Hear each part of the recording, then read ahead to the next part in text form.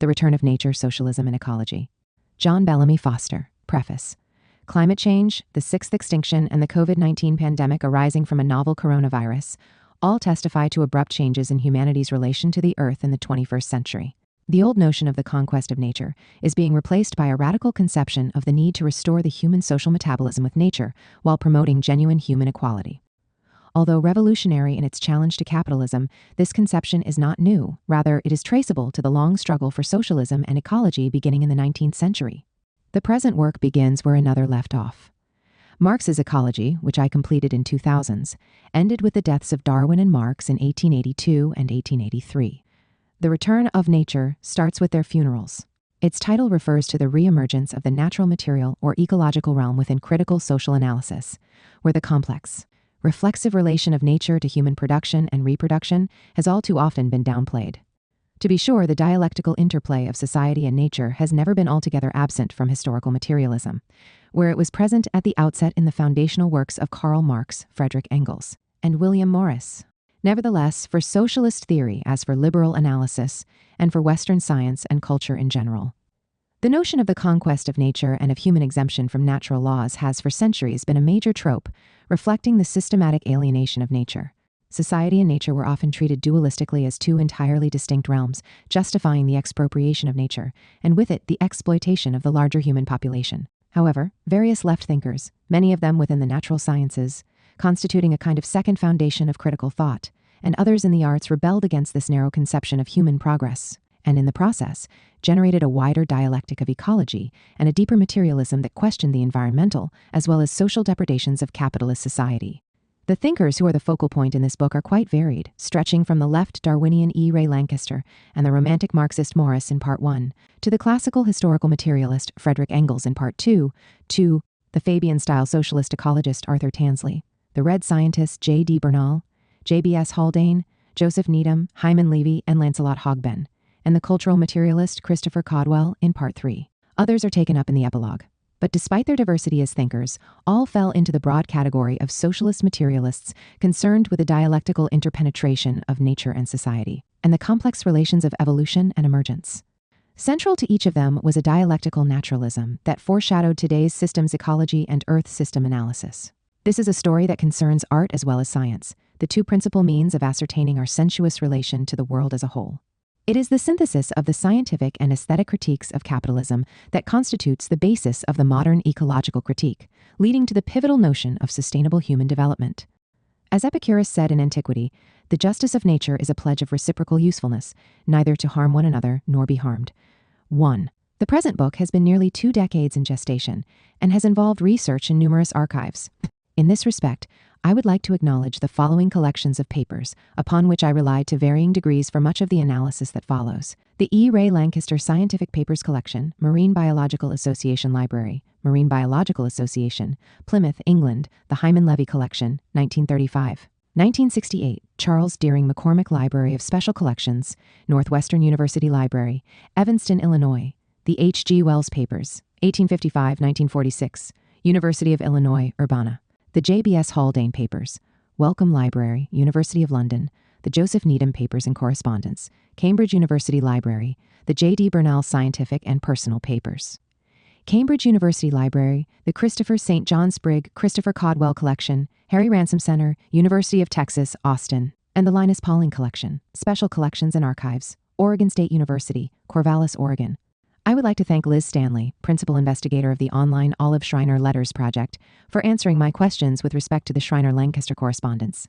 The bulk of the research was conducted through the University of Oregon Library, with the help of the excellent Regional Summit Library System and interlibrary loan. I owe a debt to the University of Oregon librarians and staff for putting up with my incessant demands. The importance of such backstage work by librarians is often invisible, and yet constitutes an invaluable social contribution, without which serious scholarship would be rendered much more difficult. A large part of Chapter 4 was published in 2017 as William Morris's Romantic Revolutionary Ideal, Nature, Labor, and Gender in News from Nowhere, in a special issue on revolution for the Journal of William Morris Studies. In the process, Owen Holland, the gifted editor of JWMS, improved it in both style and content. In one of my visits to London, I received a warm welcome from members of the William Morris Society at Kelmscott House, Morris's home in Hammersmith, the coach house and basement of which are now a museum. I have greatly benefited in the research and editing of this book from my association over the years with a number of extremely talented monthly review research assistants, all of whom have gone on to carry out important scholarly research and build careers of their own, including Brett Clark, Hannah Holloman, Ryan Wishart, Jordan Bisek, and Intan Suwandi. All of them assisted me at various stages in the long process of producing this book, helping with gathering materials, copy editing, fact-checking, and through the critical feedback they often provided. I am grateful especially to Intan for assisting me with the big task of editing at the end. Brett and Hannah both co-authored a number of writings with me at various times in the years in which I was working on this book, which deeply affected my thinking here.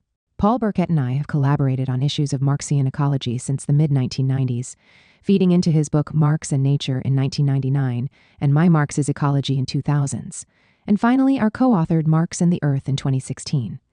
Although Paul was not directly involved in the research here, the shared understanding of ecological materialism that we have developed over the years is, I believe, inscribed on every page of this book.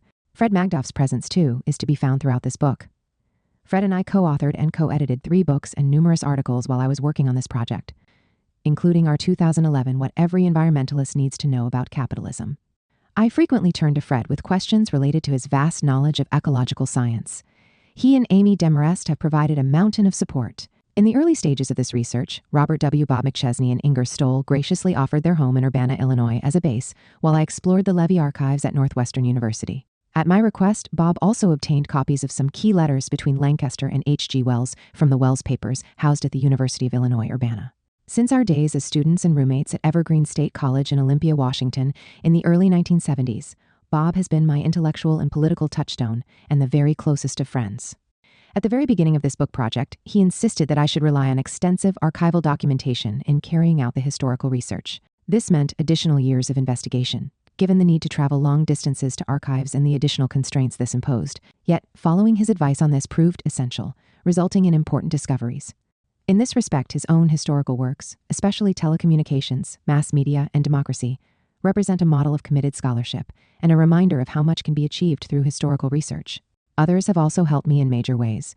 Richard York and Teresa Koford have patiently and persistently inquired for years whenever we met about the progress on my big book, providing continual encouragement. Richard's own research into ecology and society, extending at times to our own direct collaboration together with Brett, notably in our 2010 book The Ecological Rift, has inspired and informed me in countless ways. Joseph Fracchia and I have shared many discussions on materialism and dialectics, from which I have benefited from his enormous conceptual and philological knowledge of German idealism, Marx, and contemporary critical philosophy.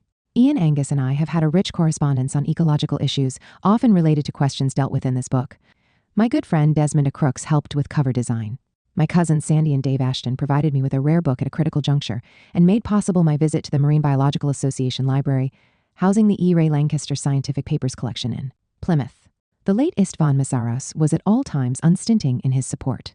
Michael Yates, Martin Patio, John Simon, Susie Day, and R. Jamil Jana at Monthly Review Press not only helped me immeasurably in various points in this task, but have also offered their full confidence in what amounted to a very extensive and seemingly unending project, a gift for which I am immensely grateful. Michael Yates and Aaron Claremont brought their prodigious copy editing skills to bear on every page of the book. 2 people above all provided the insight and support without which this book could not possibly have been written. I have dedicated the book to my close friend John Mage at Monthly Review, who has been my primary interlocutor, both for Marx's Ecology and the present work. His extraordinary erudition, stretching from the classics to the history of science and society, to Marxian theory, and to contemporary historical conditions, have meant that his judgments and advice were at all times indispensable and often decisive. When over the years I showed signs of leaving this project unfinished, he invariably encouraged me to return to it. Whatever value there is in this work owes much to him. The book's demerits are undividedly and insistently my own. Carrie Ann Naumoff is part of the fabric of my life. She has given me every kind of support, intellectual, political, and emotional. Most of the ideas in this book we have discussed at length, but often transposed within the context of our everyday struggles in relation to humanity and the earth, and the people and the environment we love. She has reaffirmed my belief that not only is imagination ultimately more important than knowledge, but that history is never merely history. It is the witness of our collective struggles and the proof that change is always possible. Introduction. The whole of Hegel's logic is proof of the fact that abstract thought is nothing for itself, and that only nature is something. Karl Marx. The subject of this book is the history and genealogy of the relations between socialism and ecology, primarily in Britain. in the period from the deaths of Charles Darwin and Karl Marx in 1882 and 1883 up to the 1960s. The Return of Nature was originally conceived in a fairly linear fashion as a historical sequel to my earlier Marx's Ecology.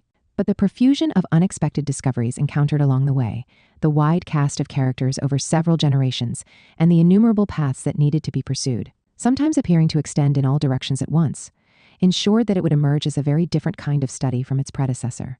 This was a story where the main lines of development were not known in advance and had to be unearthed, as key sources were buried in obscure archives, seldom, if ever, penetrated. Even as a chronological history, The Return of Nature broke with my original expectations, as it was necessary to cover the early lives of such figures as Frederick Engels, E. Ray Lankester, and William Morris, all of whom were Marx's contemporaries, before it was possible to go forward. Hence, the organization of this work can be viewed as more genealogical than chronological, tracing out lines of influence. Lankester and Morris, who take up the first 4 chapters, making up Part 1, are related to Marx. Only in Part 2 does Engels enter centrally into the story. This establishes another line in Part 3 that runs through J.D. Bernal, J.B.S. Haldane, Joseph Needham, Lancelot Hogben, and Hyman Levy, all of whom drew principally on Engels rather than Marx, while Arthur G. Tansley and H. G. Wells, also considered in Part 3, are best understood in relation to their connections to Lankester. Christopher Caldwell, treated in the penultimate chapter of Part 3, is the culmination of a line of inheritance reaching back to both Morris and Engels. The closing chapter in Part 3, on the fall of the British Marxist scientists and their ultimate moral triumph, sets up a logic that points to the present, taken up briefly in the epilogue. If Marx's Ecology was a compact story of the development of Marx's ecological views in the mid-19th century, when many of the foundations of an ecological critique of capitalist society were being laid, The Return of Nature is an odyssey encompassing a considerably longer period when the modern ecological worldview, as we know it today, was first emerging tentatively into the light of day for all to see. It is about the role of numerous socialists and radical materialists, who played key roles in that critical enterprise. I chose to focus almost entirely on Britain, the country in which Marx and Engels had long resided, for 5 reasons. My own family background and cultural heritage. In Britain, one can see the development of an intellectual heritage drawing directly on both Marx and Darwin. The links between the Romantic movement, Marxism, and ecology were strongest in Britain, most notably in the life and work of Morris, but reappearing in a quite different way in Caldwell. Among the British Marxists, in particular, there was a strong strain of emergentist Marxism, its roots going back to ancient Epicurean materialism. Inspired in part by knowledge of Marx's own studies of Epicureanism, and lastly a focus on Britain, allows for coherence of historical narrative. The earliest and in many ways most revolutionary development of Marxian ecology arose in the USSR in the 1920s and early 1930s. But the demise of the most creative period of Soviet ecology followed quickly upon the famous Second International Conference on the History of Science and Technology held in London in 1931. Nikolai Bukharin, N.E. Vavilov, Boris Hessen, and B. Zavadovsky, the 4 most influential figures in the Russian contingent at the 1931 conference, all fell prey within a few years to Joseph Stalin's purges. It was in Britain, therefore, where the very same conference marked a beginning point, rather than an end point for Marxian natural science, that continuity in the emerging dialectic of socialism and ecology was mainly expressed. The main advantage that socialist thinkers have always had in embracing an ecological worldview, when compared to their liberal counterparts, goes beyond their willingness to contemplate a different, more collective, an egalitarian form of society. Rather, it rests fundamentally on a materialist and dialectical critique, originating above all with Marx, that pointed to the alienated metabolism of nature and society under capitalism. It is this method of ecological critique arising out of the socialist critique of capitalist society that is seen here as most important, since it provides the indispensable means for a revolutionary dialectical ecology. Hence, the intent in this book is not simply to provide a history and genealogy of the interaction of socialism and ecology, though that is the outward form it takes. Rather, as Raymond Williams stated in Culture and Society, the hope is that by reaching into the past we can discover how to understand and act. It is due to this focus on the emergence of ecological critique, and on the complex and necessarily contradictory search by materialists and socialists for a meaningful ecological praxis, that this work is able to escape many of the methodological traps that have plagued studies in the history of ideas, namely, adoption of one-sidedly internalist or externalist approaches, employment of rigid ideal types, reliance on a few isolated texts, and above all, succumbing to the hegemony of the present, or what E.P. Thompson called the enormous condescension of posterity. As Quentin Skinner famously stated, claiming, "We are all Marxists to this extent. The only justifiable reason for carrying out studies in the history of ideas is not to demonstrate the inevitability or superiority of the present in relation to the past, but rather to demonstrate how our own society places unrecognized constraints on our imaginations. The chief protagonists in these pages exhibit a certain monotony of masculine gender, reflecting an age when women were largely shut out of intellectual life, as powerfully expressed at the time in Virginia Woolf's A Room of One's Own. It seemed all the more important, therefore, to make a conscious attempt to take note of gender questions, where they arose in the course of the argument, as well as to be cognizant of the women who entered.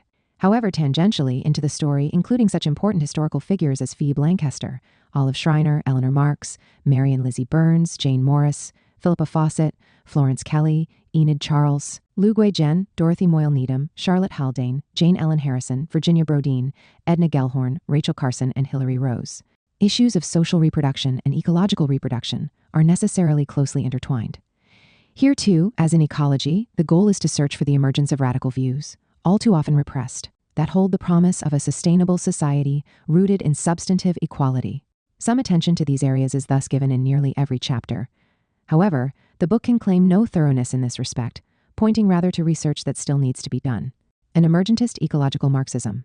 Socialism and ecology originated as separate but closely related and often converging forms of critique in response to the industrial capitalism of the late 18th and 19th centuries.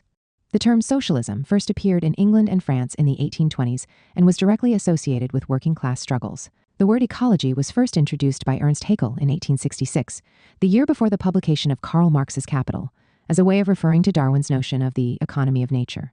It entered the English language as oecology.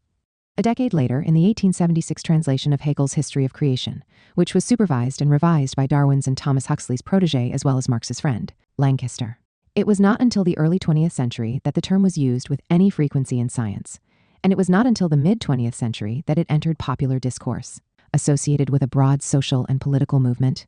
In the 19th century, other ecological concepts were frequently used, such as Darwin's economy of nature, Lancaster's bionomics, and Justus von Liebig's broad application of metabolism to environmental relations, which helped to inspire Marx's notion of social metabolism.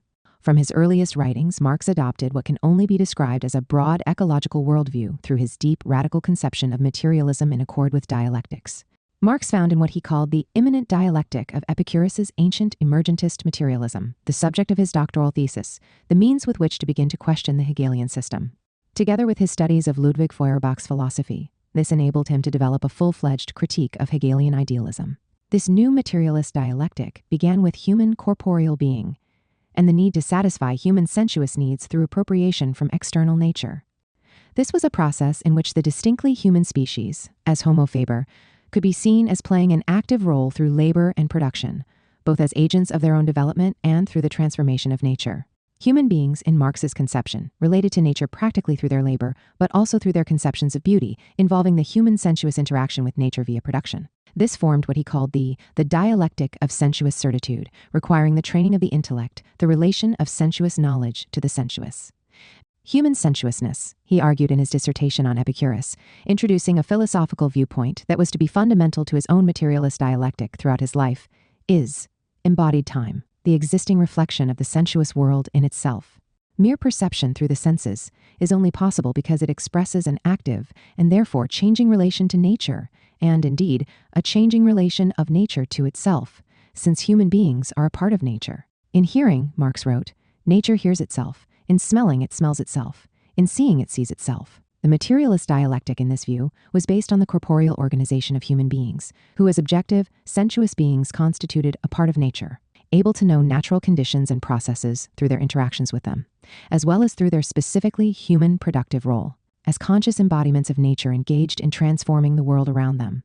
Hence, for Marx, the materialist conception of history was inextricably bound to the materialist conception of nature, requiring constant studies of natural science and the natural conditions of production as a crucial part of his critique of political economy. The labor process itself, he argued in the 1850s, was to be defined as the metabolism of humanity and nature. It was only in the 1860s, however, that this was to emerge in his conception as a central contradiction of the system associated with the growing concern over the robbing of the soil and the loss of soil nutrients, the resulting pollution in the cities and nutritive shortages in the diets of the population, the squandering of raw materials, deforestation and desertification, and the exigencies of the world food trade.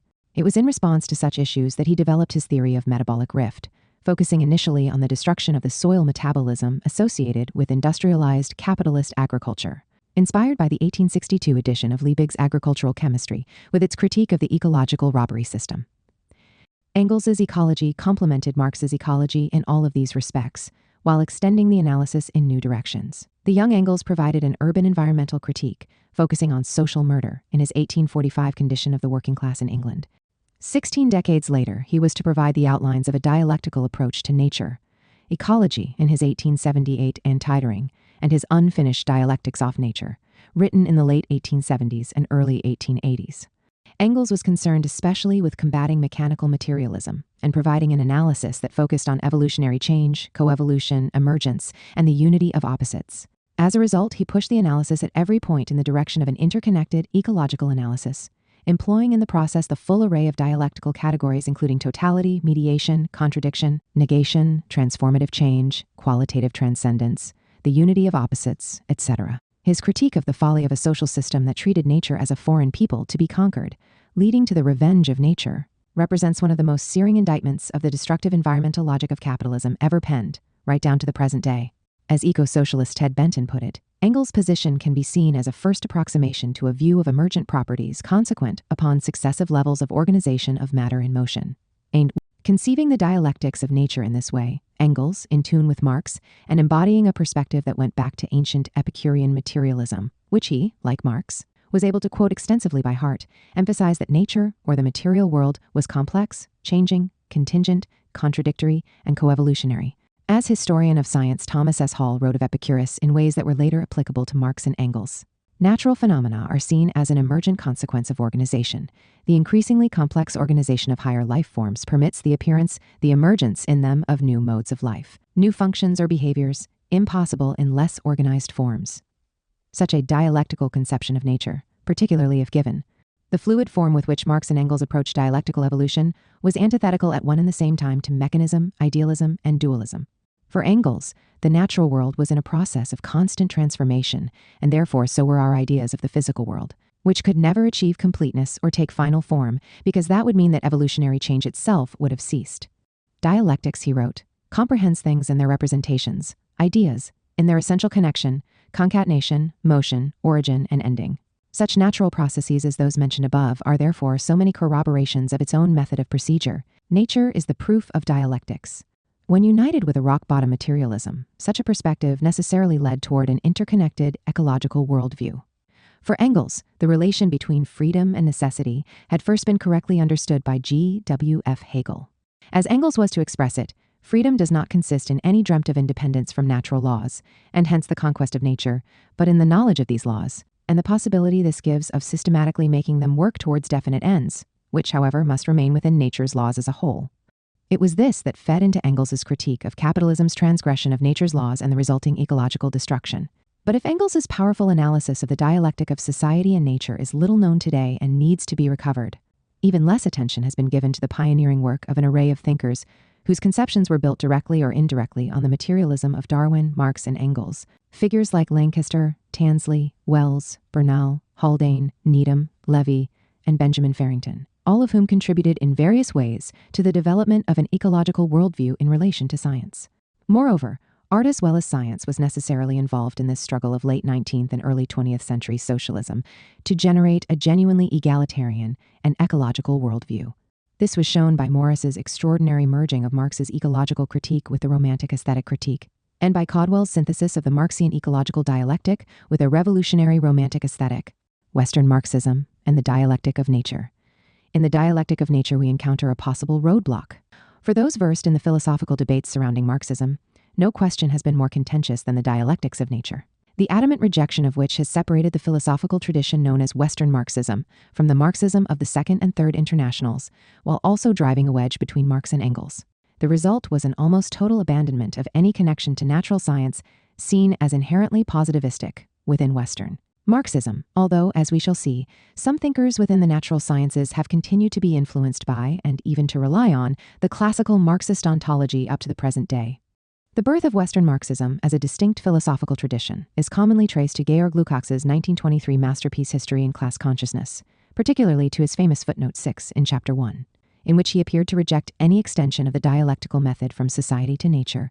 As he stated, It is of the first importance to realize that the dialectical method is limited here to the realms of history and society. The misunderstandings that arise from Engels' account of dialectics can in the main be put down to the fact that Engels, following Hegel's mistaken lead, extended the method to apply also to nature. However, the crucial determinants of dialectics, the interaction of subject and object, the unity of theory and practice, the historical changes in the reality underlying the categories as the root cause of changes in thought, etc., are absent from our knowledge of nature. Lukács suggests here that the dialectical method in its full sense, the dialectic as knowledge, necessarily involves reflexivity, the identical subject-object of history. Here, the subject, a human being, recognizes in the object of his/her activity the results of humanity's own historical self-creation. We can understand history, as Giambattista Vico said, because we have made it. The dialectic thus becomes a powerful theoretical means of discovery, rooted in the reality of human praxis itself, which allows us to uncover the totality of social mediations. Yet, such inner reflexive knowledge arising from human practice, Lukács indicates, is not available where external nature is concerned. There, one is faced with the inescapable Kantian thing in itself. Hence, the crucial determinants of dialectics are inapplicable to the natural realm. There can be no dialectics of nature, as a method, equivalent to the dialectics of history and society. The seriousness of the division that arose in Marxian theory between Western Marxism and Marxism more broadly on this basis can hardly be overstated. As Lucio Colletti observed in Marxism and Hegel, a vast literature has always agreed that differences over the existence of an objective world independent of consciousness, philosophical materialism or realism, and the existence of a dialectic of matter or of nature, constituted the two main distinguishing features between Western Marxism and dialectical materialism. 29 philosophical Western Marxists, including the Frankfurt School and the entire critical theory tradition, were adamant in following what they viewed to be the position of Lukács in history and class consciousness, and in imposing an interdiction on the dialectics of nature as a method. For Herbert Marcuse, in Reason and Revolution, the dialectical totality includes nature, but only insofar as the latter enters and conditions the historical process of social reproduction. Paul Sartre, the Critique of Dialectical Reason, wrote, "In the historical and social world, there really is dialectical reason. By transferring it into the natural world and forcibly inscribing it there, Engels stripped it of its rationality." 1. Yet major problems were to arise from the rejection of the dialectics of nature within Western Marxism, since it relied on the dominant neo-Kantian dualism that separated those phenomena that could be experienced from noumena, or things in themselves. This was then transposed in Western Marxism into the notion that social historical sciences were reflexive, with an identical subject-object, the Wischen principle, whereas natural science relied on a naive positivism, failing to recognize the inherent limitations of our knowledge of the physical world and the impossibility of a dialectical reasoning where reflexivity did not apply. Thus, one of the criticisms leveled against Engels by Lukács in History and Class Consciousness, and by the subsequent Western Marxist philosophical tradition, was that he had gone too far in adopting, following Hegel, a concept of so-called objective dialectics, the reality of which Lukács himself did not expressly deny. Among the first to raise the alarm with respect to the neo-Kantian character of Lukács's criticism, later embodied in so-called Western Marxism, was Antonio Gramsci, who wrote in his prison notebooks. It would appear that Lukács maintains that one can speak of the dialectic only for the history of men and not for nature. He might be right, and he might be wrong. If his assertion presupposes a dualism between nature and man, he is wrong, because he is falling into a conception of nature proper to religion and to Greco-Christian philosophy, and also to idealism, which does not in reality succeed in unifying and relating man and nature to each other except verbally. But if human history should be conceived also as the history of nature, also by means of the history of science, how can the dialectic be separated from nature? Perhaps Lukács, in reaction to the Baroque theories of the popular manual Bukharin's Historical Materialism, has fallen into the opposite error, into a form of idealism. Ironically, it was Lukács himself who was to emerge as the most powerful critic of Western Marxism's wholesale interdiction of the dialectics of nature as a concept. Lukács, as he was later to insist, had not categorically rejected the notion of the dialectics of nature in history and class consciousness. He had written there of the merely objective dialectics of nature, as perceived by the detached observer, as having a partial validity. For Lukács, what was lacking in merely objective dialectics was the full reciprocal relation in which theory and practice become dialectical with reference to one another. But rather than restricting the dialectic to this form, Lukács insisted that dialectics could be seen in terms of a structured hierarchy, in which one could speak of a typology of dialectical forms, including the objective dialectic of nature as well as the dialectic of human history. In Materialism and the Dialectic, written several years after History and Class Consciousness, and rediscovered only recently, Lukács remarked that even his famous footnote in History and Class Consciousness was far more nuanced than generally thought, and was consistent with the view that objective dialectics are in reality independent of humans, and were there, that is, existed before the emergence of people. But how is knowledge of objective dialectics, the dialectics of nature, to be obtained when the subject-object reflexivity, the identical subject-object, does not pertain? In his later writings, Lukács emphasized that this occurs mainly in two ways, drawing on both Marx's theory of social metabolism and Engels's argument on the basis of experimentation. With respect to social metabolism, Lukács, following Marx, contended that since human life labor is based on a metabolism with nature, it goes without saying that certain truths which we acquire in the process of carrying out this metabolism have a general validity. For example, the truths of mathematics, geometry, physics, and so on. Thus, as Farrington argued, the ancient Greek materialists had used the various forms of production that they were familiar with, representing the human natural role, as guides to physical properties and laws, extending beyond human action. All of science had arguably originated on this basis, moving from the transitive to the intransitive, as Roy Bhaskar explained in his Dialectical Critical Realism. In Lukács's own terms, we can get closer to a comprehension of the ontology of nature only to the extent that we understand it historically and genetically, which means transcending the mechanistic views that have predominated in natural science. With respect to experimentation, Lukács argued, in line with Engels, that scientific experimentation, which involves interaction with nature under controlled conditions, can provide insights into nature's own objective dialectic and its ever-changing laws, though knowledge derived from such experiments and from industrial practice had to be critically assessed as ideologically mediated. In his later attempts to understand this hierarchy of dialectical forms, Lukács addressed what he called, following the young Hegel, the dialectic of identity and non-identity, superseding the conception of the unity of opposites. Here, changing material forms introduced emergent novel entities, such as the historical invention of the wheel, in ways that express the unity with nature and impossibility of entirely superseding natural processes. Thus, the historicity of nature, along with the historicity of society, became an essential proposition. Beginning with the young Hegel, and to a greater extent in the ontology of social being, Lukács explored the role of reflection determinations in Hegel's doctrine of essence as the key to a dialectical realist ontology of reciprocal interaction and change. The overriding concern throughout this analysis was the relation between a merely objective dialectics of nature and a wider dialectics of social ontology. Hence, for the later Lukács, the metabolism between humanity and nature was conditioned by nature's dialectic, and at the same time was the source of the human comprehension of that objective dialectic. Insofar as humanity actively engages in the transformation of nature, that process takes place in the field of social being, as the metabolism between society and nature. The indispensable precondition, which is, of course, the correct comprehension of the dialectic of nature. For, in various ways, the major socialist thinkers addressed in this book, all of whom were concerned with the social relation to nature, as mediated by science and art via labor and production, came to similar conclusions with respect to the dialectic in history, seeing this as the realm of freedom as necessity in Engels' sense. They all sought to connect the materialist conception of nature and the materialist conception of history through an examination of the complex, changing material interconnections between nature and human history. In this, they invariably adopted the materialist principle of mors immortalis, perceiving the alienated character of capitalist production, social metabolism, and its destructive effects on nature's metabolism, as the basis of a negative critical dialectic. All of the Marxian scientists examined here embraced an emergentist evolutionary view, extending back to ancient Epicurean materialism. Central to the outlook of most of these thinkers was the need for a synthesis of materialist views stemming from Darwin and Marx. Others, such as Morris, arrived at a similar perspective via the relation of art and labor, or through a theory of mimesis, drawing on Aristotle's Poetics, as in Caudwell. Ultimately, these interconnected socialist and ecological analyses pointed to a notion of dialectics as the necessary intellectual expression of the reciprocal human relation to a complex, changing, and emergent natural and social ontology, of which the human species was itself a part.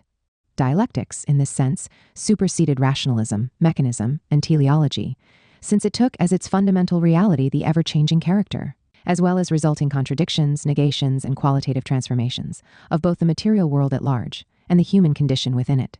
As Needham cogently wrote, Marx and Engels were bold enough to assert that the dialectical process happens actually in evolving nature itself, and that the undoubted fact that it happens in our thought about nature is because we and our thought are a part of nature. We cannot consider nature otherwise than as a series of levels of organization, a series of dialectical syntheses, From the ultimate physical particle to atom, from atom to molecule, from molecule to colloidal aggregate, from aggregate to living cell, from cell to organ, from organ to body, from animal body to social association. The series of organizational levels is complete. Nothing but energy, as we now call matter in motion, and the levels of organization, or the stabilized dialectical syntheses, at different levels, have been required for the building of our world. Likewise, for Caudwell, thought is naturally dialectical, since human beings live and experience reality dialectically, that is, live in a complex state of contradiction, change, and emergence. Dialectics thus served a heuristic purpose superior to rationalism, mechanism, or teleology in helping us comprehend the material world of nature, of which human production was a part. What made dialectics so crucial in Caudwell's view was not the unity of humanity with the world, but its separation, life in an alienated society. Either the devil has come amongst us having great power, or there is a causal explanation for a disease common to economics, science, and art, which only a dialectical criticism could reveal. It was such an uncompromising radical standpoint that drove Caudwell in just a few years, still in his 20s, to an integrative ecological critique, the movement toward ecology. The major socialist and social democratic thinkers who constitute the focus of this book were all politically and socially active in developing a critical materialist view rooted in ecology and dialectics that extended to science and/or art. Lancaster stood as the foremost ecological critic within British science in the late 19th and early 20th centuries. Morris, in his years in the Socialist League and as a leader of the Hammersmith Socialist Society, provided an epic synthesis of the Romantic and Marxian critiques of capitalism's dark satanic mills. Engels sought a dialectics of nature and society, aimed at a truly scientific socialism. Tansley and Wells introduced the concepts of ecosystem and human ecology. Hogben launched the first full-fledged materialist ecological critique of scientific racism, or eugenics. Bernal, Needham, Haldane, and Levy brought dialectics to 20th century natural science and dialectical natural science to the social history of science. Needham developed a Marxian approach to emergence through his theory of integrative levels and played the leading role in linking Western and Eastern ecological philosophies.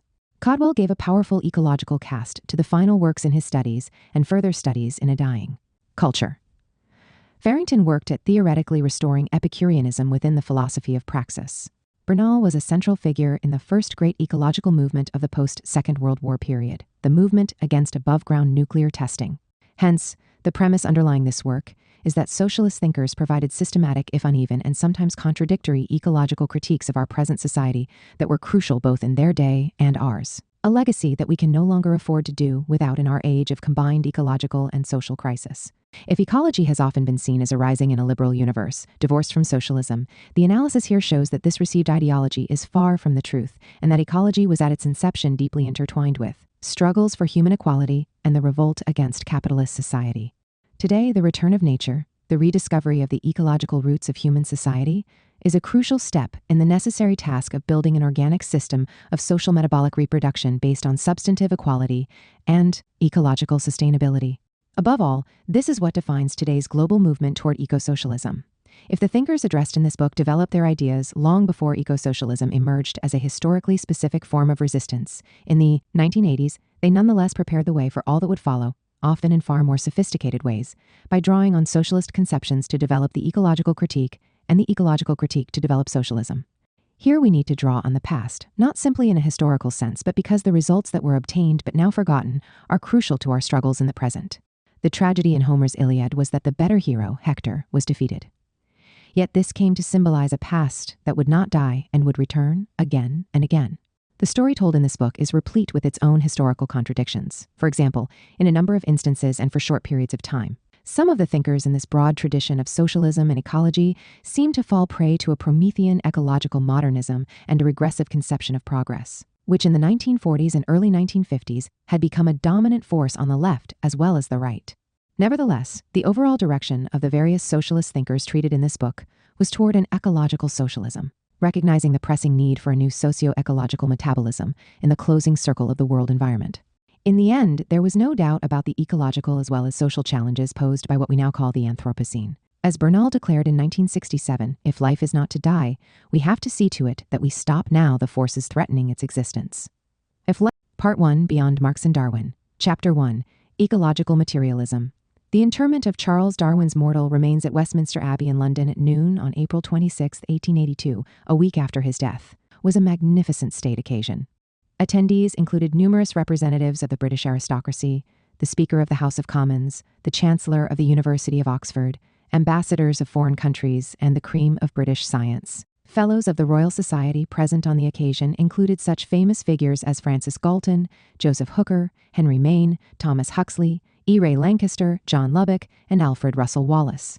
As the white, unpolished oak coffin, covered with a black velvet pall edged with white silk, on which were laid wreaths of white flowers, was moved to the grave, Beethoven's funeral march, now attributed to Johann Heinrich Walch, was played, followed by the more plaintive march in B minor by Schubert. The anthem by Handel, "His body is buried in peace, but his name liveth evermore," was sung. The inscription on the coffin, laid in the northeast corner of the nave next to that of Sir John Herschel, read, "Charles Robert Darwin, born February 12, 1809, died April 19, 1882. In an article that day in Nature, Thomas Huxley wrote, "In France and Germany and Austro-Hungary and Italy and the United States, writers of all shades of opinion, for once unanimous, have paid a willing tribute to the worth of our great countryman, ignored in life by the official representatives of the kingdom, but laid in death among his peers in Westminster Abbey by the will of the intelligence of the nation." One could not converse with Darwin without being reminded of Socrates. There was the same belief in the sovereignty of reason, the same ready humor, the same sympathetic interest in all the ways and works of men. But instead of turning away from the problems of nature as hopelessly insoluble, our modern philosopher devoted his whole life to attacking them in the spirit of Heraclitus and Democritus. There is a time for all things, a time for glorying in our ever-extended conquests over the realm of nature, and a time for mourning over the heroes who have led us to victory. None have fought better, and none have been more fortunate than Charles Darwin.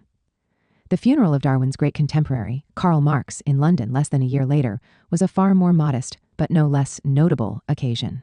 Marx's body lay in state for a couple of days after his death on March 14, 1883, and numerous people came to view him. At noon on a windy, cold, cloudy, rainy Saturday, a small private group of more than a dozen mourners, consisting largely of close family friends and political comrades, followed the horse-driven hearse up to Highgate Cemetery, east of Swain Lane, where Marx was to be buried in a corner of the cemetery alongside the grave of his wife, Jenny.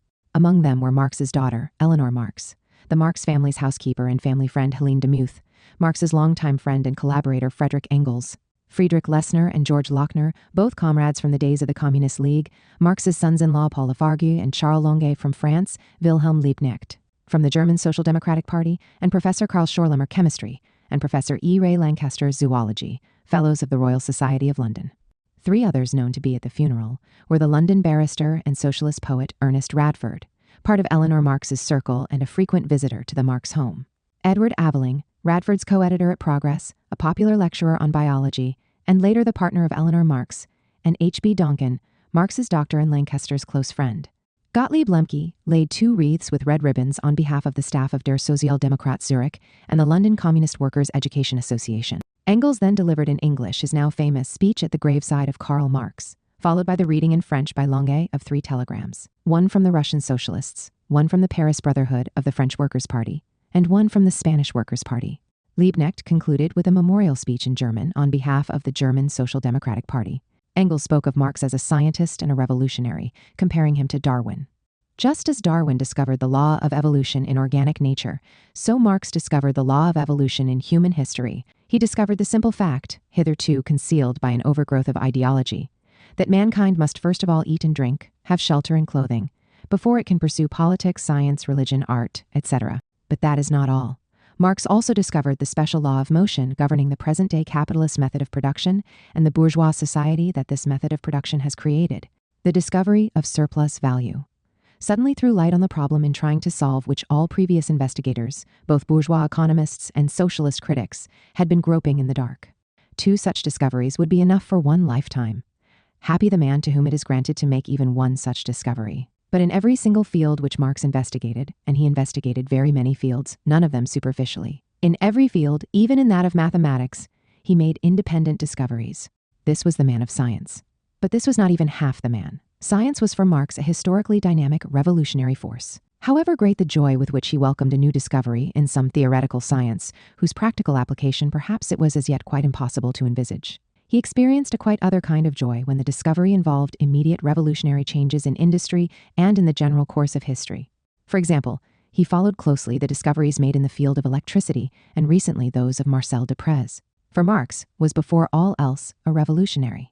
His real mission in life was to contribute in one way or another to the overthrow of capitalist society and of the forms of government which it had brought into being. to contribute to the liberation of the present-day proletariat, which he was the first to make conscious of its own position and its needs, of the conditions under which it could win its freedom.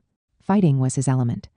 In reporting on Marx's death in a letter to Adolf Sorge on March 15, 1883, Engels referred to Marx's wont to quote, Epicurus on mortality. Death is not a misfortune for him who dies, but for him who survives, he used to say, quoting Epicurus.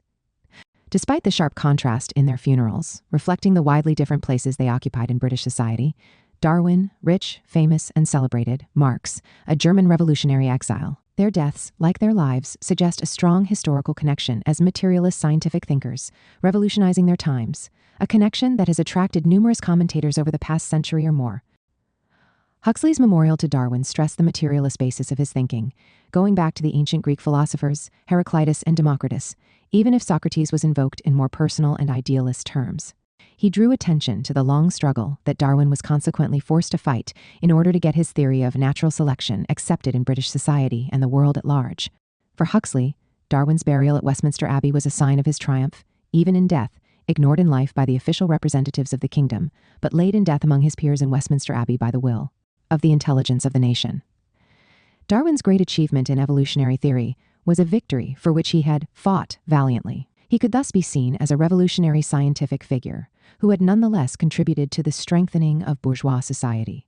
Engels began his memorial statement by comparing Marx's chief discovery in social science to Darwin's achievement in natural science. This fit with the idea that the materialist conception of history, of which Marx was the leading analyst, had its counterpart in the materialist conception of nature, in which Darwin was the greatest contemporary figure. But Marx, Engels argued, had not only uncovered the logic of historical development, he had also disclosed the secret of surplus value as constituting the basis of capital accumulation, the special law of motion governing the present-day capitalist method of production. Just as Huxley invoked Heraclitus and Democritus as ancient Greek materialist philosophers who had inspired the development of science, of which Darwin's theory of natural selection was the supreme achievement. So Engels in his letter to Sorge called to mind Marx's debt to the ancient Greek philosopher Epicurus, whose notion of death the immortal constituted a fundamental materialist principle. Nevertheless, Marx's real mission in life was not simply the advancement of science in and of itself, but the revolutionary overthrow of capitalist society. Fighting was his element.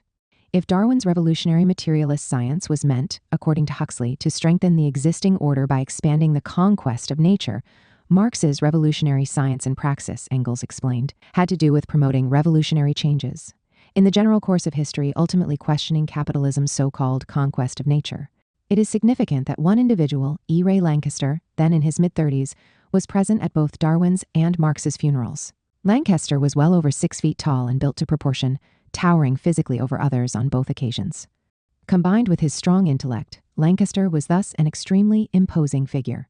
The novelist Olive Schreiner, who met him at a dinner party in 1881, wrote that Lankester was the most powerful human being I ever came into contact with. He is like those winged beasts from Nineveh at the British Museum. What you feel is just immense force. 8.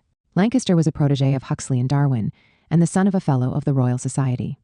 His father, Edwin Lankester, was a radical in politics and one of the most eminent scientific men of his day. Ray's mother, Phoebe Lancaster, née Pope, was the daughter of a former mill owner. As a boy, Ray had ridden on Huxley's back while Darwin had told him stories of great tortoises. At the age of 16, he published his first scientific article, and while still in his 20s was elected to the Royal Society. Ray Lankester was to emerge as the greatest evolutionary biologist in Britain in the generation after Darwin and Huxley. He was also a good friend of Marx and his youngest daughter, Eleanor, and was a frequent visitor at the Marx family home in the last 3 years of Marx's life. He read Marx's Capital, and though not a Marxist, remained throughout his life a radical freethinker and a Fabian-style socialist. Both directly and through his students such as Arthur Tansley, H.G. Wells, and Julian Huxley, Lankester was to play a crucial founding role in the development of the ecological critique in the late 19th and early 20th century. In his own person and intellect, he symbolized a continuing, complex, critical historical relation between socialist and Darwinian thought, and between the materialist conception of history and the materialist conception of nature that was to play a major role in British science for half a century or more, and which marked the emergence of modern ecological materialism. Lankester and degeneration. E. Ray Lankester was born in London in 1847, the year that Marx and Engels wrote the Communist Manifesto. He died in 1929 at age 82, 2 months before the New York stock market crash that marked the beginning of the Great Depression. Edwin Lancaster, Ray's father, was the son of a builder who died of tuberculosis at age 27, leaving Edwin's mother with no property to speak of and 4 children to raise. At age 12, Edwin was apprenticed to a country surgeon. In 1839, by then already a distinguished medical professional, he received his MD in Heidelberg, having first mastered German. He became a Fellow of the Royal Society, President of the Royal Microscopical Society, Secretary of Section D, Biology and Botany of the British Association for the Advancement of Science, and President of the Public Health Section of the British Social Science Association. In 1850, he gained the chair in natural science at New College, London. Edwin Lancaster stood out among leading scientists of his day in that he was an English radical, though retaining strong, dissenting, religious beliefs for most of his life. Brought up as a Congregationalist, in his later years, he would convert to the Church of England.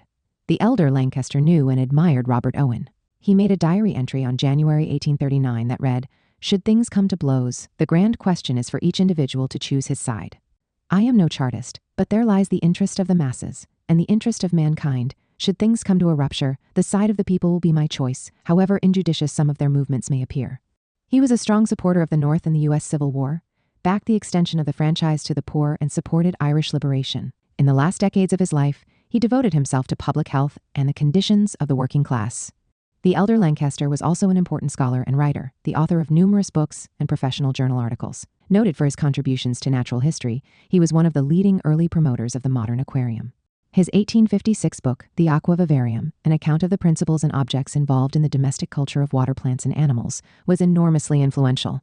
His 1857 work, Half Hours with a Microscope, was very popular and continued to be reprinted unaltered for more than 50 years. In June 1849, Dr. Lancaster was elected to the vestry of the parish of St. James, Westminster. Although civil parishes were not formally separated from ecclesiastical parishes in England until 1866, by the 1850s the English parish, especially in the large cities, was fulfilling a major civil role, comparable to local government units in the United States and England. By this time, vestries were in specific charge of issues related to local public health. The vestry of St. James, in particular, was nominally now a lay body, not directly connected to the church, which met at a separate vestry hall to the west of St. James Church. Dr. Lancaster was active in the vestry and was re-elected in 1851 and in 1854, the year of the Great Cholera outbreak. It was in his strategic capacity as chairman of the vestry's Cholera Inquiry Committee that Edwin Lancaster, together with Dr. John Snow and Reverend Henry Whitehead, played a key role in determining that cholera was a waterborne illness. It was partly through his offices that London's worst cholera epidemic, centered in the Berwick Street Golden Square district of Soho in the city of Westminster in West London, falling within St. James Parish, was traced to the water pump on Broad Street fed by a 25-foot deep well. Thus arose what was to be one of the most famous episodes in the history of epidemiology. In the last few days of August 1854, a major cholera epidemic broke out in Soho. By September 2nd, hundreds of residents, and sometimes whole families, were falling prey to the disease within hours of one another. Snow believed, contrary to the general medical opinion, that cholera was a waterborne disease resulting from an external agent in the form of a living organism. This was a time when the role of bacteria as a disease agent had not yet been established, and the only recognized case of a living organism causing a disease had to do with a fungus, affecting silkworms. Although Filippo Pacini in Italy isolated the cholera bacillus in 1854, the same year as the London epidemic, his work remained unknown to the larger scientific community. It was not until Robert Koch, working in India, reported his separate discovery of Vibrio cholerae 30 years later, in 1884, that the actual cause of cholera was fully recognized by scientists. Nevertheless, Snow, believing that an external agent was involved, concluded from investigations into the homes affected that the epicenter of the epidemic was a popular water pump on Broad Street.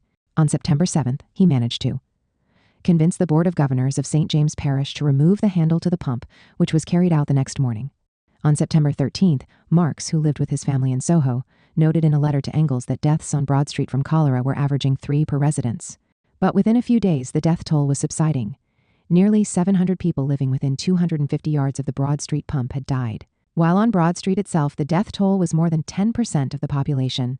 The end of the epidemic was followed by a careful investigation of its cause by the vestry of St. James Parish under the direction of Edwin Lancaster, and through the efforts of Snow and Whitehead.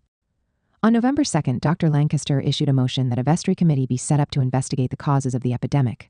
The motion passed later that month, and Lancaster was made chairman of the committee. The vestry committee would hold 14 meetings between November 1854 and July 1855. Its report, presented at length by Edwin Lancaster to the vestry on August 9, 1855. As Stephen Johnson observes in The Ghost Map, the story of London's most terrifying epidemic and how it changed science, cities, and the modern world, was the first time an official committee investigation had endorsed the waterborne theory of the etiology of cholera. In the years and decades that followed, Johnson writes, the Vestry Committee report grew in influence as the story of the Broad Street epidemic was retold. 2 years before the 1854 cholera epidemic, Dr. Lancaster had carried out microscopical investigations into the water of the Thames, which supplied the poorer parts of the city, and into which flowed 209 public sewers, the refuse of slaughterhouses and industrial waste. Like Snow, his neighbor and fellow medical professional, he argued that disease could spread other than through infection, known as the anti-contagion theory. In October 1854, soon after the epidemic ended, he conducted an examination of all the wells in the parish and was able to determine that only the well feeding the Broad Street pump contained detectable organic matter. He reported on the presence of organic matter in the well feeding the Broad Street pump in November, at about the time he was to issue his motion on the establishment by the Vestry of a Cholera Inquiry Committee.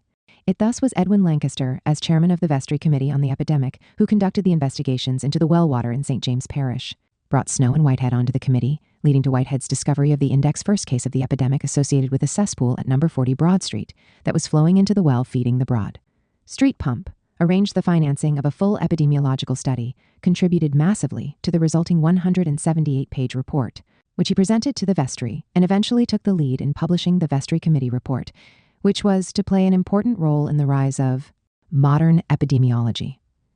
2 years later, he published in the Quarterly Journal of Microscopical Science the result of his investigations into the well waters of St. James Parish, Soho, showing the fungus thought then to be the culprit that had clouded the well water for the Broad Street pump. In 1860, he delivered a lecture on sanitary defects and medical shortcomings, in which he referred to his experience with the cholera epidemic in Westminster in 1854. When the pump in Broad Street killed 500 persons in 3 nights due to organic impurities in the water. In 1866, after another smaller outbreak of cholera in England, he issued a 92-page book, Cholera, What It Is and How to Prevent It. 18. Edwin Lancaster's leading role as chairman of the Cholera Inquiry Committee led to his being appointed medical officer of health for the St. James, Westminster, parish in 1856. From the first, in that role, and then, beginning in 1862, as coroner for Central Middlesex, he led the battle against overcrowding, overwork, and poor sanitary conditions in workshops. He engaged in the struggle against the social environmental conditions associated with high infant mortality, a very large portion, as he was to demonstrate, arising from infanticide, but which had deeper social causes. A very larger part of the blame, he argued, could be attributed to the oppression of women. The 1855 report of St. James's Vestry on the cholera outbreak, written by Edwin Lancaster, strongly influenced John Simon, then the medical officer of London, and soon the medical health officer for the General Board of Health, and when that was dissolved, for the Privy Council, and therefore the leading public health figure in Britain. Lancaster was a close colleague of Simon in a number of scientific and medical capacities, including being appointed vice president of the Society of Medical Health Officers when Simon was president in 1857-59. Edwin Lancaster's investigations played a crucial role in getting Simon to conclude in his report on the last 2 cholera epidemics of London, as affected by the consumption of impure water, that cholera was a waterborne disease, and that the commercial companies that supplied London with its water had primary responsibility. Under the influence of these events, Simon gradually abandoned the miasma theory of disease and became a leading proponent of the contagion or germ theory. Marx and Engels had a deep admiration for Simon, whom Marx frequently quoted in Capital, for his battles on behalf of the working class. Edwin Lancaster's concern with environmental conditions went beyond epidemiology and took into consideration the urban-rural divide. Like Marx later on, he was a strong proponent of Justus von Liebig's notions of sustaining soil nutrients as a key to maintaining agricultural productivity and an adequate diet for the population. If Ray Lancaster's father, Edwin, was a remarkable figure in his day, his mother, Phoebe, was no less so. Unusual in the Victorian age, she too was a scientist, with a background in biology and microscopy. Quite likely she was involved along with her husband, but, in those days, as a woman behind the scenes, in the microscopical examination of the water coming from the well on Broad Street. She was the daughter of Samuel Pope, a former mill owner and brother to the distinguished barrister, also named Samuel Pope. She was educated at the Ladies' Academy in Mill Hill, followed by private instruction. Among her numerous writings were works on botany, natural history, and public health, including Wildflowers Worth Notice, illustrated by J.E. Sowerby. Well-versed in technical botany, she contributed substantially to J.T. Boswell Syme's English Botany, writing around 400 entries, and was a competent microscopist. Phoebe was on friendly terms with George Eliot, whom Ray Lankester was afterward to remember as one of the most impressive women he had ever met. The Lankesters were also close friends of Charles Dickens, who often dined with them. They attended the Dickens' picnics and theatrical events until Dickens separated from his wife, Catherine, in March 22, 1858. Darwin, soon to release The Origin of Species to the world, was a frequent guest at the Lankester home, as was Huxley. In his early teens, Ray attended John Tyndall's lectures on glaciers at the Royal Institution, along with as many of Huxley's lectures as possible. At the age of 15, in 1861, he published his first scientific writing in the form of a letter to the geologist, and the next year his first full scientific paper appeared. At 19, he was aiding his father in his cholera investigations, writing an appendix on microscopical investigations related to cholera for cholera, what it is, and how to prevent it. Ray Lankester received his university education at Cambridge and Oxford. He rounded out this schooling with years of study in Vienna, Leipzig, Jena, and Naples. In Jena, he worked with Ernst Haeckel and in 1876 supervised the translation of Haeckel's History of Creation, published in English. In the early 1870s, his fame was rising so rapidly that Darwin wrote to him, "I can clearly see that you will someday become our first star in natural history." In 1873, he began writing at Huxley's suggestion for the 9th edition of the Encyclopaedia Britannica. 2 years later, at age 28, he was appointed to the chair of zoology at University College, London. Later endowed as the Jodrell Chair, the same year he was made a Fellow of the Royal Society. Lankester remained at University College and at the Royal Institution, where he served as Fullerian Professor of Physiology until 1890, when he took up the position of Linacre Professor of Comparative Anatomy at Oxford from 1891 to 1898, after which he became Director of the Natural History Museum from 1898 to 1907. Called by Stephen Jay Gould, the most powerful and prestigious post in his field. 8. The course of Lankester's career, however, was far from smooth, despite his obvious abilities, and the direct backing he received from Darwin and Huxley.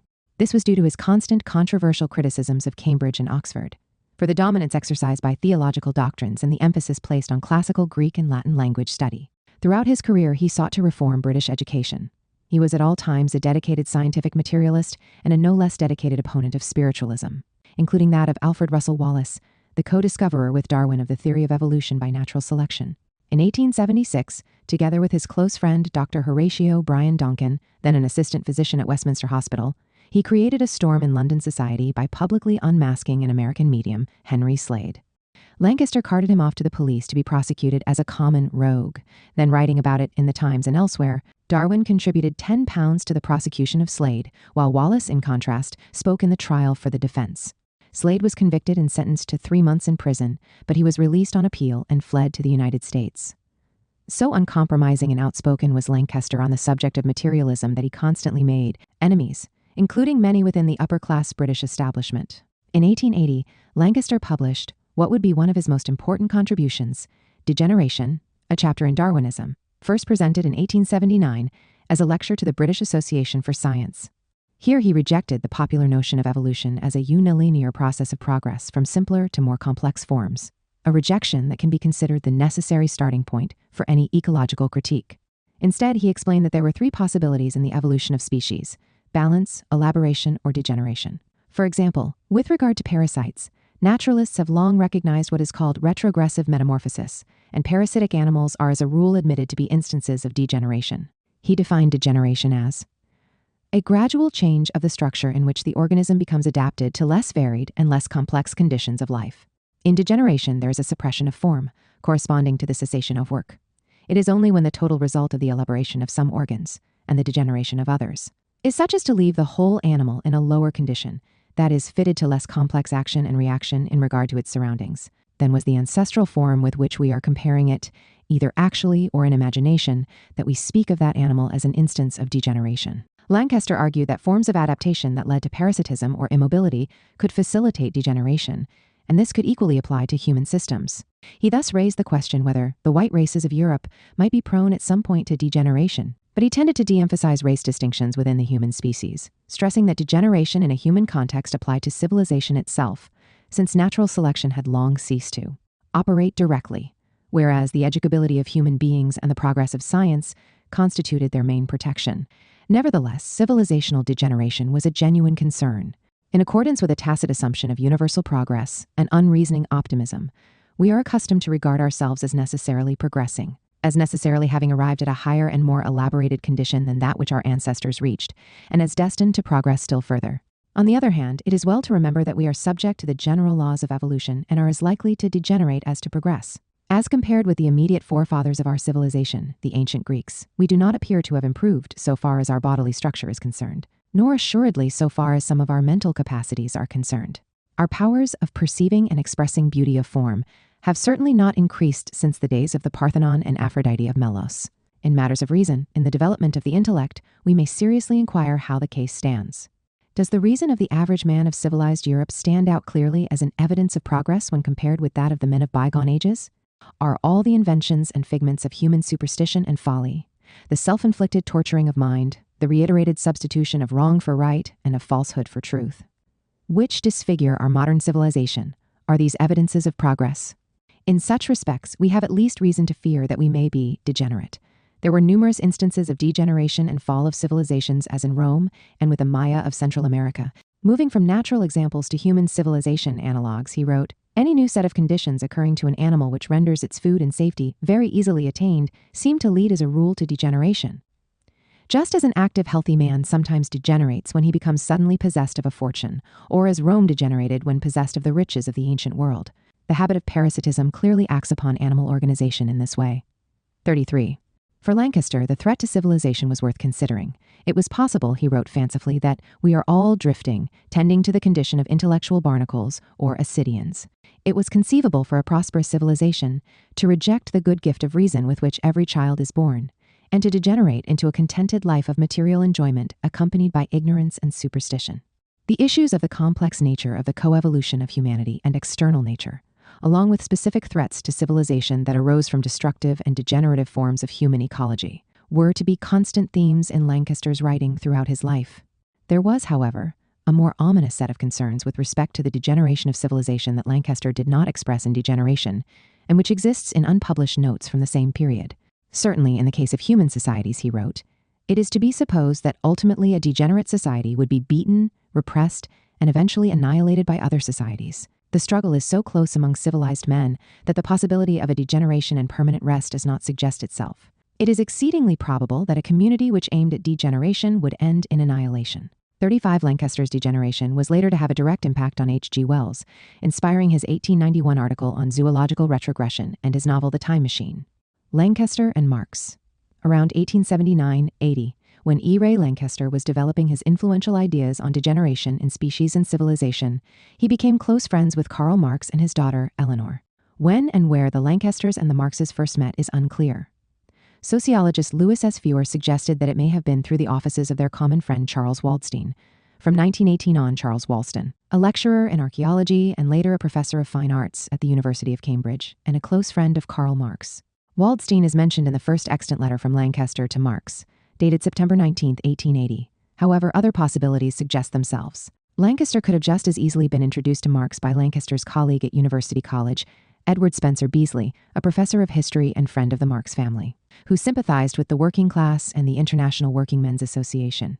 It is even conceivable that the Marx and Lancaster families were previously acquainted socially, as they lived in close proximity in Hampstead. It was a mere 21 minutes walk from the Lancaster family home at 68 Belsize Park to the Marx family home at 41 Maitland Park Road. Engels lived at 122 Regents Park Road, 14 minutes walk from the Marx home. 40.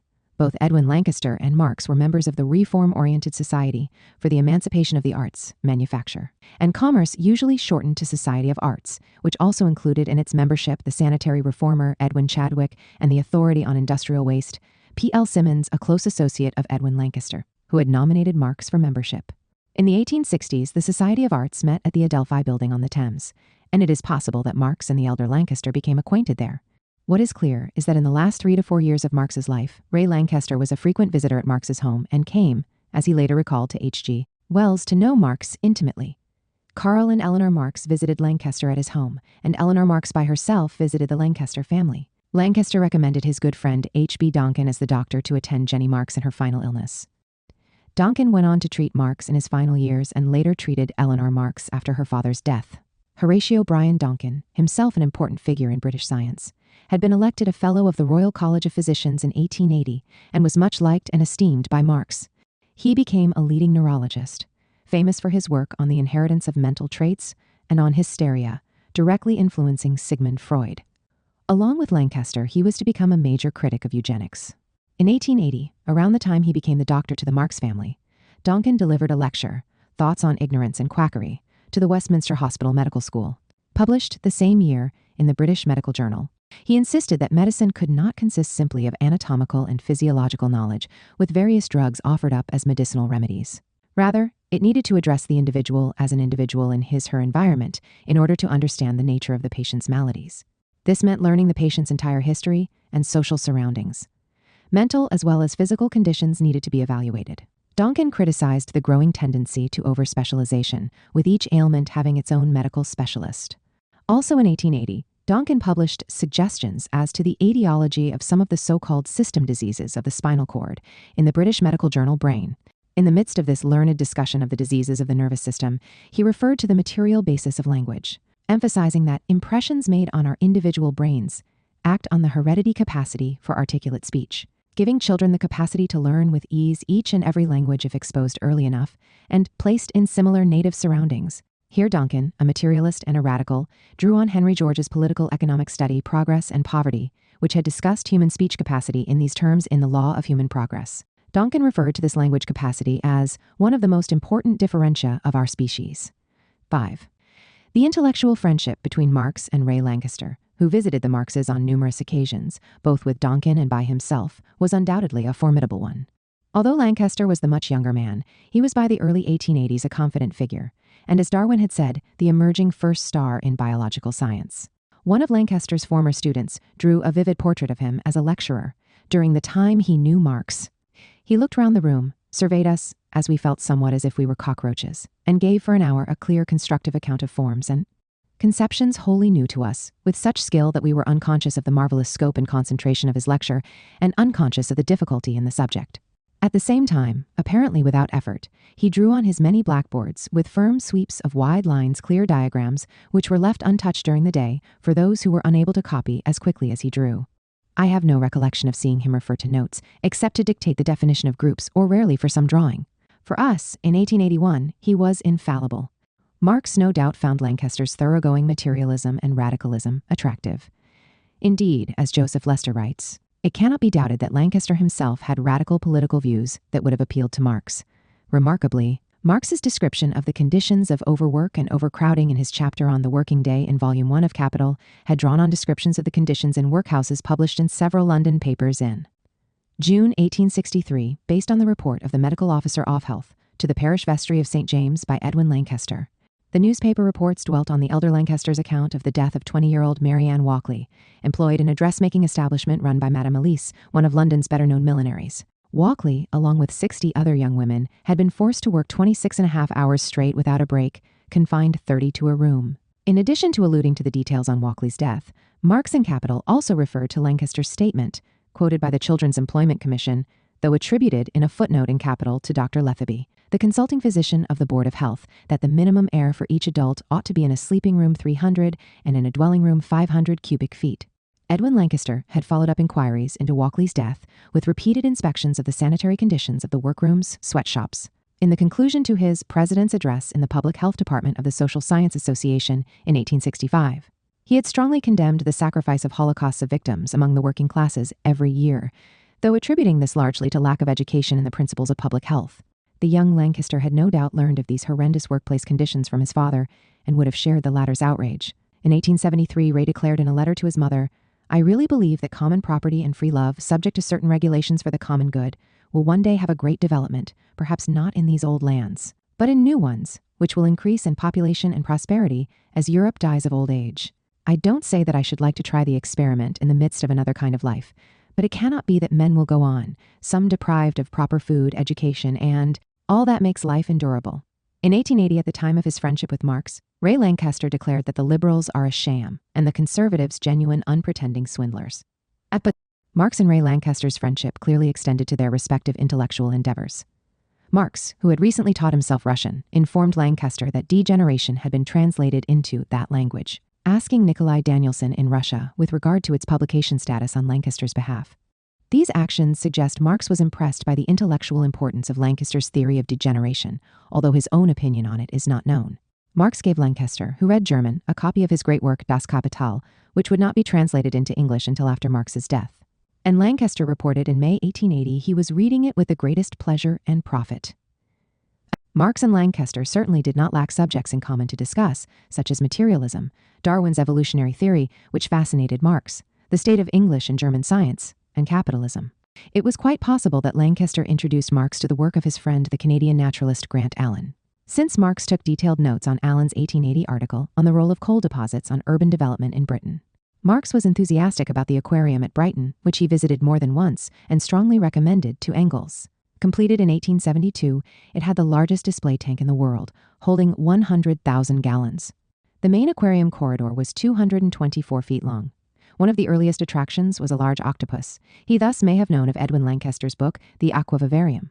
The younger Lancaster followed in his father's footsteps in his devotion to aquariums, as a way of understanding species within whole environments.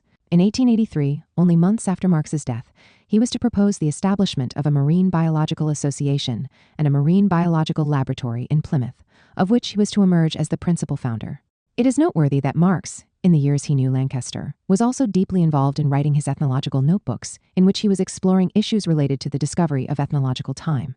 He was also investigating the history of Earth's geology and its effects on species, including extinction related to non-anthropogenic climate change.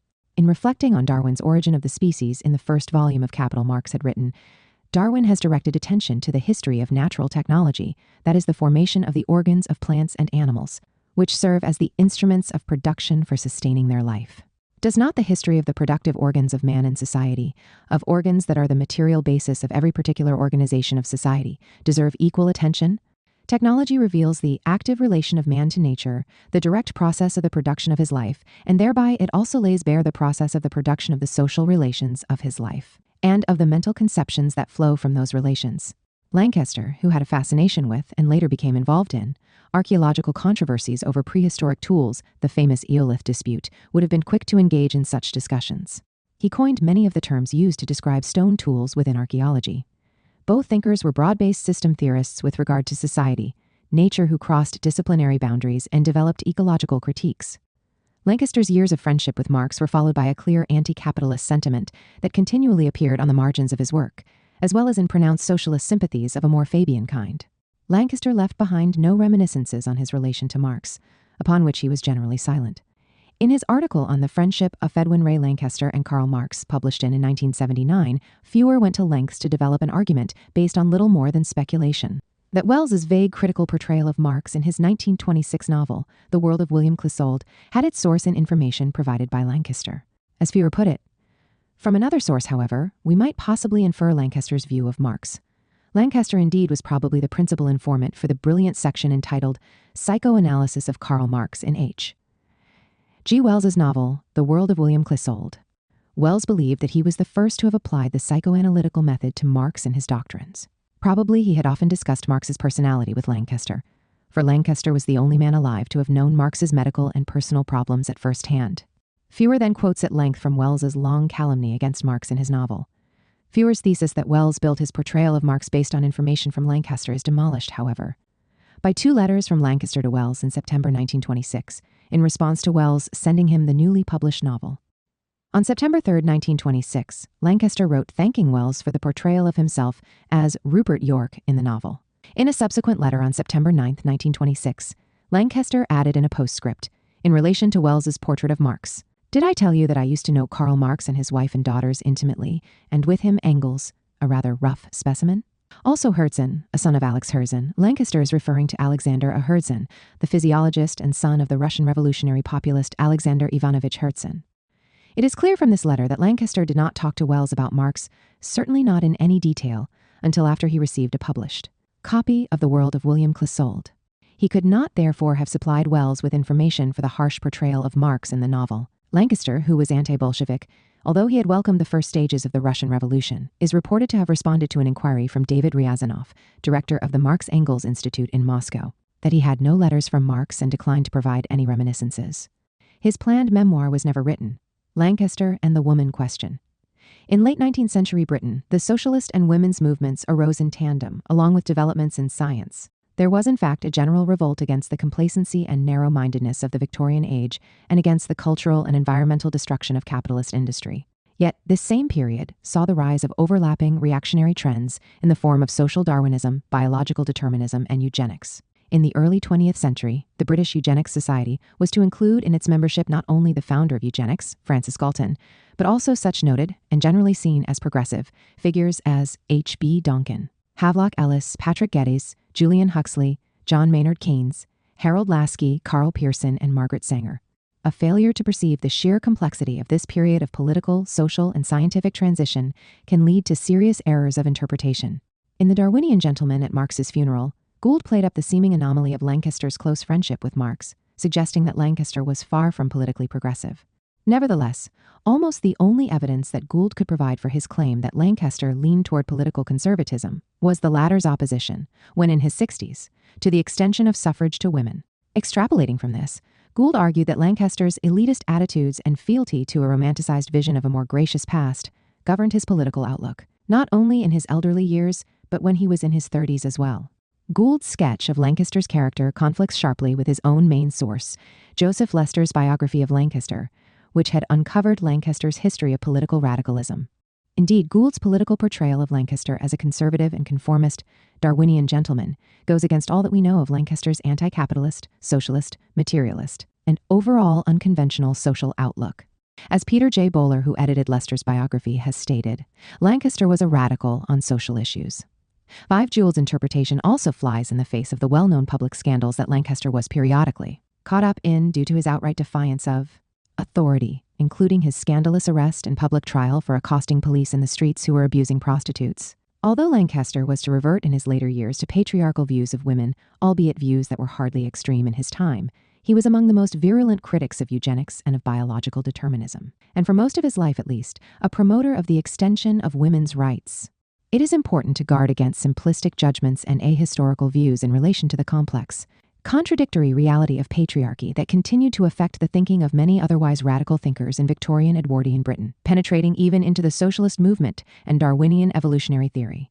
Patriarchal ideology obviously ran deep in the consciousness of the time, and the overturning of it was not the work of a day. Issues of the status of women overlapped in complex ways with questions of biological determinism, social Darwinism, racism, and eugenics. British male progressive thinkers outside the socialist movement, and occasionally even socialists themselves, tended to be at best only mildly forward-looking where questions of men and women were concerned, however radical and unconventional they may have been in other respects. Darwinian science, while challenging some of the dominant sexual mores, also served in this period to reinforce aspects of the core patriarchal view. In the years immediately following Marx's death, Lancaster was linked through his friends and associates, including Eleanor Marx, Olive Schreiner, Donkin, and Karl Pearson, to various socialist and feminist circles, particularly the famous Men and Women's Club. In 1879, this heterosocial discussion group, known simply as the Club, was formed in London. Engaged in a wide array of social problems, it originally consisted of some 20 individuals, mainly middle-class socialists and feminists, geared to changing the conditions of workers and women. Such notable figures as Clementina Black and her sisters Constance, Emma, and Grace, Ernest Radford, Caroline Dolly Maitland, Eleanor Marx, Amy Levy, Emily Ford, Isabella Ford, George Bernard Shaw, and Pearson participated in the club's discussions. A considerable number of these participants, including Black, Radford, Maitland, and Shaw, were close friends with Eleanor Marx. Black, Radford, and Maitland were visitors to the Marx home while her father was alive. Maitland, later Radford, having married Ernest Radford in 1883, served as the final president of the club, and Black as the final secretary. The club had a strong socialist orientation and a wide intellectual agenda, which included literary and cultural topics. It operated on the basis of the intrinsic equality of women and men, recognizing the need for women's emancipation. In 1884, Black wrote to Pearson, who was a member of the club but intermittent in his attendance, that, due to the changing commitments of current members, it had to be reorganized if it were to continue. Pearson, recently appointed professor of applied mathematics at University College, London, and the future founder of biometrics, took it upon himself to direct the dissolving of the original club and its formal reorganization as the Men and Women's Club. All members of its executive committee, aside from Dolly Radford and Black, seceded along with Pearson in 1885, setting up the new Men and Women's Club that year. However, only one woman among the original members of the club continued to participate regularly in the new club. Though inspired by its predecessor, it was an altogether different group with a changed membership and a different purpose, that of discussing the mutual position and relation of men and women. Eleanor Marx, beginning in 1884, known as Eleanor Marx Aveling due to her common-law marriage with Edward Aveling, was asked by Donkin to join the new Men and Women's Club early in 1886, but declined on the grounds that, probably, many of the good ladies in the club would be much shocked at the idea of my becoming a member of it, referring to her relationship with Aveling, and due to the growing demands on her in terms of socialist analysis and activism. She indicated that she was willing to participate on occasion as a guest. It was at this time that the Socialist League, led by William Morris, was formed as a breakaway from H.M. Hindman's Social Democratic Federation. The Avelings and the Radfords threw themselves into the work of the Socialist League, while Clementina Black devoted herself to trade union organization. Eleanor Marx Aveling's supposition that her admission to the new Men and Women's Club would be opposed by many of the good ladies in the club turned out to be correct. Strong opposition to her membership was voiced by Maria Sharp, who was later to become Pearson's wife, and presumably others as well. Crucial to Pearson's new Men and Women's Club was the involvement of Olive Schreiner, already a well-known South African novelist as a result of her book, The Story of a South African Farm, which had taken London literary circles by storm. Schreiner joined the new club from its birth in 1885 and was to become one of its central movers. Eleanor Marx became Schreiner's closest female friend when she arrived in London in the early 1880s. And they remained good friends after that. Donkin, Lancaster's longtime friend and physician to the Marx family, was a member and active participant in the Men and Women's Club during its first 2 years. Donkin fell in love in those years with Schreiner, proposing to her several times. Lancaster was himself a close friend of Schreiner's and seems to have participated in some of the discussions around the Men and Women's Club in its first 2 years. He was invited to present a paper on the evolution of sexuality. In an 1886 letter to Pearson, Schreiner described how on one occasion Lancaster, his sister, and she were driving home. When Lancaster had spoken of his admiration for Pearson as a younger colleague at University College and of his future intellectual prospects, there is no doubt that Lancaster initially thought highly of Pearson, his junior within the academy, and would probably have been familiar with his general approach to the woman question, which for all its many weaknesses recognized that it was a sociological and not a biological question. Pearson dominated the new Men and Women's Club. 4 men, including Donkin, and 6 women attended the first meeting in 1885. The men were drawn from the professions. University professors, lawyers, and physicians were all represented, while the women were mostly without higher education and were older on average than the women who had been the force behind what was originally the club. The Men and Women's Club, in particular, lacked the younger socialist feminist activists like Clementina Black, Dolly Radford, and Eleanor Marx Aveling, which appears to have led Lancaster and even Donkin to poke malicious fun at Pearson while at the Savile Club, to which they all belonged, for starting a club that mainly consisted of a lot of old maids and man-haters, as Schreiner, who obviously obtained her information secondhand, related it in a letter to Pearson. Schreiner described herself as probably the youngest woman there and was concerned about the composition of the club. The majority of the women in it placed a strong emphasis on social respectability, rejecting the proposed name of Wollstonecraft for the Men and Women's Club on the grounds that this would be disreputable in that it would suggest that the club had to do with feminist activism. Nevertheless, a number of younger, more dynamic socialist women remained connected to the Men and Women's Club through correspondence and papers and as visitors, sometimes delivering talks, including figures like Annie Besant and Eleanor Marx Aveling. In the first meeting, Pearson presented his paper, The Woman's Question, which was printed for private circulation and generated much discussion at the time. This was followed by another essay, Socialism and Sex, which he presented to the Men and Women's Club in 1886 and published the following year. Pearson, who had been lecturing for a few years on the ideas of Lassalle and Marx, projected in these and other essays of the time a peculiar form of Darwinian moral socialism, in which some signs of his future support of eugenics could be detected, as well as his statist views, which demanded veneration of the state. He argued in The Woman's Question that the emancipation of women would ultimately involve a revolution in all our social institutions. But where all of this was leading had to be determined scientifically and with respect to various sexuological problems.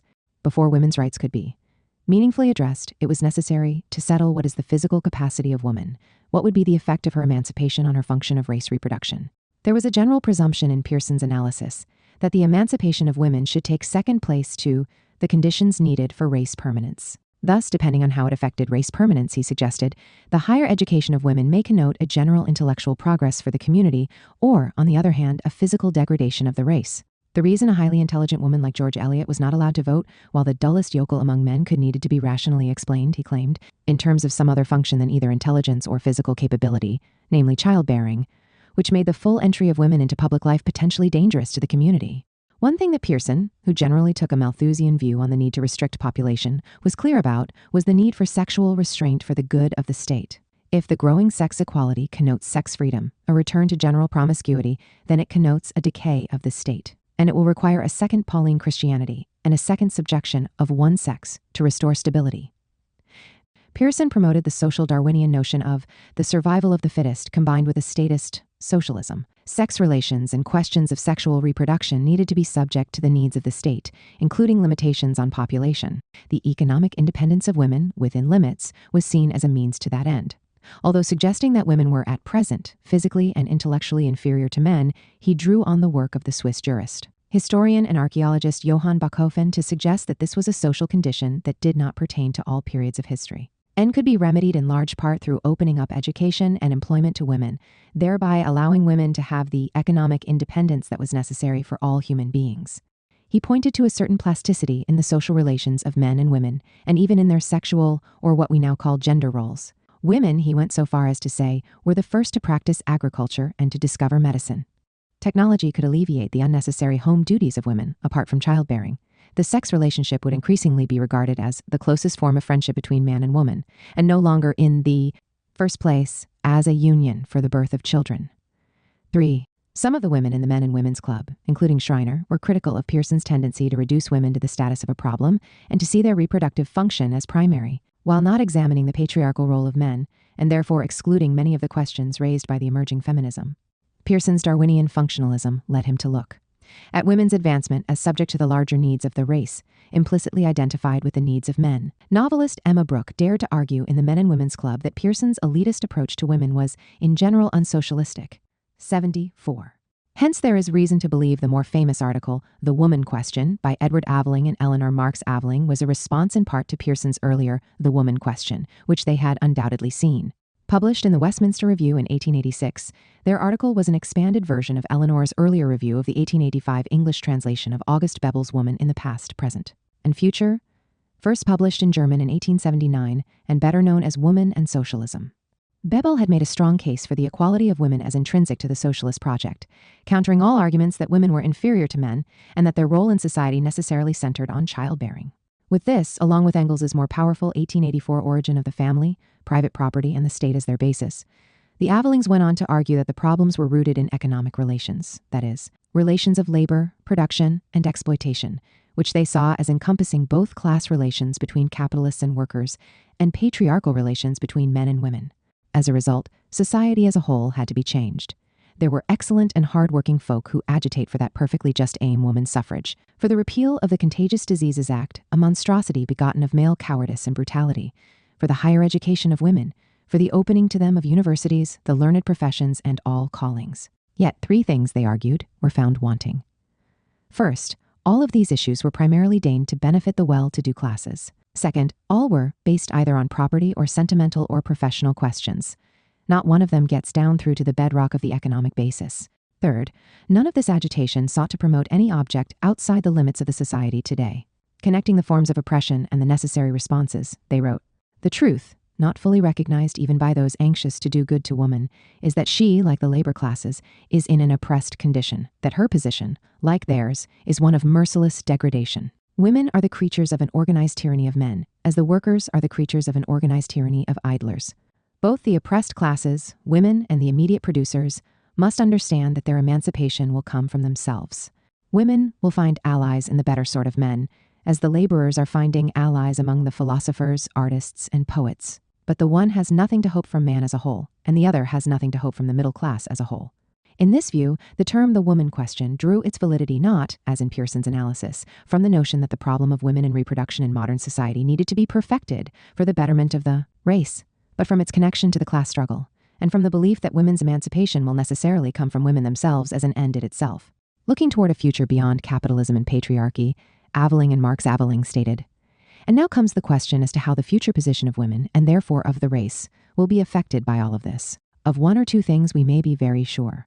Clearly, there will be equality for all, without distinction of sex. Thus, woman will be independent, her education and all other opportunities as those of man. Personally, we believe that monogamy will gain the day. There are approximately equal numbers of men and women, and the highest ideal seems to be the complete, harmonious, lasting blending of two human lives. The contract between man and woman will be of a purely private nature. The woman will no longer be the man's slave, but his equal. Lancaster, in the general context of this sometimes heated discussion and debate arising out of the Men and Women's Club, to which he had strong connections through Donkin, Schreiner, Pearson, and Marx Aveling, and where he had been invited to speak, wrote Schreiner a long letter on the woman question in late 1885 or early 1886. There is no extant copy of Lancaster's letter, but it was quoted extensively by Schreiner in a letter she wrote in response, which has come down to us as one of her most open, spontaneous, and passionate discussions of marriage and the condition of women. Schreiner quotes Lancaster as arguing against Victorian mores that marriage was not the natural tendency of man, or rather not a necessary characteristic of the race. In this, he appears to have suggested also that monogamy, too, had no definite natural basis. Lancaster saw a permanent and perfect marriage, from a Victorian standpoint, as one in which the man should obtain the very sweetest kind of service and attention, viz., that which is bound up with genuine sexual love. It may not be a very intelligent help, or it may be itself of a very high intelligence. That does not much matter, the great point being that it is happily and gladly rendered, and that there is a feeling that what is given by the woman in her care to the man is returned by him in his larger but not less genuine care of the woman. Such a marriage, however, he clearly recognized, and Schreiner admitted, was hard to obtain under present social conditions, precisely because women were not free agents. Since it was a question of the bourgeois family, this raised the dual questions of socialism and feminism. The woman, Schreiner wrote back to him, has to sell herself, whether into the bitter, loveless, childless, deformed, untender state of prostitution or into loveless marriage. Nevertheless, Schreiner argued for monogamy and marriage as natural, countering Lancaster's views. There are some factors, she wrote, you seem entirely to lose sight of in this man and woman question. Schreiner argued that human beings naturally sought to be of service to others, and women, especially to men, offering them love, devotion, and worship. These were things that could not be bought in the market. In Schreiner's perspective, as she told Pearson, Lancaster was best viewed as a vast engine without a driver. She was particularly intent on finding a woman friend for him, who would fill all his needs. These needs were demanding. Coming from a family in which both parents were scientists and shared radical political views, collaborating intellectually, as well as raising a large family, Lancaster seemed to have expectations with regard to life relationships that went against the whole tenor of Victorian society. He indicated that what he wanted was a life partner who combined love and companionship with shared intelligence. In 1875, he had written to his mother, "If I could only find some woman who had a soul, a belief in things not believed in by society, and who could take a pleasure in existence apart from gossiping and empty distraction, and who would help me to do the same, I should be happy wherever I might be." 80. Unable to meet his needs in a conventional way, Lancaster was to remain single throughout his life. 2 engagements fell through. In 1876, he became engaged to Ethel Brodie, the daughter of Sir Benjamin Brodie, the Oxford professor of biology. However, he soon became disenchanted with her because of what he saw as her excessive piety, Victorian propriety, and young ladyism. Breaking off the engagement at the risk of scandal at Oxford, he wrote, "I don't care if I never marry, if I can't have what I want. I dare say I am very wrong, that is to say, my nature is perhaps a bad one, but there it is, and I will not do violence to it." 18 years later, in 1894, he became engaged to Mary Eleanor Corbett, an American actress. Though the marriage date was set, it did not come off, and Lancaster later referred to it as the fiasco. The two had a quarrel, and his fiancée apparently broke off the engagement not long before the marriage. The broken engagements and the fact that Lancaster never married led Gould to speculate he may have been gay, although there is no definitive evidence one way or the other. As Gould put it, "One additional and more conjectural matter must be aired as we try to grasp the extent of Lancaster's personal unconventionalities." For potential insight into his willingness to ignore the social norms of his time, the existing literature maintains a wall of total silence on this issue, but the pattern seems unmistakable. Lancaster remained a bachelor, although he often wrote about his loneliness and his desires of family life. He was twice slated for marriage, but both fiancés broke their engagements for mysterious and unstated reasons. He took long European vacations nearly every year, and nearly always to Paris, where he maintained clear distance from his professional colleagues. Late in life, Lancaster became an intimate platonic friend and admirer of the great ballerina, Anna Pavlova. I can offer no proof, but if these behaviors don't point toward the love that may now be freely discussed, but then dared not speak its name, to paraphrase the great line written by Oscar Wilde's paramour, Lord Alfred Douglas's, well then, Professor Lancaster was far more mysterious and secretive than even I can imagine. Gender, social Darwinism, and eugenics. When it came to gender, a kind of conservative social Darwinism penetrated into Darwin's thought and was carried forward in the subsequent development of Darwinian ideas. Hence, Darwinian evolutionary theory, rather than playing a consistently progressive role with respect to gender, offered new support to conventional prejudices in relation to patriarchy, giving rise to social Darwinism and eugenics. In The Descent of Man, Darwin agreed with Galton, his cousin, in claiming that if men are capable of decided eminence over women in many subjects, the average standard of mental power in man must be above that of woman, which he attributed to the process of sexual selection. Man, Darwin added, is more powerful in body and mind than woman. He thus adamantly rejected the outlook that John Stuart Mill had expressed in The Subjection of Women, which represented the strongest argument then circulating within Victorian circles with respect to the natural equality of women with men in their mental powers. Still, Darwinian evolutionary theory was somewhat tenuous in actually accounting for the difference in average intelligence between men and women.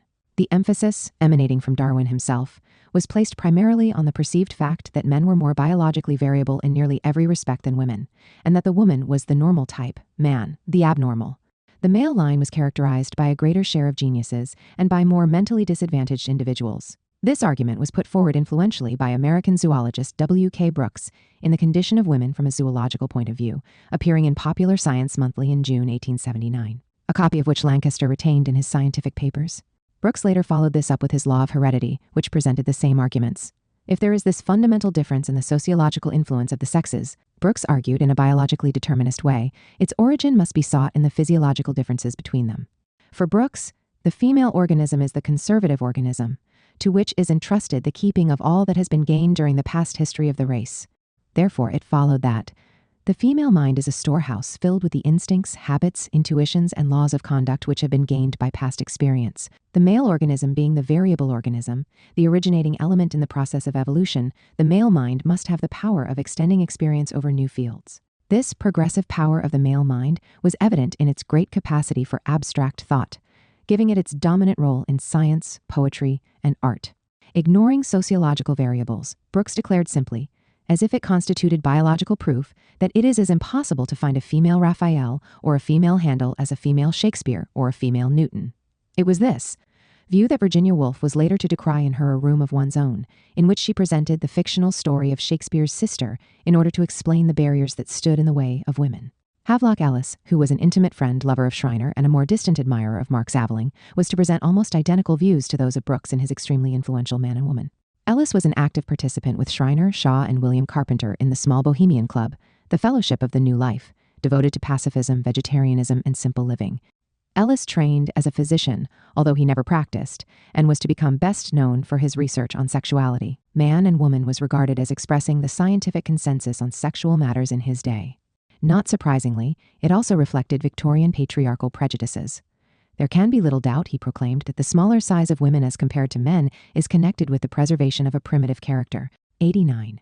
He promoted the notion of greater male variability, invoking the precedents of Darwin, up through the 6th edition of Man and Woman in 1926. Ironically, it was Pearson, Ellis's rival for the heart of Schreiner, who was to be Ellis's chief opponent with respect to male versus female variability, resulting in an intense debate between the two at the turn of the century. Ellis argued that with the exception of literature, where figures like Jane Austen, George Eliot, and Charlotte Bronte had excelled, women generally lacked genius at the higher level of the arts. Although women were purported to be capable of reaching the highest level in the writing of novels, this did not apply to poetry. He claimed to have done empirical research on English men and women of genius based on the Dictionary of National Biography, through which he had determined that women represented only 5.3% of geniuses. The first and dominating editor of the Dictionary of National Biography was Leslie Stephen, father of Virginia Woolf, whose Science of Ethics attempted to wed evolutionary theory to ethics. Women were said to be good at all practical tasks, including politics and business, but lacking in those intellectual realms relying on high levels of abstraction. Women, according to Ellis's Man and Woman, were nearer to the child type. He insisted that it was their conservatism, rather than their radicalism, that ostensibly drew them to socialism to a greater degree than men. Known for his unconventional beliefs and a defender of women's rights, Ellis nonetheless came perhaps closer than any other reputed scientific thinker of his time in defending the subjection of women as a necessary part of the subjection of nature. This reflected the merging of gender and nature prejudice within the dominant Western culture, so strongly criticized by Carolyn Merchant in The Death of Nature. As Ellis wrote in Man and Woman, men have had their revenge on nature and on her protégée women. While women have been largely absorbed in that sphere of sexuality which is nature's, men have roamed the earth, sharpening their aptitudes and energies in perpetual conflict with nature. It has thus come about that the subjugation of nature by man has often practically involved the subjugation, physical and mental, of women by men. The periods of society most favorable for women appear, judging from the experiences of the past, to be somewhat primitive periods in which the militant tendency is not strongly marked. Very militant periods, and those so-called advanced periods in which the complicated and artificial products of the variational tendency of men are held in chief honor, are not favorable to the freedom and expansion of women. Greece and Rome, the favorite types of civilization, bring before us emphatically masculine states of culture. Such strong patriarchal views go against Rachel Holmes's characterization of Ellis, in her biography of Eleanor Marx, as one of the men who made major contributions to feminism in the Victorian age, and who were genuinely interested in challenging universal patriarchy. It also points to the complexity of these issues. Although Ellis was clearly sympathetic to a degree with the women's struggles and sexual liberation, he retained deep reservations about the equality of women. In the 1929 edition of Man and Woman, he was to intone, "When women enter the same fields as men, on the same level and to the same degree, their organic constitution usually unfits them to achieve the same success, or they only achieve it at greater cost. Woman's special sphere is the bearing and the rearing of children, with the care of human life in the home." As Cynthia Eagle Russett was to declare in her Sexual Science, the Victorian construction of womanhood, if Pearson and Ellis were friends of woman, she hardly needed enemies. Scarcely less influential than Ellis's Man and Nature was The Evolution of Sex by Scottish biologists Patrick Geddes and J. Arthur Thomson, both of whom were to contribute, notably, to the development of ecological theory. Geddes and Thomson downplayed Darwin's sexual selection and attempted to develop a chemical essentialism, using the concept of metabolism to differentiate between men and women, introducing the terms anabolic, in this case meaning passive, and catabolic, active and variable, for the differing metabolisms of women and men respectively. In this view, as opposed to the Darwinian one, what distinguished the sexes was quite fixed. Men were more active and variable, women less active and more constant. What was decided among the prehistoric protozoa, they opined, cannot be annulled by act of parliament, that is, women's suffrage. Lancaster, in contrast, seems to have been relatively free for most of his life, particularly in his youth, of such Victorian-era prejudices, present even in free-thinking and scientific circles in his day. He clearly despised the extremely narrow-minded, oppressive sexual morality of the day, among them the views that copulation is especially a wrong thing, that women are inferior creatures used by the devil to bring men to misery. He was involved in his 30s in the promotion of women's rights. In 1884, he fought hard to force the medical faculty at the University College London to open lectures on the course of general biology to women. Although he eventually succeeded, the medical faculty fought back and formally excluded Lancaster from their faculty in retaliation. Lancaster argued, unusually for the time, that not only sons, but daughters too, should be provided with a reasonable instruction in science from primary education through college. He had great admiration for his student Philippa Fawcett, who studied at University College and later went on to Cambridge University, where she astounded the university and the nation with her mathematical abilities, scoring first, far outreaching all others, in the 1,890 mathematical tripos exams. In a famous 1,895 case, leading to a public trial that shocked and amused London society, Lancaster, coming out of the Savile Club, had openly challenged police on the street for the abuse of a prostitute. He was arrested and charged with disorder. He enlisted in his defense the famous barrister Sir George Lewis, who had helped him in the prosecution of Slade. The dramatic event once again brought the issue of police brutality in the treatment of prostitutes to public attention. Rudyard Kipling, on the occasion of Lancaster's 50th birthday party at the Savile Club in 1897, was to make light of Lancaster's relations with the police, giving the whole event a kind of legendary character. 99.9. Nevertheless, Lancaster retreated into a conservative, patriarchal view in the opening decade of the 20th century, writing in response to the 1908 attempt of suffragettes to storm Parliament a column titled Votes for Women, in which he strongly opposed the extension of the vote to women. Then in his 60s, he sought to justify his resistance by referring to the scientific consensus of his day. He declared it was a settled fact that the intellectual capacity of the average woman was naturally somewhat less than that of the average man, and sought to back this up by fallaciously pointing to women's smaller brain size, while neglecting to relate this to overall body size, a common error in the craniology of this era. Lancaster coupled this with the notion of women's physical inferiority. He went so far as to invoke the age-old principle of paterfamilias, in which the man was the head of the household, and the role of women was to serve him and crown his life. Women, he declared, should be prepared to accept their natural duties as wives and mothers. A few years later, in a letter to H.G. Wells's wife, he indicated that he opposed the suffragette cause on the grounds that women, as long as they were uneducated and ignorant, should be denied the vote, a principle he thought should ideally be applied to men as well. However, here at least he appeared to be referring to educability rather than innate ability. Lancaster fell prey here to what Gould in the title of his famous book called The Mismeasure of Man, or in this case, Mismeasure of Woman. In this, of course, he was not alone. Such perspectives could be found among some British socialist men in the late 19th and early 20th centuries.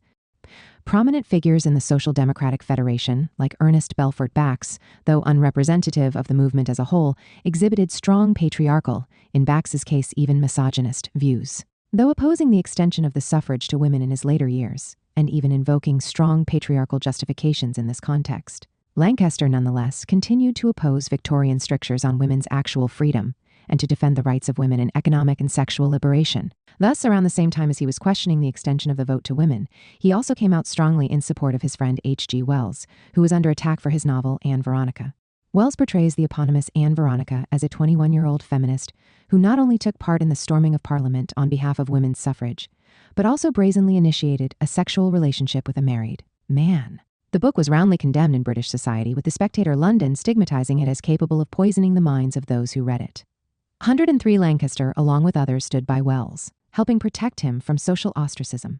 Moreover, at the same time, he seemed to be backtracking in some respects, adopting conservative views with respect to the woman question. Lancaster, in his usual fiery way, was engaged in a virulent struggle against eugenics, which had become prominent among British professional elites in the period. For Lancaster, who was a sharp critic of naive notions of progress, and a proponent of what we would now call an ecological worldview, a line had to be drawn with respect to the often racist understandings of eugenicists, like those presented by Darwin's cousin Francis Galton and by Pearson, who all too frequently pointed to a physically degenerating humanity as a justification for purifying the human race. Such thinkers advocated restrictions on the breeding of those seen as feeble-minded or embodying unfavorable physical characteristics, often based on racial characteristics. Pearson, in later years, was to abandon his early mechanistic socialistic views, becoming an idealist, a follower of Galton, and a strident advocate of eugenics, to which he gave a pseudo-scientific basis through his biometrics. It was this idealist and social Darwinist Pearson, of whom Vittorio Lenin declared in 1908, somewhat mistakenly. Given Pearson's earlier cursory studies of Marx and Engels, Pearson fights materialism with great determination, although he does not know Feuerbach, Marx, or Engels. 105. Much of Pearson's authority derived from the fact that he occupied the Galton Professorship of Eugenics at University College, established by Galton himself. In this capacity, he argued strongly in favor of limiting the breeding of the feeble-minded, with Lancaster becoming his fiercest opponent in this respect. For Lancaster, in advancing eugenics, Pearson was confusing the biological conditions with the special form of political organization that dominates modern life, failing to recognize that it was not biological evolution that was now the crucial factor in human progress, but the degree of social change and intellectual development. Hence, Lancaster vehemently opposed Pearson's claim in the latter's National Life, from the standpoint of science, that warfare was a way of advancing biological evolution, arguing rather that there was no warrant, coming from the standpoint of science, for such claims. Pearson, he scornfully stated, should tell us more clearly what he means by human progress before he asks us to accept it as the end which justifies human warfare. Sharply differentiating himself from Pearson in eugenics, Lancaster proclaimed, I, for one, do not despair of humanity. 107. Lancaster was particularly incensed when such eugenicist ideas penetrated the general socialist movement. On January 24, 1908, leading social democrat Henry Hyndman, who claimed to be a follower of Marx but whom Marx disdained, wrote an article for the Times titled The Socialist Victory, in which he referred, as part of his argument for social democracy, to the physical degeneration of large masses of our population. Lancaster had an antipathy for Hyndman and had no doubt identified to some extent with his friends Morris and Eleanor Marx in the development of the Socialist League. When they broke with Hyndman's Social Democratic Federation, on January 27, he wrote a pointed letter to the Times, run under the title Physical Degeneration and Socialism, asking what Hyndman meant by physical degeneration, and whether he was contending that there was a definite deterioration of the human stock in the manner of Galton. 2 days later, Hyndman replied, indicating that slum dwellers beget slum dwellers and physical degeneration under similar conditions. Hands-on physical degeneration together with accompanying mental and moral enfeeblement to the next generation in a still worse form. Diseases like syphilis and tuberculosis had the effect, he suggested, of deteriorating the human racial stock for at least one generation, and perhaps more. Lancaster rebutted that Hyndman was confusing injurious conditions that had a negative effect on the population with the deterioration of the physical stock of humanity across generations, something for which there was no evidence, and that contradicted known scientific knowledge. Lancaster ended by saying that there were many so-called socialists in these days, referring to figures like Heinemann and Pearson. But that socialism which is to prevail must be founded on a widespread and scientific knowledge of the facts as to human population and the physical laws of heredity, mixture, and survival in human societies, and not upon erroneous assumptions and wild rhetoric. 108. Indeed, turning the arguments of the eugenicists upside down on Darwinian selectionist grounds, Lancaster suggested in other writings that, if the physical degeneration of humanity could be said to apply at all to civilized humanity, it was a product of the cessation of natural selection, and thus would apply mainly to the parasitic ruling classes, in which the struggle for existence no longer applied, and not to the working class or the poor. As he put it, such physical degeneration was more probable in the higher property classes than in the barefooted toilers, whose ranks are thinned by starvation and early death. And in contrast to Lancaster, his good friend Donkin, the former Marx family doctor and a member of the Men and Women's Club in the mid-1880s, was to join the British Eugenics Society, which included many of the major thinkers of the time. As a physician interested in mental disturbances, he later became commissioner of prisons. Nevertheless, Donkin was far from being a reactionary in the context of his times, and publicly argued in the Times against Pearson and others such as Ellis, who insisted that criminality was hereditary. In his 1910 Harveian oration on inheritance of mental characters, he took a strong Darwinian view, rejecting entirely the Lamarckian inheritance of acquired characteristics, and adamantly opposing what he called the so-called criminology school of Cesare Lombroso, whose adherents argued for the inheritance of criminal traits. An illustration from Lombroso's Criminal Man was sharply criticized in Gould's The Mismeasure of Man. Donkin also objected to the views of Galton and Pearson, with their positive eugenics, or selective breeding.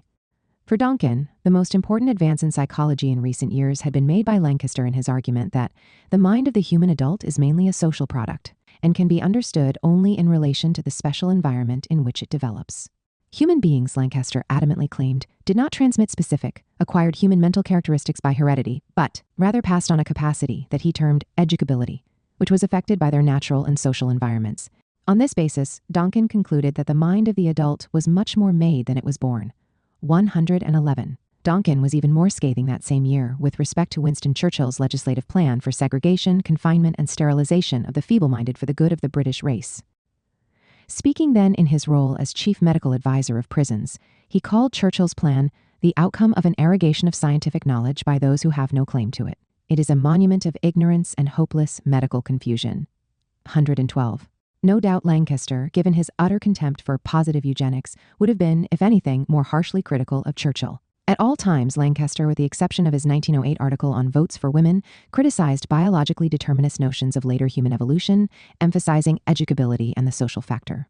It was failure to understand the role of educability, he contended, that led some mistakenly to adopt Lamarckian notions of the ability of human beings and other organisms to pass on acquired traits, using such erroneous views as the basis for claiming that the mass of the human population was physically degenerating. Changes in social organization by means of science and not eugenics constituted the only feasible path to diminishing and putting an end to human suffering. An end to human, as Lester writes of Lancaster's struggle against eugenics, which he carried over into the Daily Telegraph. He took the eugenics movements to task. "What do we mean by racial quality and improvement?" he asked. The supporters of eugenics had not defined their terms, while the biometrical studies of Pearson and others confused inborn characters with those due to education. They had based conclusions as to the existence of a law of hereditary transmission on statistics concerning the frequency of characters reproduced by imitation and education. If the cessation of selection led to racial degeneration, then it was in the richer sections of the community where the effects would be most obvious, not in the half-starved, struggling poor. 114. The real problem was the threat of social degeneration under the present social system and characterizing all class societies. As Lancaster wrote in this vein in his preparatory notes for his 1905 Nature and Man talk, the capitalist wants cheap labor, and he would rather see the English people poor and ready to do his work for him than better off. The country is blood-sucked and absolutely ruled, first by the church, then by the king, then by the governing class, and now by this new terror, the capitalist. Asses like the king and his ministers, whether conservative or liberal, must hate science because it inevitably will abolish them and their likes. Bionomics, Ecology. E. Ray Lancaster was a zoologist, evolutionary biologist, and pioneer in ecology. At University College, and subsequently at Oxford University, he set up departments focusing on Darwinian selectionism. He followed Huxley in specializing in the comparative morphology of invertebrates. His signal contribution as a comparative morphologist was to demonstrate, in Gould's words, that the ecologically diverse spiders, scorpions, and horseshoe crabs form a coherent evolutionary group, now called Chelicerata, within the arthropod phylum. This discovery had been presented in his article Limulus and Arachnid in the Journal of Microscopical Science in 1881.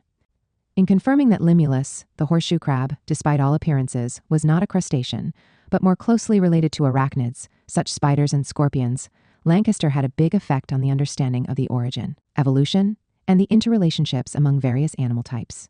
But Lancaster was an exceptionally broad scientist whose work ranged widely from protozoans to mammals and dealt with such varied issues as degeneration, comparative longevity, and ecological relationships. His work on comparative longevity influenced Darwin in writing The Descent of Man. Lancaster was in Leipzig when the book came out in 1871, and Darwin sent him a copy. In contrast to his mentor Huxley, whose comparative morphology was directed at dead material, leading some critics subsequently to refer to him as a necrologist, Lancaster insisted that to the extent possible animals be studied in their living environments among other species. The term ecology or oecology first appeared in English in 1876 in the Lancaster supervised and revised translation of Haeckel's History of Creation. Haeckel referred in this work to the oecology of organisms, the knowledge of the sum of the relations of organisms to the surrounding outer world, to organic and inorganic conditions of existence, the so-called economy of nature, the correlations between all organisms living together in one and the same locality, their adaptation to their surroundings, their modification in the struggle for existence, especially the circumstances of parasitism, etc. It is just these phenomena in the economy of nature, which the unscientific, on a superficial consideration, are wont to regard as the wise arrangements of a creator acting for a definite purpose, but which on a more attentive examination show themselves to be the necessary result of mechanical causes. Lancaster did not follow Haeckel in the use of the term oecology, however. Instead, he introduced in his landmark 1888 article on zoology, for the 9th edition of the Encyclopaedia Britannica, his own term, bionomics, which is still seen as synonymous with ecology as a field of study. The notion of bionomics was key to the development of Lancaster's wide-ranging ecological analysis, and it was to be influential in British science up until the first decade of the 20th century. In June 1883, Lancaster delivered a talk on science and fisheries at the International Fisheries Exhibition in South Kensington. The exhibition was designed to look at both the commercial and scientific aspects of the fishing industry. Huxley, who had years of experience as a scientific advisor helping to maintain the herring trawling on the coast of Scotland and in evaluating salmon fisheries, opened the exhibition with an inaugural address. But he made the mistake of claiming that it may be affirmed with confidence that, in relation to our present modes of fishing, a number of the most important sea fisheries, such as the cod fishery, the herring fishery, and the mackerel fishery, are inexhaustible. And I base this conviction on 2 grounds. First, that the multitude of these fishes is so inconceivably great that the number we catch is relatively insignificant. And secondly, that the magnitude of the destructive agencies at work upon them is so prodigious that the destruction effected by the fishermen cannot sensibly increase the death rate. Despite Huxley's careful qualification with respect to our present modes of fishing, the short-sightedness of his view was apparent. And this was to go down afterward as one of the great blunders with regard to ocean conservation. In contrast, Lancaster's approach, no doubt influenced in part by his father's aquarium studies, was altogether different. He emphasized in great detail the ecological complexity of fisheries and interaction of the various organisms. Indeed, so complex were the relationships that it required detailed knowledge of the habits and life histories of the animals concerned, including their interactions with all other related species. In Lancaster's assessment, fisheries, due to the lack of scientific knowledge of environmental relationships, were far more destructive to species and entire life systems than was usually supposed. He demonstrated that all the stages of the development of fish were crucial to the other animals and plants in the marine environment. Fish eggs were food for some small animals, which were the part of the food chain of larger animals. The fishing industry, in removing so many fish, also removed many young fish, not only affecting fish populations, but also other marine animal populations that were interdependent with them. The complexity of the marine environmental systems made them vulnerable. Following in his father's footsteps, Lancaster argued that what was needed was the establishment on the seacoast of England a major marine laboratory, including aquariums for research in the environmental interactions of aquatic species. 3 months later, in his presidential lecture on biology in the state to the biology section of the British Association for the Advancement of Science in Southport, he carried the argument forward, calling again for the establishment of a national aquarium funded by the state. This led to the establishment of the Marine Biological Association in 1884 and the granting of funds from Parliament for the establishment of a marine biological laboratory in Plymouth that same year. The new marine laboratory came into operation in 1888, Huxley was the first president of the Marine Biological Association, with Lancaster taking the position of honorary secretary. Huxley was to play a relatively minor role, however, and Lancaster became in effect the acting president. Lancaster is thus considered to be the founding father of the Marine Biological Association. He supervised the building of the Marine Biological Laboratory on Citadel Hill in Plymouth. Huxley stepped down as president in 1890 and was replaced by Lancaster, who remained president until his death in 1929. Today, the Marine Biological Association has over 1,400 members worldwide. It has facilitated the research of 12 Nobel Prize winners and over 170 fellows of the Royal Society. It is particularly famous worldwide for work on the ecology of plankton. Writing in Nature in 1885, Lancaster was severely critical of British industry for its failures in marine conservation. Our fishery industries are still barbaric. We recklessly seize the produce of the seas, regardless of the consequences of the method, the time, or the extent of our depredations. With the increase of population and the introduction of steam fishing boats and more effective instruments of capture, there is reason to believe that some at least of our coast fisheries are being destroyed, and that others may follow in the same direction. And 20. Lancaster argued that the virtue of botanical gardens, such as Kew Gardens, was that it gave botanists an opportunity to view living things in their total environment within a kind of laboratory setting, allowing for more complex forms of biological research. Zoological gardens, however, were much harder to establish and maintain, and had not been an important part of zoological research, since animals are difficult to keep under observation. The establishment of marine biological laboratories and aquariums offered chances for the bionomist to study the interrelationship of species and their environment in a more holistic context. In the memoranda and letters he wrote as honorary secretary and then president of the Marine Biological Association, he insisted that it could only serve its function by focusing on the total evolutionary environment of species, by prioritizing a complete knowledge of the fauna and flora and of the exact conditions under which the various species therein included exist. 126.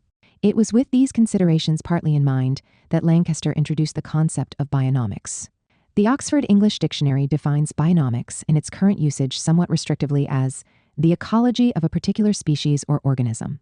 However, its original meaning, as noted, was equivalent to that of ecology itself, that is, the branch of biology that deals with the relationships between living organisms and their environment. Also, the relationships themselves, ESP, those of a specified organism. In a long review essay of Alfred Wallace's Darwinism in 1889, Lancaster saw bionomics as fulfilling the need that Wallace had raised in his book for the study of the external and vital relations of species to species in a state of nature, or in one word, bionomics. Lancaster noted in his review that the greatest deficiency in biology was that there are not such facilities for the study of bionomics as are provided in our laboratories for the study of histology, embryology, morphography, and the physics and chemistry of living bodies. Lancaster saw bionomics as a practical and theoretical discipline emerging on the one hand out of thrematology, meaning the thing bred, related to the lore with respect to heredity and variation of the farmer, gardener, sportsman, and field naturalist, and on the other hand, the science of organic adaptations or evolution, exemplified by Wallace and Darwin. Darwin had opened the origin of species with a discussion of breeding and had gone on to connect this to the larger conditions of natural evolution. It was Darwin, Lancaster contended, who founded the science of bionomics in the full sense, which hardly existed prior to him, except in the case of Buffon in the 18th century.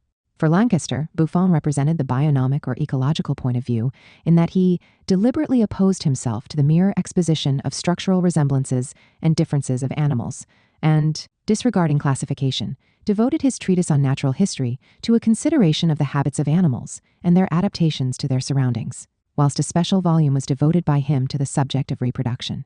128. In terms of Darwin's and Wallace's contemporaries and followers in the period after the publication of The Origin of Species, Lancaster singled out Fritz Müller, called by Darwin the Prince of Observers, as a leading representative of bionomics.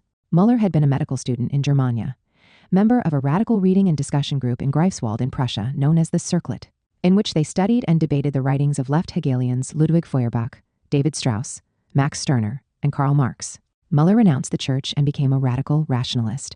In the 1848 revolution in Germany, Müller was secretary of the People's Union, consisting mostly of students and workers. In 1852, following the defeat of the revolution, he emigrated with his wife to the German settlement in Blumenau and Santa Catarina in Brazil. There he became a world-famous naturalist, a correspondent of Darwin's, and one of Darwin's chief defenders in his remarkable work Facts and Arguments. For Darwin 1864, the 1869 English translation was sponsored by Darwin. He later attributed his development into a Darwinian thinker to the radical debates in the left Hegelian circle of his student days, which generated a materialist perspective and no doubt an awareness of dialectics. In the 1860s, he was to name a genus of orchids that he discovered in Brazil after Feuerbach. In a detailed treatment of bionomics, the Scottish naturalist Thomson, who had co-authored The Evolution of Sex with Geddes, declared that Muller was preeminently an observer of the web of life, of the interrelations of living creatures, encompassing the mutual adaptations of plants and animals. According to Thomson, Muller adhered to the principle that to abstract the plant or animal from the particular milieu in which it lives is like trying to understand man apart from society. Others built on this same legacy. Geddes, as Thomson recognized, was one of the most prominent proponents of Lancaster's concept of bionomics. In his 1893 chapters in Modern Botany, Geddes argued that bionomics constituted the study of natural history in its widest aspects. It meant recognizing within the botanical sphere that each plant, in fact, like man himself, has many relations to the world around, and the botanist thus becomes a biographer of each. Yet though materials abound, the full life history even of the commonest plants has still to be written.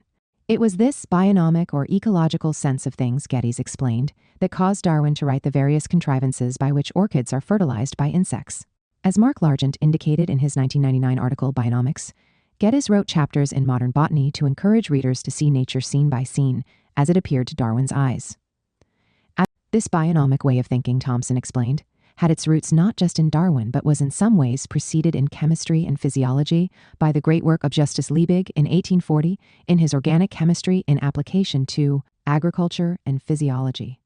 It was Liebig's work, Thomson noted, that marked the first concrete realization of the circulation of matter and the basis for the analysis of nutritive chains, to be discovered, for example, in the way in which freshwater fish in a pond depend upon the supply of small crustaceans in the pond, and these in turn on the bacteria which cause the putrefaction of the dead organic matter, so that there is circulation of matter from one level of life to another.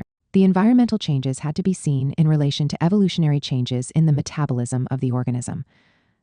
Indeed, what distinguished the work of Darwin, Lancaster, Muller, Geddes, and other leading representatives of bionomics from that of the general run of biologists, according to Thomson, was the extent to which they dialectically encompassed both the organism's action upon its environment, illustrated by Darwin's 1881 work on earthworms, and the action of the environment upon organisms. Following Liebig, they stressed the relation between inorganic and organic nature.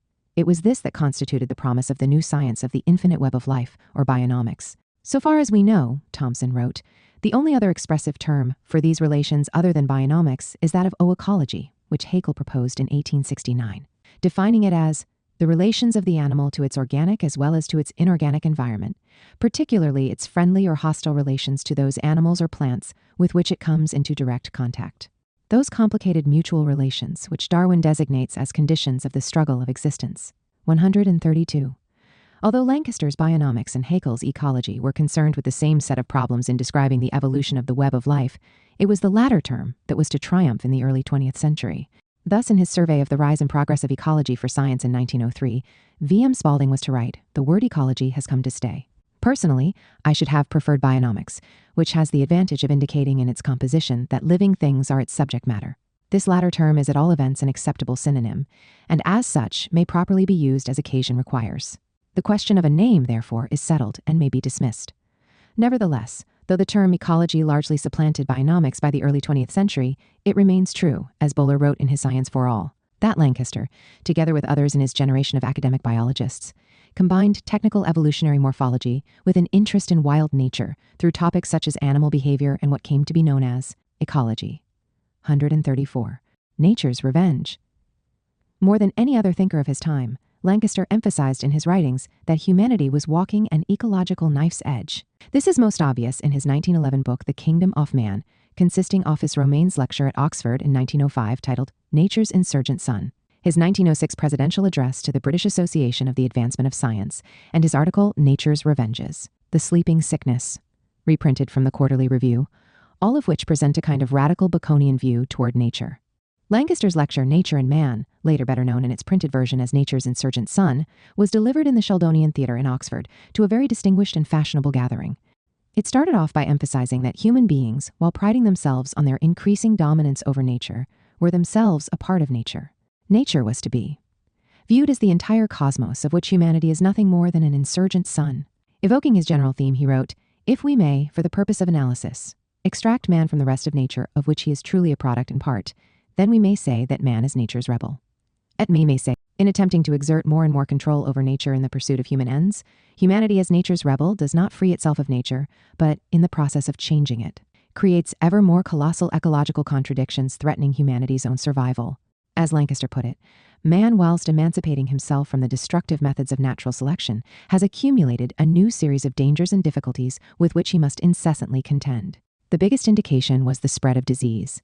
In the extra-human system of nature, he contended, there is no disease and there is no conjunction of incompatible forms of life, such as man has brought about on the surface of the globe.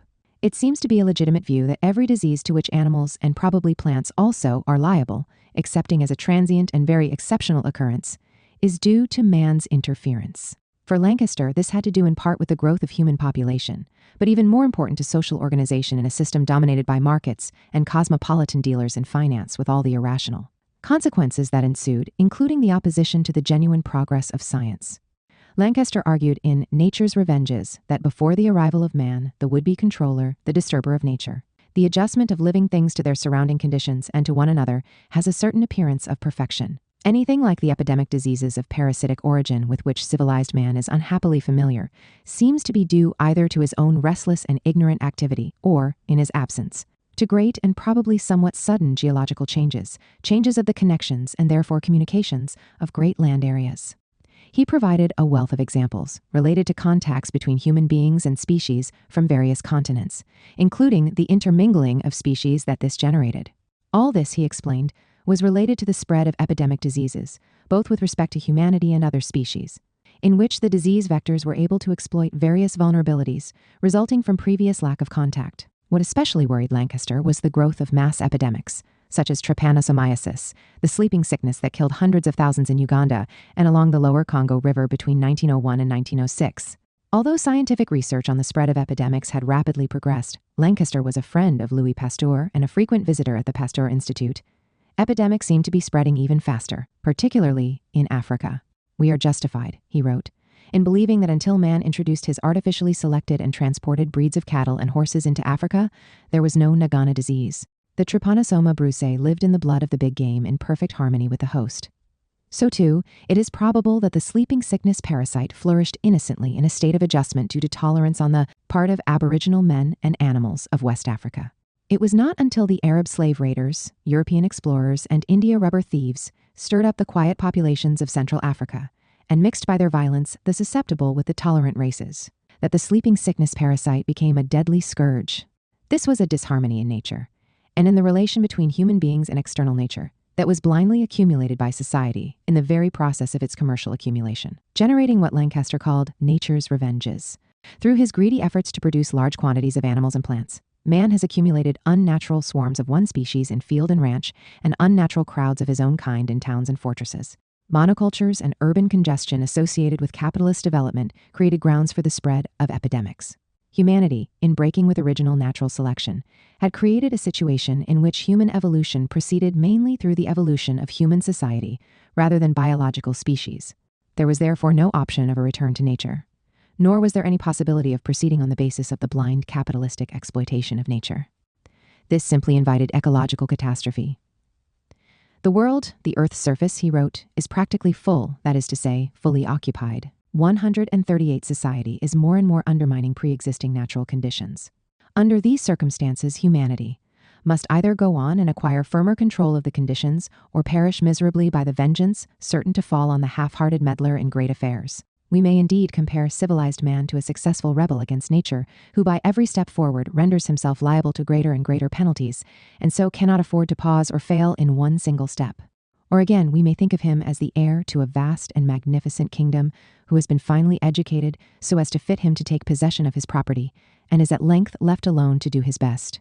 No retreat is possible. His only hope is to control, as he knows he can, these dangers and disasters. The penalty for society failing to create a more sustainable relation to nature, controlling it, as Francis Bacon said, by learning to follow nature's laws, would be to perish in the struggle.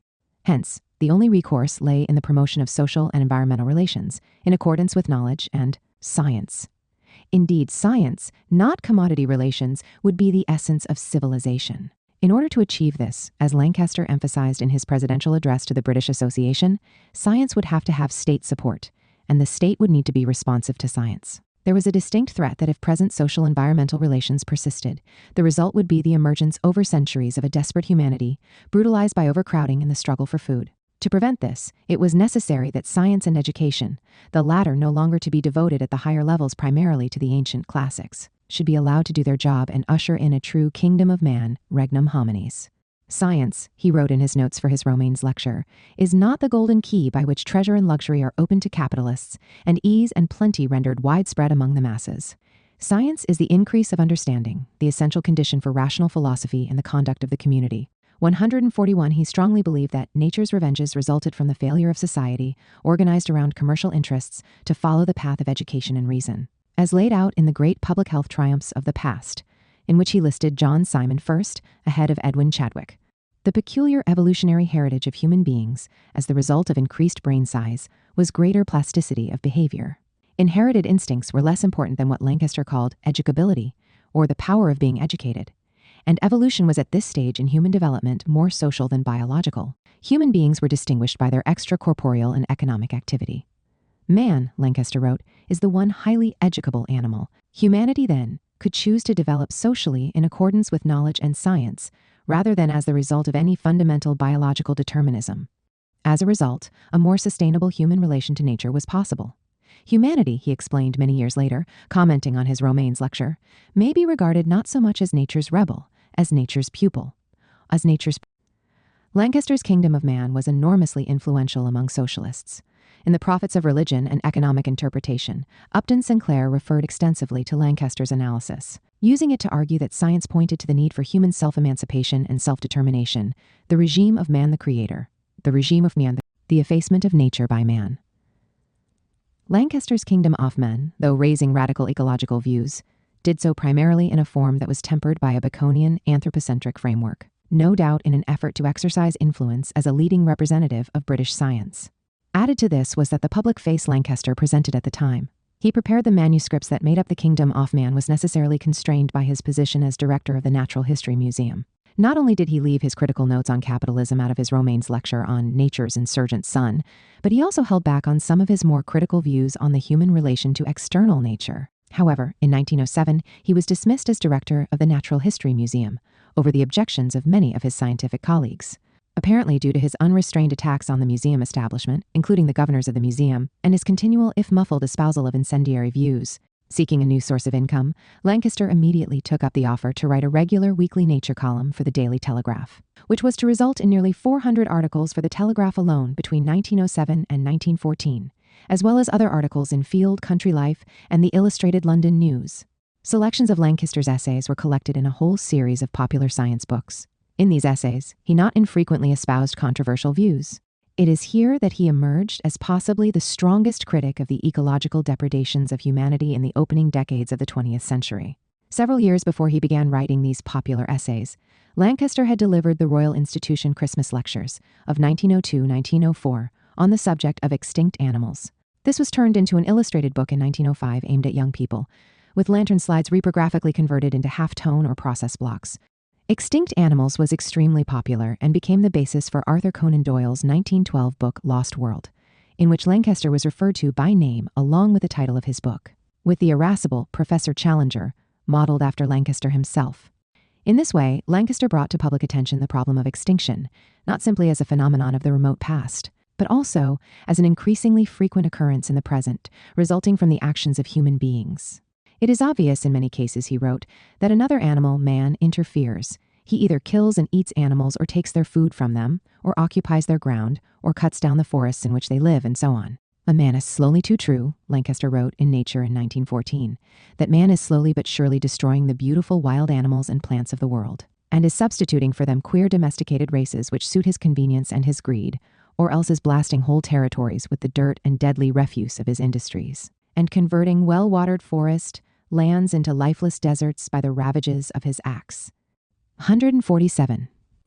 Lancaster's position on ecological depredations introduced by humanity was put most eloquently in his powerful article, The Effacement of Nature by Man. Very few people, he observed, have any idea of the extent to which man has actively modified the face of nature, the vast herds of animals he has destroyed, the forests he has burnt up, the deserts he has produced, and the rivers he has polluted. It was true, he pointed out, that nature, independent of humanity, generated extinctions in its process of slow, irresistible changes, including such forces as climate change and geological shifts. But above these forces of extinction, especially in the modern world, was a vast destruction and defacement of the living world by both savage and civilized man, which is little short of appalling. Today, the reckless greed and the mere insect-like increase of humanity was endangering life throughout the earth. In North America, the bison had been nearly exterminated, while Europe had long since decimated its larger animals. Progressive money-making man through mining and manufacturing had destroyed trout streams. At its foulest, the Thames mud was blood red, really blood red, since the color was due to the same blood crystals which color our own blood, with the swarms of a delicate little worms like the earthworm, which has an exceptional power of living in foul water and nourishing itself upon putrid mud. Like Darwin and like Engels, Lancaster pointed to the decimation of the ecology of St. Helena through the clearing of woods and the introduction of invasive species. Similar, carefully documented examples of ecological destruction in islands could be seen in Christmas Island, 200 miles south of Java, where Chinese laborers were imported to dig up 15 million tons of phosphate for a profit of a guinea a ton in order to fertilize the despoiled soil of Europe. In New Zealand, too, the introduction of invasive species had destroyed the greater part of the native species. Lancaster depicted the desertification resulting from the cutting and burning of forests, wherever man has been sufficiently civilized and enterprising to commit this folly, as a leading example of ecological depredation. It was through the elimination of forests, he observed, that man has done the most harm to himself and the other living occupants of many regions of the Earth's surface. Forests have an immense effect on climate, causing humidity of both the air and the soil, and give rise to moderate and persistent instead of torrential streams. Sand deserts are not, as used to be supposed, sea bottoms from which the water has retreated, but areas of destruction of vegetation, often, though not always, both in Central Asia and North Africa. Egypt, etc., started by the deliberate destruction of forest by man, who has either by artificial drainage starved the forest, or by the simple use of the axe and fire cleared it away. Lancaster here was echoing similar observations made by the German botanist Matthias Schleiden and the German agronomist Karl Nicholas Frass, who had explored these issues in depth. Marx, too, who was familiar with the work of Schleiden and Frass, had noted that civilization leaves deserts behind it, pointing to ancient Mesopotamia and Persia, but also suggesting the connection to the modern period. In these ecological writings, Lancaster referred bitterly to the pecuniary profits to the capitalists that governed all such processes of nature's destruction and modification. The corporations, or enterprises of combined capital that dominated modern economic life, were mere impersonal mechanisms driven by the laws of supply and demand. 152, one could point to the mass killing, and in some case extinction of whales, sea turtles, bison, and other species. In Norway, he wrote, they had built factories around the killing and processing of whales. Wherever possible, he recorded the profits that were made through such revolting butchery, carried on solely for the satisfaction of human greed. The Norwegian shot harpoon, the most deadly and extraordinary weapon ever devised by man for the pursuit of helpless animals, was, he explained, a commercial, not a scientific discovery. A commercial, given that the full force of bourgeois civilization was behind the rapid degradation of the environment. There were only two possibilities that offered hope of arresting this deadly process: an overwhelming catastrophe of environmental origins, such as a new glacial age or a force of cosmic origin, that would check human progress, or else an unforeseen awakening of the human race to the inevitable results of its present recklessness due to the closing circle of environmental pressures. Still, whatever may be the ultimate fate of the life of the earth under man's operations, Lancaster argued, we should at this moment endeavor to delay, as far as possible, the hateful consummation looming ahead of us.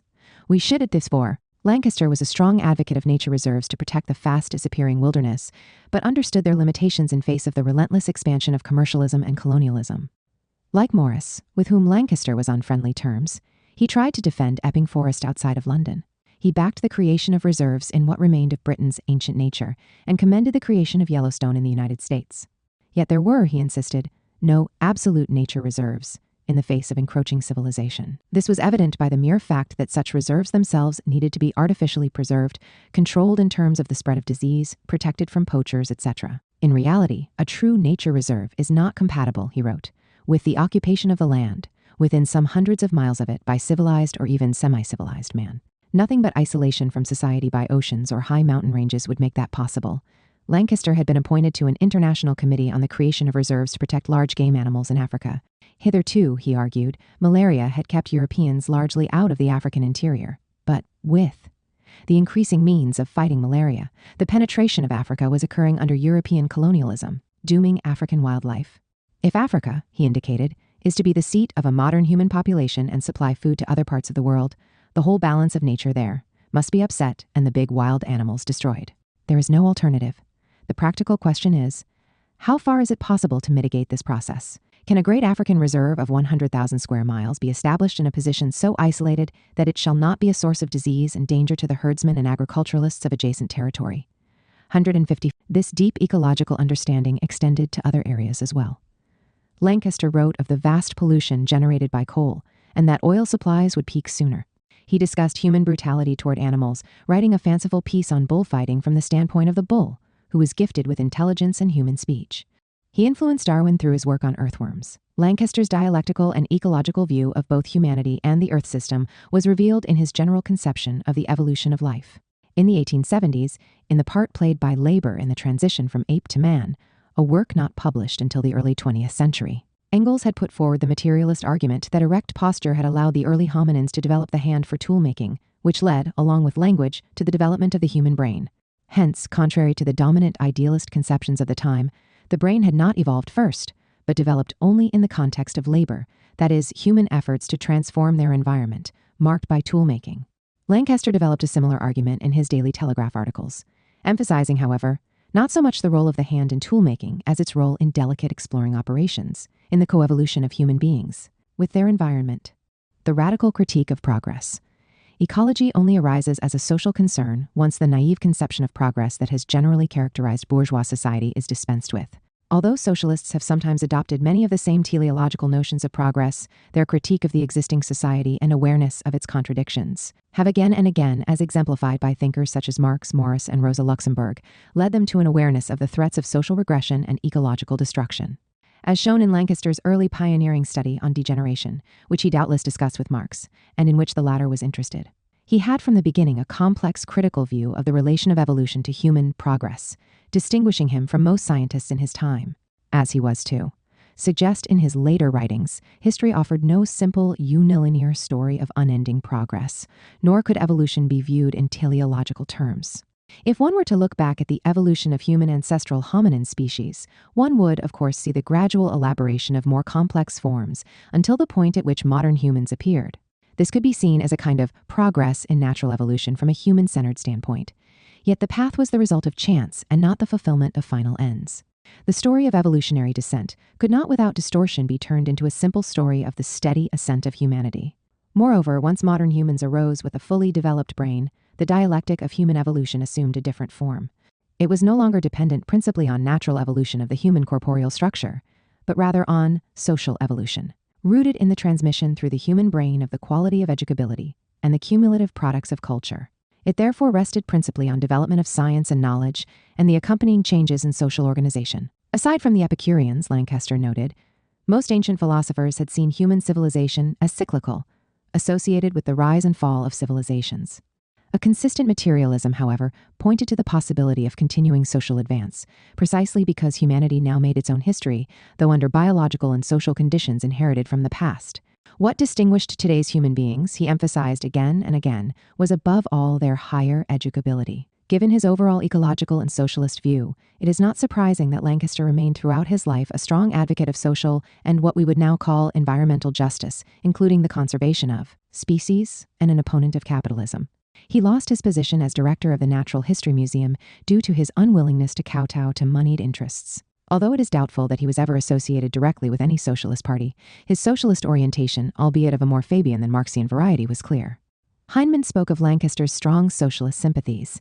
He knew and admired William Morris's, and was on good terms with the socialist parliamentarian John Burns, giving a copy of Extinct Animals to Burns's son. He sent a copy of his Easy Chair book to the well-known socialist and environmental thinker Robert Blatchford, author of Merry England and editor of the Clarion, a follower of Morris. Blatchford, in turn, wrote a very favorable and extended review of Lancaster's book.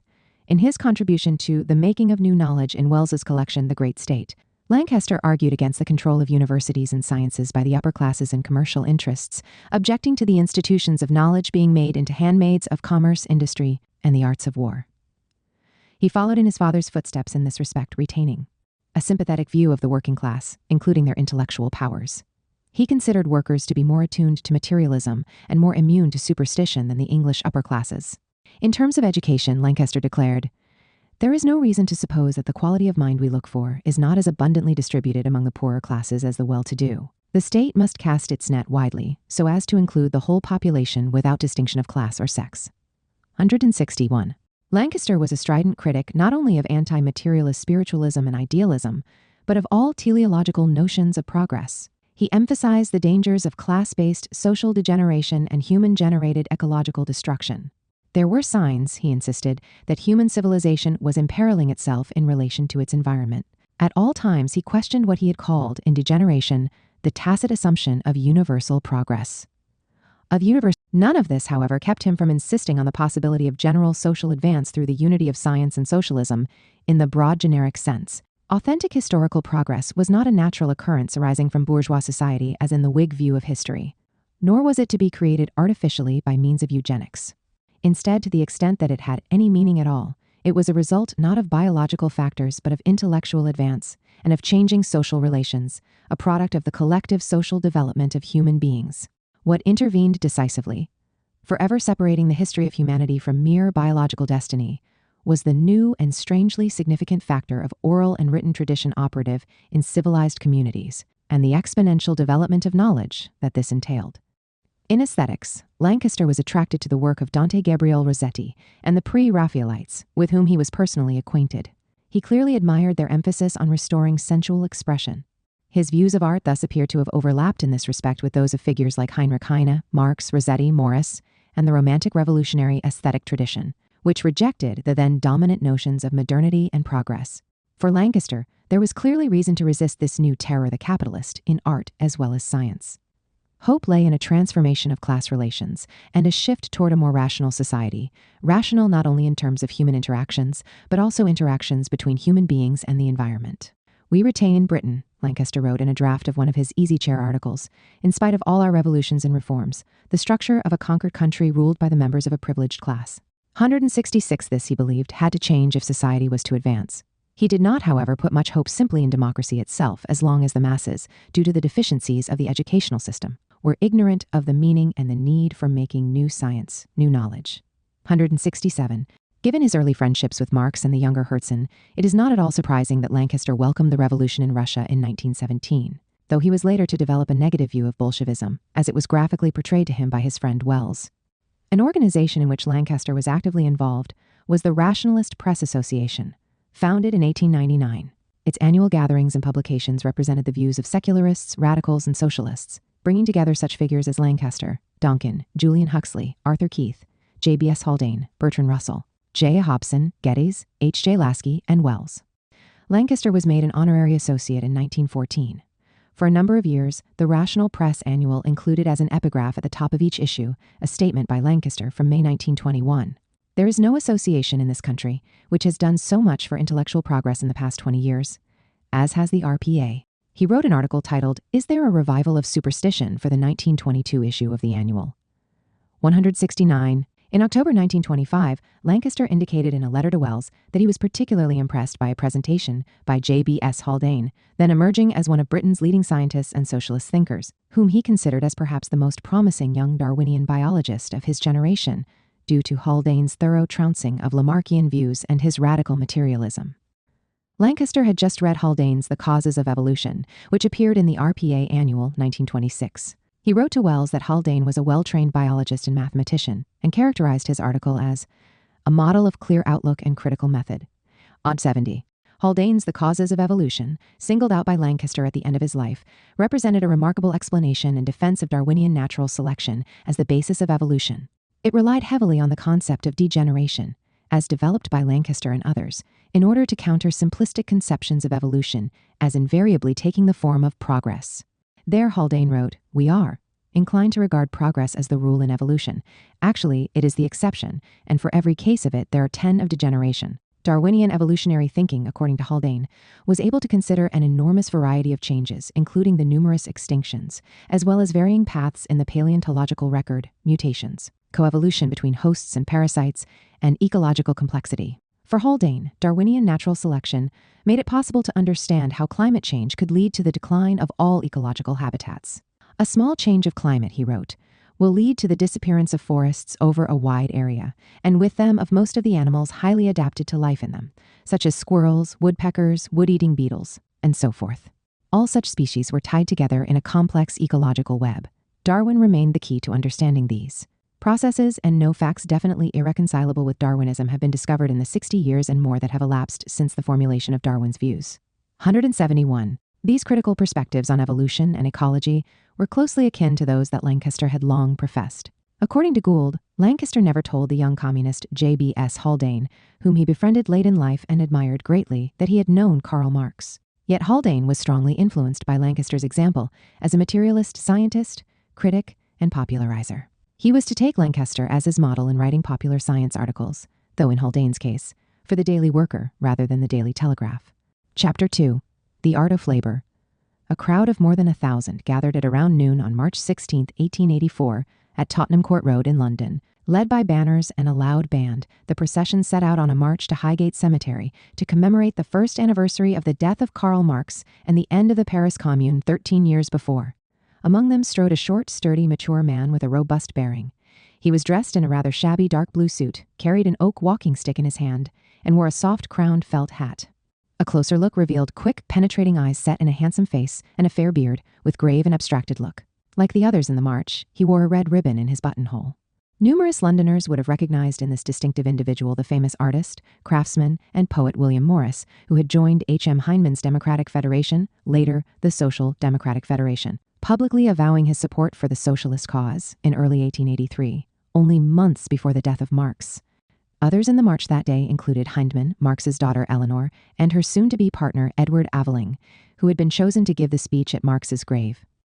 When the marchers finally reached Highgate, they were joined by 2,000 or 3,000 others.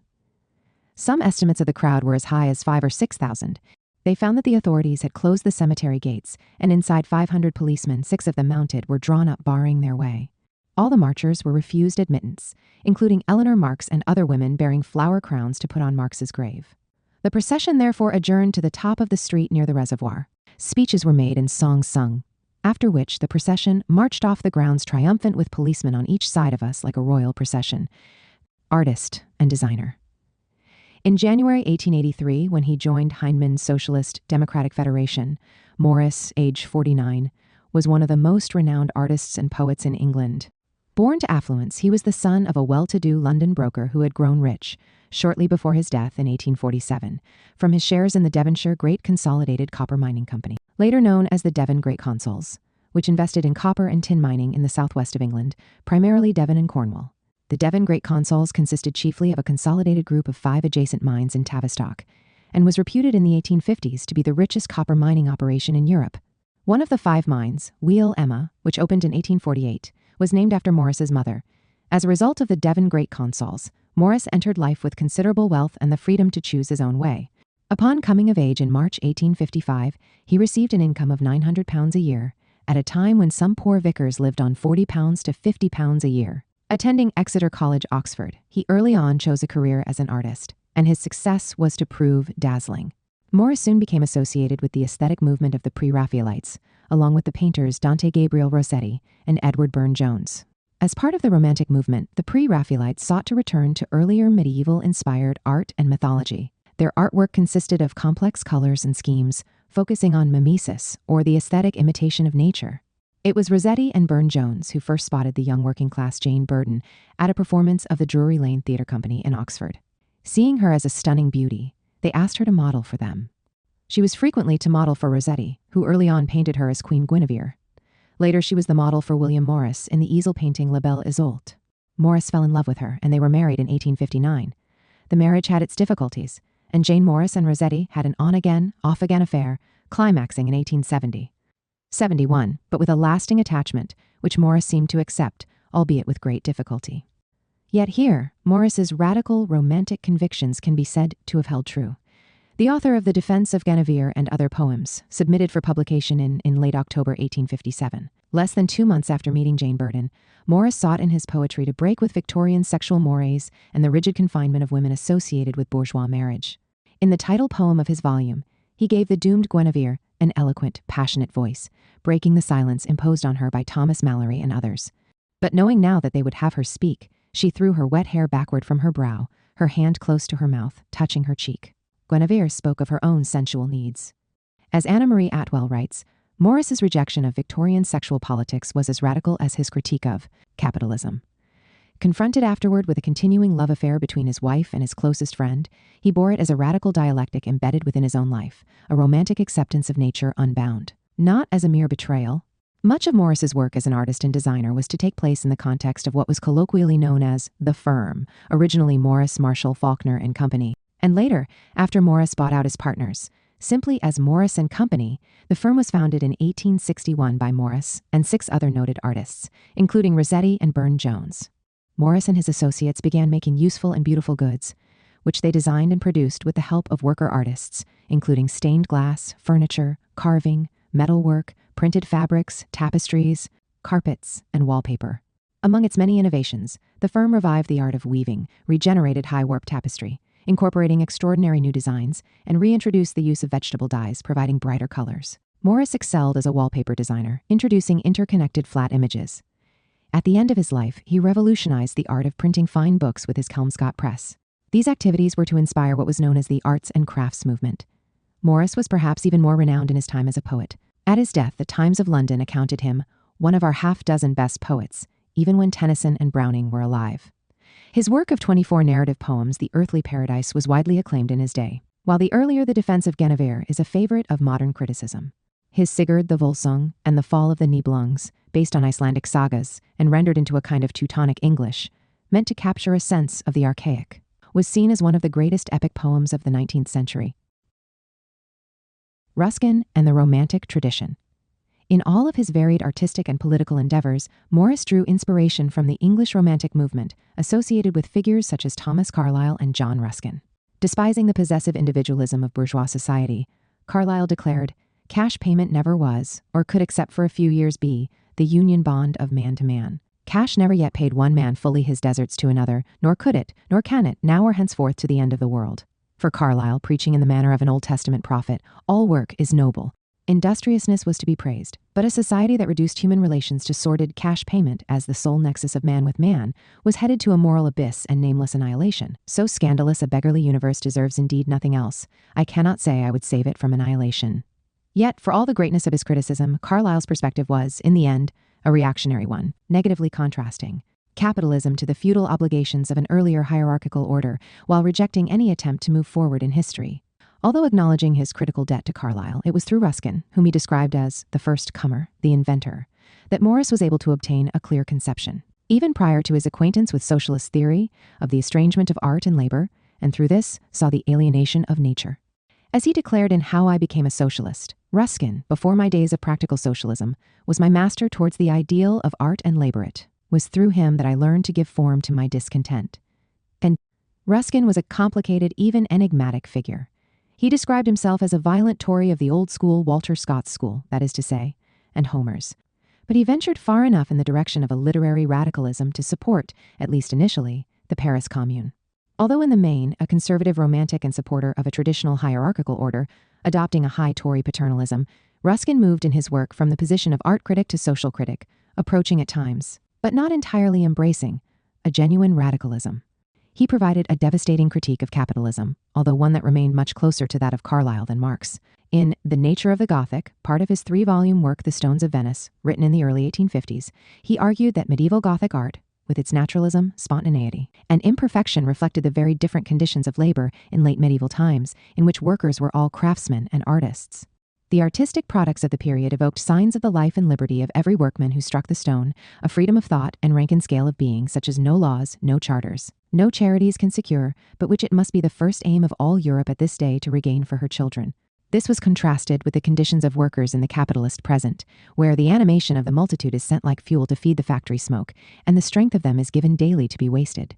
In a passage that was to have a direct influence on Morris, who discussed it excitedly with his friend Edward Burne-Jones in 1853, Ruskin wrote, "It is verily this degradation of the operative into a machine, which, more than any other evil of the times, is leading the mass of the nations everywhere into vain, incoherent, destructive struggling for a freedom of which they cannot explain the nature themselves.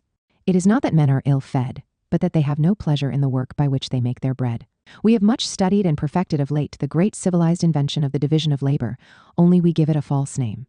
It is not, truly speaking, the labor that is divided, but the men, divided into mere segments of men, broken into small fragments and crumbs of life, so that all the little piece of intelligence that is left in a man is not enough to make a pin or a nail, but exhausts itself in making the point of a pin or the head of a nail. The political domination of the Middle Ages, in which the feudal lord's lightest words were worth men's lives, was for Ruskin nothing to the slavery of the modern workforce under the capitalist present, where the worker is to be counted off into a heap of mechanism, numbered with its wheels and weighed with its hammer strokes.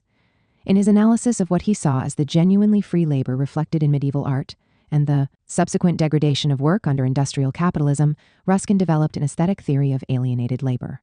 The irregular, roughly hewn character of the architecture of the late medieval era reflected the free, creative labor of the workers of that period. By the same token, the very precision of manufactured products in modern times was, he argued, an indication of the slavery of the modern worker.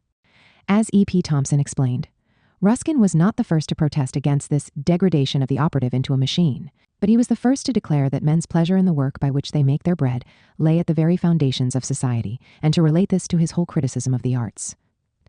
Beginning in 1857, Ruskin decided to take his criticisms to Dickens's Coketown itself. He delivered lectures on the political economy of art in Manchester, the center of industrial capitalism and home of classical liberal political economy. Before an audience of industrialists and merchants, who no doubt reacted in shock and indignation, he questioned the moral basis of the entire system of cash nexus. In Two Paths, a series of 5 lectures delivered in London, Manchester, Bradford, and Tunbridge Wells in 1859, he provided a powerful critique of the deformation of use value under capitalism. You must remember always that your business as manufacturers is to form the market as much as to supply it. But whatever happens to you, this at least is certain, that the whole of your life will have been spent in corrupting public taste and encouraging public extravagance. Every preference you have won by gaudiness must have been based on the purchaser's vanity. Every demand you have created by novelty has fostered in the consumer a habit of discontent. And when you retire into inactive life, you may, as a subject of consolation for your declining years, reflect that precisely according to the extent of your past operations, your life has been successful in retarding the arts, tarnishing the virtues, and confusing the manners of your country. Ruskin systematically extended his criticisms of degraded art and degraded labor in capitalist society into a more systematic ethical questioning of bourgeois political economy in his book Unto This Last, which he expected to stand surest and longest of all his work. Undeterred by the harsh reviews of Unto This Last, which castigated him for failing to understand the laws of political economy, Ruskin returned to lecture in Manchester in 1864, again sharply criticizing capitalist mores in what was to become Sesame and Lilies. Ruskin's Manchester lectures on the political economy of art addressed the contradictions of an exchange value economy that produced luxuries for the rich while neglecting useful things for the people. Lavender could be equated with oats, he said, only in political economy. In Unto This Last, he argued that there is no wealth but life, distinguishing wealth from mere pecuniary riches. Wealth was the possession of useful things which we can use, which was contrasted to ilth, or the production of useless and destructive things for purposes of profitable accumulation. The earth was not infinite. Land, pure air, and pure water were limited. Attacking the whole idea of industrialization as a universal object, Ruskin wrote, "All England may, if it so chooses, become one manufacturing town, and Englishmen, sacrificing themselves to the good of general humanity, may live diminished lives in the midst of noise, of darkness, and of deadly exhalation. But the world cannot become a factory, nor a mine. No amount of ingenuity will ever make iron digestible by the million, nor substitute hydrogen for wine. Neither the avarice nor the rage of men will ever feed them." 27. In a series of essays on political economy written for Fraser's magazine in 1862-63, Ruskin presented valuable material things as consisting of 5 categories, the first of which was land, with its associated air, water, and organisms. Land, he observed, had a twofold value associated with food and mechanical power, and as an object of sight and thought producing intellectual power, that is, its relation to beauty. Wealth, properly understood as such, he declared, consists in an intrinsic value developed by a vital power. It was sharply distinguished from mere exchange value and private riches. Ruskin detested the ugliness of the new industrial capitalism and the destruction of nature and order that it represented. This came out forcefully in Sesame and Lilies, where he told his Manchester audience that the commercial economy despised science, art, nature, and human compassion. Indicting capital, he charged, "You have despised nature, that is to say, all the deep and sacred sensations of natural scenery. The French revolutionists made stables of the cathedrals of France. You have made race courses of the cathedrals of the earth. Your one conception of pleasure is to drive in railroad carriages round their aisles and eat off their altars. You have put a railroad bridge over the fall of Schaffhausen. You have tunneled the cliffs of Lucerne by Tell's Chapel. You have destroyed the Clarence shore of the Lake of Geneva. There is not a quiet valley in England that you have not filled with bellowing fire. There is no particle left of English land which you have not trampled coal ashes into, nor any foreign city in which the spread of your presence is not marked among its fair old streets and happy gardens by a consuming white leprosy of new hotels and perfumers' shops. In his major work of the 1870s and 80s, Fors Clavigera, subtitled Letters to the Workmen and Laborers of Great Britain, Ruskin complained that utilitarian civilization was vitiating the air with foul chemical exhalations, and the horrible nests which you call towns are little more than laboratories for the distillation into heaven of venomous smokes and smells, mixed with effluvia from decaying animal matter, and infectious miasmata from purulent disease. Meanwhile, every river of England was being turned into a common sewer, so that you cannot so much as baptize an English baby but with filth, unless you hold its face out in the rain, and even that falls dirty. Cleaning up such environmental pollution was well within the reach of science and society, but was never accomplished because doing so was not a source of profits to the capitalist owners, as he rhetorically asked in The Crown of Wild Olive. Now, how did it come to pass that this environmentally destructive work was done instead of the other environmental maintenance restoration? There is but one reason for it, and at present a conclusive one, that the capitalist can charge percentage on the work in the one case and cannot in the other. If, having certain funds for supporting labor at my disposal, I pay men merely to keep my ground in order, my money is, in that function, spent once for all. But if I pay them to dig iron out of my ground and work it, and sell it, I can charge rent for the ground, and percentage both on the manufacture and the sale, and make my capital profitable in these three byways. The greater part of the profitable investment of capital, in the present day, is in operations of this kind, in which the public is persuaded to buy something of no use to it, on production or sale of which the capitalist may charge percentage, the said public remaining all the while under the persuasion that the percentages thus obtained are real national gains, whereas they are merely filching out of partially light pockets to swell heavy ones. It was in Fors Clavigera, at the time of the Paris Commune, that Ruskin came close to crossing what Morris was later to refer to as the river of fire, separating middle-class radicals from straightforward identification with the struggles of the working classes. In Letter 6, written on June 1, 1871, he passionately defended the Commune on the basis of the class cruelty that has been done by the kindest of us and the robbery that had been taught to the hands by the present system. In Letter 7, written a month later on July 1, 1871, he defended the communards by pointing out that the guilty thieves of Europe, the real sources of all deadly war in it, are the capitalists. That is to say, people who live by percentages on the labor of others, instead of by fair wages for their own. Yet, he also acknowledged that in the previous month he had been at the point of declaring himself a communist, of the old school, though the meaning he gave to this was a highly idiosyncratic one. When news had come by telegram of the burning of the Tuileries Palace and the damage to the Louvre, Ruskin's sympathies with workers, Thompson observes, were undoubtedly sharply repressed as a result of the damage to the Louvre. Consequently, he went no further than this in his identification with the working class cause, intensely fearing this threat to the kingdom of order. Ruskin's argument that the ornamental art of the Gothic or late medieval age expressed the free, non-alienated condition of the medieval craftsman, and that the loss of this was evident in the commercial present, was to exert a determining influence on Morris's own thinking. For Morris, the Romantic movement was an attempt to bring to life the intrinsic human needs for creativity, change, and courage in life. He contrasted this to the mechanistic and pecuniary ends of capitalism. What romance means, he wrote, is the capacity for a true conception of history, a power of making the past part of the present. For Morris, Thompson writes, the masterpieces of the past were not dead relics, but a living inspiration and warning to the present, a proof of qualities in man which, however suppressed and slumbering, could not be extinguished forever. 30. Crossing the River of Fire. The 1870s were a transitional period for Morris, during which the critical romantic heritage he inherited from Ruskin and others interacted with other influences, his Icelandic experiences, his role in founding the Society for the Preservation of Ancient Buildings, his growing struggles against British imperialism, and his rising dissatisfaction with catering his art to the idle wants of the rich, all of which served to push him toward socialism. In the late 1860s, he became interested in the old Icelandic sagas, and in 1871 and 1873 made trips to Iceland. What he found there was not only a heady mixture of history and myth, as represented by the Icelandic Edda, the product of the old Germanic and Norse traditions, but also a sense of courage and the virtue of simplicity. He brought away the strong conviction that what in English terms would be considered dire poverty was easily supportable in a society of equality. The publication. In 1876 of the story Ofsigurd the Volsung and the Fall of the Nibelungs, based on Icelandic saga material, took place in the same year as Morris's resignation from the board of directors of the Devon Great Consols and literally sitting on his top hat never to wear one again. These events also coincided with his active entry into political struggles, the Eastern Question agitation, and the movement to conserve ancient buildings. A major factor in this transition in his 40s to a life of political action was Morris's dissatisfaction with his artistic work at the firm, as he increasingly despaired over the reality that the high cost of artistic productions and the decadent purposes that they came to serve in the present social structure meant that he was spending his life, as he was reported exclaiming at one point, ministering to the swinish luxury of the rich.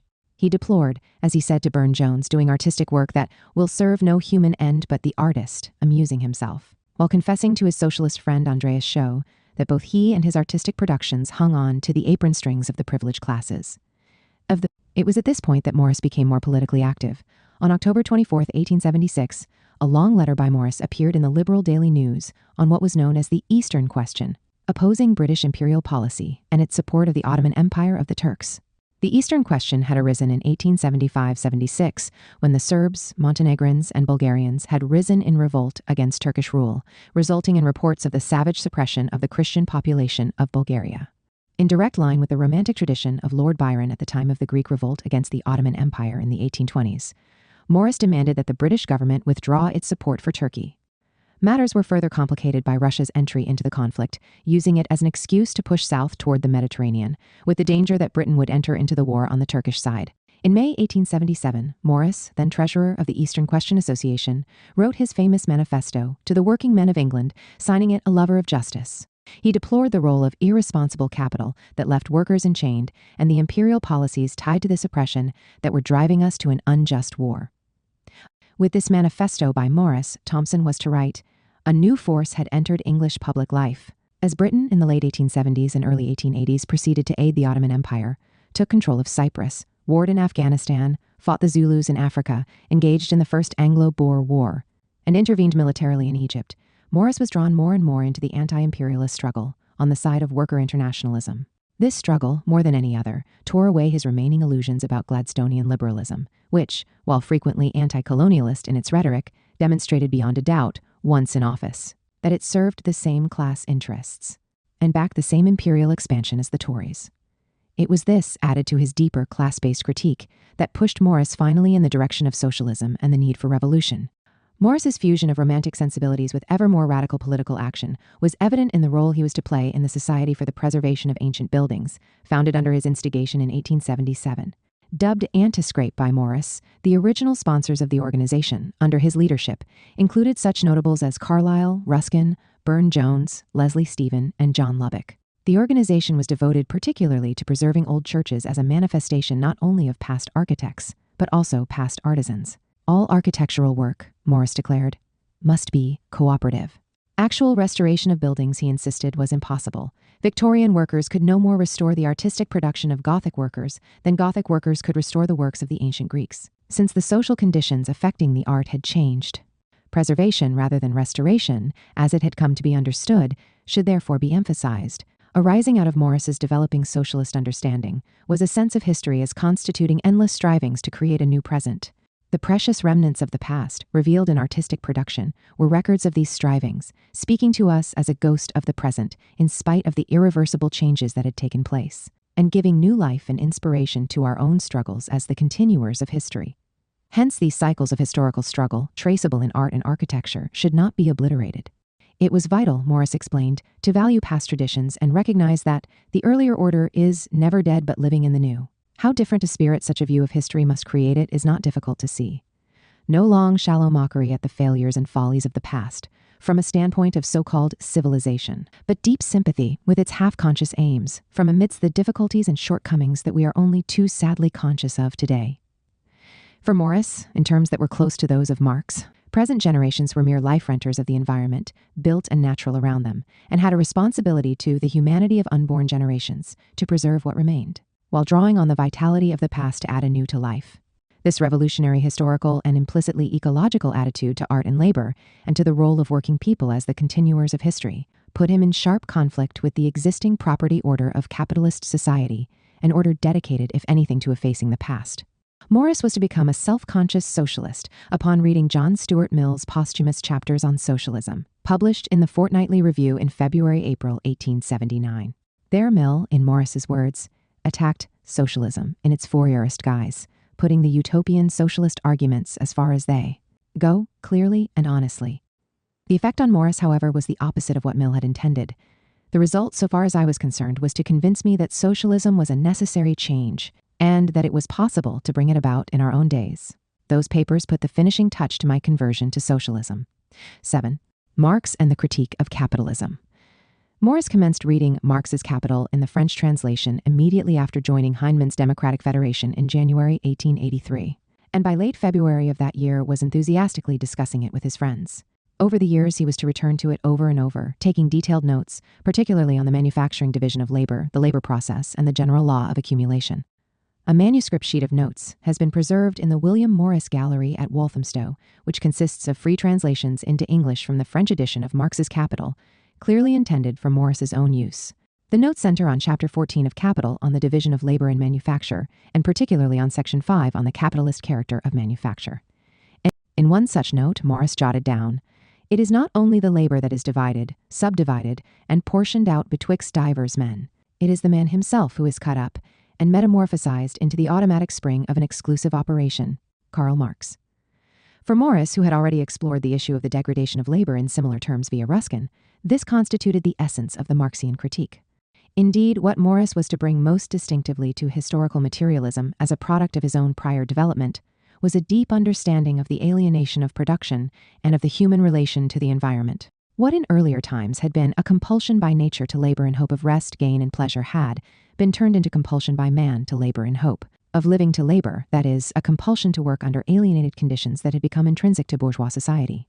In words that resembled Marx's discussion of alienated labor in his 1844 economic and philosophic manuscripts, not to become available for another 4 decades, Morris declared in his lecture, Art and Its Producers, delivered to the National Association for the Advancement of Art in 1888, that the interest of the factory worker's life is divorced from the subject matter of his labor.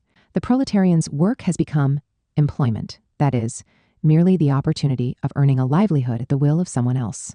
Whatever interest still clings to the production of wares under this system has wholly left the ordinary workman, and attaches only to the organizers of his labor, and that interest commonly has little do with the production of wares as things to be handled, looked at, used, in short, but simply as counters in the great game of the world market. It 3, historian A. Morton remarked, through his reading of Ruskin, Morris was able to arrive independently at something very close to the concept of alienation, an aspect of Marxism ignored and indeed unknown at this time. The significance of Morris's grasp of the reality of alienated labor can hardly be exaggerated, as Paul Thompson noted in the work of William Morris. The question which has concerned so many Morris biographers until recently, whether Morris was a romantic, an anarchist, a Marxist, or even a crypto-Fabian, now seems to miss the essential point. Morris was an original socialist thinker, at a time when orthodox Marxism took a narrowly constricted form and most of the early writings of Marx remained unpublished. Morris was able to create a socialist worldview of extraordinary richness. He took from Marx's economic and class interpretation of history. But Morris's understanding of the fundamental importance to mankind of fulfillment in work, of alienation, was an independent insight, parallel to that of Marx himself. It allowed Morris to fuse with his Marxism the moral power of the radical romantic tradition. But Morris went much further than this.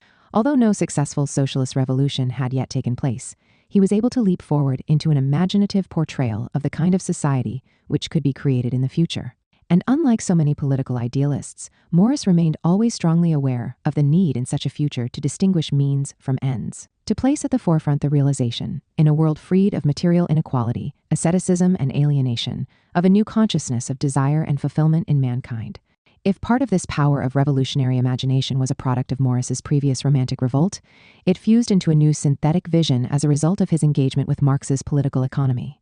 Morris referred frequently to Marx in his writings, and constantly applied the adjective great when referring to Marx or his works. In this respect, it would be a serious mistake to make too much of Morris's humorous, self-deprecating allusion in his 1894 article, How I Became a Socialist, to the agonies of the confusion of the brain he had encountered, in his attempts to comprehend Marx's pure economics, as opposed to the more historical parts of Capital.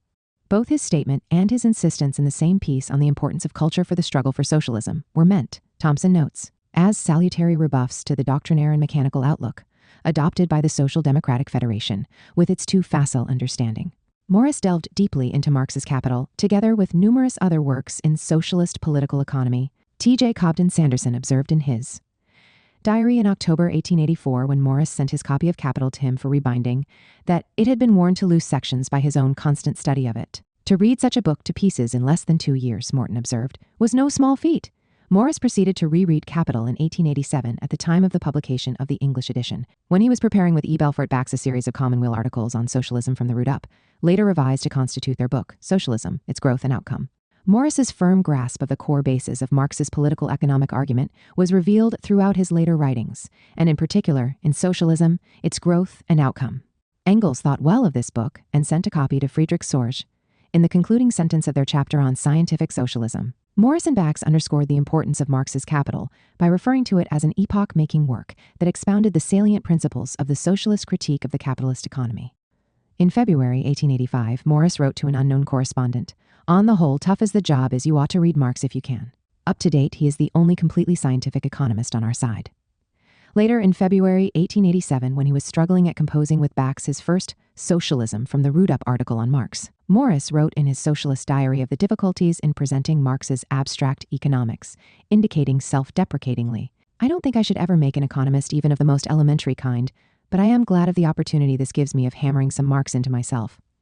He was to persist, and his eventual comprehension of Marx's Capital was profound enough to allow him to perceive critical elements passed over by others and to develop distinctive themes based on Marx, the full significance of which are only being fully recognized and appreciated today.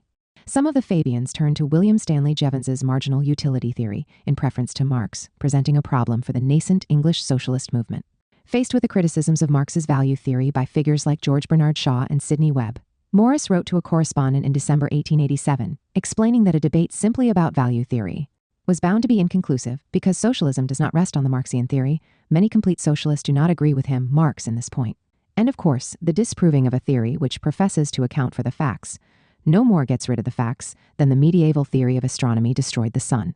What people really want to know is why they cannot get at the raw material and instruments of labor without being taxed for the maintenance of a proprietary class, and why labor is so disorganized that all the inventions of modern times leave us rather worse off than we were before. This can be shown them without pitting Marx against Jevons or vice versa. Yet it would be a serious error to presume, as Ruth Kinna and others have, that this very brief comment in an 1887 letter can be taken as evidence that Morris distanced himself from Marx's value theory or sympathized with George Bernard Shaw and Sidney Webb's reliance on Jevons. There is much evidence to the contrary, most notably Socialism, Its Growth and Outcome. Morris was simply stating that the broad political and moral case for socialism did not rest directly on any particular theory of economic value, however useful this was in understanding the internal laws of the system, but had its basis in the more general reality of the monopoly of the means of production by a single proprietary class, able to exact tribute or monopoly rents for itself, with the obvious class exploitation that this entailed. If non-Marxist socialists and radicals shared many of these conceptions and took part in the movement on other bases, none of this negated the more specific results of scientific socialism, on which Morris himself based his analysis. Indeed, Morris issued a trenchant 1890 critique of the 1889 Fabian Essays in Socialism by Shaw, Webb, Annie Besant, and others for its opportunism, charging that the clear exposition of the first principles of socialism is set aside for the sake of pushing a theory of tactics which could not be carried out in practice, and which, if it could be, would still leave us in a position from which we should have to begin our attack on capitalism over again. 5. Morris continued to develop his deep grasp of Marx's political economic critique alongside the development of his own socialist practice and to advance his arguments on that basis. In an 1890 interview printed in Cassell's Saturday Journal, Morris is quoted as saying, "It was Karl Marx, who originated the present socialist movement. At least, it is pretty certain that that movement would not have gathered the force it has done if there had been no Karl Marx to start it on scientific lines."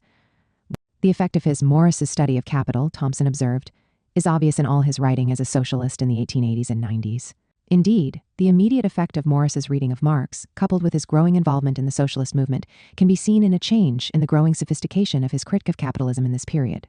Whereas as late as March 1883, he was still writing positively of attempts to fill up the gap that separates class from class.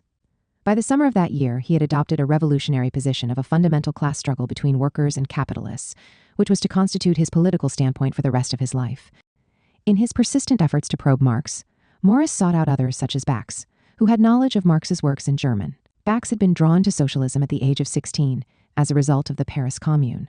He studied musical composition in Stuttgart in 1875 and became a journalist in Berlin, as well as a student of German philosophy, reading Marx's Capital as early as 1879.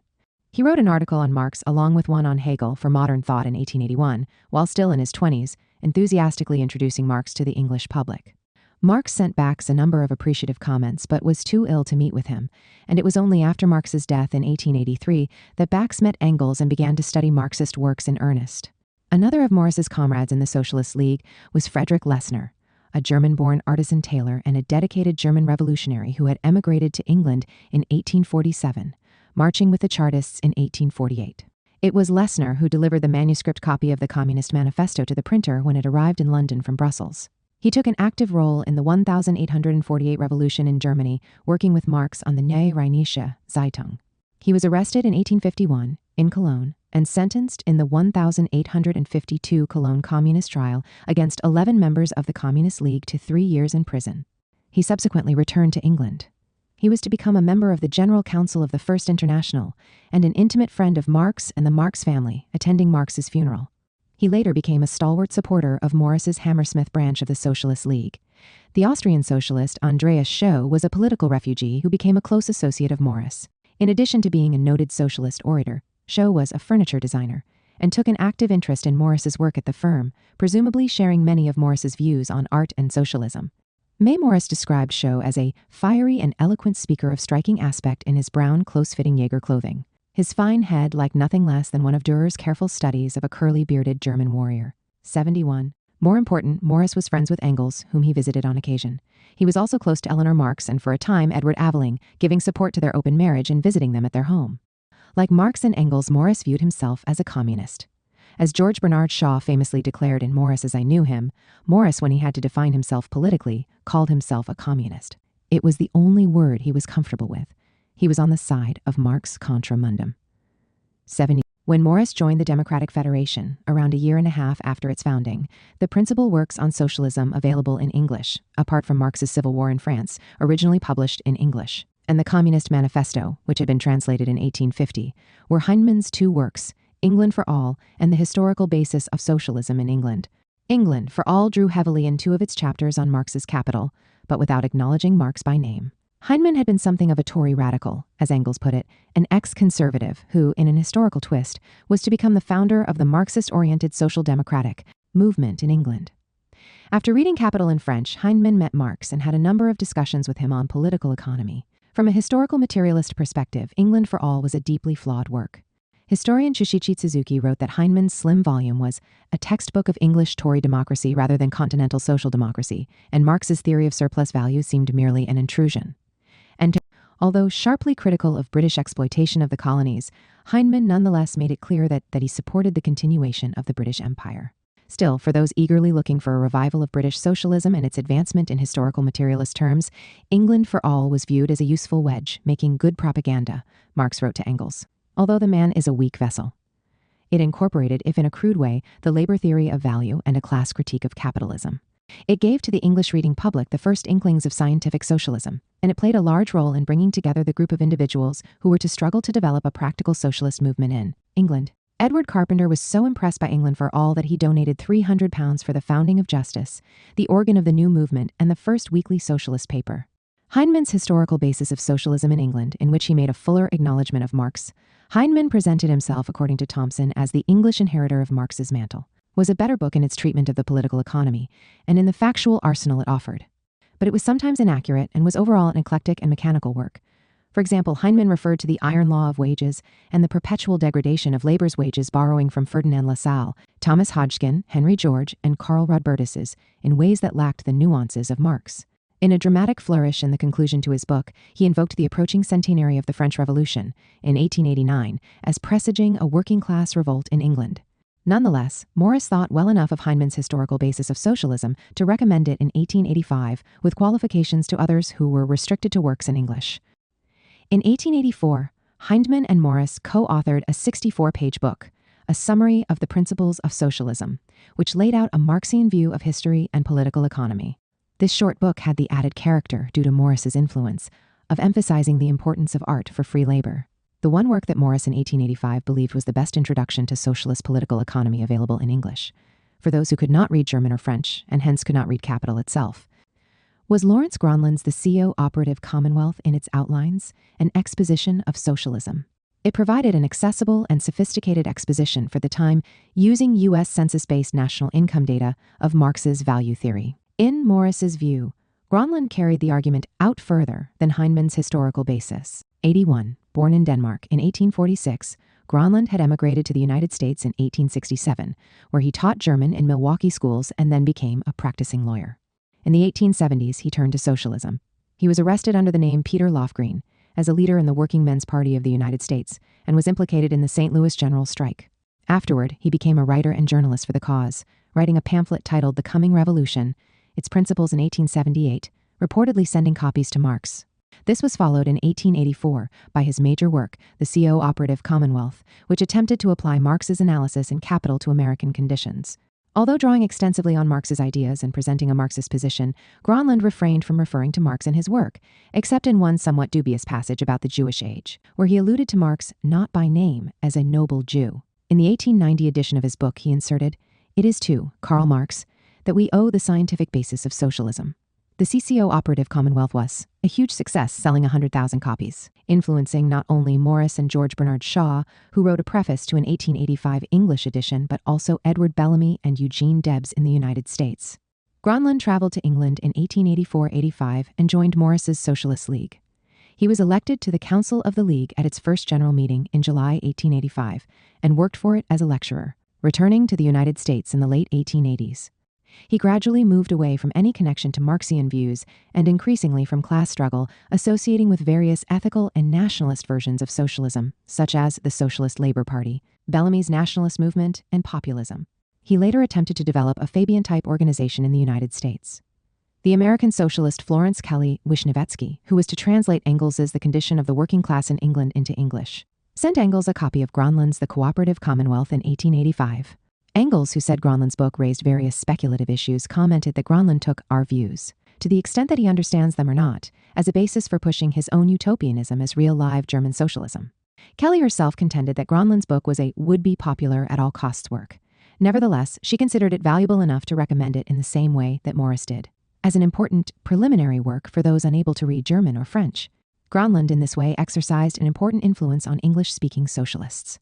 There is no doubt about the broad range of Morris's own knowledge of the socialist literature, including political economy and Marxist theory. Works he read in English, in addition to Gronlund, included Robert Owen's book, Of the New Moral World, John Stuart Mill's chapters on socialism, Alfred Russel Wallace's Land Nationalization, Henry George's Progress and Poverty, and John Carruthers's Communal and Commercial Economy.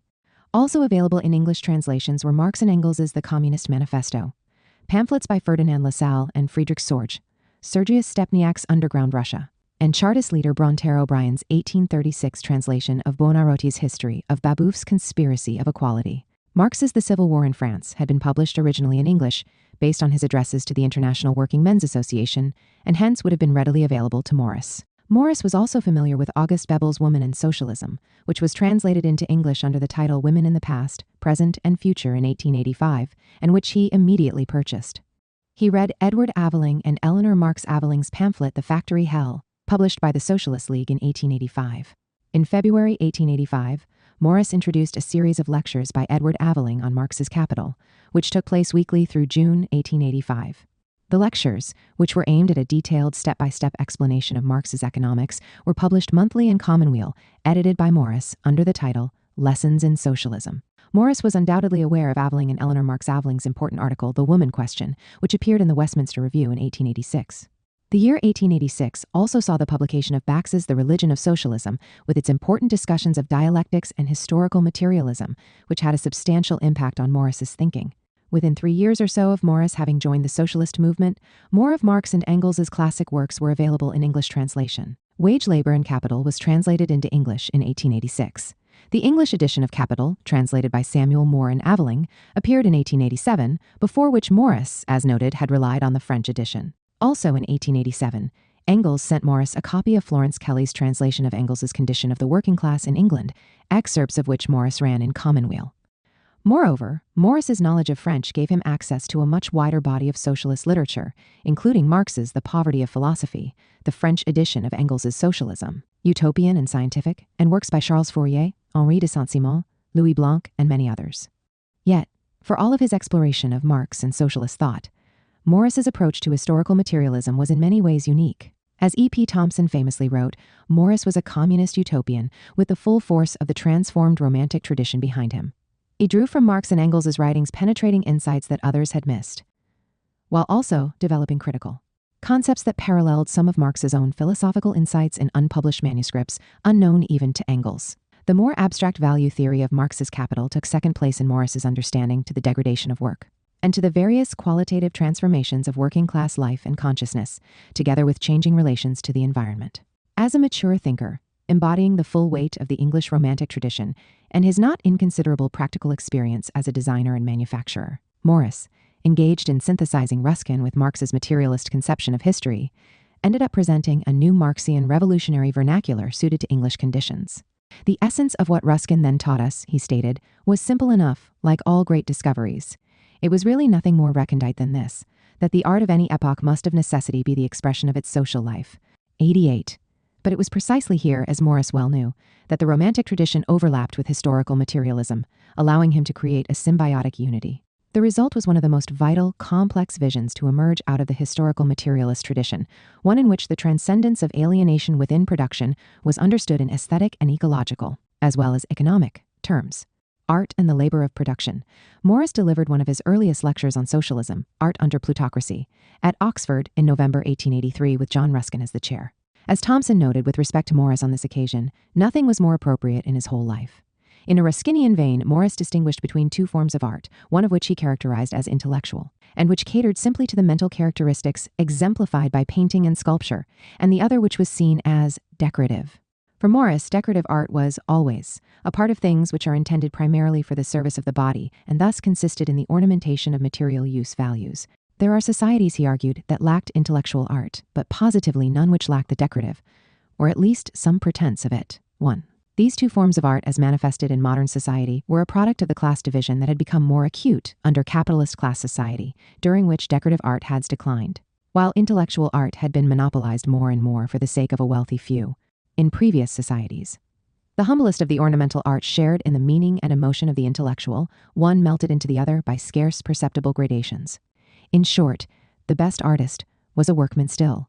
The humblest workman was an artist. This is not the case now, nor has been for 2 or 3 centuries in civilized countries. Intellectual art is separated from decorative by the sharpest lines of demarcation, not only as to the kind of work produced under those names, but even in the social position of the producers. Those who follow the intellectual arts being all professional men or gentlemen by virtue of their calling, while those who follow the decorative are workmen earning weekly wages, non-gentlemen in short. Morris insisted that art is man's expression of his joy in labor. Whatever the hardships human beings encountered in earlier historical epochs, their work could be judged more or less free to the extent that this remained true, and all men were more or less artists, adding that an instinct for beauty is essential in human beings, which they naturally incorporated into all that they produced. The power of artistic expression was most evident in Gothic or late medieval architecture, the art form in which cooperation was most essential, and hence the one in which the association of the medieval period most clearly triumphed artistically over the competitiveness of modern times.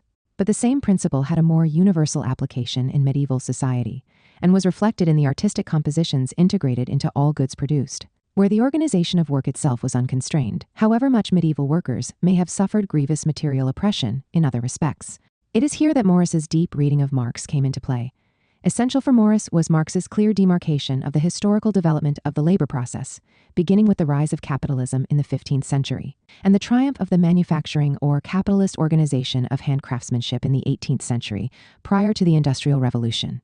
Morris saw the internal degradation of work associated with the development of the capitalist division of labor in these years as exemplified by the loss of artistic labor, and through that the loss of meaning in work. The result, he explained in Art under Plutocracy, was work that was degraded and precarious, allowing little control over working conditions or even secure access to work itself, thereby creating conditions of absolute alienation. Following Marx and Capital, he frequently quoted J.S. Mill's statement that machinery had never lightened the load of the worker.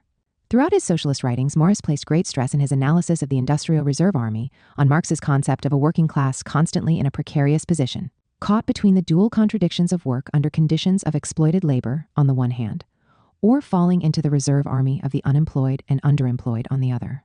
Thus, in Useful Work versus Useless Toil, first delivered as a lecture in 1883 and later incorporated into his 1888 book Signs of Change, he wrote of the precariousness of life among the art of labor, workers, resulting from the tendency toward an increase in the number of the reserve army of labor. So important was the issue of the precariousness of workers under capitalism that in his 1887 lecture, What Socialists Want, Morris penciled precariousness in the margin.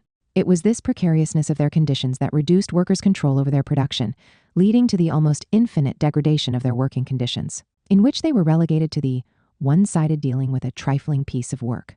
Lost, then, was that very freedom for due human development that work under unalienated conditions conducive to artistic labor had provided. Lost, too, was a universal sense of beauty, exhibited in the outburst of the expression of splendid and copious genius which marks the Italian Renaissance, but which faded suddenly with the growth of commercialism. With this came the general alienation of humanity from its artistic soul, to the point that the romance of the arts died out. The decorative arts were reduced to a mere phantom of that tradition, which once bound artist and public together. And 6. This general alienation, which Morris saw as the internal degradation of working conditions, was also accompanied by what he called the external degradation of the face of the country, and could be traced to the same cause. That loss of the instinct for beauty, which has involved us in the loss of popular art, was at the same time, he contended, surely, and not slowly destroying the beauty of the very face of the earth. Not only are London and our other great commercial cities mere masses of sordidness, filth, and squalor, embroidered with patches of pompous and vulgar hideousness no less revolting to the eye and the mind when one knows what it means.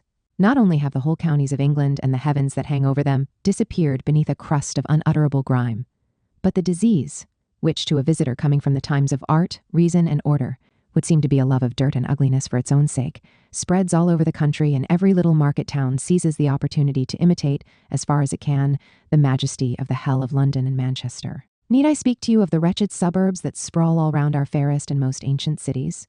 Our civilization is passing like a blight, daily growing heavier and more poisonous, over the whole face of the country, so that every change is sure to be a change for the worse in its outward aspect. In the face of such general alienation, which he attributed in Art and Plutocracy to the economic development of capitalist society, Morris was driven to outright rebellion and announced to his astonished audience at Oxford University, "For I am one of the people called socialists." He followed this up by calling upon those in attendance to come to the aid and support a reconstructive socialism. 98. The immediate reaction of the Oxford dons was anything but tranquil or supportive. The master, Reverend Dr. James Frank Bright, publicly chastised Morris immediately following his talk, indicating that in inviting him to speak at Oxford, it was not known that he would be promoting socialist propaganda.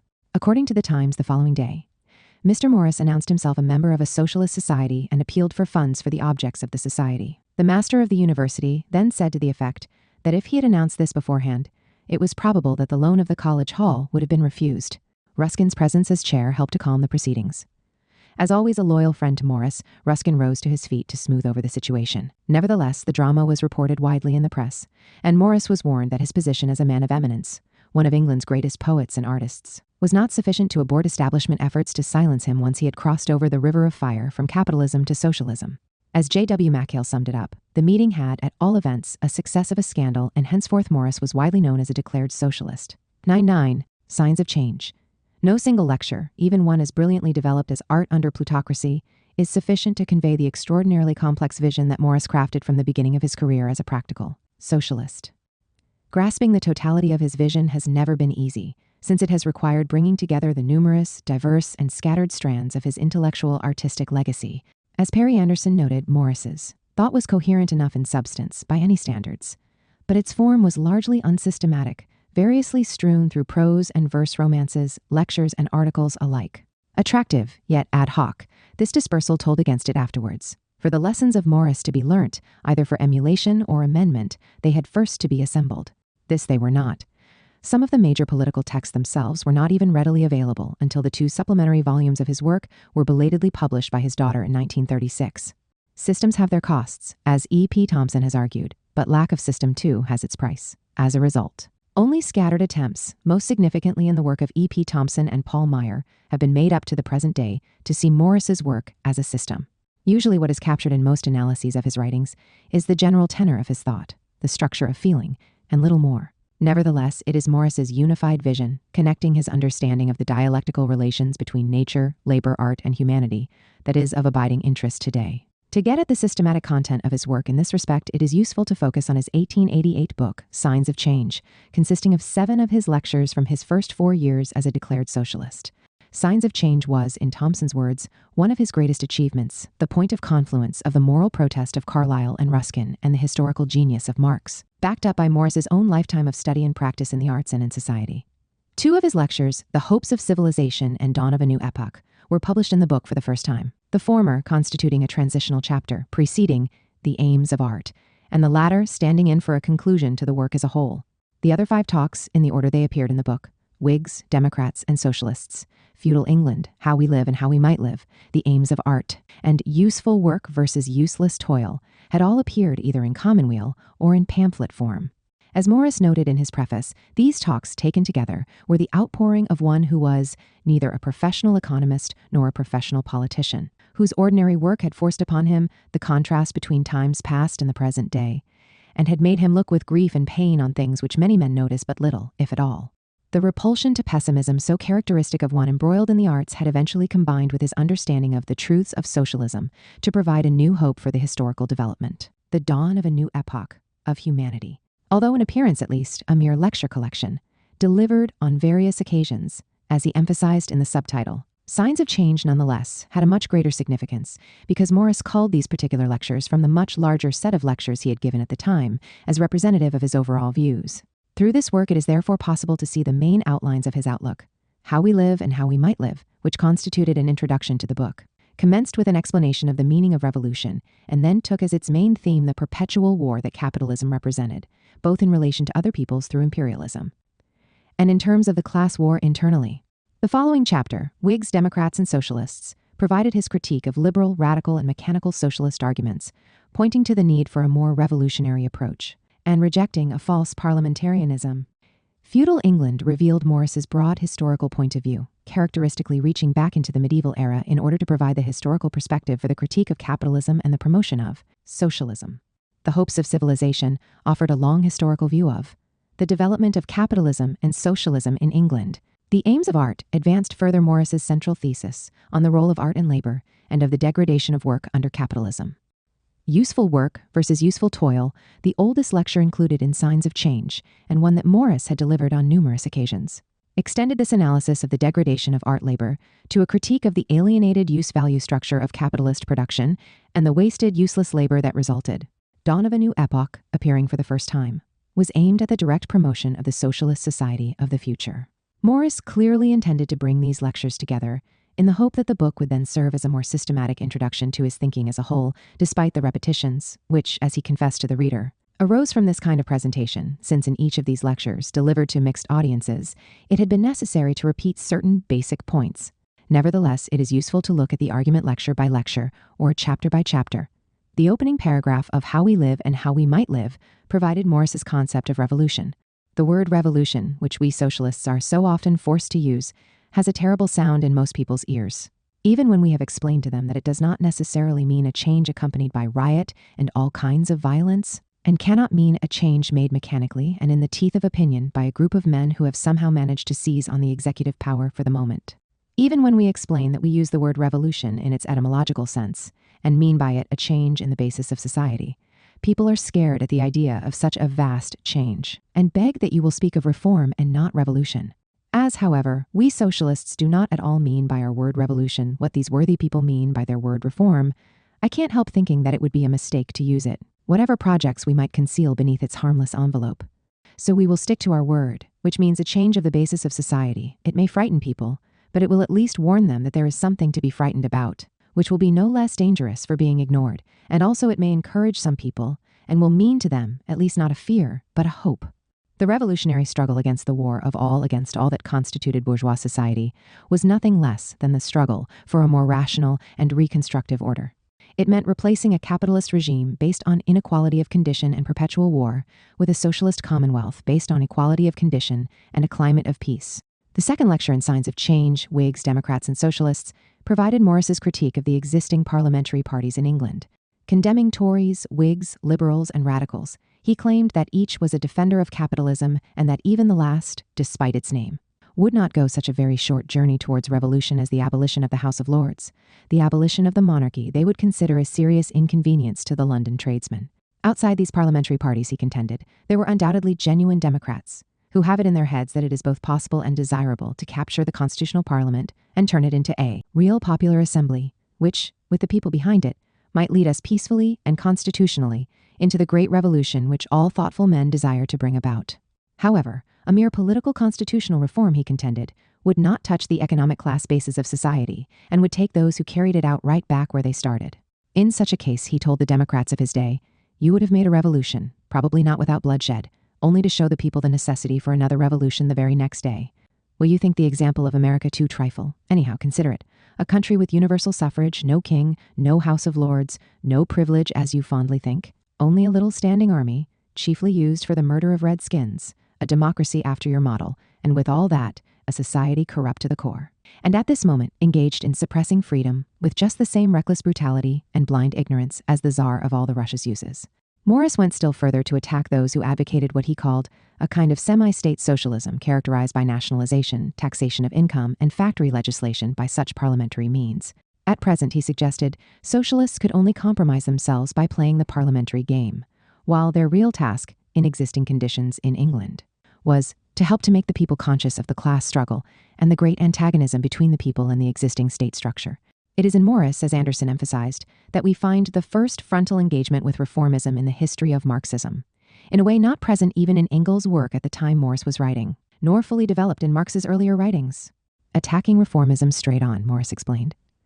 Those who think that they can deal with our present system in this piecemeal way very much underrate the strength of the tremendous organization under which we live, and which appoints to each of us his place, and if we do not chance to fit it, grinds us down till we do.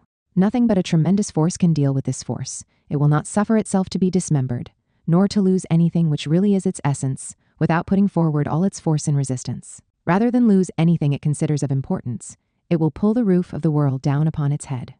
In feudal England, and his various historical essays, most notably The Development of Modern Society in 1890 and the historical chapters in Socialism, its growth and outcome, Morris presented his core argument that the medieval epoch, particularly in England, had culminated in the 14th century, the period of the victory of the handicraftsman.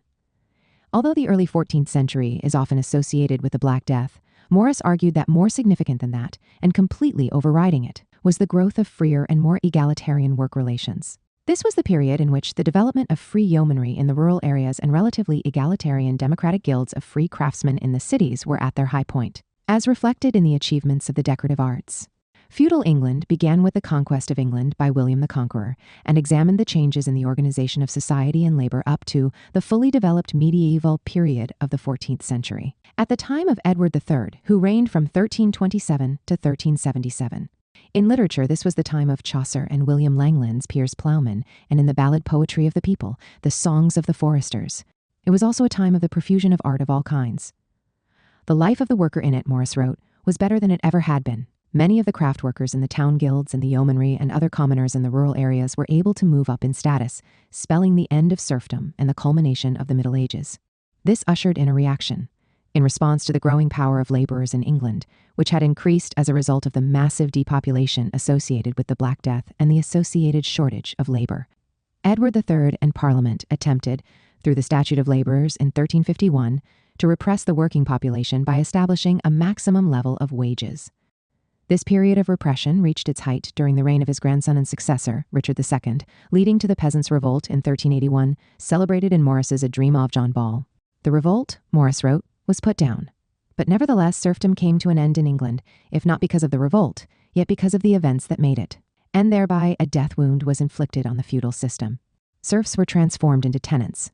In the hopes of civilization, Morris provided an evocative picture of 14th century England, which for him represented the expansion of a non-capitalist system of production to its utmost limit, and the rise of the free laborer with the demise of serfdom.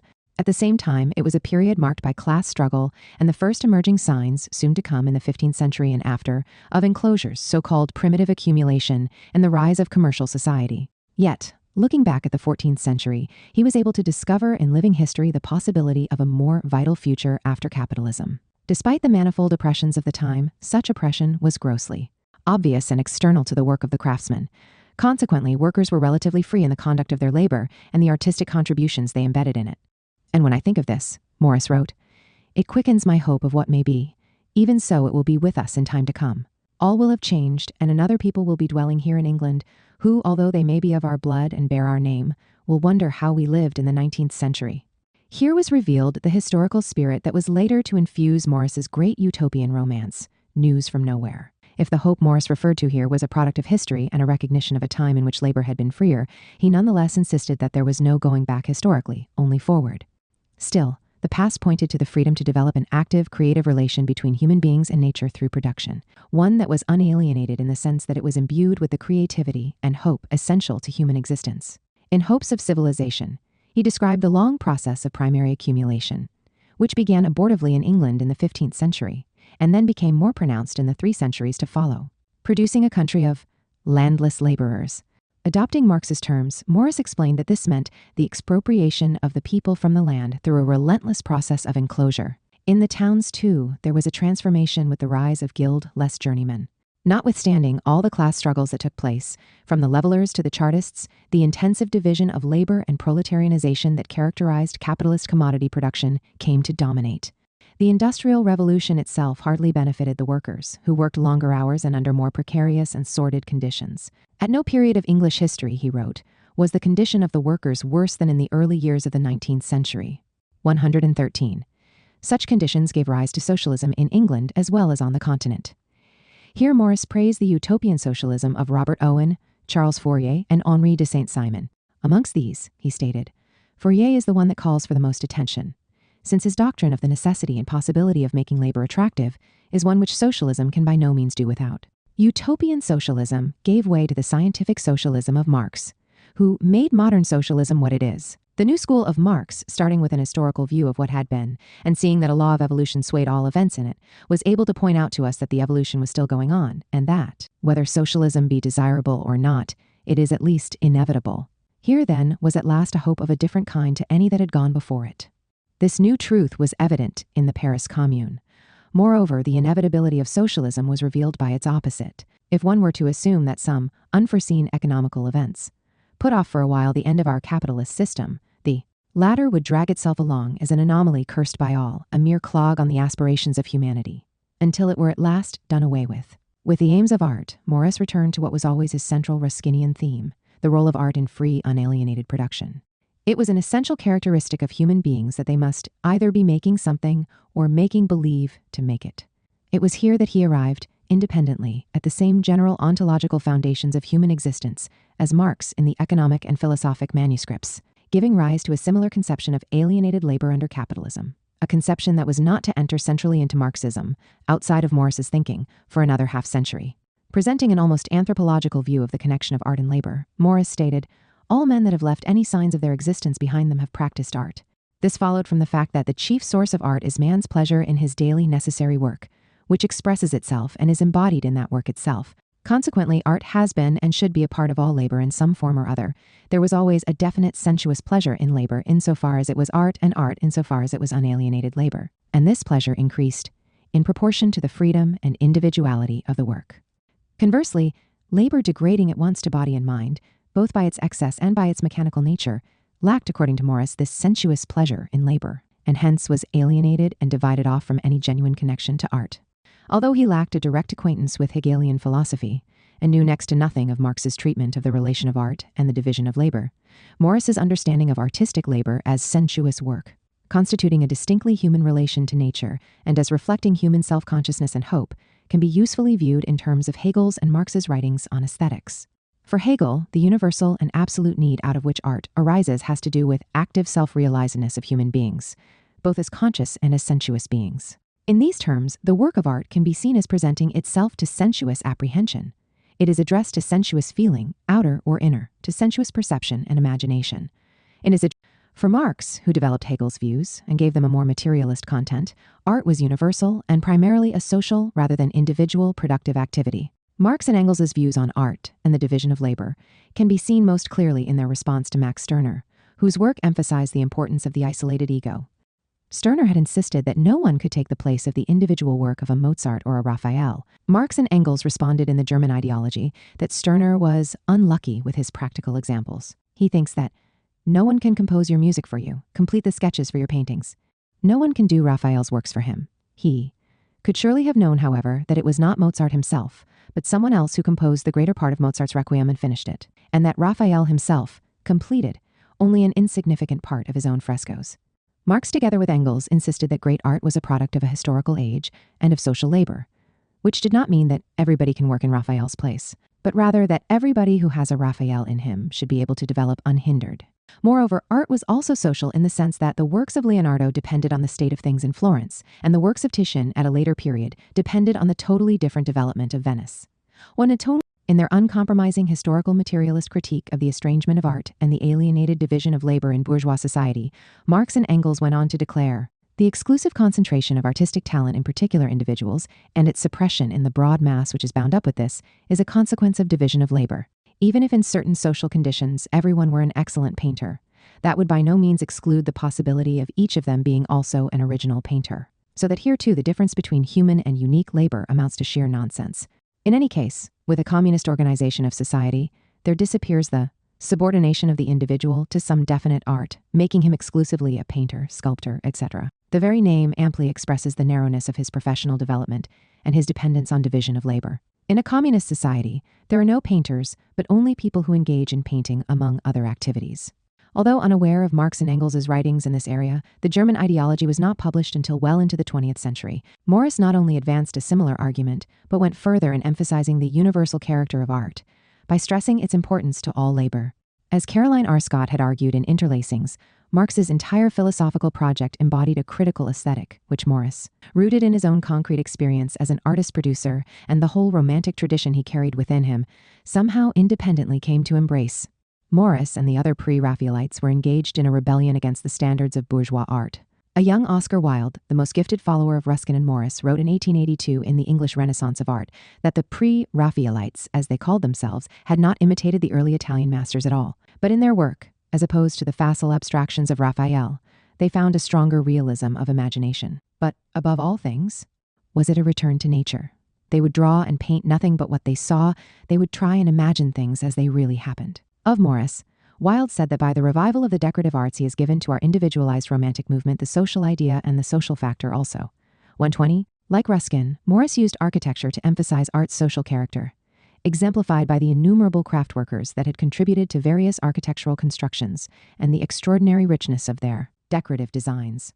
No one knows, he said, the name of the man who designed Westminster Abbey. And this was precisely because it was a social product of medieval craft workers, requiring no special reward for the individual artist.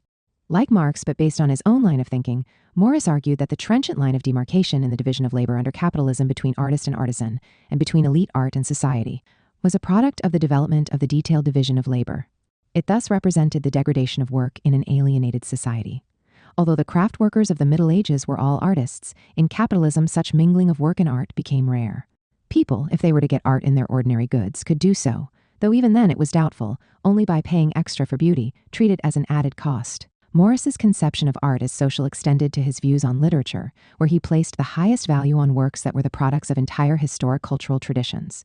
Asked to list what he thought were the 100 essential works of literature, he emphasized the kind of book which Giuseppe Mazzini called Bibles, and thus placed at the top of his list those literary works that were most clearly social rather than individual products, such as Homer's Odyssey, which Morris translated, the English, King James's Bible, the Norse Edda, and Beowulf. These books had grown up from the very hearts of the people. They thus exemplified the dialectic of social aesthetics. None of this denied that in bourgeois society, the laws of political economy had necessarily eradicated art in ordinary labor. Rather, Morris used this to criticize bourgeois society itself. For capitalist factory owners, he explained, their employees are, so far as they are workmen, a part of the machinery of the workshop or the factory. Their previous roles as craftsmen, of makers of things by their own free will, is played out. They were no longer cost-efficient in capitalist commodity production. Hence, what art still existed tended to be sham, hollow, mechanical art, reflecting an age in which human beings had become slaves to machines. Art, either, in its sincerity or its hollowness, he wrote, is the expression of the society amongst which it exists. Amanda 25. Although it was true that machinery frequently reduced the necessity of labor, it was not usually to the benefit of the laborer, and was determined by the speed with which poor quality, makeshift, and often useless goods could be turned out, generating an artificial famine associated with overproduction of commodities and the lack of attendance to real needs. Under the present system, workers were reduced to the status of slaves of machines and to the system that those machines served. I do not mean by this, Morris wrote in Art and Its Producers, that we should aim at abolishing all machinery. I would do some things by machinery which are now done by hand, and other things by hand which are now done by machinery. In short, we should be the master of our machines and not their slaves, as we are now. So-called free labor under the capitalist system meant simply labor open to exploitation by capital, and not labor that was free to develop according to its own needs.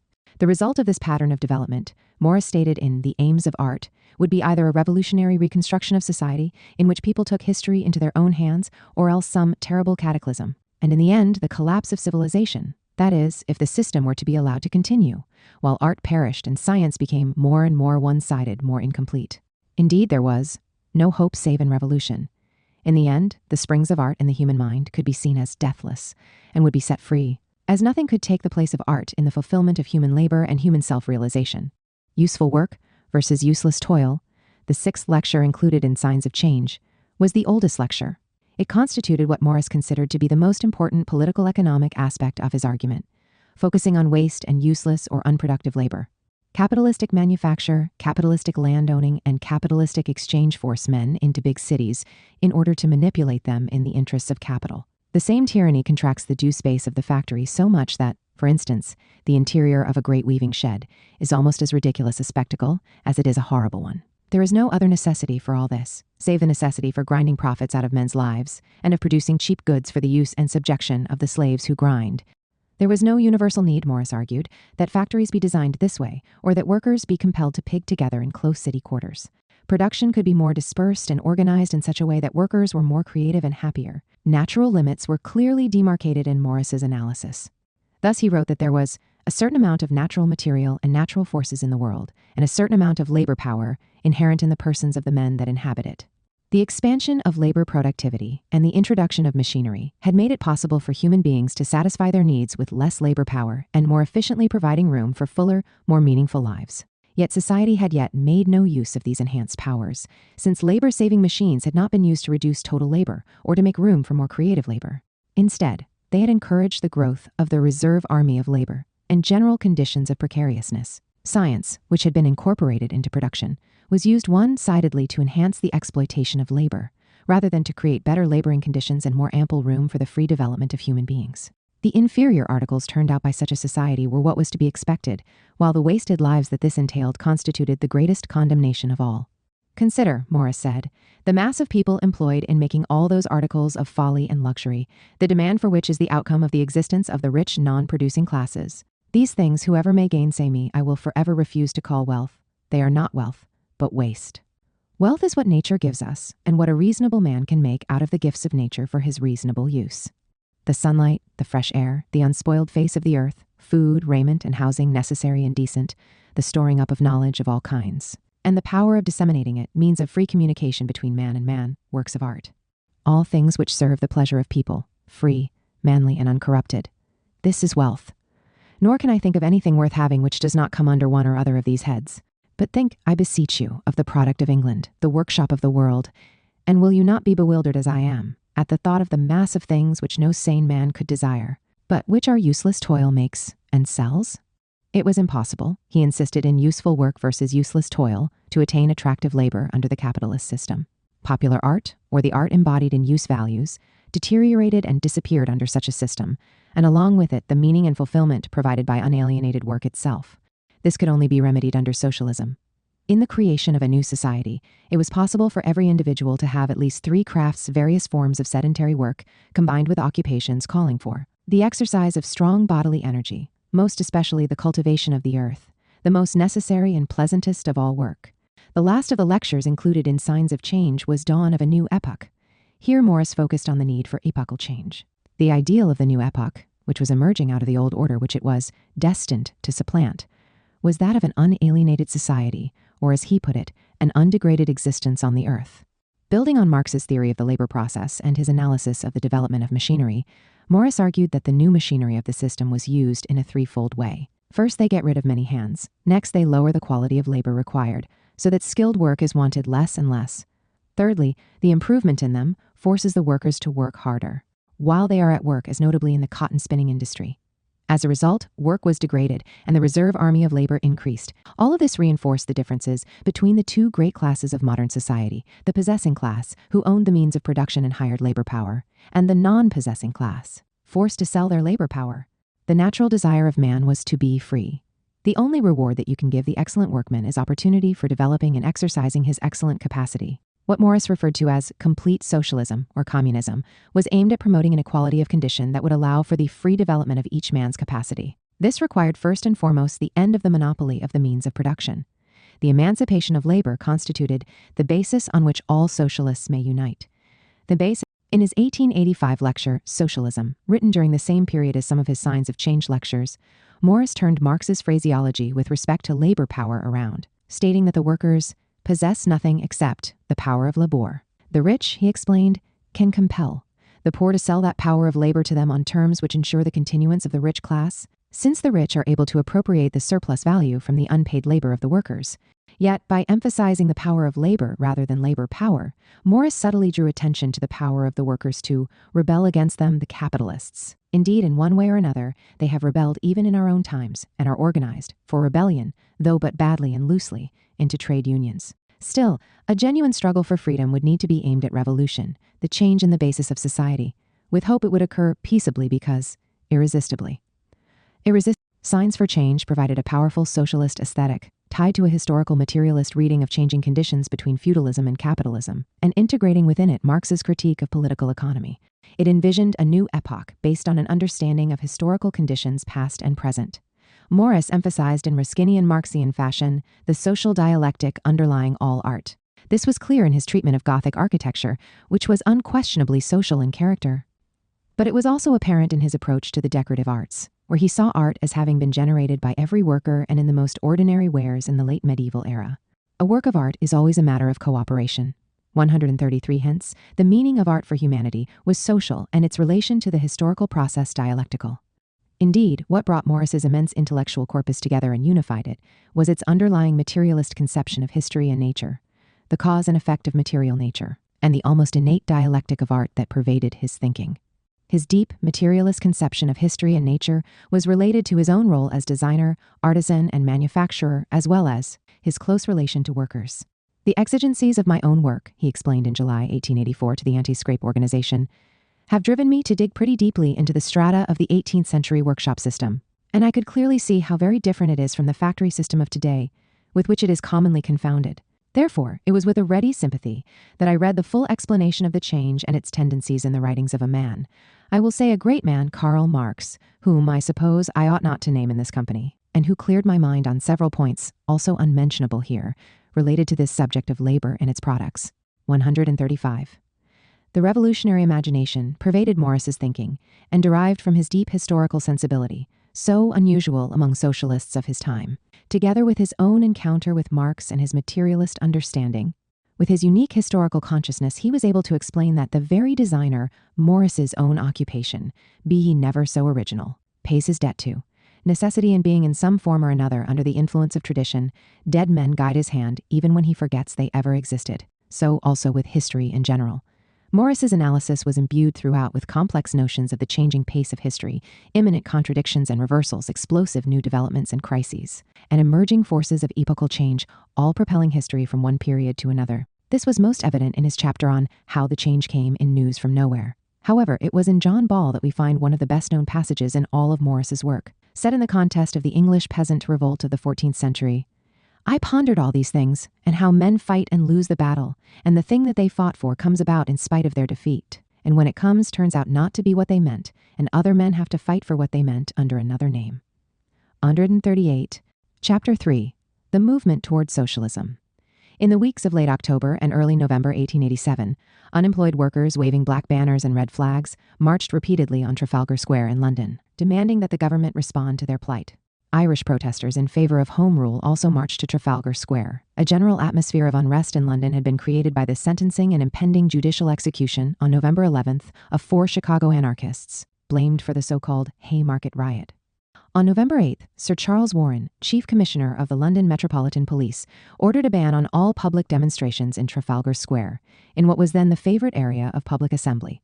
Alarmed by the police actions and the restrictions on free speech and the freedom to assemble, some 20,000 unemployed workers, socialists, anarchists, radicals, and Irish nationalists gathered on November 13th, on what was to become known as Bloody Sunday.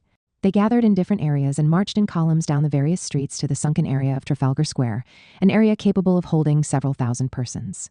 In the grayness of the chilly November afternoon, Morris and the Socialist League, along with other socialist groups including a branch of the Social Democratic Confederation, gathered on Clerkenwell Green with numerous workers, mostly artisans, in preparation for the march to Trafalgar Square. Morris, who described himself on the occasion as thick-set and short and dressed in shabby blue, and the then socialist Annie Besant addressed the crowd, upwards of 5,000 in total, from a cart, and then they all proceeded to march to the square. The marchers were unaware that Warren had deployed some 2,000 police along with 4 squadrons of cavalry and 400-foot soldiers, guardsmen with fixed bayonets, each with 20 rounds of ammunition, to confront the strikers. The orders were to stop each column and to break it up before it reached the square. Police were stationed at strategic points within a radius of about a quarter of a mile of the square, waiting for the columns to march into their net. The main body of the foot soldiers and the guardsmen lined the sunken portion of the square. The Clerkenwell contingent, with Morris at the head, leading the Hammersmith branch of the Socialist League, was about to enter the Seven Dials streets to make our way to St. Martin's Lane, when they were flanked and attacked at both ends. The police struck hard, seeing the marchers as an enemy in the class war, and the workers and their allies, though resisting, were unable to maintain a line and the procession was broken up and scattered. The Socialist League banner was torn from the hands of its bearer, Mrs. Taylor, who resisted valiantly. Morris, who was in the middle of the attack, wrote, "I shall never forget how quickly these unarmed crowds were dispersed into clouds of dust," adding, "I found myself suddenly alone in the middle of the street, and, deserted as I was, I had to use all my strength to gain safety." Morris and a few others, such as Annie Besant, who is said to have flung herself at the solid wall of police lined up 6 deep in her attempt to get to the center of the square, and the artist Walter Crane, a member of Morris's Socialist League, made it somehow to the square. Crane wrote, "I never saw anything more like real warfare in my life, only the attack was all on one side." Other columns suffered even greater brutality before they reached the square. In the main contingent of the Socialist Democratic Federation, Cunninghame Graham, an aristocratic radical socialist member of Parliament from Scotland, attacked the police cordon, along with John Burns, later to become a leading figure in the British socialist movement, and a friend of E. Ray Lancaster. Graham's head was cut open. Both were subsequently arrested, tried, convicted, and imprisoned for 6 weeks in 1888 for their role in confronting the police in the march. 3 men died of their injuries at the hands of the police and hundreds more were wounded, many hospitalized. 300 people were arrested and many of these were imprisoned. A policeman beat Eleanor Marx Aveling across the arm with his baton, and she was hit in the head, knocking her down, her hat and cloak torn to shreds. She managed to avoid arrest. Afterward, she proceeded to Engels's house. He noted in a letter to Paul Lafargue, "Her coat was, in tatters, her hat bashed and slashed by a staff blow." The following Sunday, on November 20th, a sequel took place. A relatively minor demonstration was held in Hyde Park protesting the police brutality on Bloody Sunday. Warren stationed mounted police in Trafalgar Square, and police actively pursued anyone who appeared troublesome. Just south of the square, the mounted police knocked down a young radical law writer named Linnell, who died on December 2 of his injuries. For Linnell's funeral, a procession of mourning and protest was organized in December, attended by over 10,000 people. Morris composed a death song, the printed version of which sold for a penny and had a powerful Walter Crane woodcut, showing a mounted policeman with a truncheon attacking Linnell, with the words, "Killed in Trafalgar Square." The song began, "What cometh here from west to east a-wending?" And who are these, the marchers stern and slow? We bear the message that the rich are sending aback to those who bade them wake and know. Not one, nor thousands must they slay, but one and all if they would dusk the day. With Morris as one of the 6 pallbearers, the funeral procession started in Soho, where the coffin was loaded into an open hearse. The coffin had on its top a black shield on which was inscribed, "Killed in Trafalgar Square," and with the shield were 3 flags, red, yellow, and green, for the Socialists, Radicals, and Irish respectively. A tremendous number of people joined the procession, which stretched a mile long, enveloped in a mass of banners, mostly red. Once the coffin had been lowered into the grave, several speeches were made, of which Morris's was the most notable. A Barker of the Socialist League was to recall that Morris threw his whole soul into his speech. There was a fearful earnestness in his voice when referring to the victim he had just laid to rest. He cried out, "Let us feel he is our brother." The ring of brotherly love in it was most affecting. A choir then sang a death song. As E. P. Thompson wrote, Morris gained for the first time in his political agitation real stature and affection in the eyes of the radical London masses. It was perhaps in these days, more than at any other time, that he laid the basis for the love, almost veneration, in which he was held by great sections of the labor movement at the time of his death. Indeed, by the time of the Trafalgar Square conflicts in 1887, Morris, as leader of the Socialist League, and as poet, artist, and militant, had reached the apex of the revolutionary workers' movement in Britain, while being recognized at the same time as one of the leading representatives of Marxian socialism worldwide. The year 1887 also marks a kind of transition point. The 2 years leading up to it had been dominated by Morris's break with Hyndman's Socialist Democratic Federation, while the following 3 years were to witness the slow demise of the League. This led him in subsequent years to expand his historical vision, taking into account the changing nature of capitalist society and the need for a deeper, more ecological vision of socialism. The Socialist League. Morris's role in founding and leading the Socialist League from 1885 to 1890 was a product and part of the powerful synthesis between the English Romantic tradition and revolutionary Marxian socialism which he had come to embody. More than any other figure within English socialism, he created a distinctive revolutionary vernacular, wedding this to a socialist aesthetic and an ecological consciousness. The range of his vision made him an exceptionally resolute revolutionary figure, unwilling to make long-term compromises with what he regarded as short-term realities. For this reason, however, he was to find it difficult to develop a socialist praxis that fit the conditions of the present. The result was to give him an uneasy relationship to the other, less far-sighted socialist currents and leading representatives of his time, weakening his immediate effectiveness as a practicing socialist. Yet, these very same characteristics were to validate his vision over the long haul, making him one of the most inspiring socialist intellectuals of all time. The break with Hyndman's Social Democratic Federation occurred in the last weeks of December 1884. On the surface, the dispute had to do with Hyndman's authoritarian, manipulative, and opportunistic personality, his tendency to hurl calumnies at certain members, such as Morris's friend Andreas Scho, and his iron grip over the Social Democratic Federation's publication of Justice. But behind this were more substantial issues, separating the Hyndman-dominated federation from the movement that Morris and others sought to create.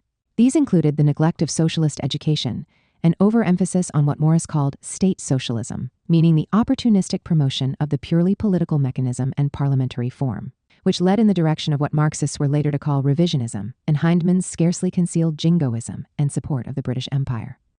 All these issues were to be emphasized by the Socialist League in its manifesto and other initial documents, of which Morris was the chief author. In response, Morris organized what he sardonically called the Cabal, challenging Hyndman within the leadership of the Social Democratic Federation. This led to a decisive vote in which Morris's group, which included Edward Aveling and Eleanor Marx Aveling, E. Belfort Bax, Scho, and 6 others, proved to be the majority. The Cabal, rather than seeking control of the Social Democratic Federation, immediately announced their collective resignation from the Federation. On December 30th, 1884, the Socialist League was officially founded. In all of this, Morris had consulted on a number of occasions with Engels. Not only were the Avelings linked closely to Engels in a kind of Marx-Engels family relationship, but Bax, too, was a close associate of Engels at this time, a frequent participant in Engels's Sunday socialist gatherings at his home in Regent's Park Road. Morris was in and out of Engels's home, and they engaged in frequent animated conversations. On one occasion, Morris was excited to see the Old Norse Edda, presumably the Poetic Edda, on Engels's table, and he read to Engels from his great epic poem Sigurd. Engels was supportive but skeptical about Morris's leadership of the Socialist League, writing to Edward Bernstein that in Morris, Bax, and Edward Aveling, the League had cornered the only honest men among the intellectuals, but men as impractical 2 poets and a philosopher, referring respectively to Morris, Aveling, and Bax, as you could possibly find. It was a peculiar combination of individuals in other respects as well. Aveling was extremely talented, a popular university lecturer in biology, an exponent of secularism, which he had discussed with Darwin and Ludwig Buchner, and a prolific writer and poet. Yet he was untrustworthy both with respect to money and in other areas, and prone to sexual liaisons, leading eventually to the suicide of Eleanor Marx in 1898, 2 years after Engels's death, which resulted in Aveling being despised by all. Nevertheless, his considerable talents, exhibited in his works The Student's Darwin and The Student's Marx, his common law marriage with Eleanor Marx, and his friendship through the former with Engels, gave him a prominent role in the socialist movement. His understanding of Marx was more schematic than critical, but it exceeded that of most others in the movement. He assisted Samuel Moore in translating Marx's Capital, known as the Moore and Aveling translation. Bax, although gifted with a remarkable understanding of the main outlines of historical materialism, and one of the first of Marx's followers to explore the question of dialectics via both Hegel and Marx, was, in contrast to Aveling, somewhat dry and humorless. He was concerned primarily with ethical questions, and an adamant anti-feminist, which came out fully in his later years. This alienated him from Eleanor Marx Aveling, who challenged him to a public debate, and from much of the socialist movement of that time and since. Bax's early work, notably The Religion of Socialism, generally avoided the woman question, though even then contained some chauvinistic comments. According to Morris's daughter May, Morris usually treated Bax's outbursts in this respect with shouts of laughter and bemused derision over their human folly, undoubtedly curbing Bax's excesses in this way. No doubt, Engels also played a restraining role. It was not until the fall of 1895, when Engels had died and Morris was seriously ill, that Bax was to engage in outright sexist attacks on the feminist movement, including criticisms of Marxists like Bebel, who took a feminist stance. He was to continue this into the early decades of the 20th century. Moreover, not content on those occasions to oppose the feminist movement itself, he extended his criticisms to misogynist comments about women in general, such as his insistence on their being organically inferior to men. None of this, though, was present in the earlier works that Morris and Bax co-authored in the 1880s, nor did it enter into the publications of the Socialist League. It was mainly taken up years later, after Bax had left the League and rejoined the Social Democratic Federation, where he expressed some of these views in its organ Justice. Notwithstanding the transgressions, mostly later on, of a few of its key members, there was no doubt about the general theoretical position that the Socialist League represented when it came into existence at the very end of 1884, with Morris at its head. "We uphold the purest doctrines of scientific socialism," Morris told an interviewer from the Daily News shortly after the split with the Social Democratic Federation, thereby placing the League squarely in line with Marxism. He left little doubt that this meant a revolutionary movement of workers, aimed at the creation of a society of equality. Morris immediately began working on the new socialist monthly, soon-to-be weekly Commonweal, which he was to edit. Initially with Aveling as associate editor, the latter stepped down in 1886 when the publication became a weekly. Morris provided the necessary subsidy, beginning with a $300 loan at the outset and continuing to subsidize it in the following years. The first number in February 1885 carried the manifesto of the Socialist League. It also included an important article by Bax titled Imperialism v. Socialism, in which he presented the thesis that imperial wars must necessarily increase in proportion to the concentration of capital in private hands. Eleanor Marx Aveling initiated her series, Record of the International Movement, in the same issue. The second number carried Engels' singular article, England in 1845 and in 1885, which was later to be incorporated into his preface to the English edition of The Condition of the English Working Class. It also included articles by Bax, Sergius Stepniak, George Bernard Shaw, Paul Lafargue, and Aveling, while Marx Aveling's record for that issue contained greetings from August Bebel, Wilhelm Liebknecht, Karl Kautsky, and others. Morris added his Message of the March Wind, which was to be his prelude to Pilgrims of Progress, as E.P. Thompson noted. The second issue of Commonweal stood out as one of the most remarkable issues of any British socialist periodical. The Manifesto of the Socialist League, even in its original February 1885 version, before the second edition with annotations by Morris and Bax later that year, was an extraordinary document exhibiting Morris's intelligence, straightforwardness of style, and fervency as a socialist political writer. It began with the words, "Fellow citizens, we come before you, as a body, advocating the principles of revolutionary international socialism, that is, we seek a change in the basis of society, a change which would destroy the distinctions of classes and nationalities." It proceeded in just a few short pages to lay out in plain language the main thrust of a Marxian critique of capital.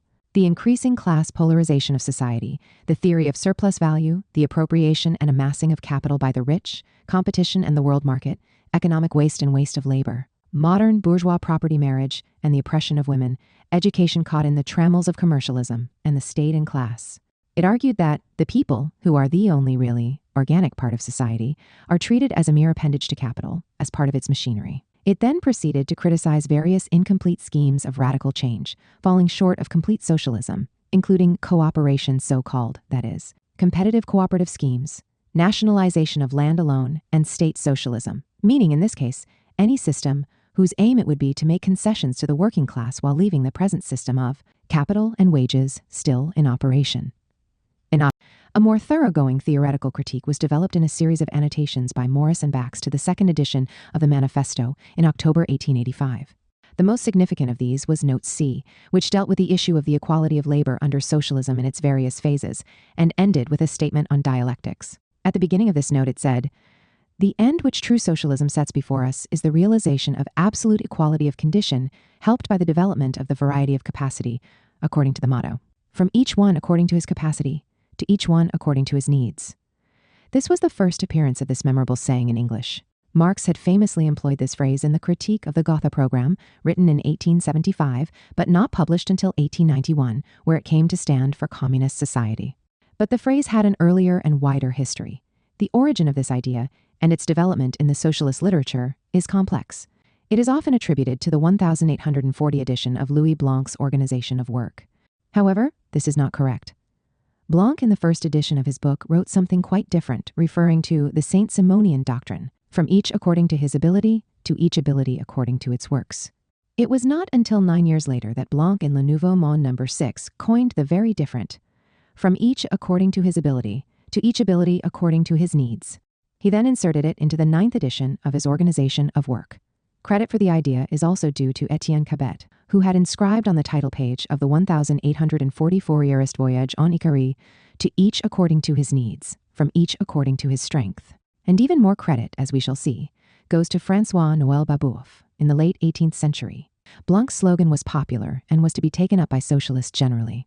In 1851, Engels wrote an article on Proudhon in which he explicitly quoted, from each according to his ability, to each according to his needs, attributing the saying to Blanc. However, the idea actually appears earlier in Volume 2, Chapter 5 of Marx and Engels' 1845-46, The German Ideology. In this chapter, one finds the following extraordinary passage.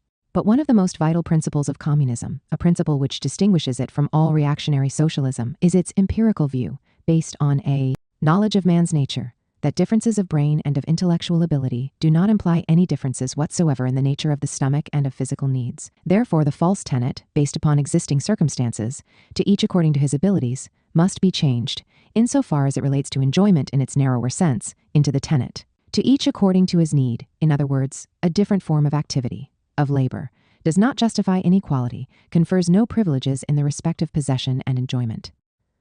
Here we see already, more than a quarter century before the Critique of the Gotha Program, and prior to Blanc's 1849 article, the development of Marx's distinctive approach to human productivity and needs. Moreover, the emphasis is on needs. The German ideology and the Critique of the Gotha Program both take their stand contra mundum with the deeper egalitarianism of Babeuf and his conspiracy of equals. According to Babeuf, equality must be measured by the capacity of the worker and the need of the consumer, not by the intensity of the labor and the quantity of things consumed. This is clearly the broad tradition with which Marx and also Morris identified, and it is to Babeuf that we must ultimately attribute this deeply communistic view. In fact, like all great ideas, the conception of from each according to his ability to each according to his needs was a social or collective, not merely an individual product. In this respect, it is significant that it was Moses Hess, a German socialist communist thinker with whom Marx and Engels were closely associated in the early 1840s, and not Marx and Engels themselves, who it seems initially drafted Chapter 5 in Volume 2 of the German Ideology. The chapter appears to have been an adaptation of an earlier article by Hess, edited and perhaps refined by Marx. Hess's name is noted on the manuscript version of the chapter. This means that the core conception underlying the best-known description of communist principles can be said to have originated with Babeuf and Cabet, was elaborated by Hess and Marx Engels, and inserted into the German Ideology, put into a slightly more succinct form by Blanc, and finally explored in depth decades later by Marx, in what was to be his most detailed expansion of the transition to socialism-communism. Morris and Bax attached considerable importance to Blanc's phrase, not only referring to it in Note C in the Manifesto of the Socialist League, but also quoting it in Socialism, its growth and outcome, where the phrase was attributed to Blanc. Morris also referred to it in his 1888 lecture, Equality. In their annotations to the manifesto, Morris and Bax indicated that this phrase was aimed at the absolute equality of condition that characterized complete socialism or communism. Morris admired Babeuf and frequently referred to the Society of Equality or Society of Equals. Moreover, Note C pointed to a two-stage theory of the transition to socialism and communism, of the kind later associated with Lenin's interpretation of Marx's Critique of the Gotha Program. Such a two-stage theory was practically unknown in the socialism of their time. 26. In the first stage, neither the labor required of individuals nor earnings and consumption would be regulated by the principle of absolute equality, as Morris indicated elsewhere. The old habit of rewarding excellence or special rare qualities with extra money payment will go on for a while, and some men will possess more than others. However, even this would constitute an advancement on the much greater inequality that had preceded it. In the second stage of communism, the principle of from each one according to his capacity to each one according to his needs would pertain to working time equal for all individuals, machinery helping to decrease natural advantages, and distribution according to need. One influence on Morris and Bax in this respect was Gronlund's The Cooperative Commonwealth, published in 1884. There Gronlund had written, "The motto of socialism is, everybody according to his deeds. That of communism is, everybody according to his needs."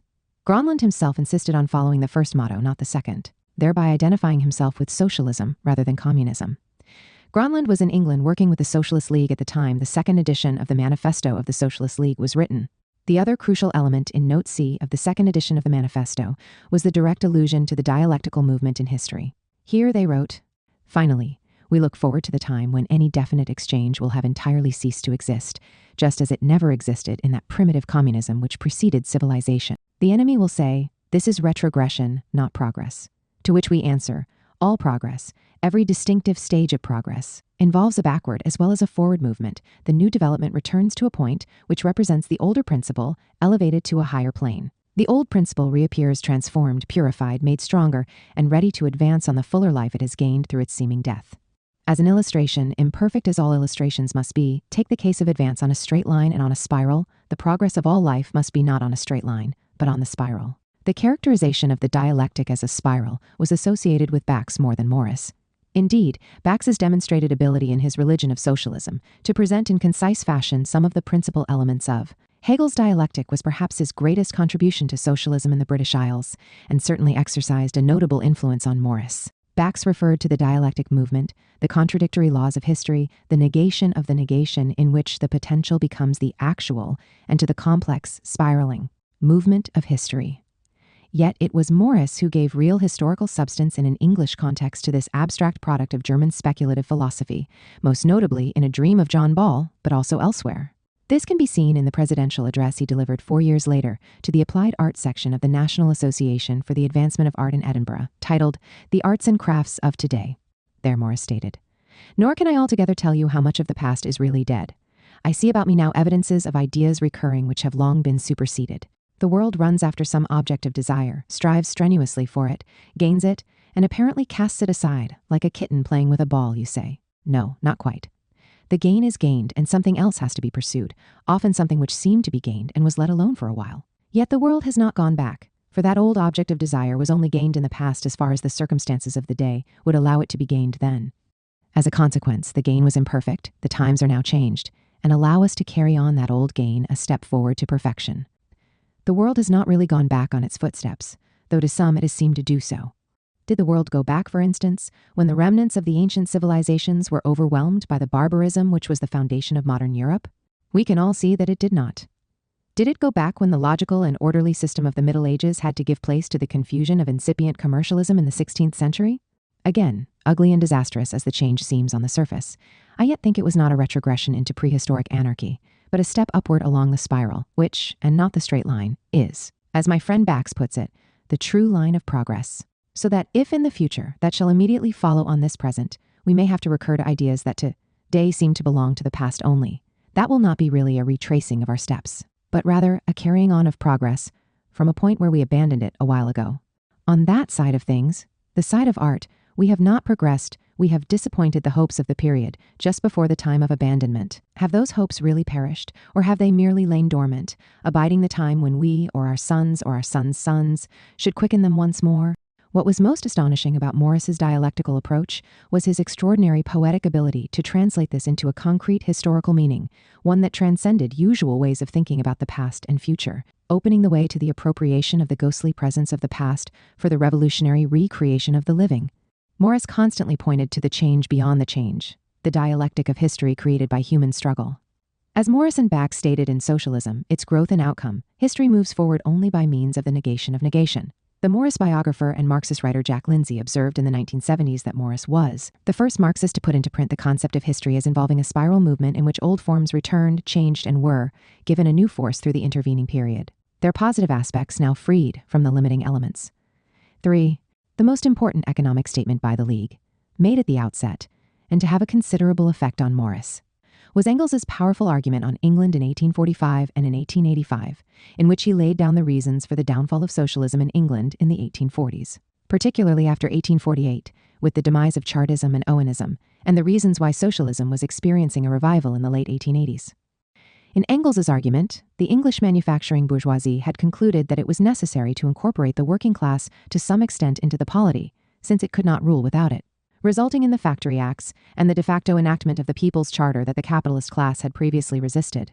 This was associated with the fact that England had emerged as the workshop of the world with a virtual monopoly on world manufacturing trade. Although it still experienced the ups and downs of the business cycle, the enormous expansion of the world markets for capital had moderated its effects, preventing severe overproduction. A section of factory workers and trade unionists were incorporated into the system under these conditions and were indirectly beneficiaries of the whole system of empire, constituting an aristocracy among the working class.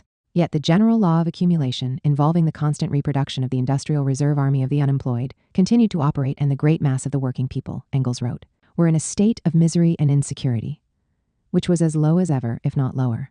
The East End of London is an ever-spreading pool of stagnant misery and desolation, of starvation when out of work, and degradation, physical and moral, when in work. In fact, the years of prosperity associated with England's dominance of the world market was breaking up. Wherever coal was available, industrialization was possible, and hence, France, Belgium, Germany, America, even Russia were now industrializing at a rapid rate and freeing themselves from dependence on British manufacturers, refusing to be turned into Irish pauper farmers merely for the greater wealth and glory of English capitalists. And with the decline in England's domination of world markets, the economy of England subsided into a period of endless stagnation. In Engels's words, but then a change came, breaking up the earlier capitalist prosperity. The crash of 1866 was, indeed, followed by a slight and short revival about 1873, but that did not last. We did not, indeed, pass through the full crisis. At the time it was due, in 1877 or 1878, but we have had, ever since 1876, a chronic state of stagnation in all dominant branches of industry. Neither will the full crash come, nor will the period of longed-for prosperity to which we used to be entitled before and after it. A dull depression, a chronic glut of all markets for all trades, that is what we have been living in for nearly 10 years. Engels went on to explain that these conditions were the reason for the new thrust of British imperialism into Africa. The manufacturing monopoly of England is the pivot of the present social system of England. Even while that monopoly lasted, the markets could not keep pace with the increasing productivity of English manufacturers. The decennial crises were the consequence. And new markets are getting scarcer every day, so much so that even the Negroes of the Congo are now to be forced into the civilization attendant upon Manchester calicos, Staffordshire pottery, and Birmingham hardware. How will it be when the continental and especially American goods flow in ever-increasing quantities? When the predominating share, still held by British manufacturers, will become reduced from year to year? Answer: free trade, thou universal panacea? For the newly formed Socialist League, the critique of imperialism was no less important than the critique of capitalism itself. Hence, scarcely less important than the manifesto of the Socialist League and Engels's landmark article in defining the position of the Socialist League at the outset was the manifesto of the Socialist League on the Sudan War, a 4-page leaflet published on March 2, 1885, written primarily by Morris and signed by the members of the Provisional Council, including Aveling, Marx Aveling, and Bax. In this manifesto, the Socialist League took a stand against the British invasion of Khartoum, thereby running athwart of the lamenting in the press over the fall of Khartoum and the death of General Gordon in February 1885. The only crime of the Sudanese, the manifesto stated, was that they have risen against a foreign oppression. Caustically, referring to the rebels otherwise Sudanese, it said that the tragedy from the standpoint of imperialism is that Khartoum had fallen into the hands of the Sudanese themselves. The Socialist League courageously attacked the pervasive imperialism and jingoism of the time, making no concessions to hegemonic views, whether in print or in its rallies. It made it clear from the start that it considered the imperialist expansion into Africa as aimed at increasing the new lands for exploitation, fresh populations for pillage. The Sudan War was aimed at gaining control of the region so that it could be opened up to the purveyor of shoddy wares. Morris declared in a speech reported in the Daily News that capitalists and stock jobbers could not exist as a class without this exploitation of foreign nations to get new markets. 6. In 1886-87, Morris wrote his classic romantic historical work based on the English Peasants' Revolt of 1381, A Dream of John Ball, which was serialized in Commonweal. At its high point, it provided a discussion between John Ball and the 19th century England character, Friend, standing for the dreamer, Morris himself, comparing the position of workers' struggles in the two periods. Also serialized in Commonweal in 1886-87 was the series of articles by Morris and Bax run under the heading Socialism from the Root Up, later published in book form in 1893 as Socialism, Its Growth and Outcome, which explained the historical development of class struggles and the emergence of scientific socialism, Marxism. The Socialist League was a heterogeneous organization that included Marxists, Social Democrats, Fabians, anarchists, and others, seeking, like Marx's First International, to create unity in the context of diversity. It had around 1,000 members at its peak in 1887. The League had an executive council, but no chair. Morris, as treasurer and editor of Commonweal, was the most influential figure in the executive and the effective head of the organization. The League had key branches in Leeds, Norwich, Bradford, Glasgow, Edinburgh, and a half-dozen provincial towns, as well as 9 London branches, of which Hammersmith and Bloomsbury were the largest. Morris threw himself into the struggle, devoting his main efforts to the cause, both at the level of party building and grassroots actions. He took on the hard toil of editing and writing for Commonweal, together with giving speeches at open-air rallies and participating in mass demonstrations and strikes. He also engaged in the necessary mundane duties of handing out leaflets, taking collections, carrying banners, selling literature, writing letters to the newspapers, chairing meetings, and paying bills. Morris's role was so central that the organization was hardly imaginable apart from him. As Shaw was to write, the Socialist League was entirely dependent on one of the most famous men of the 19th century, who was not only a successful employer and manufacturer in the business of furnishing and decorating palaces and churches, but an eminent artistic designer, a rediscoverer of lost arts, and one of the greatest of English poets and writers. The first 2 years of the Socialist League's existence were ones of building. Commonweal flourished, and the League was engaged in public protests, principally directed at free speech. Since the authorities regularly disrupted public gatherings by socialists, radicals, workers, and the unemployed, Morris was in the thick of it. He was brought before a magistrate in Thames Police Court on September 21, 1885, for allegedly striking a police officer in an affray, when, in the words of Aveling, a rush of police was made at those in court and on Eleanor. Marx in particular, after they had loudly protested a verdict with the word shame Morris, who strongly remonstrated against the heavy-handedness of the police threatening legal action, was singled out as the chief thumpy and detained. He was hauled before the magistrate 2 hours later. Upon being asked, "What are you?" he replied, no doubt to the delight of those in attendance, "I am an artist and a literary man, pretty well known, I think, throughout Europe." He was released. As E.P. Thompson explained, it was indeed an unlucky moment for the police when they singled out Morris for arrest. The scene, of course, was a 3-day wonder. No amount of editorials taxing Morris with indiscretion or worse could hide the fact that the police persecution was both unjust and unequal. Funny folks carried a cartoon of the police blacking Morris's boots. The dovecoats of literature were thrown into a flutter. "Do you see the reports of the row the socialists have had with the police in the East End?" George Gissing wrote to his brother, "Think of William Morris being hauled into the box for assaulting a policeman." And the magistrate said to him, "What are you, great heavens?" 9. The Two-Front War. If the Socialist League achieved initial success organizationally and in terms of publicity by 1887 in what proved to be a watershed in the League's fortunes, it was facing a crisis associated with a conflict between its 3 principal factions: parliamentary-oriented socialists, non-parliamentary-oriented socialists, and anarchists. The struggle between the first 2 groups had commenced soon after the creation of the Socialist League in the first weeks of 1885. What distinguished the Socialist League from the Socialist Democratic Federation, from Morris's standpoint in particular, was the former's greater emphasis on education and its rejection of parliamentary opportunism. The struggle against parliamentary podsnaps from Charles Dickens, our mutual friend, was therefore crucial to how he saw the new organization. This view, however, was not held by all in the Socialist League, most notably not by Aveling and Marx Aveling, setting up a conflict within the organization from the outset. Soon after the split with the Social Democratic Federation and the creation of the Socialist League, the Provisional Council of the League adopted a draft constitution, brought forward, in all likelihood, by the Avelings and no doubt representing Engels's views. According to this constitution, the main activities of the organization were to be: 1. Forming and helping other socialist bodies to form a national and international socialist labor party. 2. Striving to conquer political power by promoting the election of socialists to local governments, school boards, and other administrative bodies. 3. Helping trade unionism, CO operation, and every genuine movement for the good of the workers. 4. Promoting a scheme for the National and International Federation of Labor. This draft constitution was voted down and, in the words of Thompson, marked the defeat of the Avelings on the Provisional Council and the complete conversion of Morris to the purist and anti-parliamentary position. Nevertheless, Morris's objection to the Socialist League engaging in parliamentary action was never absolute or based on some abstract purist principle.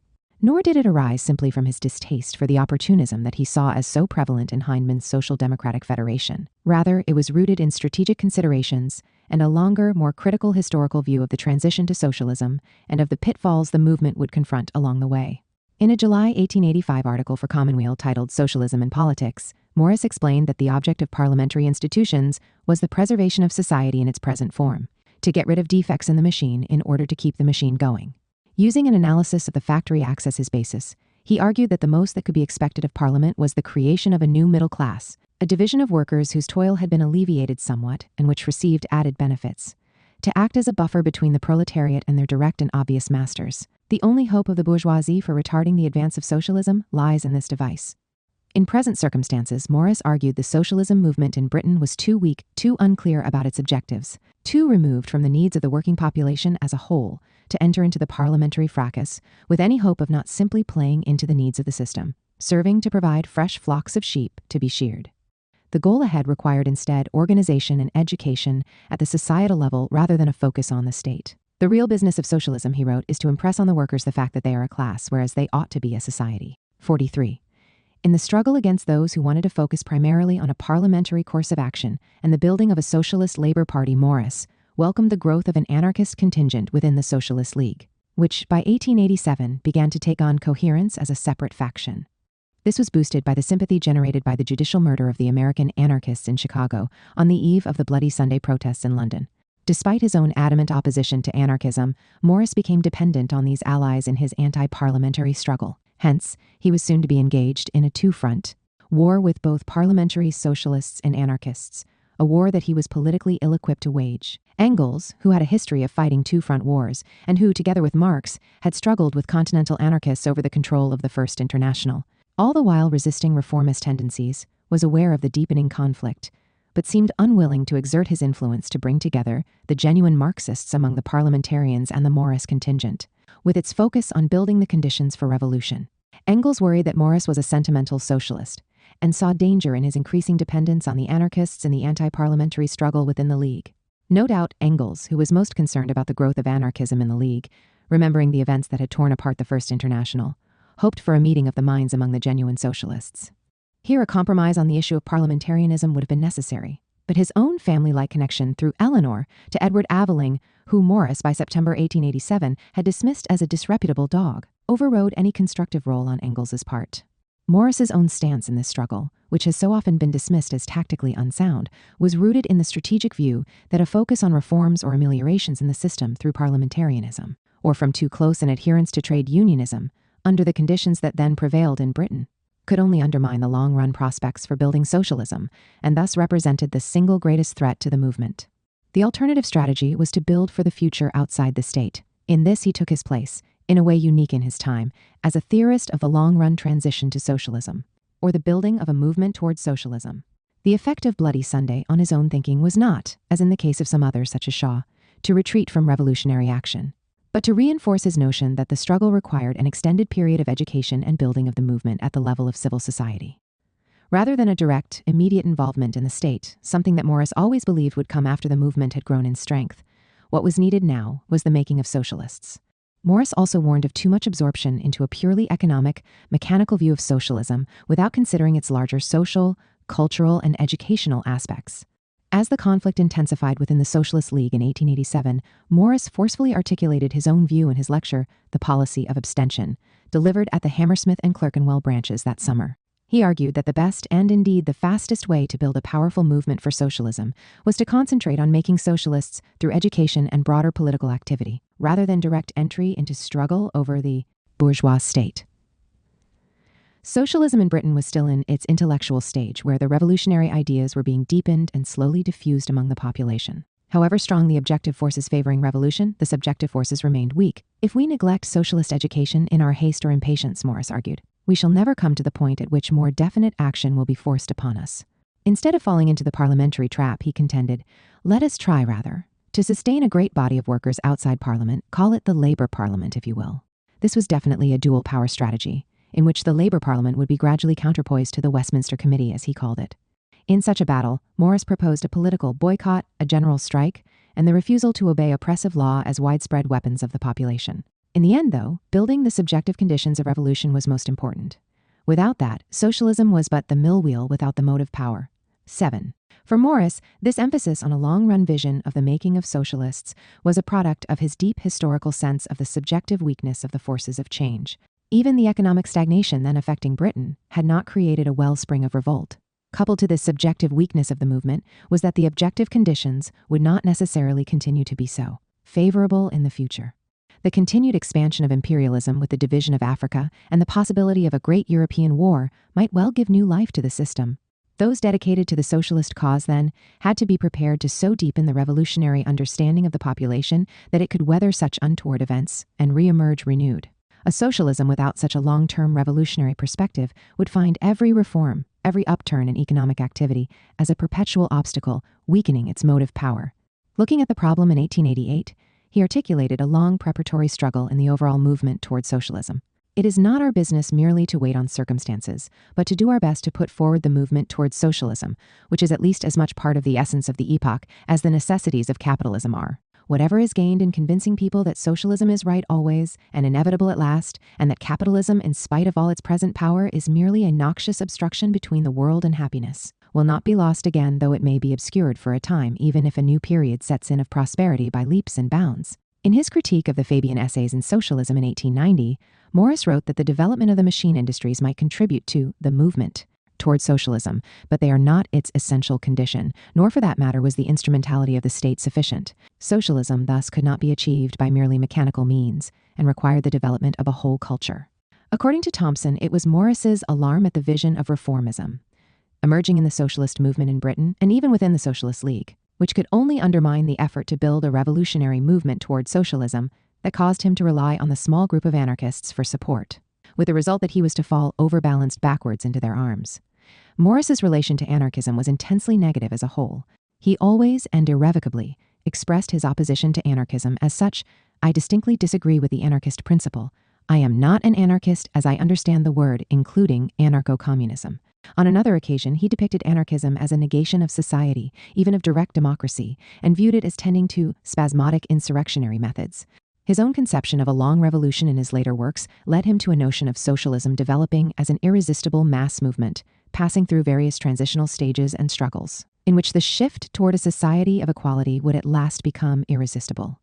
In his 1895 speech on What We Have to Look For, he referred to the anarchists, who seemed to have a strange notion that even equality would not be acceptable if it were not gained by violence only. Morris's three main criticisms of the anarchism of his time thus focused on its emphasis on violence, its emphasis on individualism rather than the kind of rich individuality that he saw as the natural outgrowth of a true, egalitarian, communist society, and its lack of any kind of authority structure, even by means of direct democracy.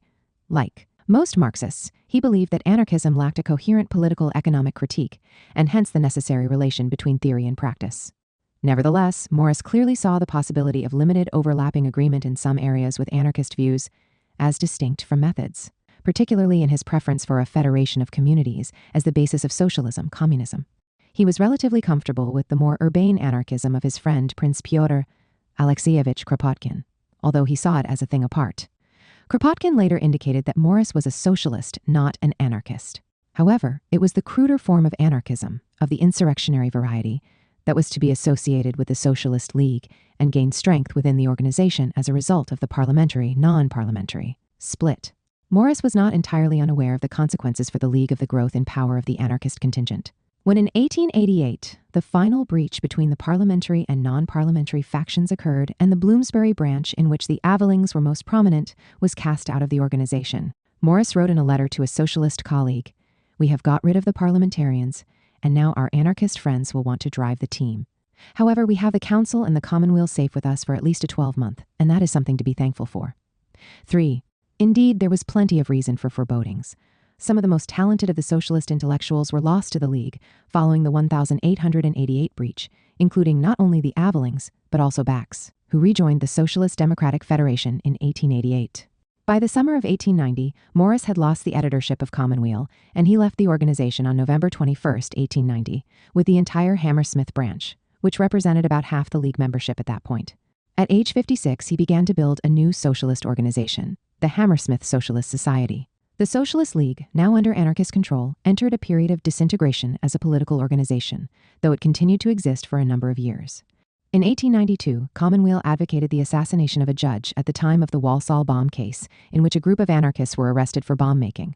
No actual bombs were found, and the arrests were the work of an agent provocateur. Nevertheless, convictions were handed out of 5 to 10 years in prison. The authorities raided the Commonweal office, seizing its stock and printing press, jailing the organization's leaders. It was in the general context of these events that Morris made his sharpest criticisms of anarchism. As a socialist, he stated in an interview in Justice, "I regard the anarchists, that is, those who believe in anarchism pure and simple, as being diametrically opposed to us. The negation of society is the position taken up by the logical anarchists. The real anarchists are against society altogether. But then we have the so-called anarcho-communists, a term which seems to me a flat contradiction. Insofar as they are communists, they must give up their anarchism." The anarchist-dominated league continued on for a number of years, publishing Commonweal sporadically, but lost all influence. In How I Became a Socialist, Morris made it clear that he had learned important lessons from the anarchist takeover of the Socialist League. "Such finish to what of education in practical socialism as I am capable of, I received afterwards from some of my anarchist friends, from whom I learned, quite against their intention, that anarchism was impossible." 5. The Socialist League's decline had corresponded, ironically, to a burst of strike activity in England. In the late 1880s, there was a massive upsurge of trade union agitation in England. Never seeing itself as connected to trade unionism, the Socialist League was generally disconnected from these struggles. Nevertheless, in April 1887, Morris marched in solidarity with striking Northumbrian coal miners and gave a speech to some 7,000 in Horton, standing high up on a plank above a wagon on a day that was bright and sunny, the bright blue sea forming a strange border to the misery of the land. He insisted that one local strike would lead simply to another unless the result was a general workingmen's strike. He urged the miners to rebel against the upper classes, but to do it in an organized fashion so as not to destroy the whole entire social cultural order, and in such a way that it would be a kind of insurance against the violent deaths of the members of the upper classes. He called upon the policemen and soldiers who were themselves working men to sheath their weapons and join the populace. His speech was listened to attentively by the miners and met with resounding cheers at the end. Yet the Socialist League, with its weak connections to trade unionism, was to play practically no direct on-the-ground role in the rising tide of strikes and agitations taking place in London in 1888-89. The London Matchgirl Strike of 1888, the London Dock Strike of 1889, and the Great Silvertown Strike in 1889 in London's East End. In contrast, Eleanor Marx played a central organizing role in a number of these East End struggles. Morris, of course, gave what support he could to these struggles with his pen, writing in the pages of Commonweal.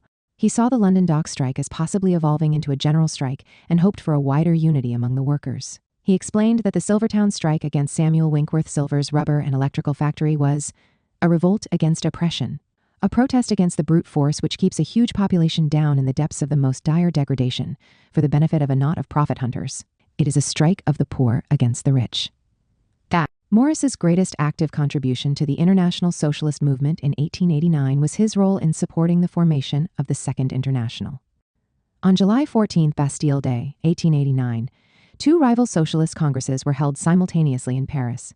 One was the Congress of Possibilists, led by the French Possibilists, a form of municipal socialism, with the backing of most of the French socialists, and many of the English socialists, including Hindman's Social Democratic Federation, which played an active role, together with others, such as the increasingly anti-Marxist Besant.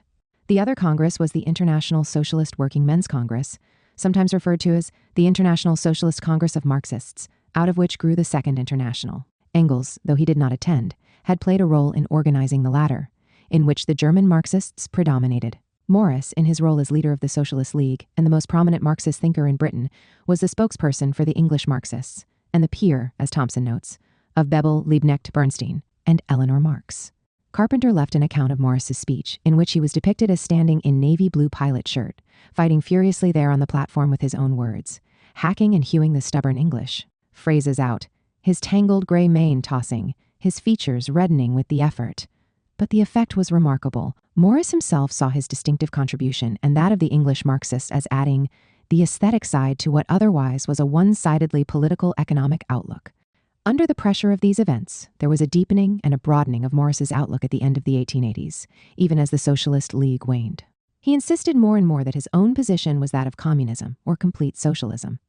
He began to take into consideration the shifts in capitalism toward monopoly capitalism, including the system of waste it brought into being and a larger imperialism, develop a notion of the movement toward socialism and of a long revolution, as well as the strategic aspects of revolutionary transitions, in which federations of workers, general strikes, and dual power all played their part, and pushed socialist theory in a more universalistic ecological aesthetic direction. One of Morris's last contributions to Commonweal was the final installment of News from Nowhere on October 4th, 1890.6000. It represented the evolution of his position and the development of a thoroughgoing revolutionary vision amid the decline of the Socialist League, monopoly capitalism, waste, and the age of empire. The larger background to Morris's change in perspective in the late 1880s, E.P. Thompson wrote in William Morris, Romantic to Revolutionary, was in his growing realization of the resources of monopoly capitalism and of imperialism. 61. As early as 1884, Gronlund's The CO-Operative Commonwealth had drawn extensively on Marx's notion of the concentration and centralization of capital. For Gronlund, the dominant tendency of capitalism was toward the growth of combination and monopoly. The chief example of this, beyond the railroads, was Standard Oil Company, which had become the single corporation monopolizing nearly all oil kerosene produced in the United States, and using this as H.D. Lloyd famously explained in his March 1881 article, The Story of a Great Monopoly for the Atlantic Monthly, as a way of limiting the production and maintaining an artificial monopoly price.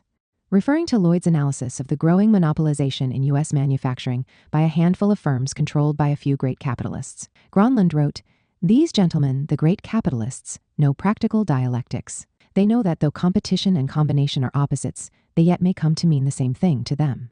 They have already found that while competition is a very excellent weapon to use against their weaker rivals, combination pays the far better in relation to their peers. It is evident that it is combination they mainly rely upon for their future aggrandizement." Gronlund backed this up with information drawn from the U.S. Census, showing that the number of manufacturing establishments had not increased in recent years, despite phenomenal increases in wealth. From this, he inferred that assets were becoming much more concentrated in a few firms. Giant firms controlling large sections of the market were able to obtain monopoly value. The result was an inexorable drive to socialism. Is it utopian, he asked rhetorically, to expect that all enterprises will become more and more centralized until in the fullness of time they will all end in one monopoly, that of society? 62. It was Gronlund's contention in the CO-Operative Commonwealth that all of these monopolistic corporations would evolve in the end into one monopoly, that of society, which became the theoretical premise for Edward Bellamy's 1888 utopian socialist novel, Looking Backward, 2000's 1887, the most popular book of its day, selling millions of copies and translated into 20 languages. As Erich Fromm observed, three outstanding personalities, Charles Beard, John Dewey, and Edward Weeks, independently making a list of the 25 most influential books published since 1885, all put Bellamy's work in the second place, Karl Marx's Das Kapital being in the first. 63. When Bellamy's late 19th century protagonist, Julian West, miraculously wakes up at the beginning of the 21st century, he is greeted by Dr. Leete, who presents a history of the late 19th and 20th centuries, focusing on the development of monopoly capitalism.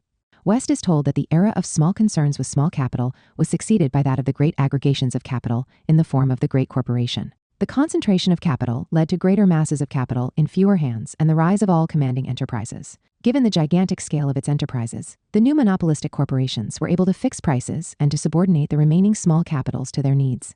The growing concentration and centralization of capital eventually led to one great trust as society nationalized the giant corporations and took over the management of the economy in the interest of all.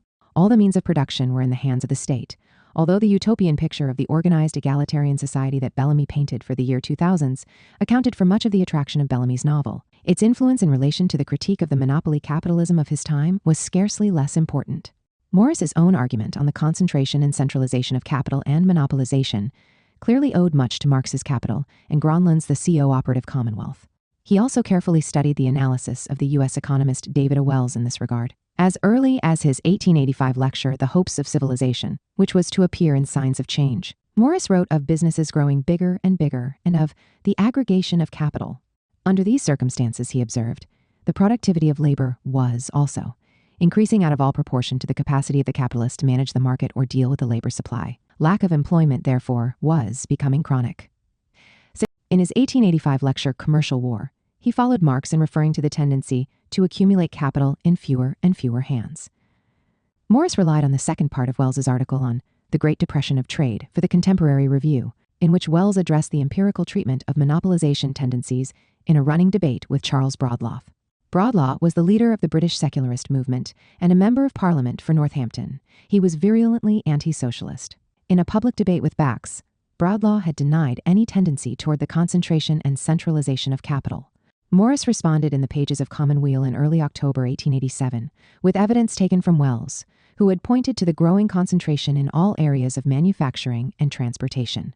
In a passage quoted by Morris, Wells wrote, "Thus, the now well ascertained and accepted fact based on long experience that power is most economically applied when applied on the largest possible scale, is rapidly and inevitably leading to the concentration of manufacturing in the largest establishments and the gradual extinction of those which are small."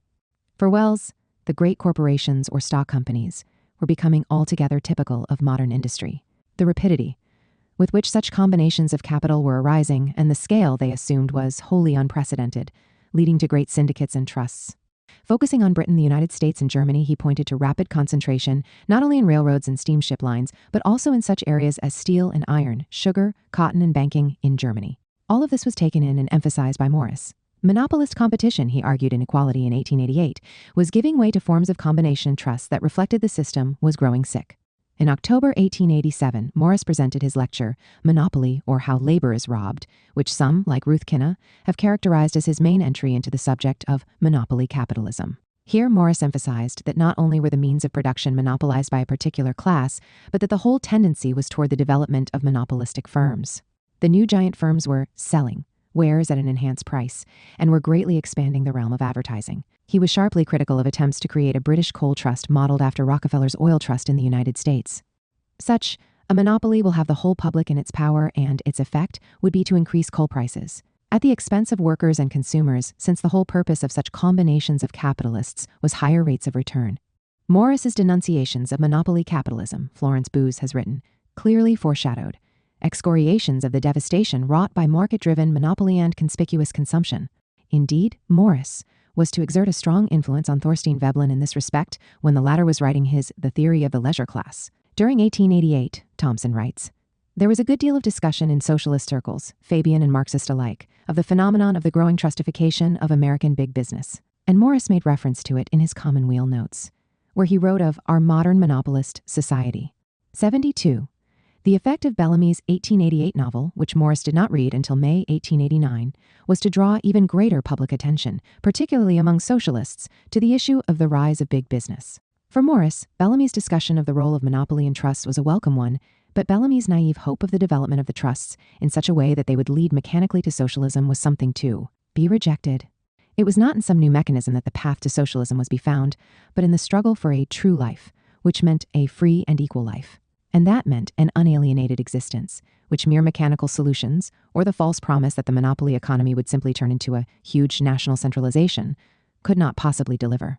Morris's main contribution to the understanding of monopoly capitalism was to perceive at the outset the very deep consequences that such a concentrated economic regime would have on the organization of labor and generation of waste. In the revival of handicraft in November 1888, he relied not only on Marx, but also drew on Wells's description of the effect of increasingly mechanized and automatized industry. Here Morris distinguished three separate epochs of production. The first of these was the medieval era, in which production lacked a developed division of labor beyond the division into crafts, even when workers were drawn into associations or guilds. The second was the early capitalist manufacturing era, in Marx's terminology, where workmen were collected into workshops beginning in the 16th century with the growth of the enclosures, and developing fully by the late 18th century. Here, workers were increasingly subject to a detailed division of labor, leading to the factory system. Labor was thus degraded, its potential for life wasted. The third epoch was machinofacture, or capitalist industrialism, in Morris's words. The latter half of the 18th century saw the beginning of the last epoch of production that the world has known, that of the automatic machine, which supersedes hand labor and turns the workman who was once a handicraftsman helped by tools, and next a part of a machine, into a tender of machines. And as far as we can see, the revolution in this direction as to kind is complete, though as to degree, as pointed out by Mr. David O. Wells last year. The tendency is toward the displacement of ever more and more muscular labor, as Mr. Wells calls it. Via Wells, Morris came to the conclusion that the new monopolistic corporations were introducing more and more the age of the automatic machine, altering the conditions of the labor process, in ways that could lead to a more automatized existence for most people under capitalism, or else to new developments of human freedom and new options for human labor under revolutionary socialism. The deepening contradictions of the system were evident in the manifold forms of waste that it generated, including useless goods, useless labor, whole new layers of supernumeraries required by the new stage of the system, the degradation of human life, and a destructive relation to the environment. Although this critique of what he called a system of waste had been central to Morris's socialist critique from the beginning, it took an expanded form in his analysis of the large-scale industry of the monopoly era with its extreme mechanism. Linking such pervasive waste to monopoly, he told his audience in his 1893 lecture, Communism. Remember what the waste of a society of inequality is, first. The production of sordid makeshifts for the supply of poor folk who cannot afford the real article. Second, the production of luxuries for rich folk, the greater part of which even their personal folly does not make them want. And three, RDLI, the wealth wasted by the salesmanship of competitive commerce, to which the production of wares is but a secondary object, its first object being the production of a profit for the individual manufacturer. You understand that the necessary distribution of goods is not included in this waste, but the endeavor of each manufacturer to get as near as he can to a monopoly of the market which he supplies. The significance of waste for the critique of capital was treated in an even more expansive way in his lecture, Makeshift, delivered in 1894. For I say the cause of the disease of poverty, from which not only all the nations, but the whole of each nation suffers, is just that very war between the have-alls and the lack-alls of which I spoke of a minute ago, the have-alls perpetually fortifying their position. For they have no idea how to live out of it, the lack-alls perpetually struggling to gain a little more, and yet a little more if they only can. Take note also that the result of this war is necessarily waste. I noticed that the other day Mr. Balfour was saying that socialism was impossible because under it we should produce so much less than we do now. Now I say that we might produce half or a quarter of what we do now, and yet be much wealthier and consequently much happier than we are now. And that by turning whatever labor we exercised into the production of useful things, things that we all want, and by refusing to labor in the producing useless things, which none of us, not even fools, want. What a strange sight would be a great museum of samples, of all the market wares which the laboring men of this country produce. What a many of them there would be, which every reasonable man would have to ticket as useless. My friends, a very great many people are employed in producing mere nuisances, like barbed wire, 100-ton guns, sky signs and advertising boards for the disfigurement of the green fields along the railways and so forth. But apart from these nuisances, how many more are employed in making market wares for rich people, which are of no use whatever except to enable the said rich to spend their money, as 'tis called? And again, how many more in producing wretched makeshifts for the working classes because they are so poor that they can afford nothing better?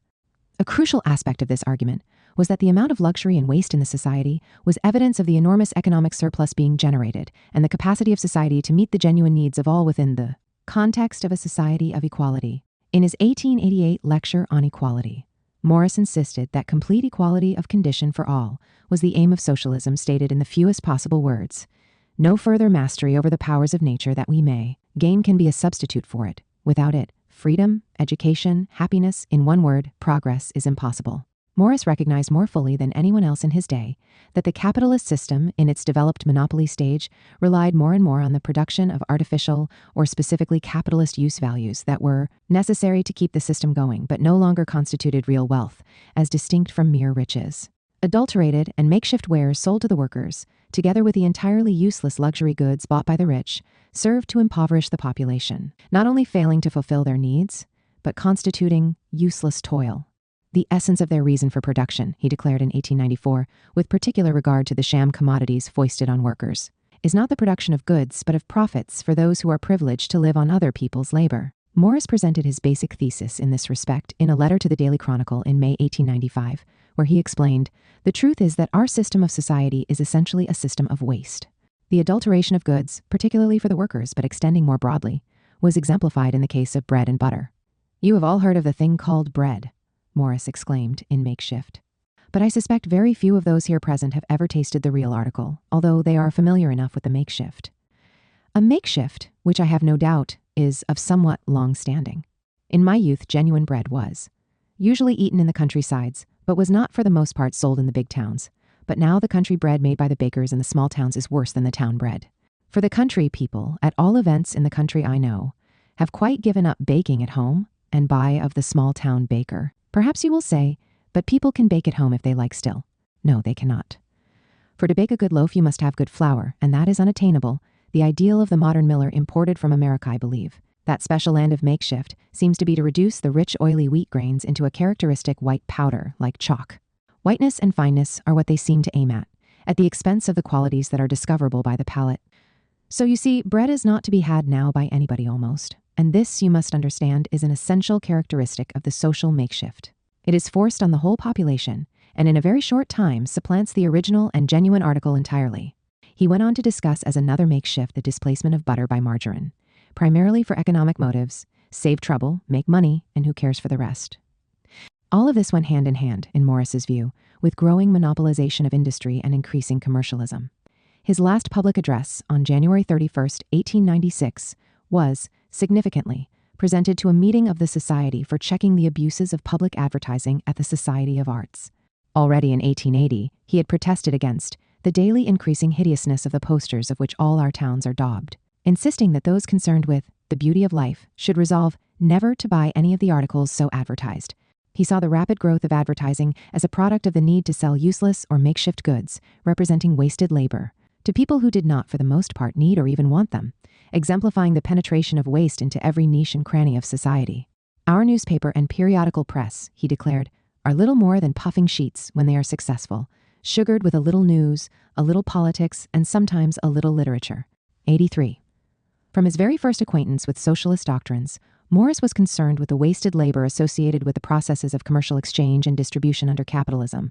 He had, as noted earlier, first become aware of the political economic debate surrounding socialism from his reading of Mill's posthumously published chapters on socialism in the Fortnightly Review in 1879, in which Mill attacked socialism in its Fourierist guise.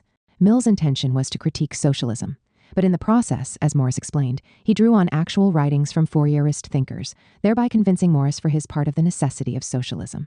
Since at least 1849, Mill had been interested in the work of Victor Considerant, Fourier's leading follower. Mill quoted at length from Considerant in chapters on socialism, emphasizing in particular Considerant's emphasis on wasted labor in distribution, along with the adulteration of products, the waste associated with the accumulation of profits, etc. For Considerant, following Fourier, the system robs society by the subtraction of its productive forces, taking off from productive labor 19/20ths of the agents of trade who are mere parasites. Thus, not only does commerce rob society by appropriating an exorbitant share of the commonwealth, but also by considerably diminishing the productive energy of the human beehive.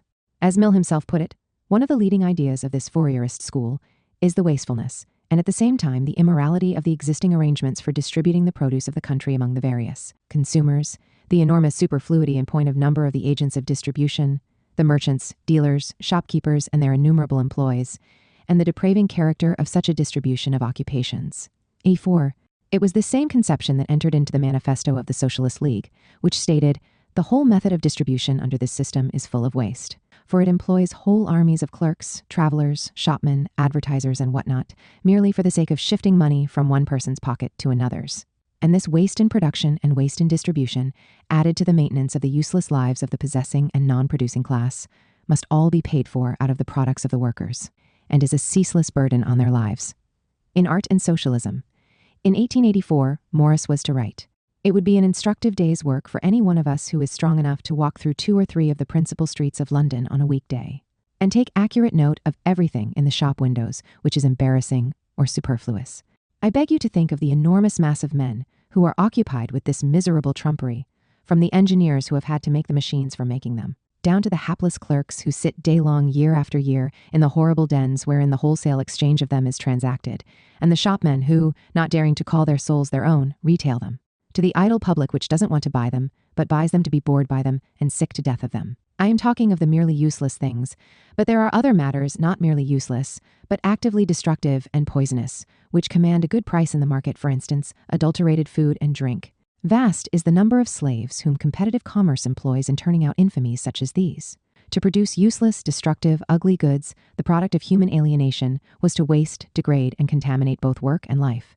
Such non-artistic human work, Morris stated in his lecture, The Arts and Crafts of Today in 1889, bear with them the same sort of harm as blankets infected with smallpox or the scarlet fever, a reference to the British use of these techniques to kill off Indian populations in colonial America, and every step in your material life and its progress will tend towards the intellectual death of the human race."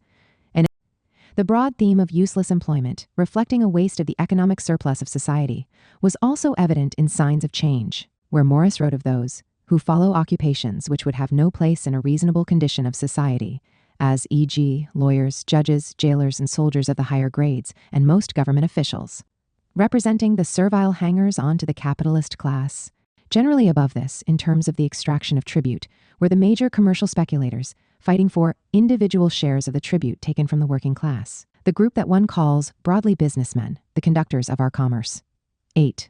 Morris and Bax argued in the manifesto of the Socialist League that some of those workers who had, by dint of hard labor, raised themselves up to the level of small capitalists, constituted aristocrats of labor. Such small business people occupied a contradictory class location, both slave drivers and slave-driven. At the same time, some ostensibly middle-class members of the poorly paid medical and literary professions, whose income was often not much more than that of the skilled worker, could be seen as constituting an intellectual proletariat. 9. In the phase of monopolistic industry, Morris was to observe the professional middle-class men were characterized by their complicity with the monopolist class and could be viewed as mere hangers-on in the rising corporate universe, subordinate to the triumphant bourgeoisie. In general, the more centralized capitalism became, and the more the sphere of commercial sales and distribution expanded, the greater the amassing of waste. As he further observed in May 1896, only a few months before his death, under such a system, nothing better will happen than more waste and more, only perhaps exercised in different directions than now it is. Waste of material and waste of labor, for few indeed even of the genuine wage earners are engaged in the production of utilities. Waste, in one word, of life. 1. For E. J. Hobsbawm, the era of the Great Depression, as the 1873-96 economic period was referred to in Europe, brought on the era of imperialism. The formal imperialism of the partition of Africa in the 1880s, and the semi-formal imperialism that followed. These changes were connected to economic concentration and attempts of newly arising giant corporations to widen profit margins. Between 1876 and 1915, about 1/4 of the globe's land surface was distributed or redistributed as colonies among a half-dozen states. 2. Morris in his time correctly perceived the economic stagnation of this period, together with the growth of monopolistic firms, as giving rise to the scramble for Africa and the imperialist movement generally. In response to an article by Bax in Commonweal in 1888 on the partition of Africa, he adopted Bax's thesis that such expansion might revive the European capitalist system, putting off the day of revolution. Morris's response to this new challenge was that the movement toward socialism must not wait on circumstance and should continue to move forward.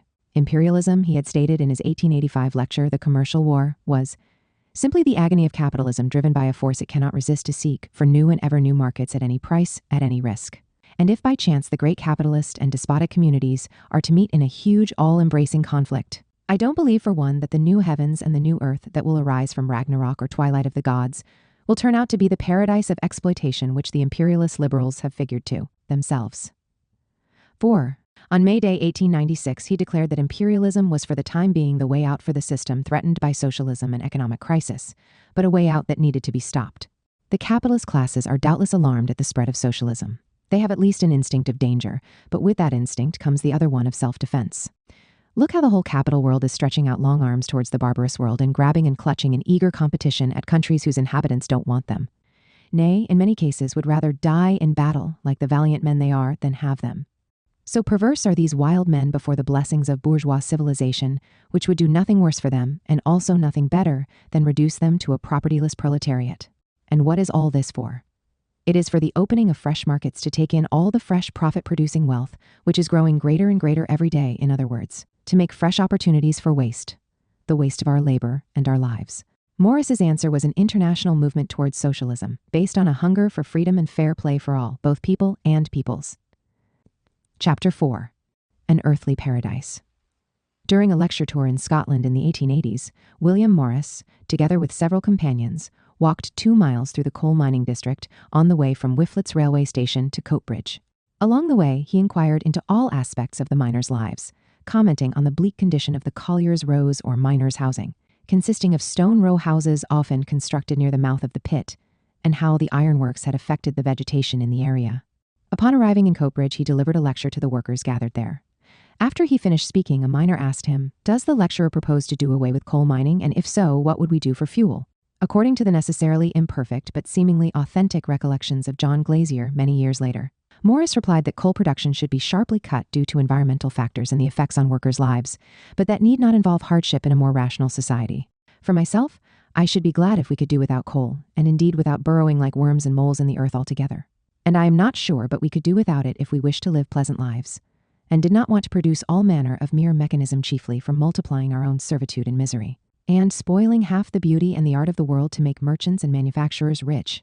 In olden days the people did without coal, and were, I believe, rather more happy than we are today. But without saying we can do without coal, I will say we could do with less than half of what we use now, if we lived properly and produced only really useful, good, and beautiful things. We could get plenty of timber for our domestic fires if we cultivated and cared for our forests, as we might do. And with the water and wind power we now allow to go to waste, so to say, and with or without electricity, we could perhaps obtain the bulk of the motive power which might be required for the essential mechanical industries. And anyway, we should, I hope, be able to make the conditions of mining much more healthy and less disagreeable than they are today, and give the miners a much higher reward for their labor. And also, and this I insist is most important, no one ought to be compelled to work more than a few hours underground, and nobody ought to be compelled to work all their lives, or even constantly week by week, at mining, or indeed any other disagreeable job. Everybody ought to have a variety of occupation, so as to give him a chance of developing his various powers, and of making his work a pleasure rather than a dreary burden.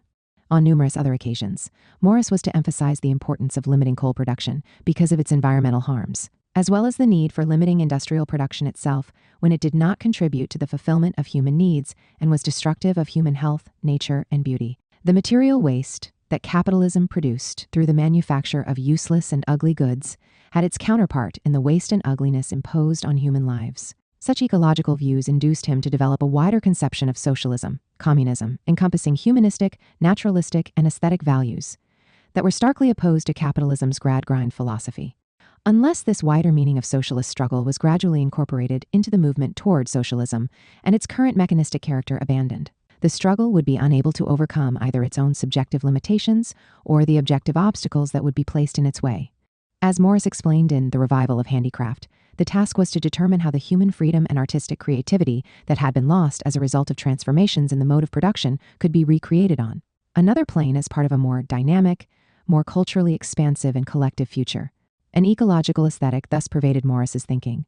All of his later romances, such as A Tale of the House of the Wolfings, The Roots of the Mountains, and The Sundering Flood, revolve around the historical or mythic concept of a sundering of love, community, art, and nature, each of which is surmounted in subsequent struggles over the course of the romance.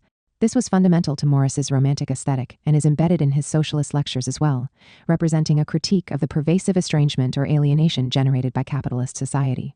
As Morris wrote in 1891 in The Socialist Ideal, art, the sundering of the ways between the socialist and the commercial or capitalist view of art lay in the fact that, to the socialist, a house, a knife, a cup, a steam engine, or whatnot, anything, I repeat, that is made by man and has form, must either be a work of art or destructive to art. The capitalist severs this relationship, alienating art and community, by dividing manufactured articles into those which are propensely works of art and offered for sale in the market as such, and those which have no pretense to artistic qualities. Rather than based in the atomistic individual, art, in Morris's conception, was in its essence collective and was a product of the work of a community. The great mass of effective art, that which pervades all life, must be the result of the harmonious cooperation of neighbors. The sundering of community, of love, of nature, of which humanity is part, through utilitarian capitalism, was therefore the sundering of humanity's own aesthetic, the alienation of life. The advance of the industrial army under its captains of industry is traced, like the advance of other armies, in the ruin of the peace and loveliness of earth's surface and nature. The sundering of town and country. In an 1895 lecture titled, What We Have to Look For, Morris spoke of the need to restore what of the earth's surface is spoiled and keep that which is unspoiled. This required a restoration and transformation of the entire urban-rural landscape. The key question, posed in his 1894 lecture, Town and Country, was whether it may not be possible in the long run to make the town a part of the country and the country a part of the towns. The town in England, represented by London in particular, was the center of intellectual life, while the country, despite its superintendent beauty, was caught up in the makeshift stupidity of the epoch. The real division between town and country arose in the 18th century with the Industrial Revolution, manifested both in London and the new manufacturing towns. Morris therefore argued for the dispersion of the population into the countryside from the overdeveloped urban centers, while not eliminating the great towns. Urban centers were to be surrounded by greenery. I want neither the towns to be appendages of the country nor the country of the town. I want the town to be impregnated with the beauty of the country, and the country with the intelligence and vivid life of the town. 10. This argument closely paralleled that of Karl Marx and Friedrich Engels. Engels' 1844 Condition of the Working Class in England had discussed the growth of the great towns in similar fashion. In the Communist Manifesto, Marx and Engels wrote of how the towns had rescued a considerable part of the population from the isolation of rural life, which is removed from the major forces and cultural influences shaping the epoch, while at the same time subjecting the close-packed urban population to conditions of machine-like exploitation and physical degradation. They went on to argue for the gradual abolition of the distinction between town and country by a more equitable distribution of the population over the country, a position not unlike the one that Morris was to take. Marx drew a similar distinction in Capital, where he said that capitalism destroys at the same time the physical health of the urban worker and the intellectual life of the rural worker. Lawrence Gronlund, too, was to insist that the answer to the contradiction between town and country was for a good part of the population of overgrown cities to disperse to the countryside. Yet to do so, production had to some extent move as well.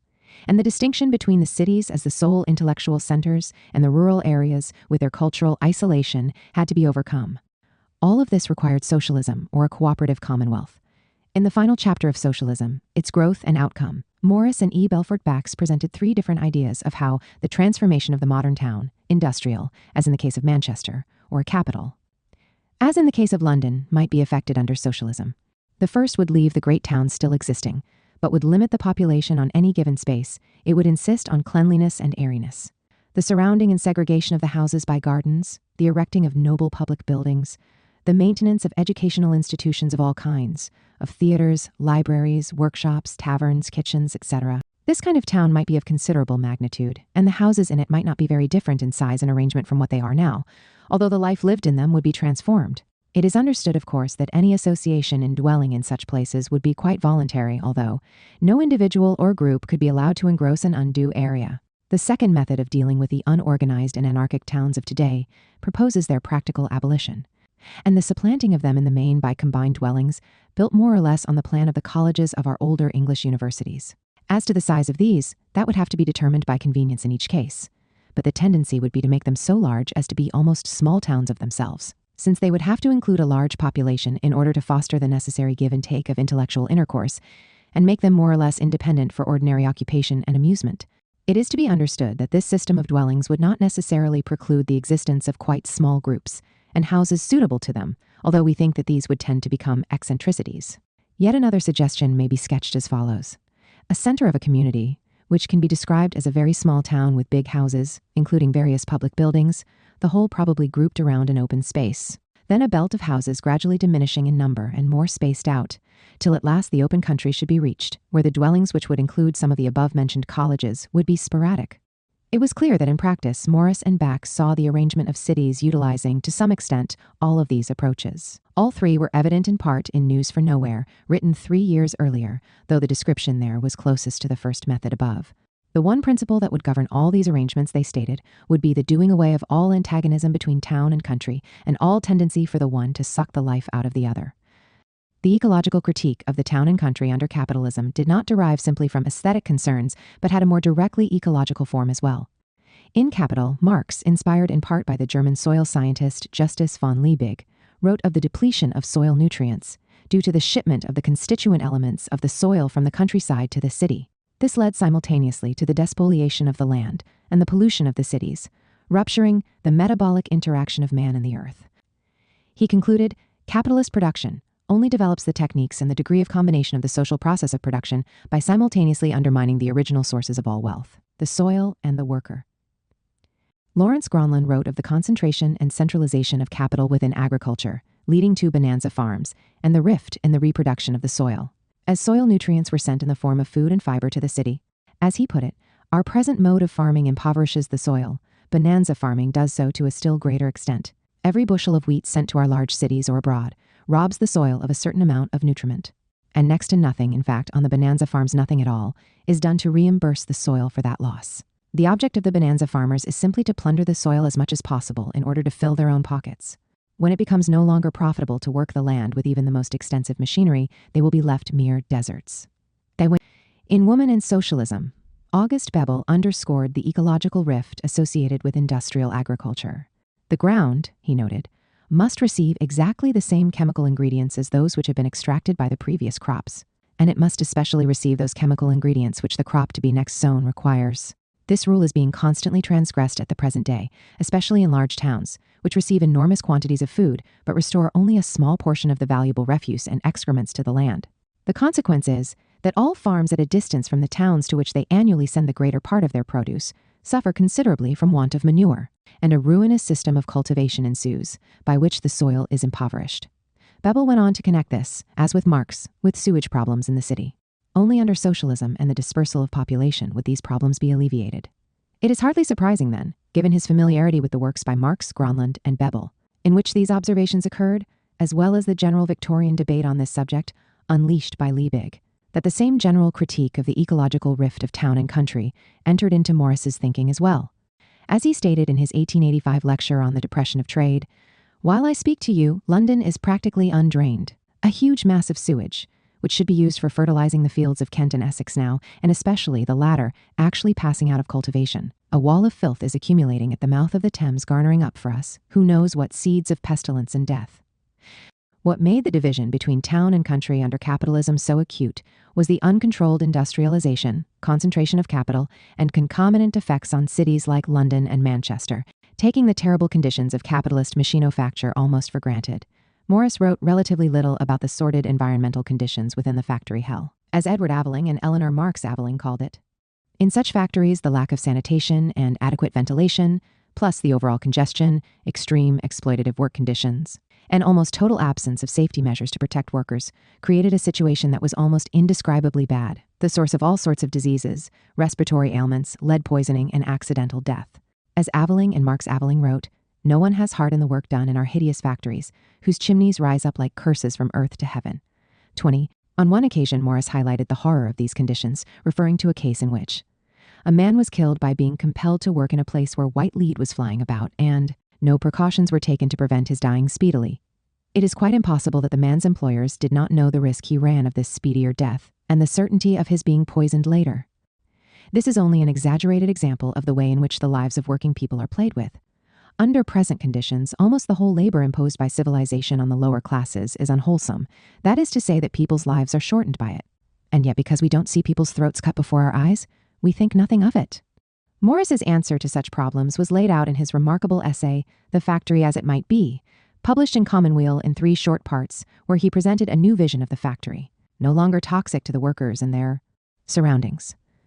A socialist factory, just like a capitalist factory, could support gardens as at present, but not in this case the lavish gardens 20 miles away from the factory smoke at the great houses of the capitalists, but instead, gardens for workers in the vicinity of the factory itself. "Our factory," he wrote, "must make no sordid litter, befoul no water, nor poison the air with smoke. I need say nothing more on this point, as profit apart it would be easy enough. If the capitalist factories in England, in which workers were being exploited daily, were hellacious, their housing conditions were just as inhuman, the product of poverty mingled with environmental contamination." In an article on the housing of the poor in Justice in 1884, Morris, outraged, wrote of a letter written to the Pall Mall Gazette in which the author, in Morris's words, claimed, "It is not so bad as one might think for a whole family to live in one room." By a room, of course, meaning the ordinary 12 feet. SQ, hutch of an East End London house. Capitalism in general threatened to drag the working classes into that hell of irredeemable degradation. Most of his condemnations of the environmental degradation of capitalism, however, had as their setting not the factory or the housing of the poor, but the larger architecture and geography of the capitalist city, and the extension of its ugly, polluted, and pestilential deformations into the country on an ever-widening basis. In Why Not?, written for Justice in 1884, Morris asked, "Why should 1/3 of England be so stifled and poisoned with smoke that over the greater part of Yorkshire, for instance, the general idea must be that sheep are naturally black? Profit would have it so. No one any longer pretends that it would not be easy to prevent such crimes against decent life. But the organizers of labor, who might better be called organizers of filth, know that it wouldn't pay." He complained in Signs of Change of a system of profit, which won't take the most ordinary precautions against wrapping a whole district in a cloud of sulfurous smoke, which turns beautiful rivers into filthy sewers. Morris celebrated the beauty of nature and the love of nature in almost everything he wrote. The famous prologue to The Earthly Paradise begins with the words, "Forget 6 counties overhung with smoke. Forget the snorting steam and piston stroke. Forget the spreading of the hideous town. Think rather of the pack horse on the down, and dream of London, small and white and clean, the clear Thames bordered by its gardens green." In Under an Elm Tree, or Thoughts in the Countryside, published in Commonweal in 1889, we find Morris evoking the white horse of Uffington. In Berkshire, a 360-foot-long, 160-foot-high image, cut into the chalk downs some 2,000 to 4,000 years ago. In Morris's day, it was thought to have been of much more recent origin and to have commemorated King Alfred's victory in the Battle of Ashdown in 871. Morris saw it as representing the defense of the peace and loveliness of this very country where I lie. But if the battle needed to be fought again, he commented, it would be against capitalist robbers this time. Morris passionately defended not only the rural countryside, but argued for the preservation of rivers and wooded areas. He called for restraints on the horrendous capitalist intrusions into nature, designed to turn it into a commodity, a market, or a plaything for the idle rich. Although referring at times to the superabundance of nature and frequently celebrating, as was common in his day, the conquest or victory over nature, putting society in command over natural forces, he also recognized definite natural limits. As he wrote in Signs of Change, there is a certain amount of natural material and natural forces in the world. The question then became how they were used for the benefit of all. Morris faulted class-based luxury consumption, greed, and waste of nature's resources for the advent of the stupendous flood in Johnstown, Pennsylvania in 1889, which killed over 2,000 people. The jerry-built dam was in fact a pleasure lake, the property of a fishing club, so that this gigantic threat of sudden death to thousands was simply one of the means of wasting the riches that the idle class wring by force from the workers, and which they cannot use but only waste. I do not wonder at the anger of the survivors from this artificial deluge, this subsidized terror against the owners or holders of the pleasure lake. In general, the pastimes of the idle rich tended toward ecological excess and destruction. In his foreword to More's Utopia, Morris proposed the banning of upper-class hawking and hunting, characterizing these and other similar forms of so-called sportsmanship as butchery. Morris wrote 3 passionate letters to the Daily Chronicle in 1895 in defense of Epping Forest on the outskirts of London, near where he had grown up. As in other writings, he argued against cutting down and excessive thinning of the woods, contending that it was necessary to leave it as a thicket and as near as possible in its natural state. In this respect, he challenged the authority of so-called experts on forest management bought out by commercial interests. These problems were not simply confined to capitalism. They would continue even in the federation of communities that constituted Morris's preferred form of communism. He insisted that there had to be some kind of sovereign authority or compact, going beyond the individual and even beyond mere plebiscite, which would help ensure the common interest. He illustrated this by pointing out that the grievous flood of utilitarianism, which would continue to haunt society to some extent even with the advent of a society of equality. The public opinion of a community might be in favor of cutting down all the timber in England and turning the country into a big bonanza farm of the kind referred to by Gronland, or a market garden under glass. Hence, there needed to be some sovereign public constitution or system of authority erected on a democratic foundation, but representing the longer, more collective interest or common bond of the people, taking into account future generations, able to restrain both the single individual and the mass of individuals in favor of the long-term ecological needs of the associated producers. But though Morris was a strong advocate for conservation and even preservation, and argued for the dispersion of population as well as an end to the division of town and country, he did not, despite the claims of such scholars as Peter Gould, adopt a back-to-nature outlook of the kind advocated, for example, by his friend and fellow socialist Edward Carpenter, a follower of Henry David Thoreau and Walt Whitman. Morris read Thoreau's Walden and visited Carpenter on his largely self-sufficient estate. He even, Gould noted, wrote a December 1884 letter indicating how he had listened with longing heart to Carpenter's description of life on his farm, all of which sounded very agreeable. But these few words in Morris's letter hardly bear the weight of the conclusion that Gould draws from it. For Gould, Morris's ideal life continued to bear a close similarity to that of Carpenter on his small holding of Millthorpe.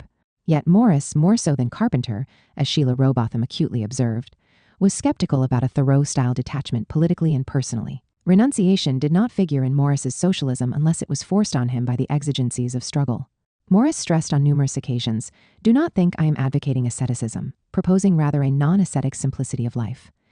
8. If we examine the letter that Morris wrote on this particular occasion, we find that he was then low in spirits, the reason for visiting Carpenter in the first place, due to the impending split in the Social Democratic Federation.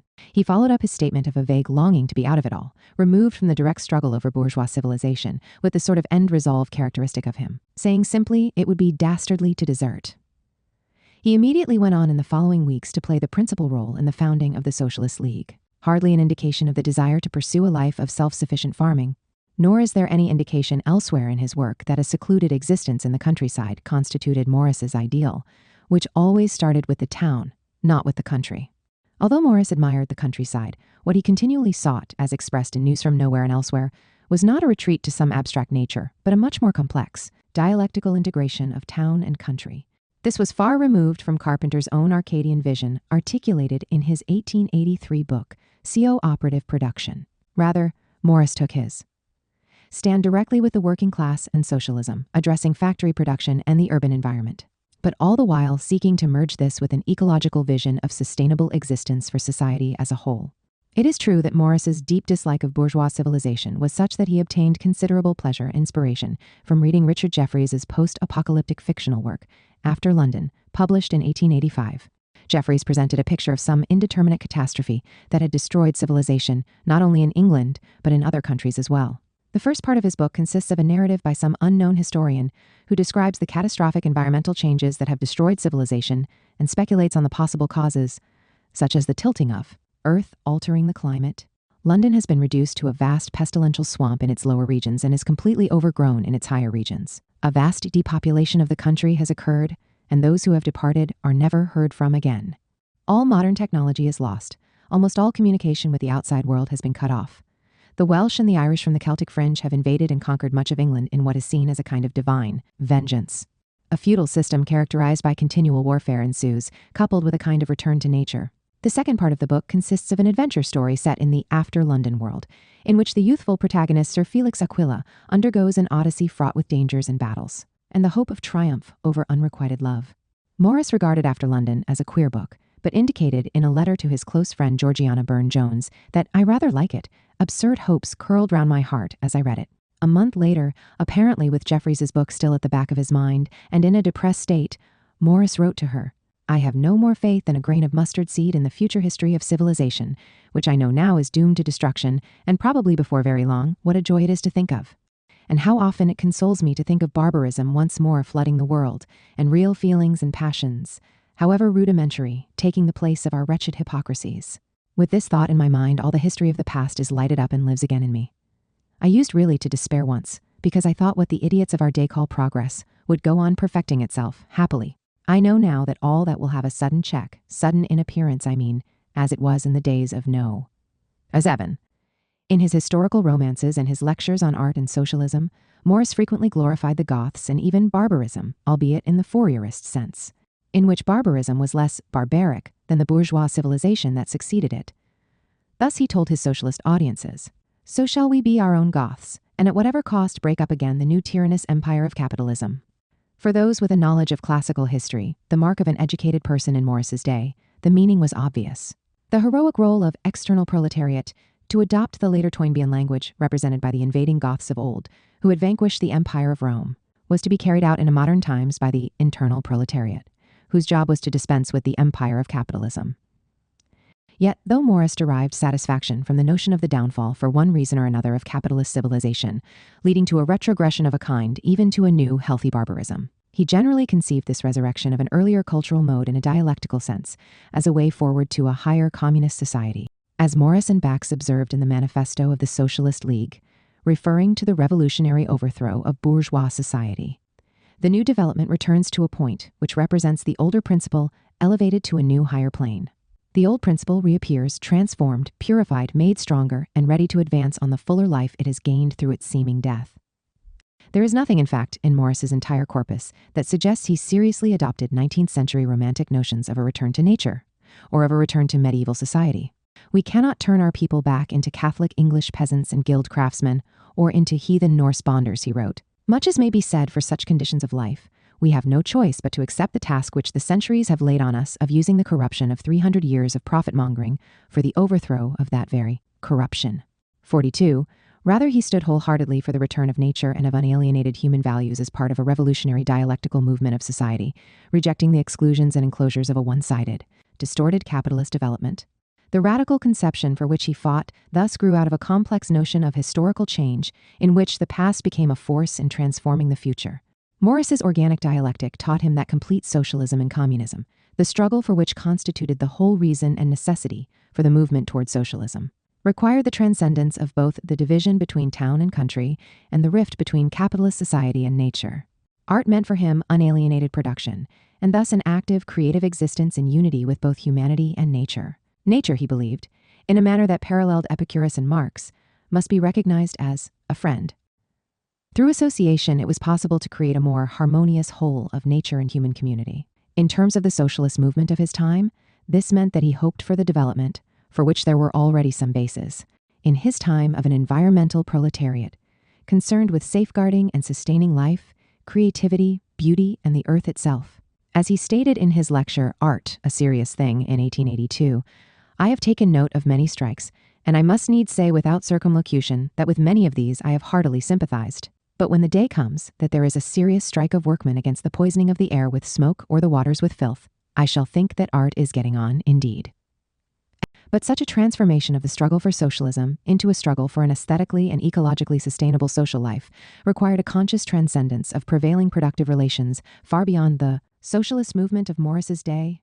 It required, he recognized, that society consciously forego some of the power over nature won by past ages in order to be more human and less mechanical. This vision meant forging a truly revolutionary, utopian romantic consciousness, reaching beyond contemporary material conditions, one that would be able to use the past and historical understanding to reshape the image of what was possible and necessary in the future. News from Nowhere, Nature, Labor, and Gender. William Morris's celebrated utopian romance News from Nowhere, or An Epoch of Rest, being some chapters from a utopian romance, constituted his most singular attempt to present a revolutionary ideal aimed at inspiring a movement towards socialism. Centering on the overcoming of human alienation in relation to the three primary forms of the division of labor, social production, town and country, and gender relations. It provided a holistic ecological outlook extending far beyond most 19th century socialist views. Although News from Nowhere was subtitled being some chapters from a utopian romance, it followed a pattern that left it free from the criticisms that Marxian thinkers, including Morris himself, had leveled at utopian socialism, since its role was didactic rather than prophetic. The object was not to forecast the victory of socialism as a superior way of organizing the mechanism of production, but rather one of radically refashioning the movement towards socialism in the present by widening the conception of the revolutionary project, building on the Romantic tradition. The key chapter, How the Change Came, was set in the England of the early 20th to 2nd century, but contained a vivid historical treatment of the mid-20th century revolution that separated the England of old from the new communal order of nowhere. The text presented a society of equality that was geographically and historically connected to Morris's own life environment. News from Nowhere was a romance in the double sense, in that it took from the past to reimagine the future, while inscribing within it a relationship of love and recognition between William Guest, the protagonist, and Ellen, the text's most fully developed character, the embodiment of the complex dialectic of labor, ecology, and gender. Morris's utopian romance was structured as a vivid dream, with William Guest representing a fictionalized Morris, awakening at the end to the new needs of the struggle and the importance of imparting the glimpse of the utopian future to others. It ends with the words, "And if others can see it as I have seen it, then it may be called a vision rather than a dream."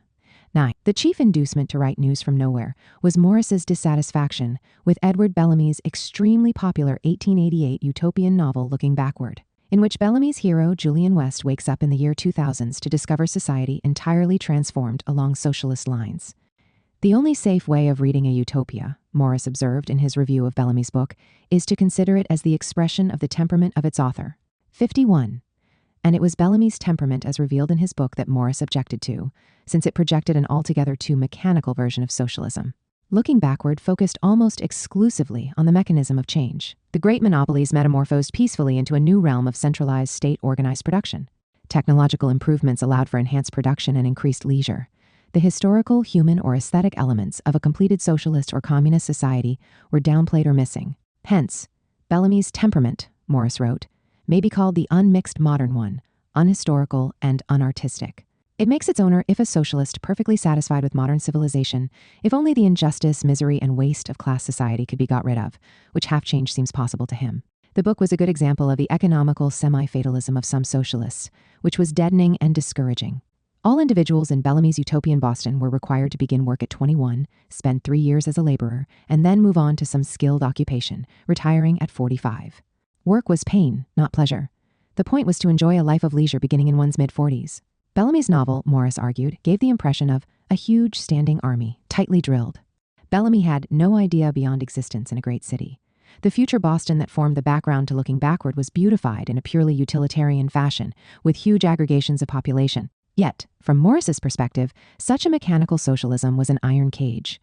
News from Nowhere which first began to appear in serial form in Commonweal in January 1890, was an attempt to provide a utopian romance reflecting Morris's own very different artistic temperament. Nevertheless, in writing it, Morris was responding not simply to Bellamy's looking backward, but also to the two factions of the Socialist League with which he had been struggling: the parliamentarians, who, like Bellamy, tended to focus on the mechanism of change and not the substance, and the anarchists, who in Morris's interpretation saw the change as requiring the actual dissolution of society. Significantly, News from Nowhere opened with the reference to a meeting of the Socialist League in which 4 anarchists were disputing with 2 others, one of whom was clearly meant to represent Morris, as to what would happen on the morrow of the revolution.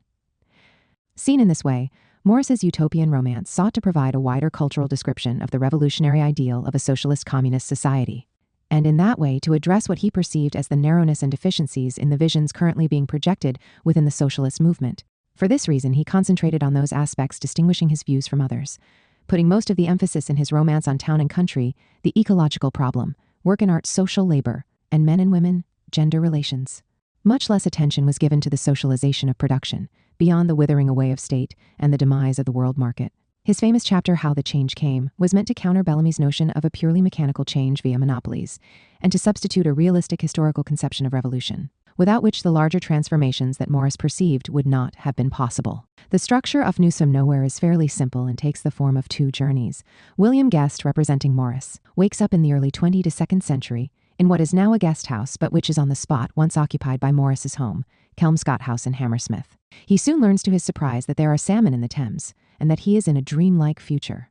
On his first day in Nowhere, Guest travels by carriage through London with his friend Dick, a young boatman. They more or less follow the line of the Thames from Hammersmith to Bloomsbury, ending up at the British Museum, where he is to have a long discussion with old Hammond, Dick's 105-year-old great-grandfather, a former librarian. This journey involves traveling through urban London, seeing the many changes that have taken place, the decrease in congestion and the freeing up of parts of the city to greenery, the open markets divorced from selling, the conversion of the parliamentary buildings to a dung warehouse, the new architecture resurrecting 14th century forms, blending this with new forms of decorative art, the more artistic nature of work in general, the happy, attractively clad populace, and the absence of the London poor. Nevertheless, the city remains populous, with the ghost of London still asserting itself as a center.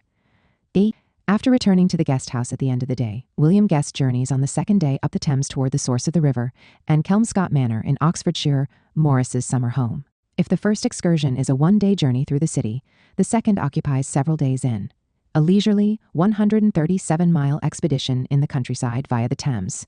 The first journey, as Krishan Kumar has pointed out, can be seen as urban intellectual, the second as rural erotic. It is only in the second journey, following the route of a boat trip that Morris made with a number of friends in the summers of 1880 and 1881, that some of the deeper truths of Nowhere are revealed, with respect to the relationships between town and country, art and labor, as well as gender and earthly love. Traveling up the river, Guest is introduced to the haymaking festival in the country, the new age of handicraft, a countryside no longer sacrificed to railroads and factories, the new women of the new age, and sensuous and earthly love. It is a romantic journey, but one tinged with the new socialism of substantive equality. Although old Hammond is the pivotal character in the first journey through London, the young woman, Ellen, Guest's love interest, is the central figure in the second journey through the countryside. The second journey ends with William Guest's departure, that is, the end of the dream, and, as Morris indicates in the final lines, the hopeful vision of complete socialism that his readers will share, and not merely a dream. The long remarkable treatment of How the Change Came, in which the venerable Hammond, during the stop at the British Museum, tells the story of the mid-20th century revolution, plays a key role in the utopian romance. Here, Morris imparts a sense of historical realism and a connection to the 19th century. He borrows concrete elements from the main European revolutions of the 18th and 19th centuries, primarily in France, the revolutions of 1789, 1830, 1848, and 1871. Aspects of the English Civil War can also be perceived, and the chronicle of events is rendered more vivid through inclusion of Morris's experience of Bloody Sunday on November 13, 1887, in Trafalgar Square. The English Revolution of the 1950s, depicted in vivid colors in News from Nowhere, is a complex, spiraling, dialectical process of change in which reforms, economic crisis, repression, struggles of the press, dual power relations, massacres, organized resistance, right-wing vigilantes, guerrilla warfare, and the final triumph of socialism all form a part. As Perry Anderson wrote, the care and depth of thought that Morris devoted to the nature of a computable revolutionary process in Britain, with its dialectic of social reforms and economic crisis, political moves and countermoves by capitalist and popular centers of sovereignty, brusque pauses and accelerations in mass mobilization, oscillations by intermediate forces, military actions unleashed within and outside the state apparatus, represents an extraordinary theoretical feat. In historical retrospect, there is nothing like it in any other national literature of the time or since. Despite Old Hammond's vivid historical account of the tempestuous revolutionary struggle of the 1950s, William Guest is told that all of this was now distant, having occurred around a century and a half before. The bulk of Morris's utopian romance is thus free to focus on describing the world of the early 20th to 2nd century, now long removed from that struggle. Moreover, the romance centers not on the mechanisms of this new society of equality, so much as its effects on the healing of the main 19th century estrangements of town and country, art and labor, men and women. It is through the transcendence of these various alienations that the main rewards of complete socialism or pure communism, as he called it in News from Nowhere, are to be found. Morris's utopian romance extends well beyond a socialist political economic critique, born of the revolt against capitalism. Its focus is rather on the next stage of post-revolutionary society, the morrow of the revolution, and the making of complete socialism or communism. The object is to provide an extended, but still open-ended, vision of an ideal, humanistic world, the structure of feeling in a long revolution. In Morris's two-stage view, the socialist insurrection, the Great Change or Civil War in News from Nowhere, brings into being a transitory society full of possibility, although one that will abort if it does not continue on the journey to full communism, eradicating first and foremost capitalist labor relations, along with all of its other alienations. News from Nowhere is mainly concerned with the change beyond the Great Change, on the long-term effects, a century and a half further down the road, with the advent of pure communism. Writing in Socialism, Its Growth and Outcome, Morris and Bax explain, it is essential that the ideal of the new society should be always kept before the eyes of the mass of the working classes, lest the continuity of the demands of the people should be broken, or lest they should be misdirected. Complete socialism is thus not envisioned in Morris's utopian romance simply in terms of the mechanisms of the state, economy, science, and technology. All of these are present but are pushed into the background in order to focus on life itself. Morris's attitude to technology was expressed in his talk on Art, Wealth, and Riches in March 1883, where he declared, "I want modern science, which I believe to be capable of overcoming all material difficulties, to turn from such preposterous follies as the invention of anthracene colors and monster cannon to the invention of machines for performing such labor as is revolting and destructive of all self-respect to the men who now have to do it by hand." 6-5. News of Nowhere is also about an epoch of rest. Morris depicts a life of repose amidst energy, using the word repose in the sense of meanings of tranquility and harmony, or the ataraxia of Epicurus. He creates in the 20-year-old Ellen the very embodiment of nowhere as an earthly society. She smiled with pleasure, and her lazy enjoyment of the new scene seemed to bring out her beauty doubly, as she leaned back amidst the cushions, though she was far from languid. Her idleness being the idleness of a person, strong and well-knit both in body and mind, deliberately resting. 7. This emphasis on a pause in the material development of society, a moment of peace and repose within a longer historical process, is crucial to the description of nowhere.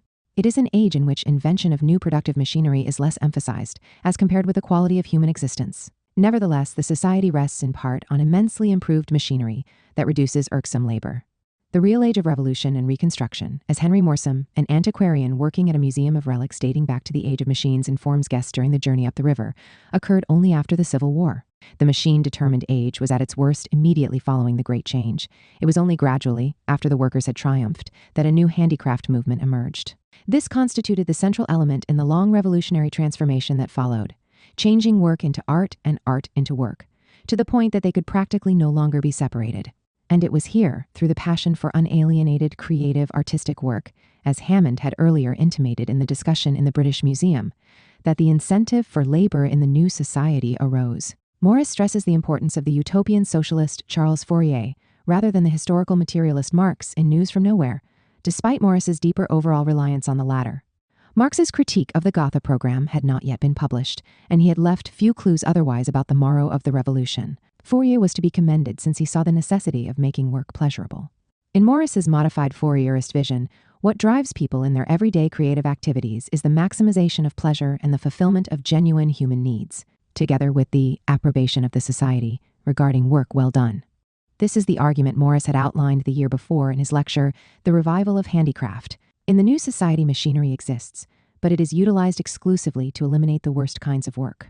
On his journeys, Guest encounters at a distance a revolutionary form of energy, replacing steam power, which propels force vehicles used on both land and water and presumably within production itself. The result is that the smoke from burning coal that so dominated Victorian London is gone. The role of technology has been altered in the century and a half since the Great Change. The machine is now viewed as an appendage to human labor, not human labor as an appendage to the machine. It is this central transformation of labor, as the historian Hammond explains, that forms the basis of the society of equality. A community of associated producers nurtures the creativity of each individual, while dull, utilitarian individualism and capitalist exploitation have vanished. In Nowhere, science, which under capitalism had been commercialized and made a mere instrument of the industrial system, is now turned to the benefit of human beings. People are free to choose old ways where they are deemed better, such as an old-fashioned lock for going upriver rather than a new mechanical lock, which would have been ugly and would have spoiled the look of the river. Mere economic productivity and the resulting technological determinism no longer rule all. Yet science, now that it has been put in the service of humanity, is clearly respected. Old Hammond characterizes art and science as the two inexhaustible forms of human endeavor. What is no longer in evidence is the alienated science of Victorian England, which Morris associated with the utilitarianism and dualism, agnosticism of Thomas Huxley. In his 1890 essay, Capital, the Mother of Labor, Huxley had sought to reintegrate materialist science with the bourgeois order, legitimizing the latter. For this, Morris exhibited nothing but scorn. The Socialist Society of Nowhere, in contrast, celebrates science for science's sake, and science standing on the same side as art, unsullied by the ends of profit grinding. Labor in Nowhere is free to be artistic due to an abundance that comes from historical gains in productivity and a transformation of both use and want. There is no longer useless labor devoted to useless and destructive commodities, driven by pure pecuniary gain. As Hammond explains, it would be mere insanity to make goods on the chance of their being wanted, for there is no longer anyone who can be compelled to buy them. All work which would be irksome to do by hand is done by immensely improved machinery, and in all work which it is a pleasure to do by hand, machinery is done without. Where actual want is not the chief concern, art triumphs. If the pivotal change in Morris's revolutionary utopia is the transformation of alienated mechanical labor into unalienated artistic labor, its overarching manifestation is the metamorphosis of town and country, standing for the new relation to the earth, no longer the object of mere conquest. In the beginning of the new epoch, townspeople had dispersed into the countryside, causing much disruption, but eventually a new equilibrium was created. Population too had stabilized, though partly through emigration to aid people in other parts of the world. As old Hammond said to Guest, the town invaded the country, but the invaders, like the warlike invaders of early days, yielded to the influence of their surroundings and became country people. And in their turn, as they became more numerous than the townsmen, influenced them also, so that the difference between town and country grew less and less. And it was indeed this world of the country, vivified by the thought and briskness of town-bred folk, which has produced that happy and leisurely but eager life of which you have had the first taste. The slums of the East End of London had been demolished in what was called the clearing of misery and replaced with more and ample housing, better spaced, surrounded by gardens. Predominantly industrial cities like Manchester had largely disappeared as industrial work was dispersed. The factories or mills in which people still labored were less machine-dominated, organized around collective labor, located in communities and made attractive, surrounded by gardens, as Morris had written in The Factory as it might be. Towns in Nowhere are dominated by their streets and squares and marketplaces. Life in the country villages in particular is centered in the moat, or assembly house.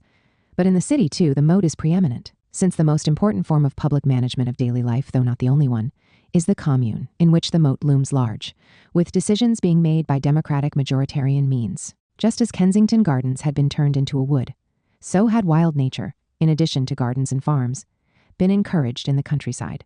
Urban suburbs are no more, having vanished in the blending together of town and country. In the socialist civilization of Nowhere, the country has been repopulated as the city has been depopulated, marking a return of nature in the society as a whole.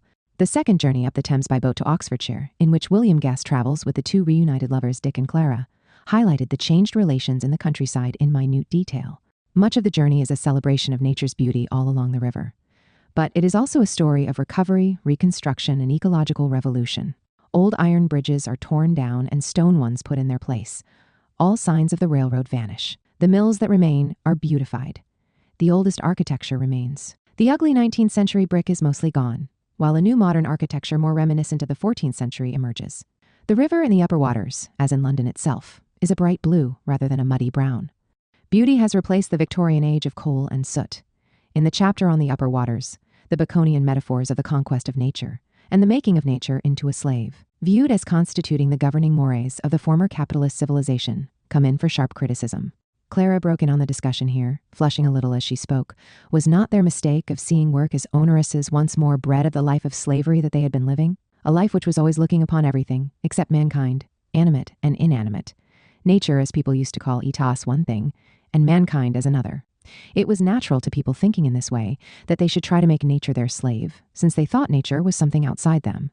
Near Runnymede, during the haymaking festival, Guest and his two companions become acquainted with Ellen, a slim girl, gray-eyed, the new woman of the novel, with her intelligence, vivaciousness, and wild beauty. Soon she joins them on their river journey, and a strong attachment between Ellen and Guest arises based on a common attraction. Ellen, we learn, comes from the once poor, her father a tiller of the earth, which in 19th century England would have meant a life of drudgery, exploitation, and early death. In her first appearance in the romance, she enters into a dispute with her grandfather, who idealized the capitalist Victorian age and disliked the new revolutionary communal order.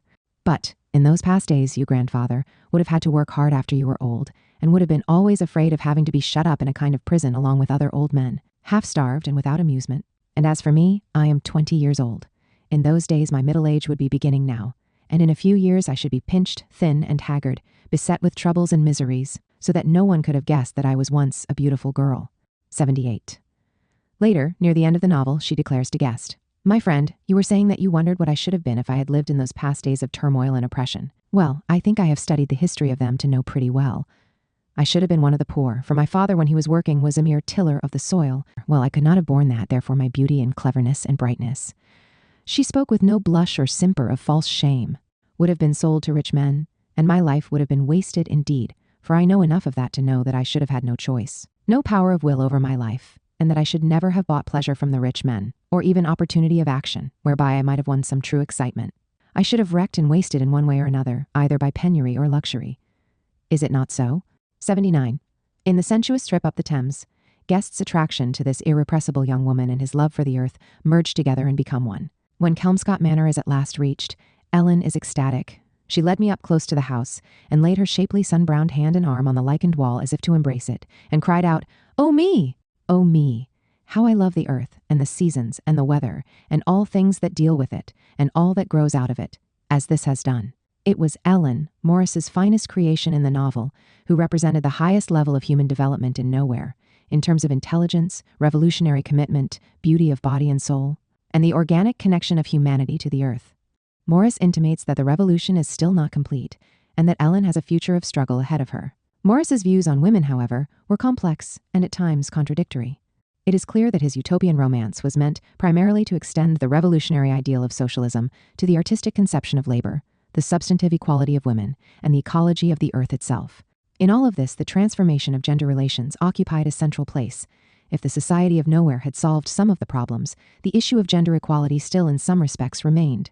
And this was the measure of not only how emancipated the society had become, but also of its limitations and the need for future emancipation. In his theory of the four movements, Fourier had declared, "The extension of the privileges of women is the basic principle of all social progress." As Engels put it in Socialism, Utopian, and Scientific, Fourier was the first to declare that in any given society the degree of women's emancipation is the natural measure of the general emancipation. One throughout his writings, and particularly News from Nowhere, Morris sought to give concrete meaning to this principle, initiated by Fourier.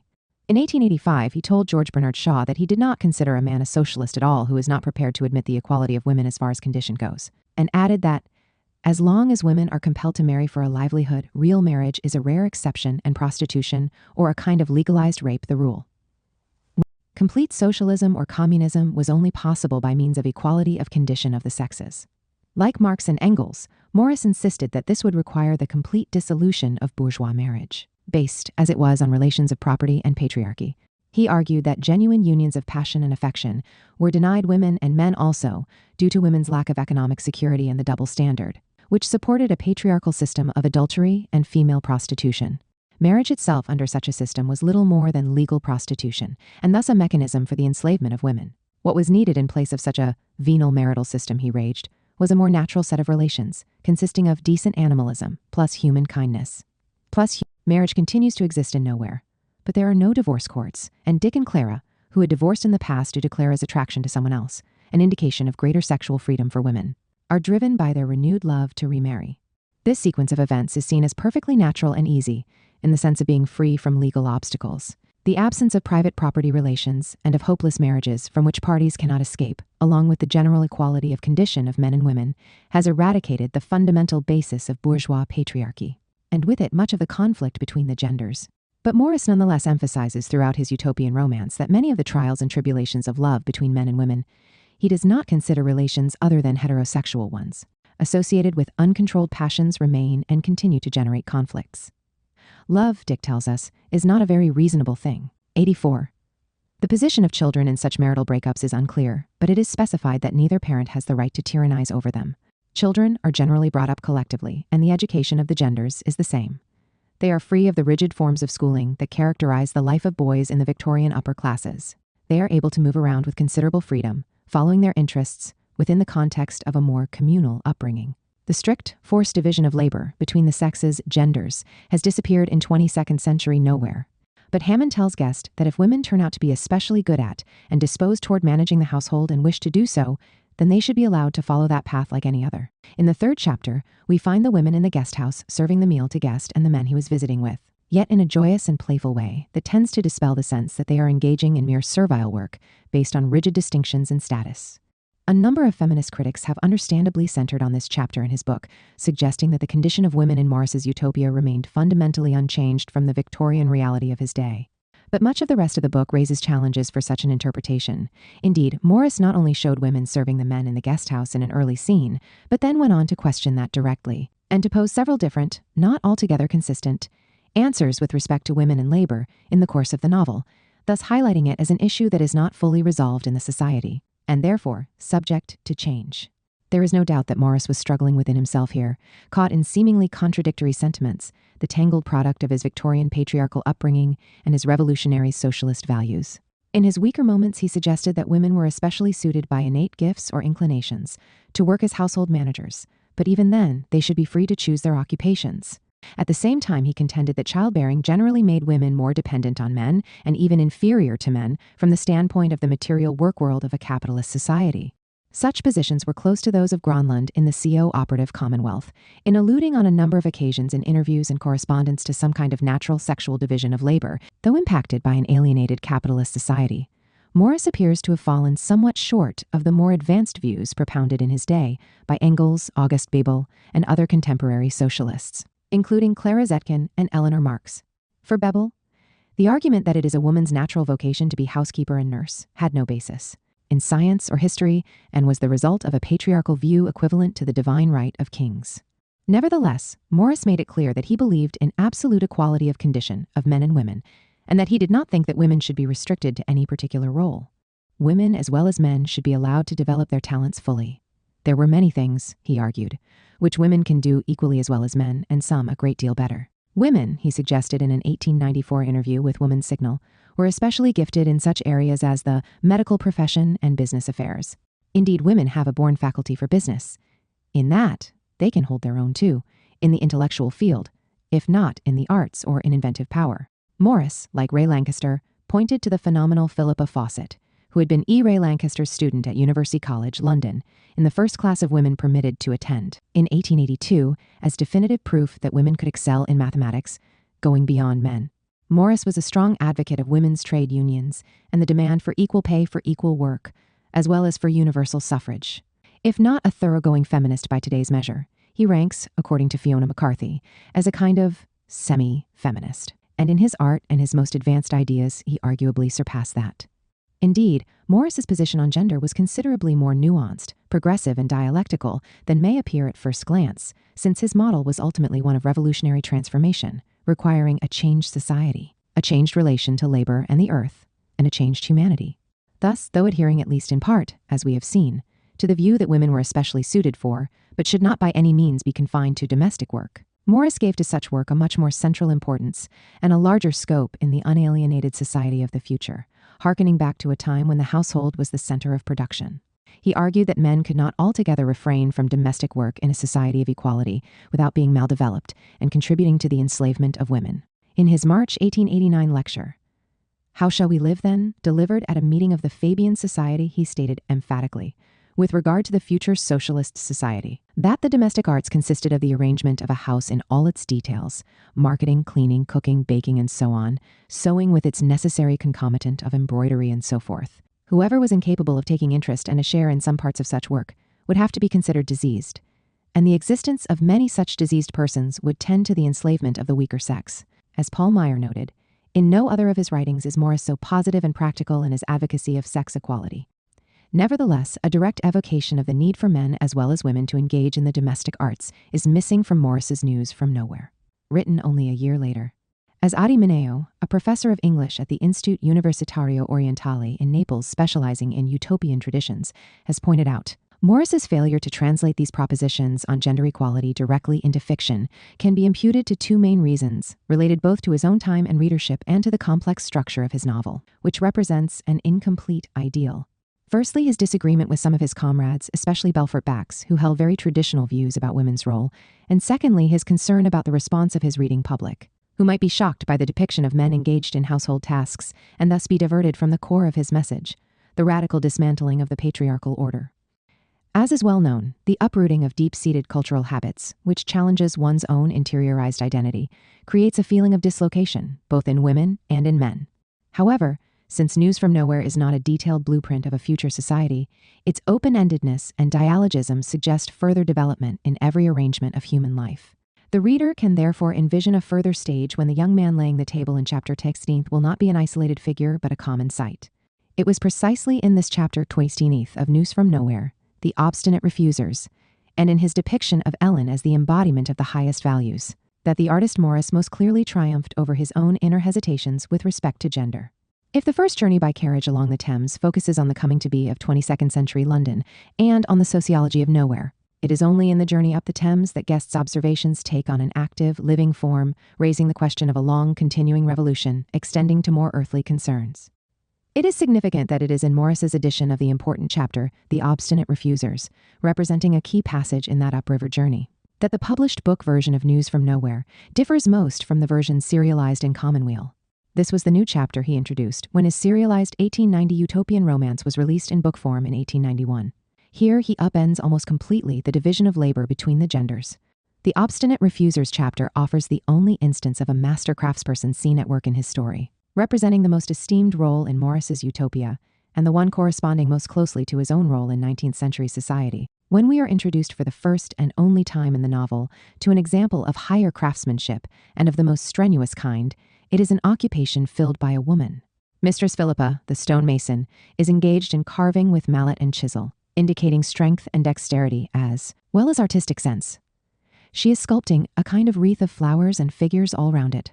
So singly dedicated is she to her work that she, along with her fellow workers, are good-humoredly jeered at by others as the obstinate refusers of the chapter's title, since not joining in the communal haymaking. Philippa just as obstinately refuses to interrupt her work with a meal. Previously, the work on finishing and decorating the new house had to wait, affecting the entire work crew because Philippa was ill, and they were not able to continue without her, so great was their dependence on her craft. Her gruffness and obstinacy is clearly a parody of Morris himself. The other apprentice stonemason is a young woman, Philippa's daughter. In contrast, a young man sets the table for the meal.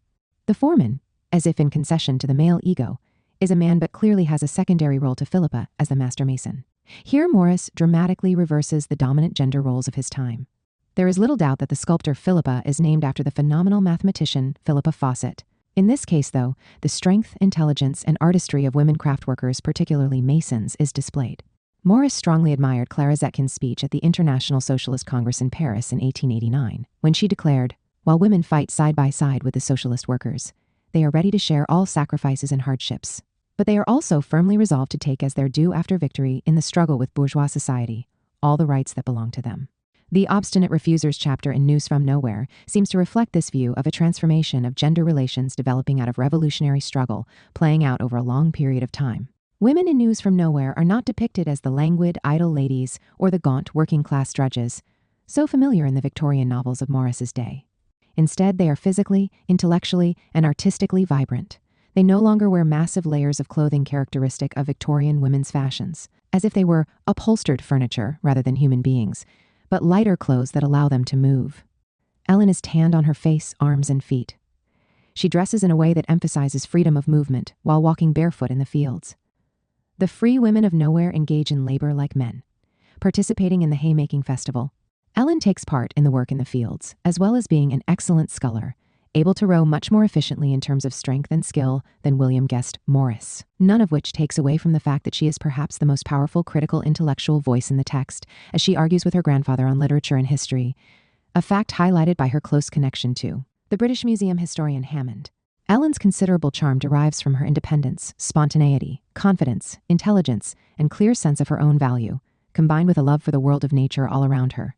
It is she who, in a departure from Victorian Morris, takes the sexual initiative, overwhelming guest, who is unaccustomed to this from women. This is in line with Morris's historical romances, set in primitive communist society and among Germanic peoples, in which women are presented as taking on the role of warriors, wearing armor and fighting side by side with the men.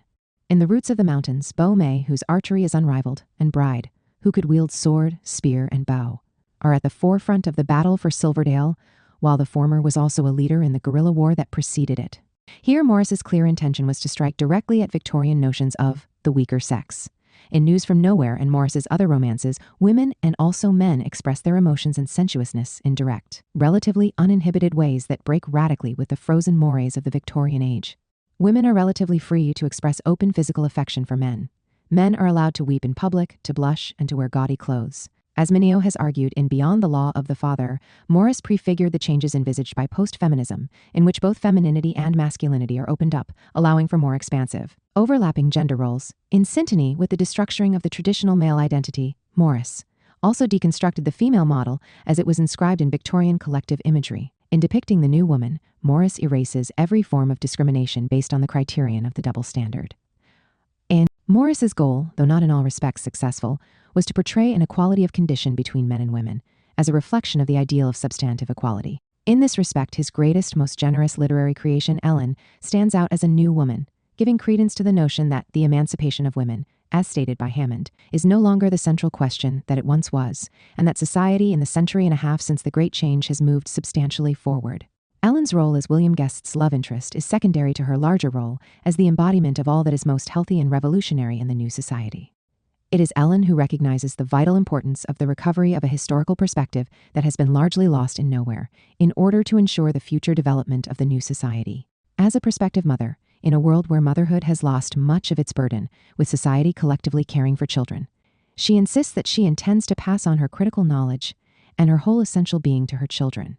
As someone close to the sages of her time, she has embraced the knowledge obtained directly through dialogue with old Hammond and others, preferring that to mere book learning. As the only person in the book said to have traveled abroad, she had been on the Rhine, and as the embodiment of love and beauty and the love of the earth itself, Ellen symbolizes the romantic socialist, utopia that is nowhere.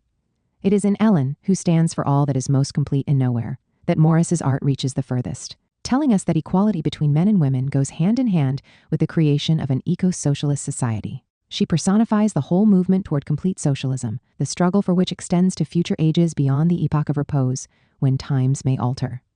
Mere emancipation of labor is not sufficient. It must embrace substantive equality, including full gender equality, the flourishing of art and beauty at all levels of society, and the sustaining of the earth itself.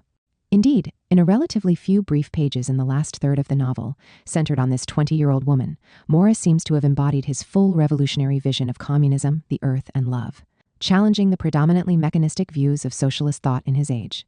For Morris, only such an ideal can animate the necessary revolution and carry it forward. Guest's dream ends with Ellen's last words floating in his mind as he fades away from nowhere, challenging him to go back and continue the struggle. No, it will not do. You cannot be of us. You belong so entirely to the unhappiness of the past that our happiness even would weary you. Go back again, now you have seen us, and your outward eyes have learned that in spite of all the infallible maxims of your day, there is yet a time of rest in store for the world, when mastery has changed into fellowship, but not before. Go back again then, and while you live, you will see all round you people engaged in making others live lives which are not their own, while they themselves care nothing for their own real lives, men who hate life though they fear death. Go back, and be the happier for having seen us, for having added a little hope to your struggle. Go on living while you may, striving with whatsoever pain and labor needs must be, to build up little by little the new day of fellowship and rest and happiness. Kelmscott Press. The engraved frontispiece that Morris designed for the 1893 Kelmscott Press edition of News from Nowhere depicted the 16th century stone house, Kelmscott Manor. Morris's country home from 1871 to his death in 1896. Morris's London home, Kelmscott House in Hammersmith, was named after the manor. Both were on the Thames. In Nowhere, the Kelmscott House is no more, and a guest house now occupies the spot. Kelmscott Manor, however, still exists, and represents the endpoint of the journey up the Thames in the Epoch of Repose. It was in 1888-89, during the crisis of the Socialist League, and Morris's growing recognition of the need for a long-term movement towards socialism, that he began to envision his last great artistic adventure, the creation of Kelmscott Press, founded in 1890. As he explained in 1895, I began printing books with the hope of producing some which would have a definite claim to beauty, while at the same time they should be easy to read. 108, in many cases, it was as easy, in production, to give a beautiful form to the things produced as one that was ugly and not the beautiful, especially once the waste in capitalist production was taken into account. With the Kelmscott Press, Morris sought to bring back much of the beauty of the books of the 15th century. At a time when written literature was still divine and almost miraculous to men, he wrote, it was impossible that books should fail to have a due share in the epical ornamental art of the time. 1 in 10. Such a move toward a more beautiful book need not be more costly, since much of it involved merely the changing architecture of the book, that is, the typography, the spacing of words and letters on the page, margins, etc. Questions of binding, the quality of paper, and like issues were part and parcel of the durability of the product, a product made for use and not to sit on a shelf. As Morris put it, a book quite unornamented can look actually and positively beautiful, and not merely unugly if it be, so to say, architecturally good, which, by the by, need not add much to its price, since it costs no more to pick up pretty stamps than ugly ones, and the taste and forethought that goes to the proper setting, position, and so on, will soon grow into a habit if cultivated, and will not take up much of the master printer's time when taken with his other necessary business. 9. Morris thus sought to bring back beautiful typography, drawing on the late 15th century printers, particularly Nicholas Jensen, of the Venice of the 1470s. Borrowing in part from earlier forms, Morris developed his own successful and influential typefaces, his famous golden type, a variation of Roman, and his Troy and Chaucer types, semi-Gothic. Margins, lettering, spacing, and all the other architectural aspects of a book were reinvented in Kelmscott Press books, with an emphasis on beauty, legibility. Kelmscott Press books, however, went beyond the normal book architecture to the making of the paper, which had to be hand-woven out of linen, and to the adding of decorative illustrations in the margins and pictures from woodcuts, after the manner of medieval illuminated manuscripts and the work of the 15th century printers. The Kelmscott edition of Chaucer contained 87 illustrations from woodcuts by Edward Burne-Jones, along with title, initials, and borders, designed by Morris. It was bound in pigskin and printed in red and black on hand-woven paper. Altogether, the Kelmscott Press published 53 separate books, including 9 of Morris's works, with The Earthly Paradise published in 8 separate volumes. 19th century works included volumes of poetry by Percy Bysshe Shelley, John Keats, Samuel Taylor Coleridge, and Alfred Tennyson, along with John Ruskin's Nature of the Gothic from the Stones of Venice. A Kelmscott edition of Shakespeare's poems and sonnets was published, as well as More's Utopia and the famous Kelmscott edition of Chaucer's works. Morris's translation of Beowulf was included. Overall, the press emphasized medieval works. The only explicitly 19th century socialist work published by the Kelmscott Press was Morris's own News from Nowhere, printed in golden type in black and red. The most vivid and startling use of the red typeface in News from Nowhere was in the inscription on the side of the old guest house in Hammersmith. Guests and neighbors, on the site of this guest hall once stood the lecture room of the Hammersmith Socialists. Drink a glass to the memory, May 1962. 114.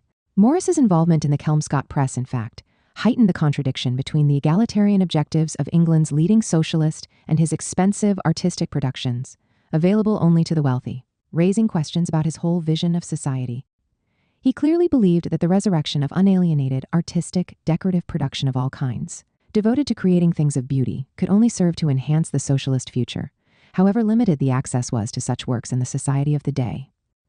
In an interview with the Daily Chronicle in 1893, Morris commented on some of his own concerns in this respect, saying, "True, the prices are not the prices which Tom, Dick, and Harry can pay. I wish indeed that the cost of the books was less, only that it is impossible if the printing and the decoration and the paper and the binding are to be what they should be." 105 told the Pall Mall Gazette, 2 years earlier. "You see, if we were all socialists, things would be different. We should have a public library at every street corner, where everybody should read all the best books, printed in the best and most beautiful type. I should not then have to buy all these old books, but they would be common property, and I could go and look at them whenever I wanted them, as would everybody else.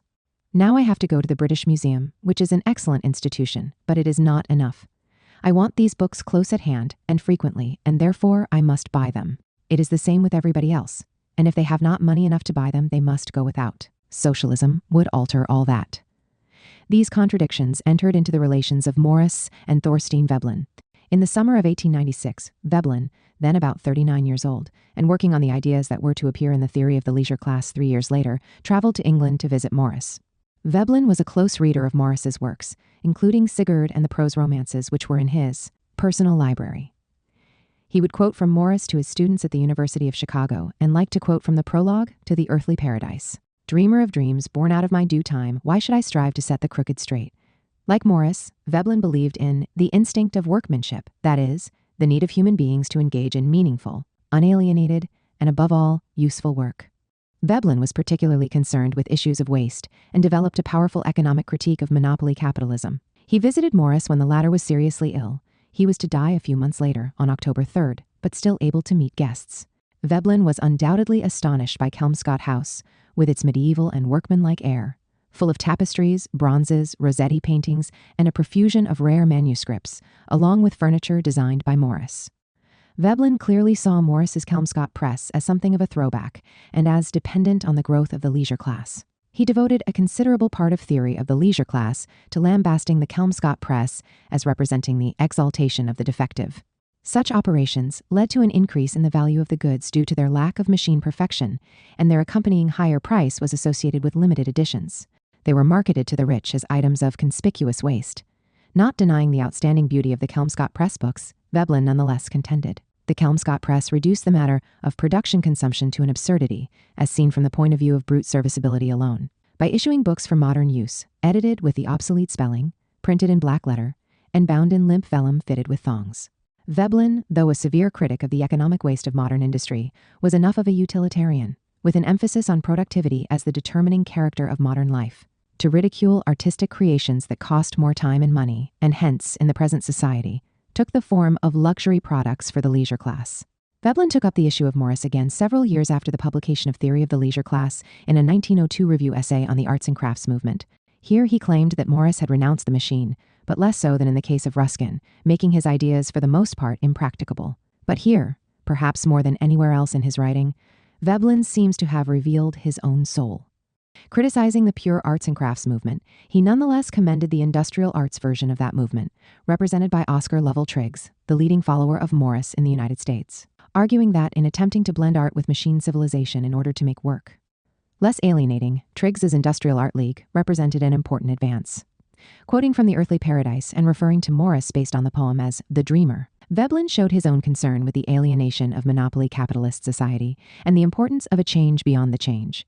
But however impracticable within the frontiers of a democratic culture may be the substantially aristocratic ideals and proposals of the dreamer of dreams born out of his due time, it does not follow from all this that the movement initiated by the dreamer need be without salutary effect upon the working life of the workman or the artistic value of their output of goods. Indirectly, these ideals, romantic or otherwise, have already had a large effect, and there is every reason to hope that the propaganda of taste carried on by organizations like the Industrial Art League and its congeners will count for much in checking the current ugliness of the apparatus of life. Morris no doubt would have agreed with some of this criticism, just as Veblen sympathized with Morris's ultimate objectives. Both sought in different ways for a more socialist, more ecological world. For Morris, aesthetic value often superseded machine productivity, insofar as the quality of life was concerned. If this put the artist in a peculiar contradictory position in capitalist society, making art the plaything of the rich, this only meant that the existing order itself needed to be transcended. Veblen, despite his bitterly ironic use of the Kelmscott Press to illustrate the law of conspicuous waste, was undoubtedly more sympathetic with Morris's romantic Marxian socialism than his analysis on the surface suggested. Both had a conception of use value and need that transcended capitalist society, yet it was Morris, the romantic artist and Marxian socialist, who was able to draw upon history for a vision of the future as the negation of the negation, the change beyond the change. The upriver journey in Morris's great socialist romance, News from Nowhere, ends not with a bigger and better factory, as in some mechanistic socialist visions of his day and our own, but with a 16th century stone manor which is said to have grown out of the earth. Morris presents an ecological vision of socialist revolution designed to heal the rift generated by capitalist modernity, by resurrecting the ghosts of the past struggles and the history that will not die. As Jack Lindsay observed in his biography of Morris, Marx and Engels were aware of the disastrous effects on nature that a society of commodity production was liable to inflict, but for Morris, the awareness of this destructive tendency was central. 125. On May Day, 1896, Morris wrote in Justice that capitalists were dealing with the crisis of the age by striving for the opening of fresh markets to take in all the fresh profit-producing wealth which is growing greater and greater every day, in other words, to make fresh opportunities for waste, the waste of our labor and our lives. And I say this is an irresistible instinct on the part of the capitalists, an impulse like hunger, and I believe that it can only be met by another hunger, the hunger for freedom and fair play for all, both people and peoples. Anything less than that the capitalist power will brush aside. But they cannot, for what will it mean? The most important part of their machinery, the hands becoming men, and saying, now at last we will it, we will produce no more for profit but for use, for happiness, for life. For happiness. Yet, there were fears as well as hopes. Rather than arguing for an inexorable progress, Morris pointed to the contingencies of history, contrasting such optimistic views, which depended on a working-class revolt, to more pessimistic ones, in which the revolt would fail. In Signs of Change, he stated, I can conceive that the revolt against artificial famine or capitalism, which is now on foot, may be vanquished. The result will be that the working class, the slaves of society, will become more and more degraded. Nor will their masters be much better off. The earth's surface will be hideous everywhere, save in the uninhabitable desert. Art will utterly perish, as in the manual arts so in literature, which will become, as it is indeed speedily becoming, a mere string of orderly and calculated ineptitudes and passionless ingenuities. Science will grow more and more one-sided, more incomplete, more wordy and useless, till at last she will pile herself up into such a mass of superstition that beside it the theologies of old time will seem mere reason and enlightenment. All will get lower and lower, till the heroic struggles of the past to realize hope from year to year, from century to century, will be utterly forgotten, and man will be an indescribable being, hopeless, desireless, and lifeless. Such an utterly degraded capitalist society, Morris strongly implied, would be so destructive of the environment around it as to lead toward universal disaster. And in this way, a kind of deliverance might take place, but in a destructive fashion. Man may, after some terrible cataclysm, he wrote, learn to strive towards a healthy animalism, may grow from a tolerable animal into a savage, from a savage into a barbarian, and so on. And some thousands of years hence, he may be beginning once more those arts which we have now lost. This reflected the view put forward in his 1888 lecture on equality, that if the present state of society merely breaks up without a conscious effort at transformation, the end, the fall of Europe, may be long in coming. But when it does come, it will be far more terrible, far more confused, and full of suffering than the period of the fall of Rome. Yet, even if humanity were to struggle back over centuries and millennia from such a terrible cataclysm, ultimately brought on by capitalism's destruction of the world around it, it would, in the pessimistic view, constitute no true deliverance, since the whole cycle would have to be gone over again. That pessimism, Morris stated, I do not believe in, nor, on the other hand, do I suppose that it is altogether a matter of our wills as to whether we shall further human progress or human degradation. 129 revolutionary change was a product of a dialectic of subjective and objective conditions. The only rational course for humanity under these circumstances was to pursue the aims of art, beauty in nature, and unalienated human labor, and to organize a movement towards socialism. Not one, nor thousands must they slay, but one and all if they would dusk the day. Part 2.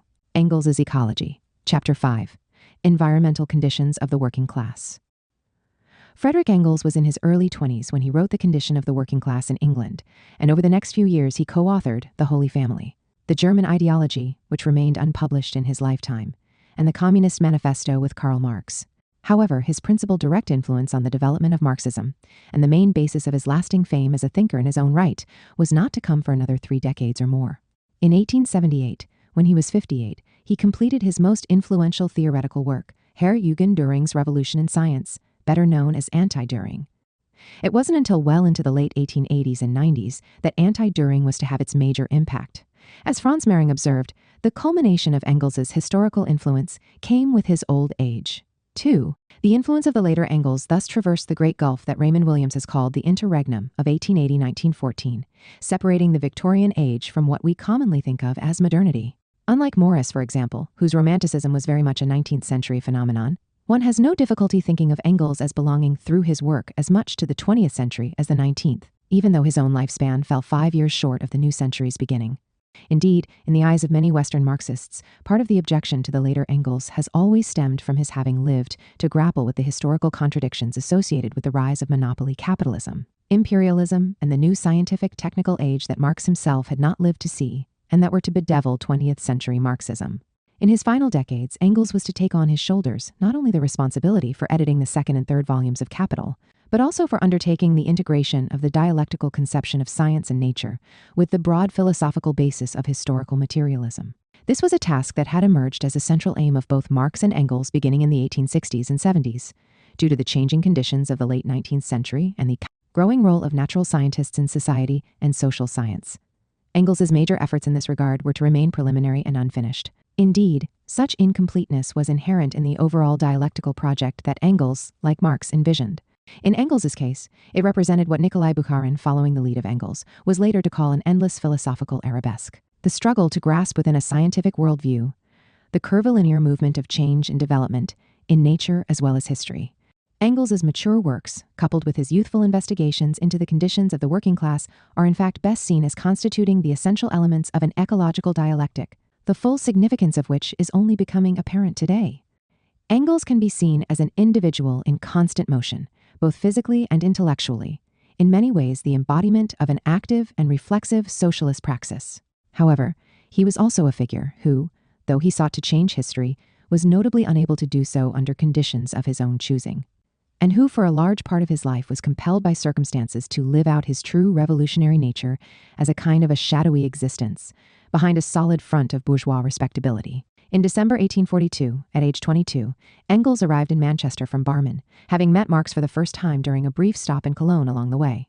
During what was to be a 21-month stay in Manchester, he was given the task of learning the business at his father's cotton textile plant, founded in 1837 by Friedrich Engels Sr., together with a number of Erman brothers. The Chartist leader Julian Harney, to whom Engels paid a visit in Leeds soon after arriving in Manchester, remembered him from this time as a tall, handsome young man, with an almost boyish countenance, speaking an astonishingly accurate English. Engels was soon engaged in the research for the condition of the working class in England. It was this work, along with his 1,843 Outlines of a Critique of Political Economy, that would play a crucial role in inspiring Marx's own critique of political economy. As Stephen Marcus writes in Engels, Manchester and the Working Class, Engels walked incessantly, at all times of the day and night, on weekends and holidays, up and down the crowded, refuse-strewn streets and alleys of industrial Manchester, guided on numerous occasions, or so it is believed by his companion Mary Burns, the lively, pretty 21-year-old daughter of Michael Burns, a textile dye worker and factory laborer, and Mary Conroy, both Irish immigrants from Tipperary. The Burns family lived in Deansgate, which was then an extremely poor area of narrow alleys and fetid courts. Mary Burns was born in 1822, and by the early 1840s had secured a domestic service position in a master painter's household. She may have been a factory operator in her younger years, and there were vague suggestions, chiefly in the form of a ribald poem by Engels's friend George Weirth, who was clearly enamored with Mary, describing her more than once as a wild rose, that she may have engaged in prostitution, using her proceeds to support the Irish nationalist cause. Mary was known for her ebullient spirit and was a strong supporter of Chartism. Engels met her in 1843, not long after arriving in Manchester. A Mary Burns was registered as living in a small cottage in the working-class suburb of Hulme, a mile or two walk from where Engels was working in Manchester in 1843, suggesting that Mary and Engels may have already set up home together at that time. Certainly, as Tristram Hunt writes, they were in each other's arms over 1843. With Burns at his side and playing the role of guide, Engels traversed the streets and alleys of working-class Manchester, entering the hidden recesses of the city. In the process, he carried out the social and environmental investigations that were to make the condition of the working class the classic description of the 19th century industrial proletariat and its built environment.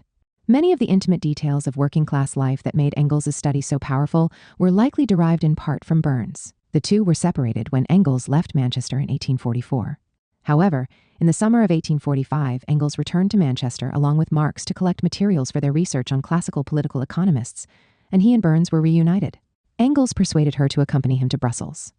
Karl and Jenny Marx were fond of her, and according to their daughter Eleanor, found her pretty, witty, and charming. From then on, Mary and Frederick were companions, partners in a free union. As historian Roy Whitfield tells us, for 20 years until Mary's Burns' death in 1863, she was his wife in all but name. 3 years later, in October 1848, in the midst of the 1848 revolution, we again see Engels, now aged 28, on the move, making his way on foot out of a conquered Paris on a long meandering journey to Switzerland. In the travel diary, From Paris to Bern, kept during his marathon, 300-plus mile walk, Engels describes in loving detail the countryside, the vineyards, and the peasants, clearly enjoying life on the way, but always on the lookout for hidden revolutionary potential, the spark of revolt. At every step, he displays a deep appreciation of the French landscape and the variety of its gifts of nature. He writes at one point of huge blue rocks between which green shrubs and saplings grow, and at another of an avenue lined with elms, ashes, acacias, or chestnuts, while the valley floor below comprises luxuriant pasture and fertile fields. 10. From Switzerland, Engels dispatched articles to the Neue Rheinische Zeitung, at that time edited by Marx in Cologne. In January 1849, he re-entered Germany, and in July fought as the aide-de-camp to August Willich, associated with the Communist League, in the military campaigns in Baden and the Palatinate against the Prussians, participating in 4 battles.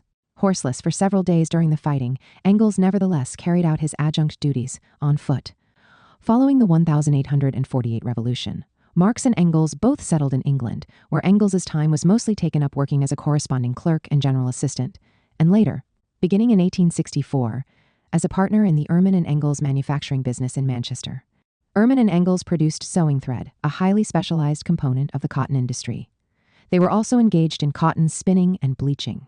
They had mills, warehouses, and offices in Manchester and in the surrounding towns of Salford, Eccles, and Bolton.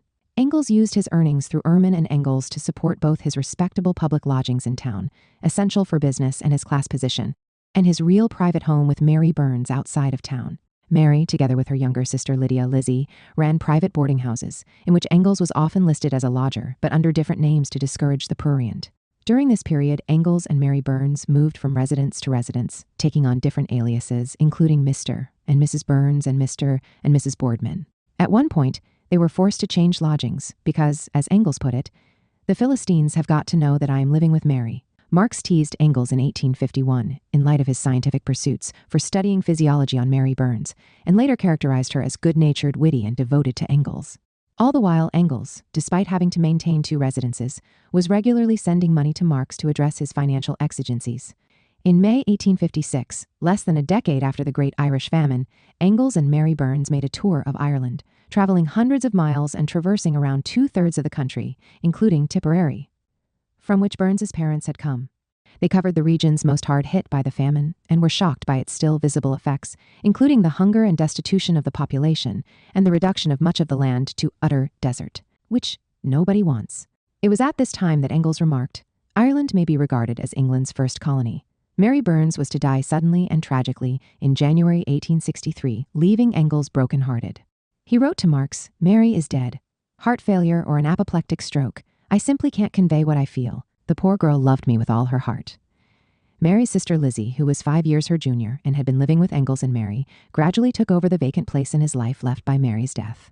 Engels left few traces of his true feelings, though acknowledging Mary's love for him, and, indirectly, his own love for her, as well as his feelings that with Mary his youth was gone.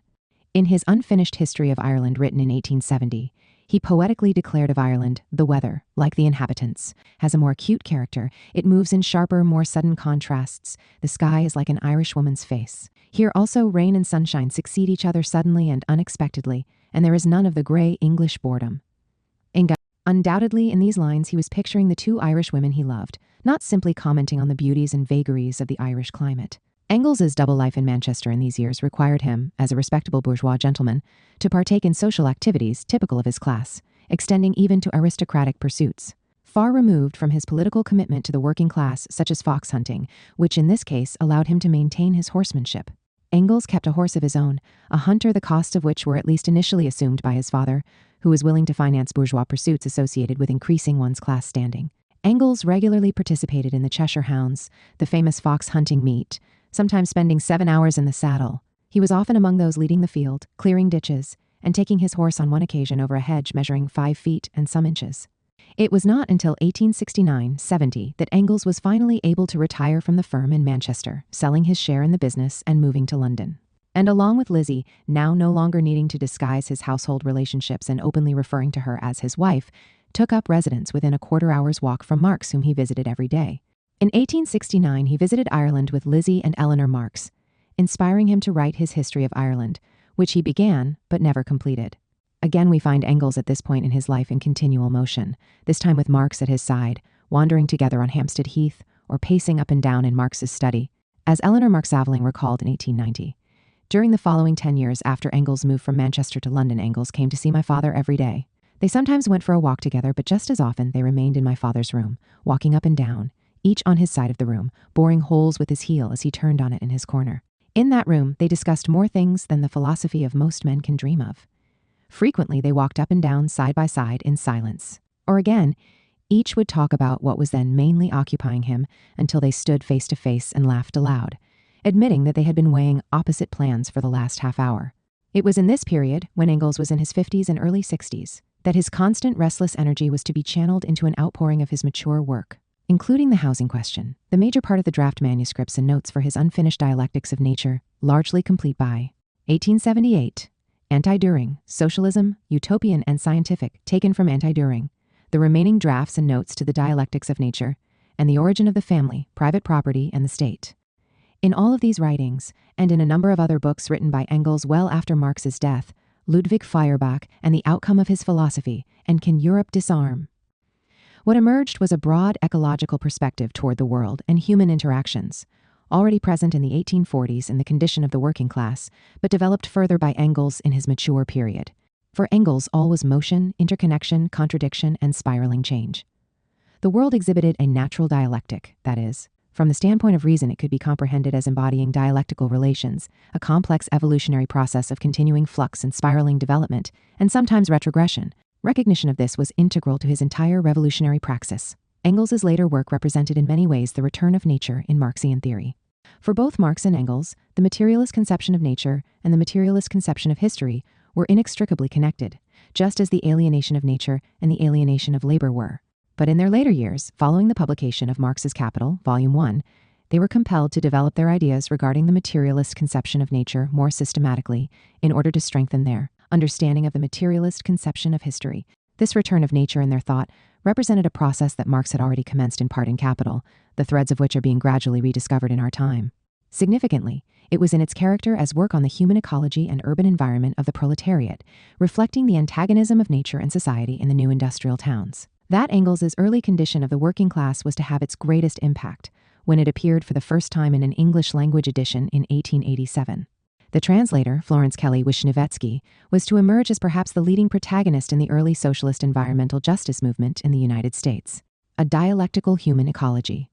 An Ecological Worldview, David R. Keller and Frank B. Galli write in their introduction to the philosophy of ecology. Includes a commitment to such theoretical principles as ontological interconnectedness, internal relations, seeing the essence or identity of a living thing as the product of complex connections and processes, holism, naturalism, non-anthropocentrism, and a recognition of the negative impacts of humans on the earth. Ecology transcends the boundaries between society and extra-human nature. Looked at from this standpoint, human social systems are both inescapably part of the natural world and, insofar as they reflect specifically social determinants, are relatively independent from it. This creates both the possibility for the human-generated ecological disruption that characterizes our times, and also for its opposite in the form of sustainable human development. Social systems thus become human ecologies. Such varied thinkers as William Blake, Percy Bysshe Shelley, Charles Dickens, Marx, Engels, John Ruskin, and William Morris saw the Industrial Revolution as a violation of nature, presenting a contradiction between town and country. It is no accident, then, that some of the most influential early descriptions of ecology had to do with urban systems. From the viewpoint of Europe and North America, it was undoubtedly more obvious in the 19th century than it is today that the new urban megalopolises were in antagonistic relation to the natural environments from which they emerged and to which they remained connected. Perhaps the most dramatic indication of the antagonistic relation between the new industrial towns and what Marx was later to call the universal metabolism of nature was the spread of contagious diseases, namely cholera, typhus, typhoid fever, tuberculosis, diphtheria, and scarlet fever. Although little was known at the time about the etiology of such diseases, the fact that they were associated with a fundamental transformation of the nature-society relation was widely perceived. In Bleak House, Charles Dickens wrote of malignant diseases that were a shameful testimony to future ages, how civilization and barbarism walked this boastful island together. Looked at from this broad perspective, Engels was an early exponent of an ecological worldview, particularly of the dialectical relation between human beings and nature. He was a lifelong student of a broad range of sciences and one of the most erudite figures of his age, speaking as many as 20 languages, revered by Marx for his encyclopedic knowledge. In his Letters from Wuppertal, published when he was only 18, he wrote of the deplorable health conditions of factory work in his native region. Work in low rooms where people breathe in more coal fumes and dust than oxygen, and in the majority of cases beginning already at the age of 6, is bound to deprive them of all strength and joy in life. He contrasted this to the free, unbounded air of the countryside. Engels's first book, The Condition of the Working Class in England, was concerned with this town-country division and pioneered in the study of social epidemiology. His last book, Can Europe Disarm?, commented on the consequences of the destruction of the soil. In between, he addressed the dialectic of nature ecology in nearly all of his major works.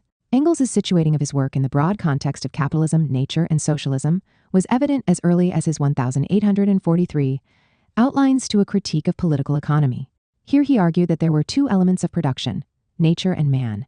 Alienation served to sever these. The immediate consequence of private property, he wrote, was the split of production into two opposing sides. The natural and the human sides, the soil which without fertilization by man is soon dead and sterile, and human activity, the first condition of which is that very soil.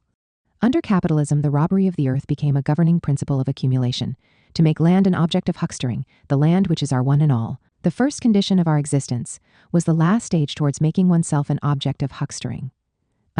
Engels's view of nature was not a reified one associated with economic categories of capitalist commodity production, where nature was reduced to something to conquer and exploit. Rather, from the start, he recognized the intrinsic value of nature and hence the tragedy of its estrangement under capitalism. This appreciation of the natural environment was evidenced by Engels's loving descriptions, for example in his article Landscapes, where he captured the natural beauty displayed by the countryside in Greece, Germany, and England, and his constant evocations throughout his writings in his 20s to Shelley's Queen Mab, in which he highlighted in particular Shelley's vivid poetic descriptions of the natural environment, referring to a tenderness and originality in depiction of nature such as only Shelley can achieve. This acute Shelleyan love of life, coupled with a sense of the alienation of nature and humanity in bourgeois society, is evident in the condition of the English working class in England, where Engels writes of Shelley, the genius, the prophet Shelley, and Byron, with his glowing sensuality and his bitter satire upon our existing society. References to poetry, often revolutionary in nature, loom sporadically in Engels's early work, standing for an irrepressible, luminous natural and social reality outside, and opposed to the bleak world and degraded existence imposed by industrial capitalism. Engels was already developing the notion of the division of town and country that was to become a central theme in Marx and Engels's German ideology. Town and country, he wrote, are in constant competition under capitalism. The greater the town, the greater its advantages, arising from its infrastructure, existing establishments, its ready market, and its skilled labor. In contrast, the country has as its main advantage low wages. But the centralizing tendency of manufacture continues in full force, and every new factory built in the country bears in it the germ of a manufacturing town. 32. Engels's condition of the working class was to play a formative role in the construction of Marxian political economy, and was to attain historical significance, as Eric Hobsbawm stressed, as the earliest large work whose analysis is systematically based on the concept of the Industrial Revolution. It was also, though often less appreciated, a foundational environmental work. It was concerned above all with the physiological conditions of the working class in the environs of the great towns, and particularly industrial Manchester, though there are brief excursions into the conditions of the agricultural and mining proletariats outside of the large cities. Only a small amount of the book considered actual factory conditions, and in these cases the focus is almost exclusively on the environmental conditions within the workplace and their effects on the health of the workers. To be sure, the condition of the working class provides powerful insights into surplus value relations. And it is here that we first see a systematic development of the theory of relative surplus population, or the industrial reserve army, a concept that Engels introduced here as well as in his earlier Outlines of a Critique of Political Economy. Yet it is the environmental conditions of the working class that pervaded the work as a whole and constituted the youthful Engels's chief concern. Most of the book is devoted to the social epidemiology of working class life in the industrial towns and with the etiology of disease. The combination of the critique of political economy with his critique of environmental and epidemiological conditions and their relation to the reproduction of the laboring class under capitalism is what gives Engels's work its material power and its astonishing ability to evoke our emotions and our conscience even today. The everyday lives of proletarians in Manchester and other industrial towns in the 1840s were filled with smoke, filth, overwork, disease, work degradation, crippling injury, and of course, premature death. Engels's expressed aim in The Condition of the Working Class was to provide a detailed description of these conditions in the lives of the workers, and to point systematically to the political economy of capitalism as the source. As Howard Waitzkin observed in The Second Sickness, Engels's theoretical position was unambiguous. For working-class people, the roots of illness and early death lay in the organization of economic production and in the social environment. British capitalism, Engels argued, forced working-class people to live and work under circumstances that inevitably cause sickness. This situation was not hidden, but was well known to the capitalist class. The conflict between profit and safety worsened health problems and stood in the way of necessary improvements. Engels's treatment of the Industrial Revolution, which sets the stage for his book, begins with what has become by now a fairly standard discussion of the main inventions, beginning with the spinning jenny, associated with the stupendous growth of cotton and wool textile manufacture. However, he quickly moves on to examine the basis of this in the production of iron and coal and the larger question of energy. Here he places a heavy emphasis on the 18th century transformation of iron smelting, from wood-based charcoal to coke derived from coal. This resulted in a vast increase in iron production by the late 18th century and a much reduced need for wood imports given the prior decimation of English forests as a consequence of charcoal-based iron smelting. In 1720, 60 British furnaces producing 17,000 tons of pig iron required, when forging was added, around 830,000 tons of charcoaling wood for the smelting. The result was the extensive destruction of English forests. As Václav Smil explained, already in 1648, anguished inhabitants of Sussex wondered how many towns would decay if the iron mills and furnaces were allowed to continue. People would have no wood to build houses, watermills, wheels, barrels, and hundreds of other necessities, and they asked the king to close down many of the mills. To Clive, indeed, what largely deforested England was not so much population growth as supposed in the standard Malthusian interpretation, according to which too many people led inexorably to too much wood consumption and hence wood scarcity. Rather, the massive deforestation in the 17th and 18th centuries was predominantly the consequence of an early stage of proto-industrialization, in which the manufacture of iron was dependent on charcoal smelting.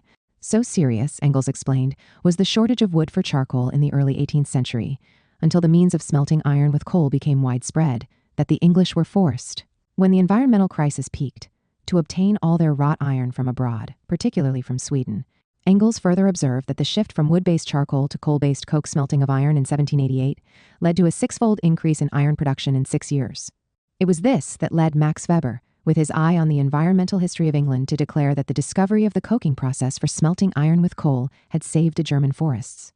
From the standpoint of the industrial takeoff, the expansion of coal production was initially aimed at boosting the production of iron. As Engels observed in The Condition of the Working Class, the rapid introduction of improved forms of iron smelting from coke in the form of puddling, withdrawing the carbon which had mixed with the iron during the process of smelting, in late 18th century England gave an enormous impetus to the production of iron. The sheer size of smelting furnaces grew 50 times in a matter of decades.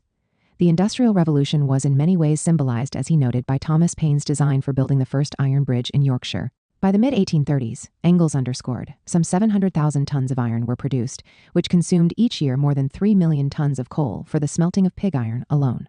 In 1869, at the very height of the Industrial Revolution, more coal in England was used for smelting iron than for firing all the steam engines of general manufactures and trains combined. Indeed, the demand for coal for iron smelting, along with the demand for tin, copper, and lead, led to development of the steam engine, which then increased the demand for coal in a positive feedback mechanism of the sort that characterized the whole industrial takeoff. Thus, it was the steam engine in the end that was to give importance to the broad coal fields of England. This was inextricably linked via the coking process to the iron mines which supplied raw material for the production of machine industry. Industrialization was not simply about machinery and factories, but included a whole new transportation infrastructure, railways, the digging of canals, and the introduction of steamships. Agriculture, too, was revolutionized as capital was applied to the soil via novel fertilizing processes, and as new agricultural methods were developed. Due to the advances in chemistry associated with figures such as Humphrey Davy and Justus von Liebig, England, which shifted its agriculture to meat and wool production, became a net importer of grain even as its agriculture expanded. Displacement of labor in agriculture led to the rise of an enormous industrial proletariat, the key element in the development of modern industry. Population, Engels explained, becomes centralized as capital does, that is, increasingly located in the great towns. It was in the condition of the working class that he systematically introduced the concept of relative surplus population, or the industrial reserve army of labor, which became the linchpin of the Marxian critique of political economy, and its answer to crude Malthusian notions in which poverty was the product of population growth. Under capitalism, accumulation was made possible by the existence of a vast army of unemployed workers, allowing production to be shifted rapidly into new areas during periods of expansion, while also holding wages down during periods of contraction. Accumulation of capital, as Marx later wrote, was at the same time the accumulation of a laboring population, much of which remained unemployed and underemployed.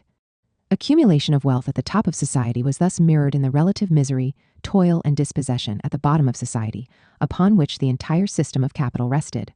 Engels ended his chapter on the industrial proletariat in the condition of the working class with the words, "But in these great manufacturing towns, the proletarians are the infinite majority, and how they fare, what influence the great town exercises upon them, we have now to investigate."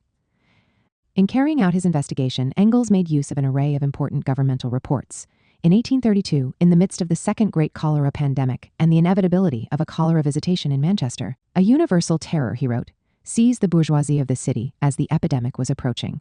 It was in these circumstances that people remembered the unwholesome dwellings of the poor, and trembled before the certainty that each of these slums would become a center for the plague, whence it would spread desolation in all directions through the houses of the propertied class. In this context, a public health commission was created under Dr. James Phillips Kay, who scrutinized all aspects of the living conditions of the workers in his 1832 report on the moral and physical condition of the working classes in the cotton manufacture in Manchester. Although Engels pointed out that Dr. Kay confuses the working class in general with the factory workers, he nonetheless considered it an excellent pamphlet. Engels also made use in his study of Edwin Chadwick's influential 1842 report to the Poor Law Commissioners, report on the sanitary conditions of the laboring population of Great Britain, as well as a number of key parliamentary reports focused principally on children's employment. However, the condition of the English working class was based fundamentally on Engels's interactions with workers and on his own observations. In many ways, it reflected the working class consciousness that he found in Manchester shortly after the 1842 general strike, also known as the Plug Plot riots, when the working class was actively involved in E.P. Thompson's terms, in its own making. In the general strike of 1842, centered in Manchester during the August before Engels's arrival, workers had marched from factory to factory, pulling the plugs from the boilers to shut down the mills, demanding that the 6 points of the People's Charter be adopted as the law of the land. Repression and hunger, however, drove the strikers back to work by September. Together with Mary Burns, Engels attended mass meetings of workers held at the House of Science, founded by Owenites. It has been suggested that they may actually have met there. Along with his interactions with the National Chartist leader George Julian Harney, Engels drew heavily on the work of his friend the Manchester Chartist leader James Leach, who had been employed in a variety of working-class occupations, including coal mining and power loom weaving, and probably hand loom weaving, and who had led the 1839 resistance of Manchester workers to cuts in their wages. Leach was one of the principal figures behind the idea of the National Charter. He argued that labor was the source of wealth value and that workers were being robbed of the product of their labor. An argument presented in his remarkable 84-page work, Stubborn Facts from the Factories by a Manchester operative. In Leach's words, working people are rendered surplus in the labor market by the machines.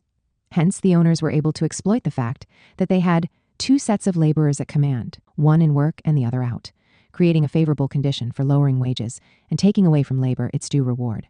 Elsewhere, Leach was to argue, as manufactories increased, the value of labor diminished.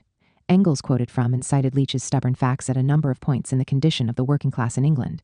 Engels also drew on statistics that workers themselves had collected on factory work as part of the Chartist movement and that were incorporated in Leach's book.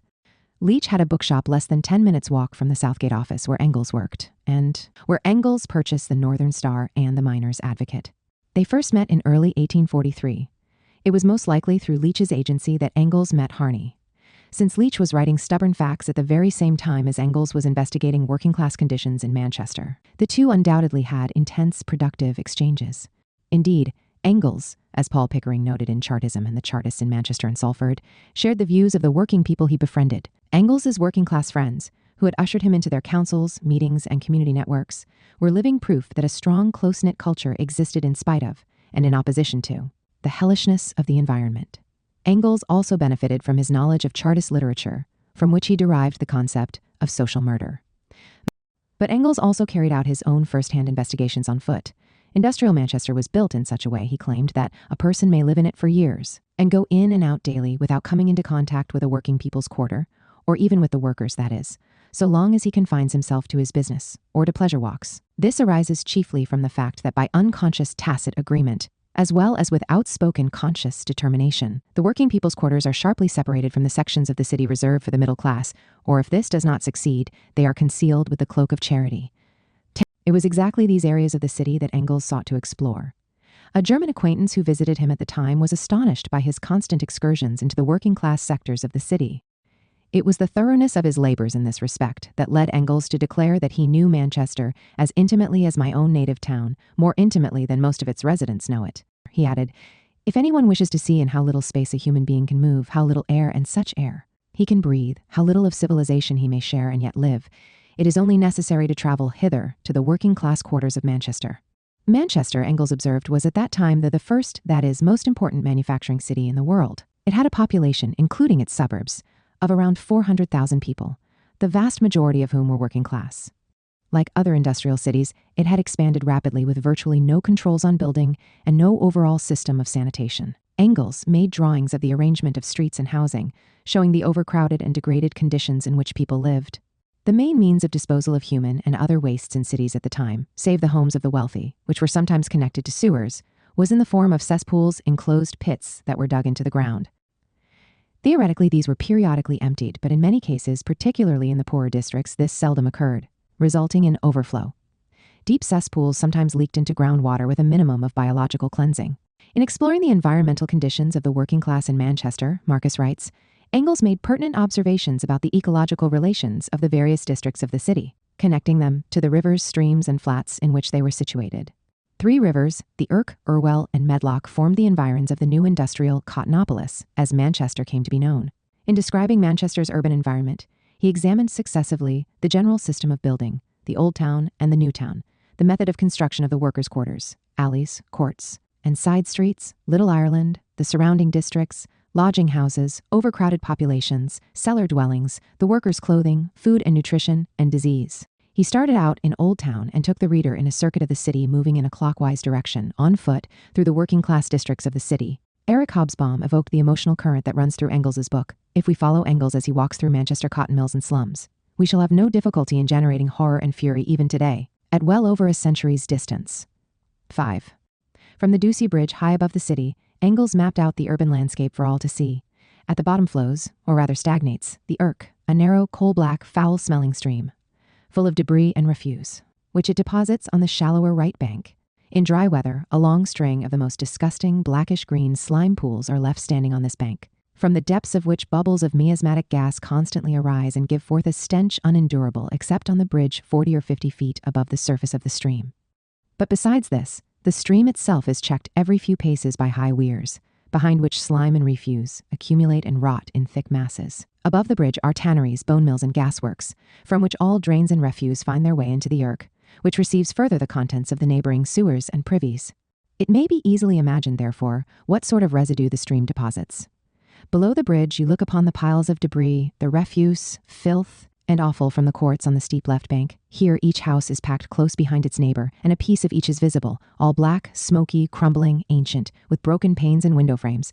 The background is furnished by old barrack-like factory buildings. On the lower right bank stands a long row of houses and mills, the second house being a ruin without a roof. Piled with debris, the third stands so low that the lowest floor is uninhabitable, and therefore without windows or doors. Here the background embraces the pauper burial ground, the station of the Liverpool and Leeds Railway, and in the rear of this the workhouse, the Poor Law Bastille of Manchester, which, like a citadel, looks threatening down from its high walls and parapets on the hilltop upon the working people's quarter below. Enclosed within a bend of the Medlock River on the Manchester side was the low-lying district known as Little Ireland. Of this district and its environs, Engels wrote in disgust and outrage. Here flows the Medlock. Along both sides of the stream, which is coal-black, stagnant, and foul, stretches a broad belt of factories and working men's dwellings, the latter all in the worst condition. But the most horrible spot lies on the Manchester side, immediately southwest of Oxford Road, and is known as Little Ireland. In a rather deep hole, in a curve of the Medlock, and surrounded on all 4 sides by tall factories and high embankments, covered with buildings, stand 2 groups of about 200 cottages, built chiefly back to back, in which live about 4,000 human beings, most of them Irish. The cottages are old, dirty, and of the smallest sort, the streets uneven, fallen into ruts, and in part without drains or pavement, masses of refuse. Awful and sickening filth lie among standing pools in all directions. The atmosphere is poisoned by the effluvia from these, and laden and darkened by the smoke of a dozen tall factory chimneys. A horde of ragged women and children swarm about here, as filthy as the swine that thrive upon the garbage heaps and in the puddles. In short, the whole rookery furnishes such a hateful and repulsive spectacle as can hardly be equaled in the worst court on the earth. The race that lives in these ruinous cottages, behind broken windows, mended with oilskin, sprung doors and rotten doorposts, or in dark, wet cellars, in measureless filth and stench. In this atmosphere penned in as if with a purpose, this race must really have reached the lowest stage of humanity. This is the impression and the line of thought which the exterior of this district forces upon the beholder. But what must one think when he hears that in each of these pens, containing at most 2 rooms, a garret and perhaps a cellar, on the average 20 human beings live, that in the whole region, for each 120 persons, one usually inaccessible privy is provided. And that in spite of all the preachings of the physicians, in spite of the excitement into which the cholera epidemic plunged the sanitary police by reason of the condition of Little Ireland, in spite of everything, in this year of grace 1844, it is in almost the same state as in 1831. Dr. K asserts that not only the cellars but the first floors of all the houses in this district are damp, that a number of cellars once filled up with earth have now been emptied and are occupied once more by Irish people, that in one cellar the water constantly wells up through a hole stopped with clay, the cellar lying below the river level, so that its occupant, a handloom weaver, had to bail out the water from his dwelling every morning and pour it into the street. Human beings had been forced back into living in damp holes and cattle sheds. Some 12% of the working class portion of the city lived in cellars. In the larger metropolitan area, including the suburbs, this meant, Engels noted, that some 40,000 to 50,000 people resided in damp, overcrowded cellars, prone to flooding and in close contact with cesspools. These filthy holes were the dwelling places for a ragged, ill-fed population. In the Old Town district of Manchester, he wrote, I found a man, apparently about 60 years old, living in a cow stable. He had constructed a sort of chimney for his square pen, which had neither windows, floor, nor ceiling, had obtained a bedstead, and lived there, though the rain dripped through his rotten roof. This man was too old and weak for regular work, and supported himself by removing manure with a hand-cart. The dung heaps lay next door to his palace. At another point, he gives a picture of a microcosm of the tragedy he saw everywhere in the Manchester slums. Passing along a rough bank among stakes and washing lines, one penetrates into this chaos of small, one-storied, one-roomed huts, in most of which there is no artificial floor. Kitchen, living and sleeping room are all in one. In such a hole, scarcely 5 feet long by 6 broad, I found 2 beds, and such bedsteads and beds, which, with a staircase and chimney place, exactly filled the room. In several others I found absolutely nothing, while the door stood open and the inhabitants leaned against it. Everywhere before the doors refuse and awful that any sort of pavement lay underneath could not be seen, but only felt, here and there, with the feet. This whole collection of cattle sheds for human beings was surrounded on 2 sides by houses and a factory, and on the third by the river, and besides the narrow stair up the bank, a narrow doorway alone led out into another almost equally ill-built, ill-kept labyrinth of dwellings. Engels's first-hand descriptions of these conditions corroborated the official reports, such as Chadwick's 1842 report on the sanitary condition of the laboring population of Great Britain delivered to the Poor Law Commission, while going beyond them. Chadwick's report made him overnight the leading figure in public health and sanitation in the 1840s and early 1850s.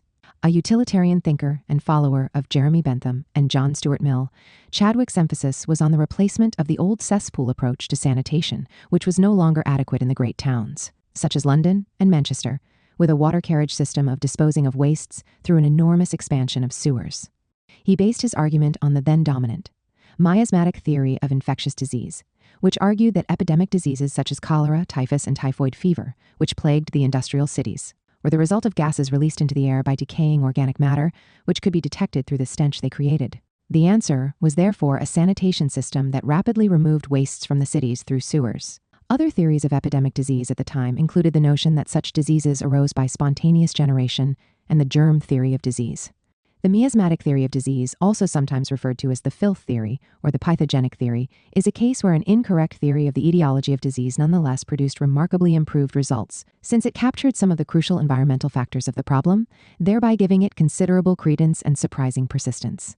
Sometimes referred to as a sociological theory of disease, it tended to emphasize a broad array of factors, often connected to poverty, rather than disease-specific factors, as in the more exact germ theory that succeeded it. Yet its very weakness in terms of the etiology of disease, at a time when knowledge of bacterial pathogens was so inadequate, encouraged broad sociological changes in municipal water and sanitation systems, housing, and hygiene, which ended up alleviating some of the causes. As Charles Edward Amory Winslow wrote in The Conquest of Epidemic Disease, it was the intestinal diseases with which the sanitarians of the early 19th century were chiefly concerned. And these, of course, were precisely the diseases in which environmental sanitation was of fundamental importance. Therefore, the concept of local miasms fitted the case remarkably well. As we shall see, however, the 19th century fill theory of disease was a relatively precise and scientific form of the old doctrine of miasms. It was backed up by statistical and epidemiological evidence, and it actually accomplished results in the practical control of epidemic disease. Engels's exploration of the etiology of disease in the condition of the working class exhibits the influence of the dominant miasmic theory of his day. For example, he declared, all putrefying vegetable and animal substances give off gases decidedly injurious to health, and if these gases have no way of escape, they inevitably poison the atmosphere. The filth and stagnant pools of the working people's quarters in the great cities have, therefore, the worst effect upon the public health, because they produce precisely those gases which engender disease. So, too, the exhalations from contaminated streams. Nevertheless, while drawing on the miasma theory in the condition of the working class, Engels refrained from promoting a single-factor epidemiological explanation, and his overall account was thus remarkable in its attention to numerous environmental factors and conditions with respect to their influence on public health. In the very same paragraph, Engels provided a powerful description of the air pollution threatening the populations of the large cities, and the lack of oxygen from which the population suffered. The centralization of population in great cities exercises of itself an unfavorable influence. The atmosphere of London can never be so pure, so rich in oxygen, as the air of the country. 2.5 million pairs of lungs, 250,000 fires, crowded upon an area 3 to 4 miles square, consume an enormous amount of oxygen, which is replaced with difficulty, because the method of building cities in itself impedes ventilation. The carbonic acid gas, engendered by respiration and fire, remains in the streets by reason of its specific gravity, and the chief air current passes over the roofs of the city. The lungs of the inhabitants fail to receive the due supply of oxygen, and the consequence is mental and physical lassitude and low vitality. And if life in large cities is, in itself, injurious to health, how great must be the harmful influence of an abnormal atmosphere in the working people's quarters, where, as we have seen, everything combines to poison the air. Engels was not alone in making such observations, though he was more concerned than most contemporary commentators about the health effects on the population. Léon Fauché, visiting Manchester from France in 1844, wrote of the clouds of smoke that vomited forth from the numberless chimneys, comparing the effect of the air pollution on the town to that of an active volcano. A particular problem Engels stressed was the lack of the means of cleanliness on the part of the poor, since pipes are laid only when paid for, and the rivers so polluted that they are useless for such purposes. They are obliged to throw all offal and garbage, all dirty water, often all disgusting drainage and excrement into the streets. Being without other means of disposing of them, they are thus compelled to infect the region of their own dwellings. 7. Engels was particularly concerned with tuberculosis, then known as consumption or phthisis. The cause of tuberculosis was then unknown. Robert Koch discovered the tuberculosis bacillus, Mycobacterium tuberculosis, in 1882. The bad air of London, Engels wrote, and especially of the working people's districts, is in the highest degree favorable to the development of consumption and other lung diseases, along with scarlet fever, a disease which brings most frightful devastation into the ranks of the working class. In the 1880 epidemic in Edinburgh, scarlet fever was found to have killed nearly 20% of the children who contracted it. It is caused by the bacterium Streptococcus pyogenes, group A, Streptococci, transmitted by air droplets when someone coughs or sneezes. It was not fully identified until the late 1880s. The cause of typhus, the bacteria Rickettsia prowazekii, spread in the feces of lice, was also unknown at the time. It was not clearly distinguished from typhoid fever until 1869.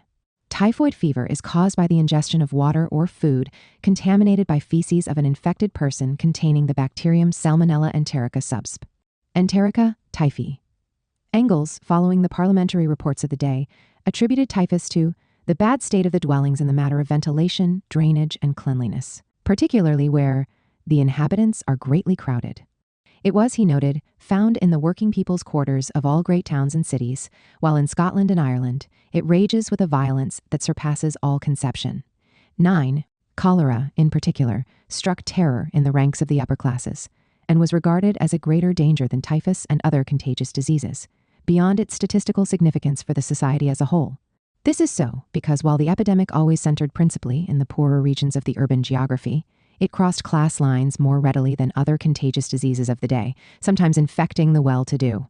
Terror therefore struck the ranks of the bourgeoisie, as Engels emphasized, whenever a cholera epidemic approached. Indeed, the speed with which cholera seemed to migrate from the slums of the poor to the much better habitations of the rich imparted to it a frightening aspect in the eyes of the better off. In 1845, when the condition of the working class appeared, it was not yet suspected that cholera was due to a waterborne pathogen, the bacteria Vibrio cholerae. Nevertheless, Engels quoted a remarkable passage from the classical political economist Nassau Senior's 1,837 letters on the Factory Act as it affects the cotton manufacturer, in which Senior wrote of the working class quarters in Manchester in this respect. These towns, the working class districts, such as Irishtown, Ancoats, and Little Ireland, for such they are in extent and population, have been erected by small speculators with an utter disregard to everything except immediate profit. In one place we saw a whole street following the course of a ditch, in order to have deeper cellars for people, not for lumber, without the expense of excavations. Not a house in this street escaped cholera. And generally speaking, throughout these suburbs the streets are unpaved, with a dunghill or a pond in the middle, the houses built back to back, without ventilation or drainage, and whole families each occupy a corner of a cellar or of a garret. That a whole street of people came down with cholera, where housing had been built along the path of a sewage ditch, so that deeper cellars could be dug. There, for human occupation, was an important empirical observation at the time. In these damp, porous cellars, mingled with cesspools, people were destined to die in great numbers. There was no doubt about the unhealthiness of such housing for the poor in the minds of Senior or Engels, and both knew the political economic reasons for these conditions, although Senior, as Engels noted, was a fanatical opponent of all independent movements of the workers.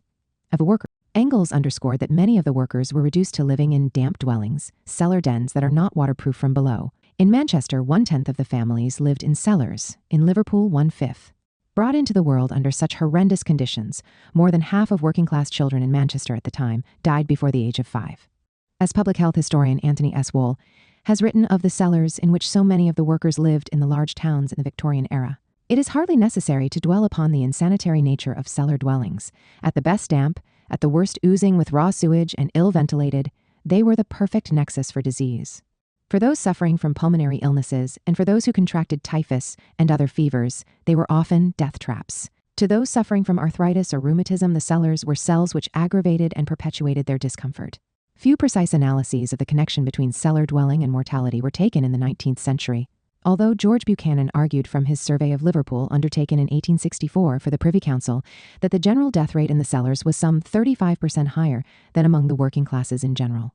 And, given the pythogenic theory, no such analyses were necessary in the minds of reformers. That the lower classes were often, in their habitations, literally lower, and that they were denied the purifying and cleansing power of fresh air was in itself an affront to Victorian sensibilities. The continued existence of cellars for dwelling places down into the 1860s and after served to publicize the severity of the housing question. The issues of nutrition also drew Engels's attention. There, he pointed to the artificial food scarcity and inflated prices that contributed to the poor nutritional intake of urban workers, along with problems of contamination and spoilage. He treated scrofula as a disease arising from nutritional deficiencies, an observation that, Waitskin explains, antedated the discovery of bovine tuberculosis as the major cause of scrofula and pasteurization of milk as a preventive measure. Likewise, Engels discussed the skeletal deformities associated with rickets as a nutritional problem, long before the medical discovery that it was due to deficiencies in vitamin D. A key problem in nutrition, Engels argued, was the frequent adulteration of food. He quoted an article from the Liverpool Mercury, which explained that a chemical substance from soap factories was mixed with sugar, cocoa was adulterated with dirt mixed with mutton fat, pepper was adulterated with dust from husks, etc. As Wohl was to write of the adulteration of food in Victorian England, much of the food consumed by the working-class family was contaminated and positively detrimental to health.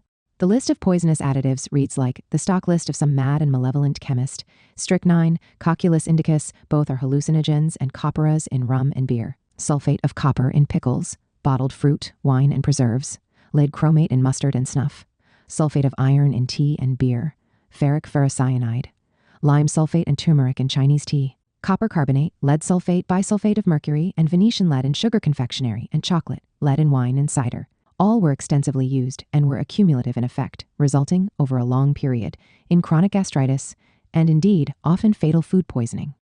Red lead gave Gloucester cheese its healthy red hue, flour and arrowroot a rich thickness to cream, and tea leaves were dried, dyed, recycled again and again.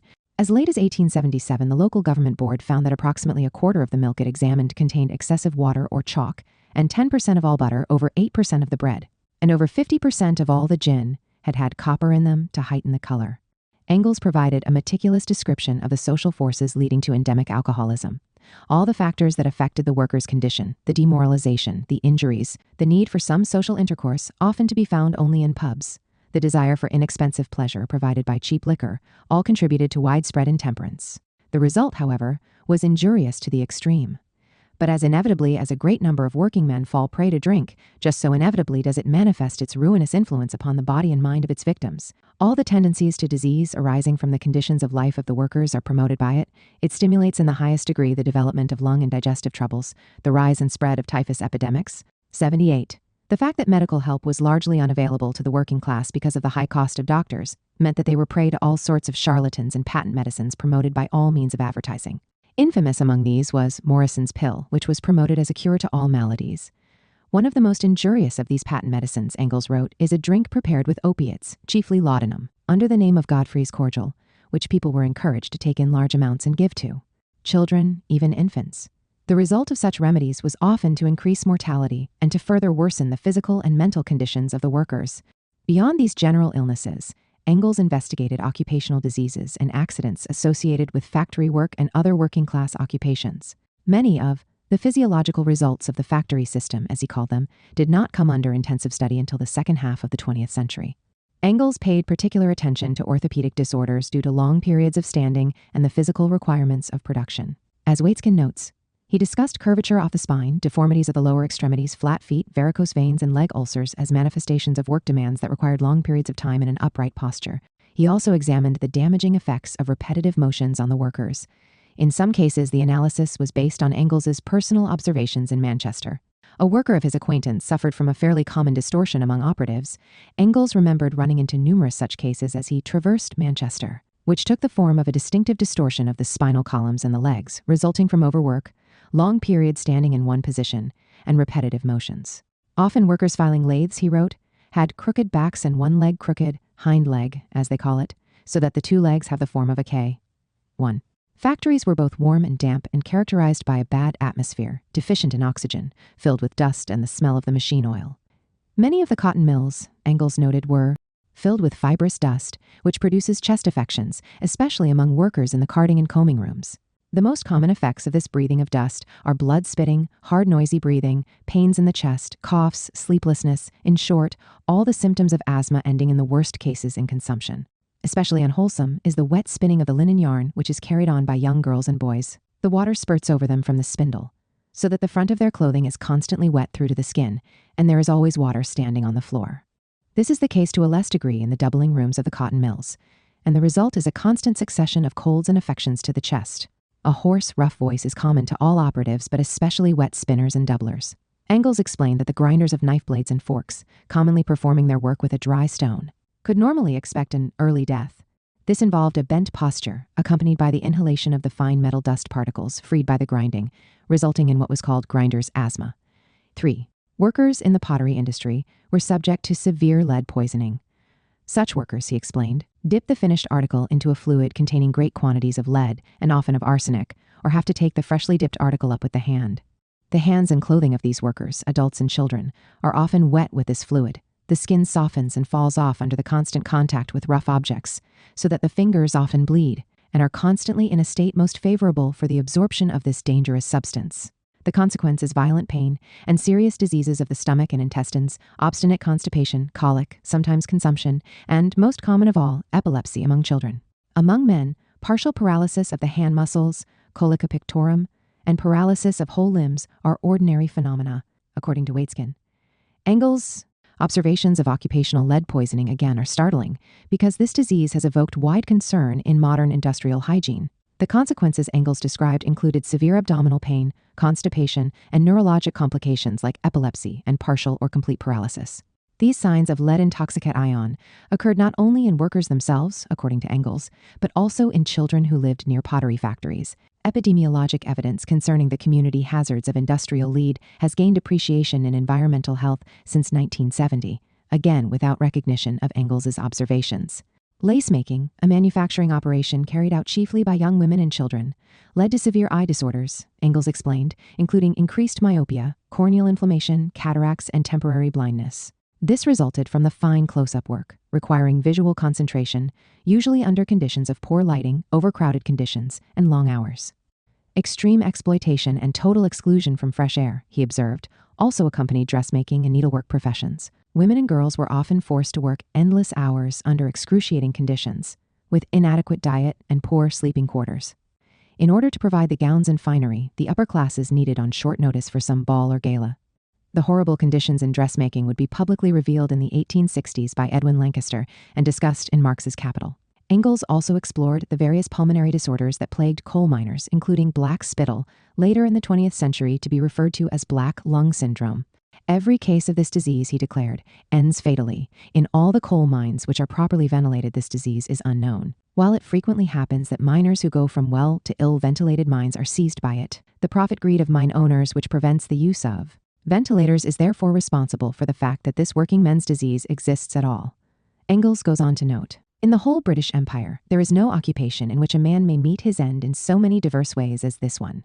The coal mine is the scene of a multitude of the most terrifying calamities, and these come directly from the selfishness of the bourgeoisie. The hydrocarbon gas which develops so freely in these mines forms, when combined with atmospheric air, an explosive which takes fire upon coming into contact with a flame and kills everyone within its reach. Such explosions take place, in one mine or another, nearly every day. Accompanying such conditions in industrial workplaces, as a mere matter of course, was death on the job and maiming due to accidents. Engels discussed the continual deaths from being caught in the machinery and maiming in the loss of fingers and limbs. Maiming, he indicated, was frequently followed by lockjaw, tetanus. All of this was the result of the lack of even the most minimal safety precautions on the part of factory owners. And by the conditions of exploitation and overwork that they promoted, an almost complete disregard for the lives of the factory operatives. An indication of the diminishing health of the working class as a whole, Engels observed, was the fact that the military could not find sufficient soldiers without reducing the height requirements. And even then, a growing percentage of men were little adapted for military service, looked thin and nervous, and were frequently rejected by the surgeons as unfit. Engels provided, along with these assessments of the environmental and health conditions of the working class, a series of mortality tables, relating these to social class and to industrial versus agricultural conditions. His mortality tables for cities were divided into geographical districts in order to distinguish the working class from middle and upper class sections of the cities. He indicated that child mortality was highest in the working class quarters. In Manchester, well over half of working class children died before they reached their 5th birthday, compared to 20% of the higher classes. Fatalities from smallpox, measles, whooping cough, and scarlet fever, among small children, presumably referring to children under 5, were 4 times higher in Manchester and Liverpool than in country districts. He was also able to demonstrate with respect to Carlisle, the one town for which he had such data, that the mortality rate had increased dramatically for those under 40 years of age after the introduction of factories. Comparing the mortality rates of North England miners with Swedish mortality tables, considered the best of the day, he concluded that the North of England miners are robbed by their work of an average of 10 years of life, even when compared with a sample that mainly consisted of Swedish workers, that is, not compared against the lifespans of the bourgeoisie. When a society and a ruling class permits such conditions to exist, he wrote, knowing that thousands of victims must perish, and yet permits these conditions to remain. Its deed is murder just as surely as the deed of the single individual, disguised malicious murder, murder against which none can defend himself, which does not seem what it is, because no man sees the murderer. Because the death of the victim seems a natural one, since the offense is more one of omission than commission. But murder it remains. He continued, I have now to prove that society in England daily and hourly commits what the working men's organs, with perfect correctness, characterize as social murder, that it has placed the workers under conditions in which they can neither retain health nor live long, that it undermines the vital force of these workers gradually, little by little, and so hurries them to the grave before their time. I have further to prove that society knows how injurious such conditions are to the health and the life of the workers, and yet does nothing to improve these conditions, that it knows the consequences of its deeds, that its act is therefore not mere manslaughter, but murder. Social murder in this sense, raised accusingly by the English working class and emphasized by Engels, was also to be understood as environmental murder.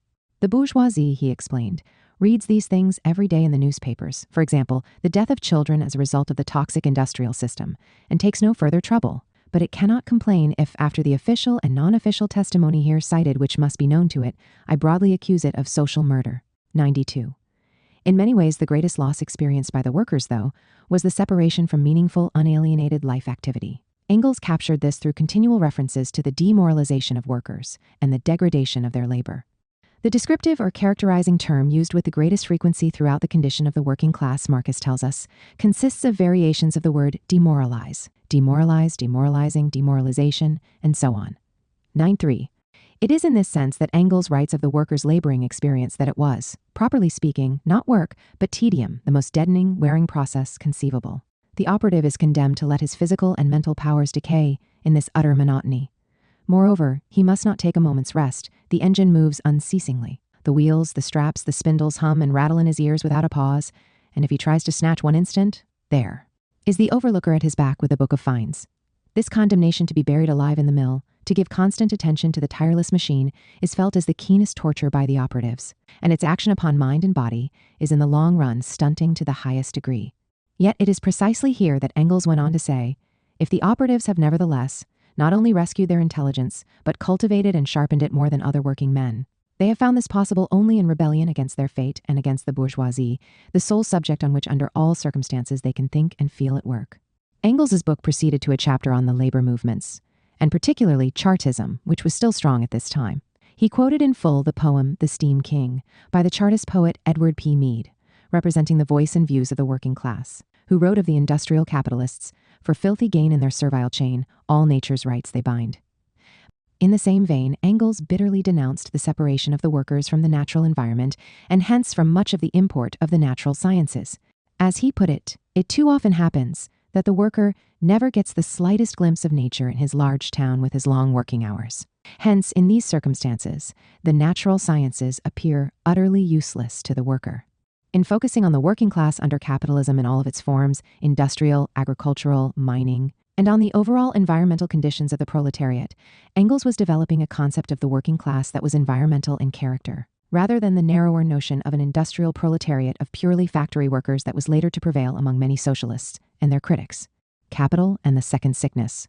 The dominant capitalist medical model in the 19th and 20th centuries and today promotes a narrow, reductionist approach to the causation of disease that focuses on factors that are subject to direct medical treatment, largely ignoring the wider social determinants. In opposition to this model, Norman Bethune, the world-famous Canadian surgeon who came to the aid of the Spanish Republic in the Spanish Civil War, and then aided the Chinese communists in their revolutionary struggle, referred to the social causes of illness as the second sickness. Waitskin was to adopt this phrase from Bethune as the title of his incisive work on the contradictions of capitalist healthcare. According to Waitskin, Engels' The Condition of the Working Class in England was one of the great foundational analyses of the second sickness, tracing it to the development of capitalism. But despite later writings on natural and physical sciences, Engels, in his mature writings, never returned to the social origins of illness as a major issue in its own right. Yet, while Engels did not revisit the issue of the environmental causes of illness systematically and comprehensively in his later writings, he did continue to refer to the environmental conditions of the working class in a number of his later works, such as The Housing Question. Moreover, the condition of the working class in England had a direct impact on Marx's own discussions of these issues in Capital, which took over where Engels had left off in this respect, particularly where issues of overcrowding, poor housing, unsanitary conditions, contagion, occupational illness, and the adulteration of food were concerned. It is therefore possible to reconstruct their views on these issues into the 1870s and after. Marx never tired of emphasizing the importance of Engels' condition of the English working class in the development of his own critique of political economy, particularly as related to the socio-ecological conditions of urban workers. In April 1863, he reread Engels' book and wrote to the latter, "How soon the English workers will throw off what seems to be a bourgeois contagion remains to be seen. So far as the main theses in your book are concerned, they have been corroborated down to the very last detail by developments subsequent to 1844. For I have again been comparing the book with the notes I made on the ensuing period.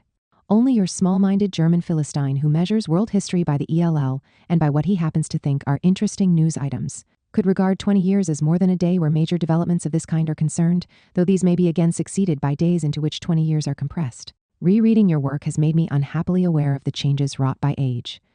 With what zest and passion, what boldness of vision and absence of all learned or scientific reservations the subject is still attacked in these pages. And then, the very illusion that tomorrow or the day after, the result will actually spring to life as history lends the whole thing a warmth, vitality, and humor with which the later gray-on-gray contrasts damned unfavorably. Salute. Marx's main direct statement on Engels' condition of the working class in Capital came in his chapter on the working day, where he was addressing the English Factory Acts and the introduction of the 10-hour day. Marx presented the problems of the regulation of the duration of labor and of the worker's health as ecological or metabolic relations, akin to that of the replenishment and recuperation of the soil. Apart from the daily more threatening advance of the working class movement, he wrote, the limiting of factory labor was dictated by the same necessity as forced the manuring of English fields with guano. The same blind desire for profit that in the one case exhausted the soil had in the other case seized hold of the vital force of the nation at its roots. Periodical epidemics speak as clearly on this point as the diminishing military standard of height in France and Germany. He then drew on Liebig's notion, already prefigured by Engels, that physical height and fitness for military service were decreasing, an indication of the diminishing physical condition of the working population associated with early industrialization. It was in this context that Marx turned explicitly to Engels's analysis in the condition of the working class. Engels's book was written, Marx noted, before the introduction of the Factory Acts. These reforms had altered in part the conditions that Engels had described, since it became necessary for capital to intervene up to a point to protect the reproduction of labor power, and to ensure its availability in sufficient quantity and quality, as well as altering housing and sanitary conditions to the degree necessary to prevent the spread of disease, which threatened the ruling class itself. Nevertheless, Marx wrote, I only touch here and there on the period from the beginning of modern industry in England to 1845, concerning which I would refer the reader to the condition of the working class in England. By Frederick Engels. How well Engels understood the spirit of the capitalist mode of production is shown by the factory reports, reports on mines, etc., which have appeared since 1845. And how wonderfully he painted the circumstances in detail is seen on the most superficial comparison of his work with the official reports of the Children's Employment Commission, published 18 or 20 years later. These deal especially with the branches of industry in which the Factory Acts had not, up to 1862, been introduced and in part remain unintroduced to the present. Here, then, little or no alteration had been enforced by authority in the conditions depicted by Engels. The environmental considerations that Marx is concerned with here, and their close relation to Engels's condition of the working class, is highlighted by his reference to the Children's Employment Commission, the reports of which he frequently relied on in capital. The Children's Employment Commission was the product of John Simon, the chief medical officer of Britain, who also had responsibility for the government's periodic public health reports, to which he wrote the introductions from 1858 to 1876. Marx frequently quoted these reports, and Simon's in particular, considering him to be the greatest epidemiologist of the age and a dedicated opponent of capital. In August 1881, Engels was to write to Karl Kautsky about the speech, State Medicine. In Nature you will find a speech made by John Simon before the International Medical Congress here in which the bourgeoisie is virtually put on the mat by medical science. J. Simon is medical officer to the Privy Council, virtual head of Britain's entire public health inspectorate, and the same who is frequently and approvingly quoted by Marx in Capital. A man, perhaps the last of the old really professional and conscientious officials of the 1840-60 period, who, in the performance of his duty, everywhere found that bourgeois interests were the first obstacle he was obliged to combat. Hence, his instinctive hatred of the bourgeoisie is as violent as it is explicable. In 1848, Simon had been elected as the first medical officer of health of the City of London. It was in this capacity that he issued his 1856 report on the last two cholera epidemics of London, as affected by the consumption of impure water, which came out in support of the research of John Snow, Henry Whitehead, and Edwin Lancaster into the 1854 cholera epidemic in the vestry of St. James in Soho, in which it was concluded that cholera was due to a waterborne pathogen of some unknown nature, discussed in Chapter 1. This helped solidify Simon's reputation, and in 1855 he became the medical health officer for the General Board of Health and then assumed the same role in relation to the Privy Council after the General Board of Health was dissolved in 1858. He retained this position until his retirement in 1876. All of this made him the leading public health authority in Britain. Simon represented a shift from the early period of sanitary reform, led by Chadwick, to the governance of public health by professional medical health officers, a brief period that came to an end in the late 1870s in Britain, with the growth of an entire state bureaucracy in its place. Simon's ascendance in public health represented the gradual displacement of the miasma theory by the germ theory in the etiology of disease, a shift that he himself began to make following the 1854 cholera epidemic and the new discoveries centered on the cholera investigations of Snow, Whitehead, and Lancaster. Simon was inclined toward the progressive side in the etiology of disease, represented by figures like Snow and William Farr, and concerned with the sociological elements that had been emphasized by the earlier consensus miasmic theory. It was Simon's bringing together of professional scientific research with an underlying pragmatism and a recognition of the detrimental effects on the public health of commercial interests, which made him so central to the effecting of progressive change. Known for his strongly worded, often caustic reports, Simon unleashed a torrent of criticisms of commercial interests for their violation of the basic conditions of public health and their general inhumanity.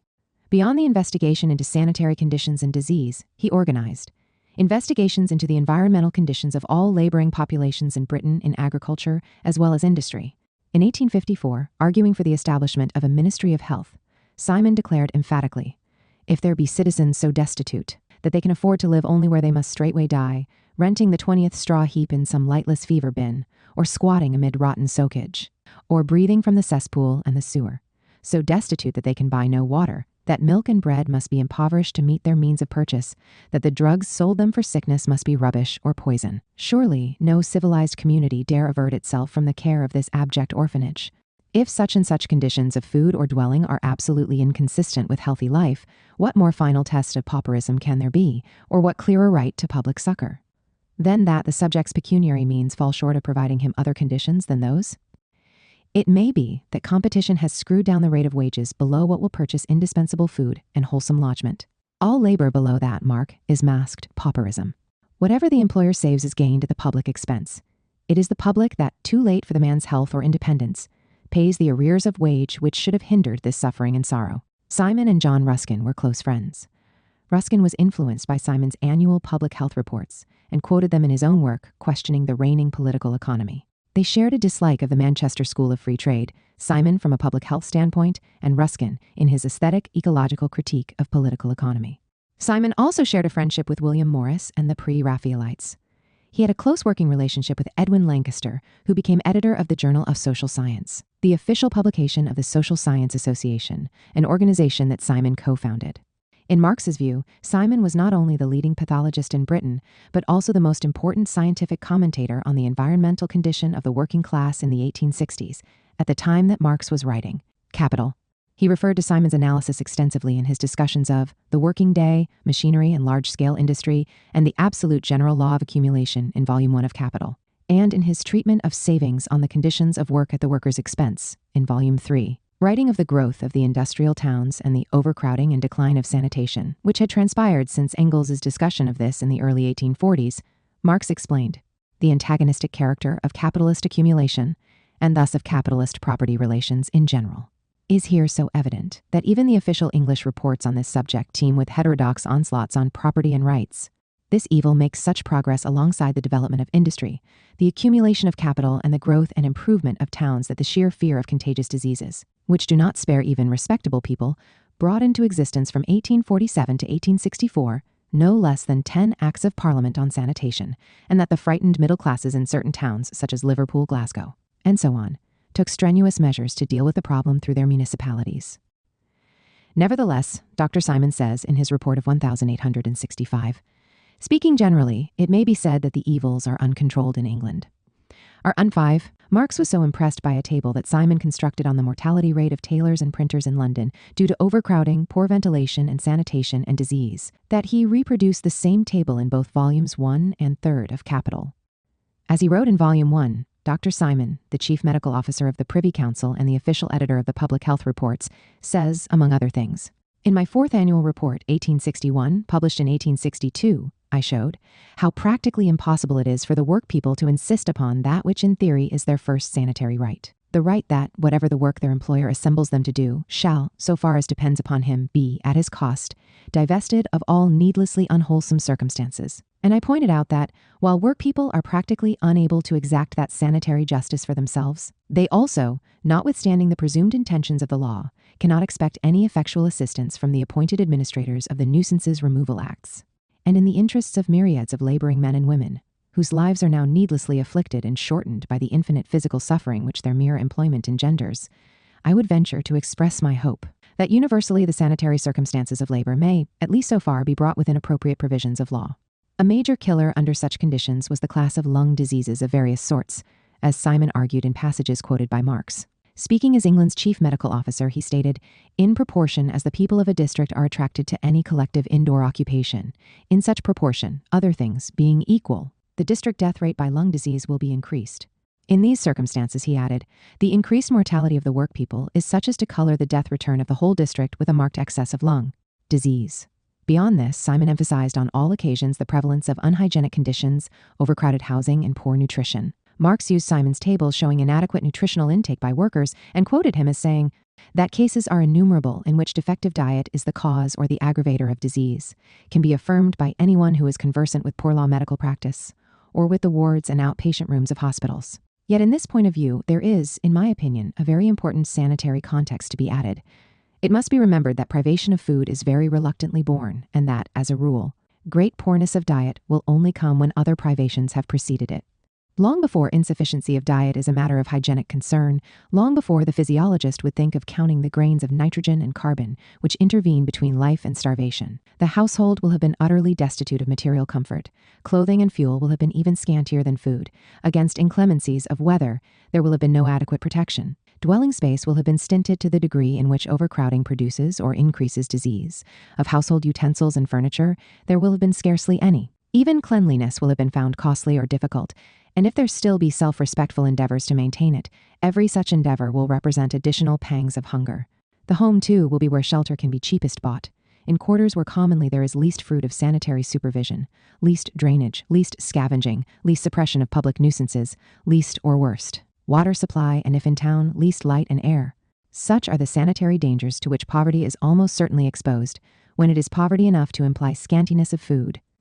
Like Engels in the condition of the working class, Marx provides a holistic notion of the working class that takes in its entire environmental condition both within production and without.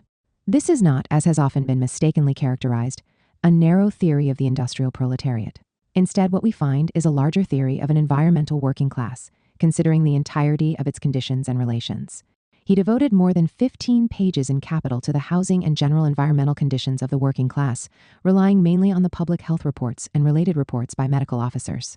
Marx quoted from these reports where it was suggested that typhus, the most devastating contagious disease mainly affecting the working class, the actual cause of which, the bacteria Rickettsia prowazekii transmitted by the feces of lice was then unknown, was associated with extreme overcrowding, with numerous people occupying the same rooms and poor sanitation. In the late summer of 1866, when Marx had at last all but completed the first volume of Capital and was promising to provide the printer's sheets within 2 months, another major cholera epidemic hit the impoverished, working-class East End of London. At the peak of the epidemic in early August, more than 900 people were dying a day. According to Simon, of the mortality of 5,915 from the cholera epidemic in London in 1866, no less than 276 occurred in the east districts of the metropolis and adjacent suburban districts of West Ham and Stratford. There is but one condition known which might become capable of propagating cholera common to the whole area of the outbreak, namely the water supply.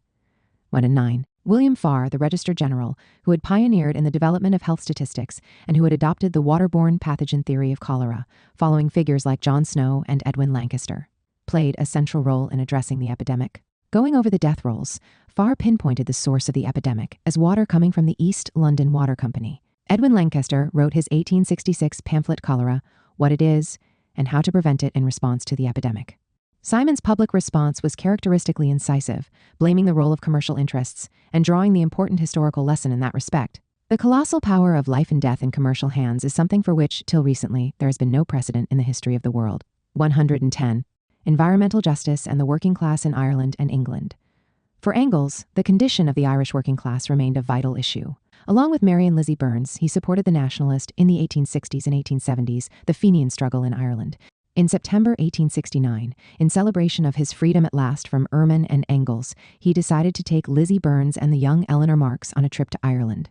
They traveled much less extensively than he and Mary Burns had in 1856, less than a decade after the Great Irish Famine, but nevertheless seeing the country from Dublin to Killarney and Cork in the southwest. It was this experience that led Engels to begin his history of Ireland addressing the material conditions of the Irish people, a project which he never completed.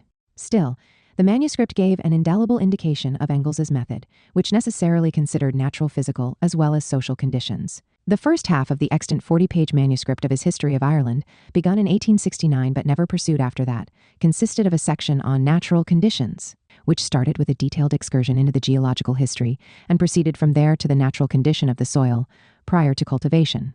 Discussing Engels's treatment of Irish natural conditions, prior to the entry of social processes, in his important essay, Engels on Ireland's Dialectics of Nature. Sociologist Eamon Slater explains that in Engels' method, the ecological base of a social formation involves unraveling a maze of metabolizing processes, both natural and social, and figuring out how those processes interact with each other. Starting out geologically and historically with an attempt to look at the natural preconditions of human development. Engels believed it was possible to conceive more accurately the roles of the natural and social and avoid a naturalistic determinism. The aim of his unfinished work was thus to develop a more complex understanding of the metabolism of nature and society through the prism of Irish history. Engels proceeded from his opening chapter on natural conditions to a critical exploration of the investigations into the Irish soil and climate by figures like Arthur Young and Edward Gibbon Wakefield. Here he sought to establish that the natural fertility of the soil in Ireland was equal or superior to that of England. Likewise, Engels argued, in contrast to Goldwin Smith, professor of history at Oxford, and others, that Ireland's climate was no worse from the standpoint of agriculture than that of England. On this basis, he suggested, the Irish famine of 1847 and Irish hunger was due to the poor social productivity of the soil in Ireland, that is, the capitalist-induced ecological rifts plaguing Ireland, and not to a lack of natural fertility. It had its roots, in particular, in the greed of the large Irish landowners and English colonial rule. Attempts to transform Ireland into a giant pasture for raising cattle for England, and to justify this on so-called natural grounds, refused to acknowledge the social conditions that had compromised Irish agriculture.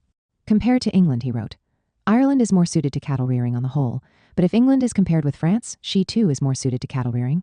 Are we to conclude that the whole of England should be transformed into cattle pastures, and the whole agricultural population be sent into the factory towns or to America? Except for a few herdsmen, to make room for cattle, which are to be exported to France in exchange for silk and wine. But that is exactly what the Irish landowners who want to put up their rents and the English bourgeoisie who want to decrease wages demand for Ireland. Goldwin Smith has said so plainly enough. It would mean the transplantation of 4 million, the extermination of the Irish people. Hence, even the facts of nature, Engels wrote, become points of national controversy between England and Ireland. Today, England needs grain quickly and dependably. Ireland is just perfect for wheat growing. Tomorrow, England needs meat. Ireland is only fit for cattle pastures. The existence of 5 million Irish is in itself a smack in the eye to all the laws of political economy. They have to get out, but where to is their worry. 115. Indeed, such facts of nature, Engels was clear, were actually created by capitalist political economy. As he had earlier noted, paraphrasing Marx, the robbing of soil, the acme of the capitalist mode of production, is the undermining of the sources of all wealth, the soil, and the laborer. If in Ireland, the question of the environmental condition of the working class was overwhelmingly an agricultural and hence rural one, in England, it was industrial and urban. Engels took up the question of the environmental conditions of the working class in England once again in the housing question. Originally written for Volksstadt, the organ of the German Social Democratic Party, the housing question was responding to articles on urban housing reform that had appeared there. Specifically, Engels was concerned with countering the schemes of Arthur Mollberger, a follower of the French anarchist Pierre-Joseph Proudhon, who believed that it was possible to transform the entire working class, including the propertyless poor, into free owners of housing through direct reforms in legal title, ending the exploitative relation between landlord and tenant. And Emile Sachs, who argued for various moral and philanthropic reforms, and insisted that the attachment of gardens to houses would transform workers into independent proprietors, able to obtain income from real estate. In a series of logical and historical responses, Engels showed that the contradictions of capitalist housing were insurmountable within the system, and that bourgeois reforms at most consisted of the replacement of working-class housing in inner cities with that of more expensive housing for the middle and upper classes, displacing working-class neighborhoods and simply situating them in new, often more out-of-the-way locations. In this argument, Engels used the term houseman, after the French civic planner under Napoleon III, to refer to what we now call gentrification, or small-scale philanthropic or model communities that in no way comprehensively address the core problem. In relation to Sachs's proposal for the attachment of gardens to houses to elevate workers to the status of individual proprietors, Engels pointed out in the preface to the second edition of the Housing Question that such gardens had allowed German capitalists to pay workers lower wages, a form of profit by deduction. Indeed, the housing problem, Engels observed, was secondary to, and indirectly related to, the capital-labor relationship, and ultimately derived from the division between town and country, which was a fundamental feature of capitalism. It was thus impossible to solve the housing problem in the context of a capitalist society. At most, the better-off workers would be drawn from traditional rental arrangements to mortgage arrangements that left them deeply in debt and further compromised their independence. Even in the housing was not so much lacking in the major cities in Britain, France, and Germany, as distributed in accordance with market principles and class terms. Poor housing and homelessness were the inevitable fate of the more pauperized sectors of the working class, In developing this critique, Engels returned to the central thesis of his The Condition of the Working Class, nearly 3 decades before, in which he had argued that the main motivation for housing and sanitary reform in London and other large British cities, from the 1840s to the 1860s, prefiguring reforms elsewhere, was the threat of disease. As he put it in the housing question in the early 1870s, the big bourgeoisie is also very much interested in it, the housing question, even if indirectly. Modern natural science has proved that the so-called poor districts, in which the workers are crowded together, are the breeding places of all those epidemics which from time to time afflict our towns. Cholera, typhus, typhoid fever, smallpox, and other ravaging diseases spread their germs in the pestilential air and the poisoned water of these working-class quarters. Here the germs hardly ever die out completely, and as soon as circumstances permit, they develop into epidemics and then spread beyond their breeding places, into the more airy and healthy parts of the town inhabited by the capitalists. Capitalist rule cannot allow itself the pleasure of generating epidemic diseases among the working class with impunity. The consequences fall back on it, and the angel of death rages in its ranks as ruthlessly as in the ranks of the workers.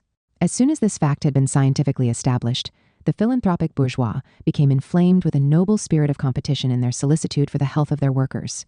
Societies were founded, books were written, proposals drawn up, laws debated and passed, in order to stop up the sources of the ever-recurring epidemics.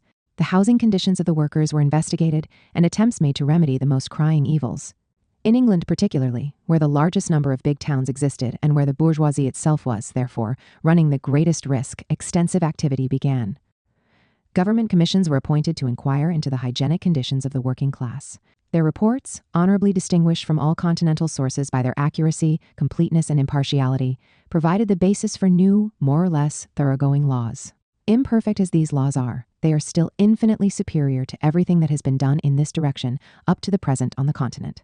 Nevertheless, the capitalist order of society reproduces again and again the evils to be remedied, and does so with such inevitable necessity that even in England the remedying of them has hardly advanced a single step.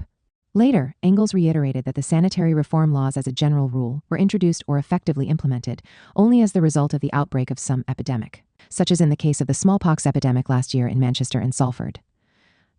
In these passages, Engels shows his attentiveness to scientific developments in epidemiology. He has now clearly embraced the germ theory of disease and the transmission of viruses through water as well as air, adopting an approach that was still not dominant in the scientific community. Typhus and typhoid fever are clearly distinguished. Likewise, he recognizes that germs leading to epidemics may persist in an urban environment, becoming endemic, failing to die out altogether. Engels' approach is fully in accord with, and in some respects in advance of Simon's, who was to prepare an article on contagion 6 years later for Quain's Dictionary of Medicine, in which, though still avoiding references to germs and bacteria, he referred to the true or metabolic contagia associated with such diseases as smallpox, scarlet fever, and typhus. Like Snow, Lancaster, Simon, and Farr, Engels saw this in terms of the larger social epidemiology, of which the condition of the working class was a pioneering example.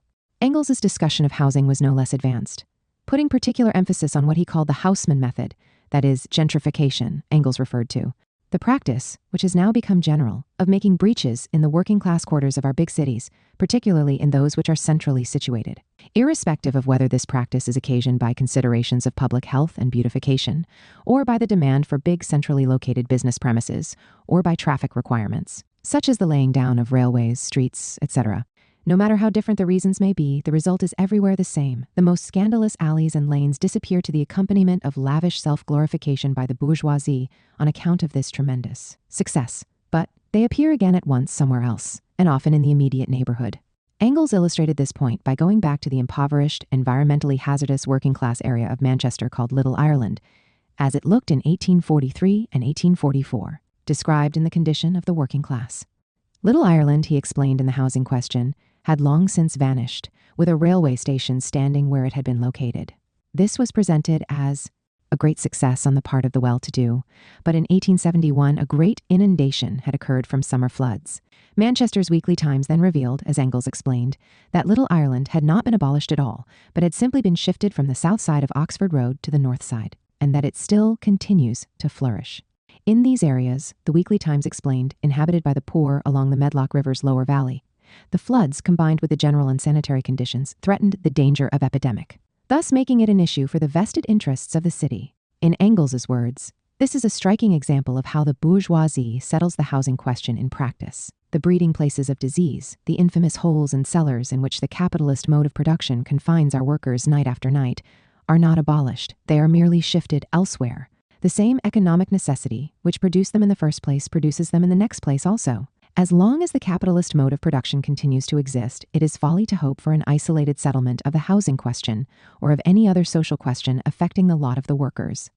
The solution lies in the abolition of the capitalist mode of production and the appropriation of all the means of subsistence and instruments of labor by the working class itself. For Engels, the entire question of the urban environment of the city was tied to the division between town and country and the analysis of Marx, based on Liebig, of the metabolic rift in the relation between humanity and nature in general. As Engels famously wrote in The Housing Question, "The abolition of the antithesis between town and country is no more and no less utopian than the abolition of the antithesis between capitalists and wage workers. From day to day, it is becoming more and more a practical demand of both industrial and agricultural production." No one has demanded this more energetically than Liebig in his writings on the chemistry of agriculture, in which his first demand has always been that man shall give back to the land what he receives from it, and in which he proves that only the existence of towns, and in particular big towns, prevents this. When one observes how here in London alone a greater quantity of manure than is produced by the whole kingdom of Saxony is poured away every day into the sea with an expenditure of enormous sums, and what colossal structures are necessary in order to prevent this manure from poisoning the whole of London, then the utopia of abolishing the distinction between town and country is given a remarkably practical basis. And even comparatively unimportant Berlin has been suffering in the malodors of its own filth for at least 30 years. In 1892, almost 50 years after he had first walked the streets of Manchester examining the situation of the workers there, and 20 years after the publication of The Housing Question, Engels wrote a preface to the second German edition of The Condition of the Working Class in England, in which he looked back on the environmental conditions of the working class as they appeared in 1844, and how they had changed since. Once again, he emphasized the role that epidemic disease had played in the creation of the public health movement. Again, the repeated visitations of cholera, typhus, smallpox, and other epidemics have shown the British bourgeois the urgent necessity of sanitation in his towns and cities, if he wishes to save himself and family from falling victim to such diseases. Accordingly, the most crying abuses described in this book have either disappeared or have been made less conspicuous. Drainage has been introduced or improved, wide avenues have been opened out athwart many of the worst slums. Little Ireland had disappeared, and the 7 Dials, 7 streets at the centre of London, populated by the working class, are next on the list for sweeping away. But what of that? Whole districts which in 1844 I could describe as almost idyllic have now, with the growth of towns, fallen into the same state of dilapidation, discomfort, and misery. Only the pigs and the heaps of refuse are no longer tolerated. The bourgeoisie have made further progress in the art of hiding the distress of the working class.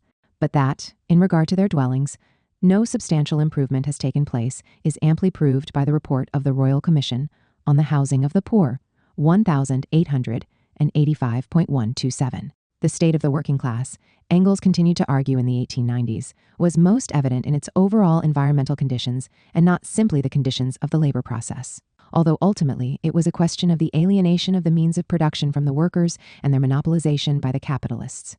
The principal answer, therefore, was to place the means of production in the hands of the community. The resurrection of a half-forgotten book. Engels' The Condition of the Working Class in England was a half-forgotten book when, in 1887, an English-language translation by Florence Kelly Wisniewski was finally published in the United States, where growing struggles over the factory and overall environmental conditions of the working class were taking place. This was followed by the publication of an edition of the Kelly translation in England in 1892. As Hobsbawm was to note, it had taken the best part of a half-century for this masterpiece about early industrial England to reach the country which was its subject, but after that it remained in print and exerted a considerable influence, familiar to every student of the Industrial Revolution, if only by name. 129. The same year the English edition appeared, a second German edition was published, reflecting that the growth of capitalism in Germany was producing many of the same bleak conditions as in early industrial Britain. Engels wrote new prefaces for all 3 editions. The overall impact of his book in this era on socialists and social reformers, engaged in the struggle over the conditions of the working class in the 1890s and after, was to be substantial in all 3 nations, England, Germany, and the United States. The 1892 English edition of The Condition of the Working Class sold well and was to have a significant impact on the development of British socialism. The impact of Engels's book when it finally appeared in English can be seen in the way in which Engels's analysis obviously affected figures like Morris, to whom Engels gave a copy of the American edition when it appeared in 1887, and who published extracts in Commonweal. The salience of Engels's work can also be seen in the views of John Simon about the time that the English edition of The Condition of the Working Class finally appeared. It is unlikely that Simon saw the American edition of Engels's book, and thus he was probably not directly aware of it when he wrote his English Sanitary Institutions, which referred to some of the history that Engels had covered and included favorable references to the proletariat and socialism. Nevertheless, Simon's work reminds us just how Engels is the condition of the working class, and particularly its epidemiological discussion, still remained directly relevant in late 19th century Britain. Although then long retired, Simon remained the most eminent figure in public health in England in the late 19th century. Not only did he count among his friends Ruskin and Morris, but he had read and was influenced by Prince Pyotr Alexeyevich Kropotkin's articles on mutual aid in 19th Century, a journal to which Simon also contributed. Simon also cited favorably the research of Beatrice Potter, later Webb, on dock labor in East London, published in 19th Century, and Charles Booth's Labor and Life of the People in London, works falling within the General Fabian socialistic reform movement. In the conclusion to his landmark book on English sanitary institutions, which followed the penultimate chapter on the politics of poverty, Simon did not hesitate to state that the fundamental issue was that of the general prosperity of the proletariat, for which the proletariat must itself struggle, though he put this in terms of individual struggle rather than the struggle of the class. The question of public health in capitalist commercial society, he argued, came down to the question of the state of the proletariat as to the conditions of labor and living, in the face of almost unspeakable hardships and conditions where labor is redundant. The proletariat, he insisted, was driven to the wall by over-competition for employment and house room. The question of the housing accommodation of the poorer laboring classes thus necessarily came down in great part to how far poverty can be turned into non-poverty, how far the poor can be made less poor. Simon insisted that the answer was socialism of the sort which consists with social justice and tends to social consolidation. This included additional socialistic taxation to promote greater equality. Always careful to confine his sharp criticisms of the existing order to the edge of what could be considered the boundaries of respectable opinion, Simon, nonetheless, ended his crucial historical retrospective of the development of sanitary reform in England with a call for a moderate socialism in answer to the all-important question of the proletariat. Simon's arguments in 1890 on behalf of the proletariat and in favor of socialist-style social justice, motivated by his deep concerns over poverty and the deplorable conditions of public health, are all the more remarkable since they were emanating from the man who had been the chief medical officer in England from the 1850s to the mid-1870s, and who, in the 1890s, was still the most respected figure in his field. It was in the context of such authoritative views by the leading public health specialist in England that Engels's book appeared in the 1890s, giving it immediate salience in the debates then occurring, despite his book being almost a half-century old. In the decades to follow, it was to gain a reputation as the classic description of conditions in the early Industrial Revolution. It was the foremost work of its era on the socio-ecological effects of industrial capitalism in manufacturing towns and a forerunner of what today is called the environmental justice movement. In Germany, the condition of the working class exercised an influence that extended well beyond socialist circles. Rudolf Virchow, the German doctor and pathologist, famous as the author of Cellular Pathology, a work described by Waitskin as the first comprehensive exposition of the cell as the basic unit of physiologic and pathologic processes, referred favorably to Engels's book in his work on social epidemiology. A contradictory figure, Virchow had been influenced by Hegel's philosophy and by Marx's former co-editor of the Deutsch-Französische Jahrbucher, Arnold Ruge. In the 1860s, Ruge had moved to the right, becoming a vigorous supporter of Bismarck. Virchow participated in the 1848 revolution and later became a liberal statesman of science, involved in the formation, in 1861, of the German Party of Progress. He opposed the teaching of Darwinism in German schools on the reactionary grounds that the Darwinian theory leads to socialism. 132. Although a scientific materialist of the mechanistic variety, Virchow was not above drawing fairly explicitly at times on dialectical thinking. His approach to disease and illness emphasized cell pathology and social conditions rather than the germ theory, though not rejecting the latter outright. Instead, he adopted a more dialectical approach in which bacteriology was only one aspect. His virtue as an epidemiologist, in Waitskin's words, lay in his reliance on a multifactorial etiology, combining social, political, economic, geographic, climatic, and physiological factors that were seen as interacting with one another in the promotion of disease. Virchow studied Engels's The Condition of the Working Class closely and utilized some of Engels's statistics on the class basis of mortality to advance his own arguments. He blamed the dire cholera epidemics in Berlin in his time on the failure to address poverty.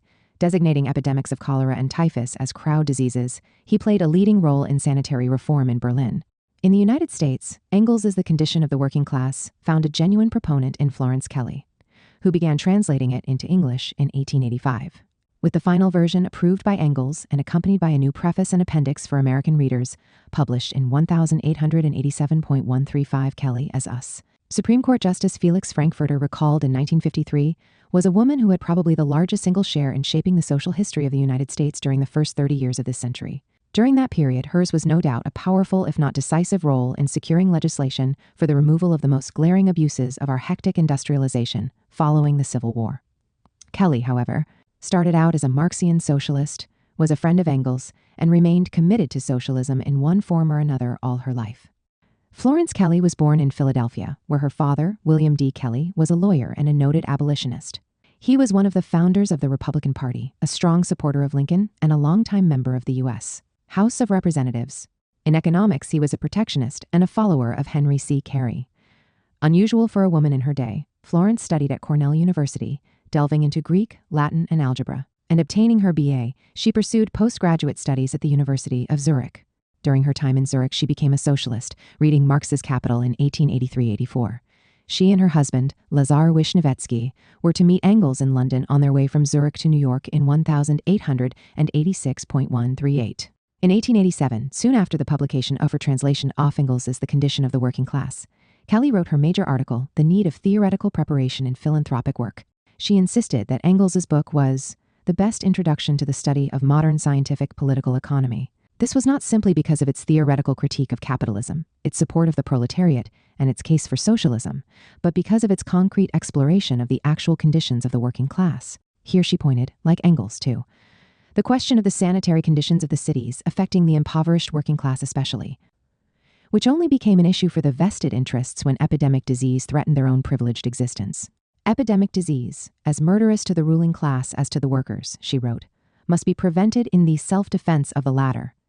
Nevertheless, the real causes, rooted in exploitation and poverty, were never fully addressed, and reform stopped short of what was necessary from the standpoint of a common humanity, remaining within the limits of the accepted usage of the business world. If Engels' work was the best introduction to political economy, Marx's Capital, in Kelley's view, represented its developed science, standing in the same relation to political economy as the works of Darwin are to the natural sciences. She who has mastered this work thoroughly finds a wholly new standpoint from which to judge the society of today, with its good and its evils. And, from Engels, historian Catherine Kish-Sklar noted, Kelley learned a truth later expressed in her measurement of the bodies of child laborers and her invasion of sweatshop homes. Since the new order of industrial capitalism reconfigured personal as well as public life, any effort to challenge the hegemony of industrial capitalism had to do the same. 140, as early as 1887, Kelley wrote to Engels indicating that she was focusing her efforts on the problem of child labor and the conditions of the working class in the United States. Taking her 3 children with her, she left her abusive husband at the end of 1891 to take up residence at Hull House in Chicago with Jane Addams and others. In making the move, she was supported by her friend Caroline Lloyd and her brother Henry Demarest Lloyd, a progressive and a muckraker. Henry Demarest Lloyd had a socialistic outlook and was famous for his 1881 article, The Story of a Great Monopoly in the Atlantic Monthly, which Marx had read, and his 1890 book A Strike of Millionaires Against the Miners, a copy of which he had sent to Engels. Lloyd was personally acquainted with Engels, having interviewed him in London in 1891. He later wrote Wealth Against Commonwealth, one of the great early critiques of monopoly. Kelley, with Lloyd's support, was hired in 1892 as a special agent for the Bureau of Labor Statistics in Illinois, investigating the needle trades in the tenements of Chicago, and was appointed by the Illinois governor, John P. Altgeld, the following year as Chief Inspector of Factories. In the years of her work investigating the needle trades in Chicago, and then as Chief Inspector of Factories, she corresponded regularly with Engels up to his death in 1895 on her experiences, including her battles against child labor, for the 8-hour day, and the fight against sweat houses and tenements. Following the lead of Charles Booth, she constructed maps of the impoverished areas of Chicago, coding the maps in color for ethnicity and class, representing the state-of-the-art graphics for the social geography of class in her day. Kelley's small staff of 12, including herself, was responsible for investigating tens of thousands of factories, shops, and rooms where garment production took place. As she herself observed in one of her reports, there were up to 1,000 licensed clothing manufacturing establishments, along with about 25,000 other rooms in which garments are manufactured. In 1893, as a result of an outbreak of smallpox, There were a total of 1,407 documented cases. She was able to give force to the factory legislation law for the first time, pushing for the transfer of unregulated tenement housework to factories, where more effective regulation of labor conditions could take place. Nowhere in the civilized world, she grimly noted in her factory inspection report for 1894, has it been made a crime to endanger life and limb of employees in a factory or workshop by a failure to supply safeguards. 143. With regard to the inhuman conditions of child labor that she discovered in Chicago, she decried, "The child who handles arsenical paper in a box factory long enough becomes a hopeless invalid. The boy who gilds cheap frames with mercurial gilding loses the use of his arm and acquires incurable throat troubles." Meanwhile, Kelly, with an eye to the future, was introducing children in her English classes at Hull House to Engels's Socialism, utopian and scientific, and William Morris's News from Nowhere. In 1894, Kelly wrote to Engels that she thought that they had won the 8-hour day in Illinois. However, the next year, the law was struck down by the Illinois Supreme Court. Kelly lost her position as chief inspector of factories in 1897, following a change in administration. She went on to become the leading founder and general secretary of the National Consumers League, and from there she fought for factory regulation, a shorter working day, minimum wage legislation, and related labor causes. She occupied this position from 1899 until her death in 1932, at the trough of the Great Depression, only months before the election of Franklin Roosevelt as president. In one of her very last letters, she attacked Herbert Hoover's shallow economics. 145. Engels sent regular remittances to Kelly from the sale of the English edition of The Condition of the Working Class. In his will, the final codicil of which was drawn up on his deathbed, he left her all of the royalties for the English edition of his book, his most successful, in terms of sales. Chapter 6. The Dialectics of Nature. On July 2, 1858, a distraught Karl Marx wrote to Frederick Engels explaining that he had been unable to correspond for some time or to concentrate on his work because he and his wife, Jenny, were deeply worried over the condition of their daughter Eleanor, then 3 years old, who had come down with whooping cough and had been suffering from this most alarming disease for weeks. Jenny, too, had been feeling weak. Whooping cough or pertussis was one of the most dangerous contagious diseases in Victorian times, particularly threatening to young children. Arising from the bacilli bordetella pertussis, first isolated in 1906, although recognized as early as the Middle Ages. Where it was known as the kink, pertussis spreads from person to person by means of coughing or sneezing. It was not until the 1930s that a vaccine was finally developed. Engels apparently sent Marx a brief reply immediately, which has not survived, and on July 14th wrote back at greater length, having first sought out medical information in a letter that opened with an inquiry after Eleanor's condition. He noted that his close friend and medical advisor, Dr. Edward Gumpert, who worked at the Clinical Hospital for the Diseases of Children in Manchester, had said that whooping cough was seldom fatal in the English climate and, though chronic, was generally benign. All the cases they've had in the hospital so far have ended well. Yet, while doing all he could to reassure Karl and Jenny Marx with regard to Eleanor's case of whooping cough, Engels himself was all too aware of the possible dangers of the disease. In The Condition of a Working Class in England, 13 years before this, he had noted that fatalities from whooping cough were all too frequent in Manchester in the 1840s, and that whooping cough was among a group of diseases particularly threatening to the children of the poor. It followed, although the etiology of the disease was then unknown, that it was less likely to prove fatal in cases where there was proper nutrition, sanitation, and housing. In this regard, Eleanor would have been considered comparatively safe. Nevertheless, in his concern for Eleanor and her parents, Engels was drawn back, once again, to the kind of environmental analysis that had played a prominent part in his 1845 book. He referred Marx to 2 medical reports released in 1856 and 1857 by the Clinical Hospital for the Diseases of Children in Manchester. The reports were co-authored by the 2 doctors who had founded the hospital, Auguste Chauffe-Marais and James Whitehead. These reports addressed whooping cough, along with other diseases striking children. The first report analyzed the nearly 800 diseases discovered in its first 530 patients, mostly very young working-class children, and the causes and effects of these diseases among the children. The second report examined a similar list of diseases among 1,584 children. So striking were these 2 reports that Engels indicated he was having them copied to send on to Marx. "They are highly scientific," he told Marx, "and I wish I had had material of this kind when I was writing my book." The first report of the Clinical Hospital for the Diseases of Children, which Engels had transcribed for Marx, indicated that while 4 children had died of whooping cough together with other complications, only one as old as 3, Eleanor's age, had died. Beyond the question of whooping cough, which Eleanor's condition had raised, the 2 reports together were extraordinary in the data they provided. This included information on the actual occupations of the parents of the patients, including how many shillings or less per week they earned, the number of patients with families living in substandard conditions, along with attempts to connect such material conditions to the etiology of disease. A considerable proportion of the children of the poor, the first report noted, die here of bronchitis, which was seen as related to atmospheric conditions. All told, some 33% of the patients covered in the second report suffered from bronchitis. A very high percentage of deaths of children under 5 were due to complications with breastfeeding and early weaning. Plus, poor quality of cow's milk, a problem that the wealthy, the second report noted, did not suffer from because of the ability to procure wet nurses. There was no doubt that the children's hospital reports contained a serious condemnation of the class system, laid bare by their in-depth consideration of the dismal social environmental conditions, the reality of which was made incontrovertible by the concrete data that these reports provided. Few would have appreciated the significance of such epidemiological data as much as Engels. Engels's interest in developments in physiology and medical science reflected his deep interest in natural science in general. Thus, it was in this very same letter, of July 14, 1858, perhaps inspired in part by the reports of the Clinical Hospital for the Diseases of Children, that we find the first strong indication of Engels's systematic engagement with the philosophy and history of science. This eventually led to his conception of the dialectics of nature and the development of an ecological view. Moreover, his research and conclusions were already at this point remarkably well advanced. His letter continued, "Kindly let me have Hegel's philosophy of nature as promised. I am presently doing a little physiology which I shall combine with comparative anatomy. Here one comes upon highly speculative things, all of which, however, have only recently been discovered. I am exceedingly curious to see whether the old man may not have already had some inkling of them.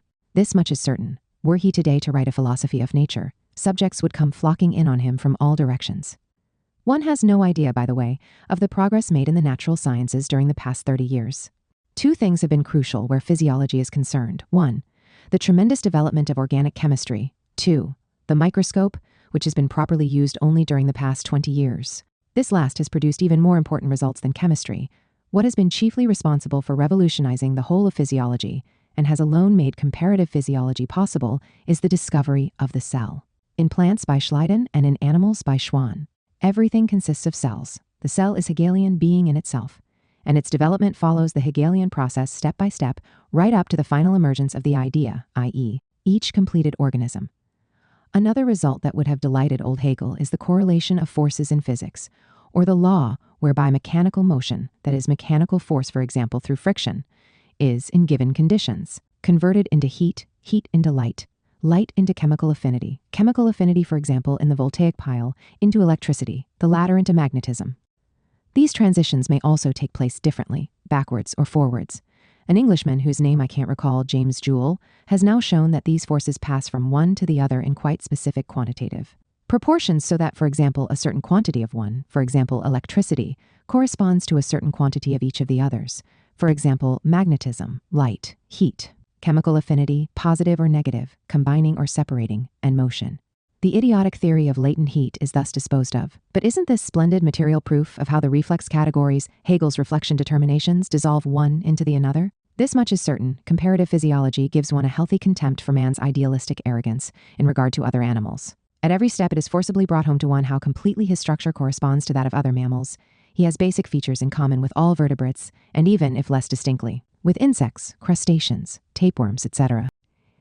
Here too Hegel's stuff about the qualitative leap in the quantitative sequence fits in very nicely. Finally, with the most primitive infusoria, one reaches the original form, the single cell existing independently, which again is not perceptibly distinguishable from the lowest vegetable life, single-celled fungi such as those causing disease in potatoes, the vine, etc., or at a higher stage of development, from the germ right up to and including the human ovum and spermatozoon, and is identical in appearance to the separate cells in the living body, blood corpuscles, the cells of the epidermis and mucous membrane, secreting cells in the glands, kidneys, etc.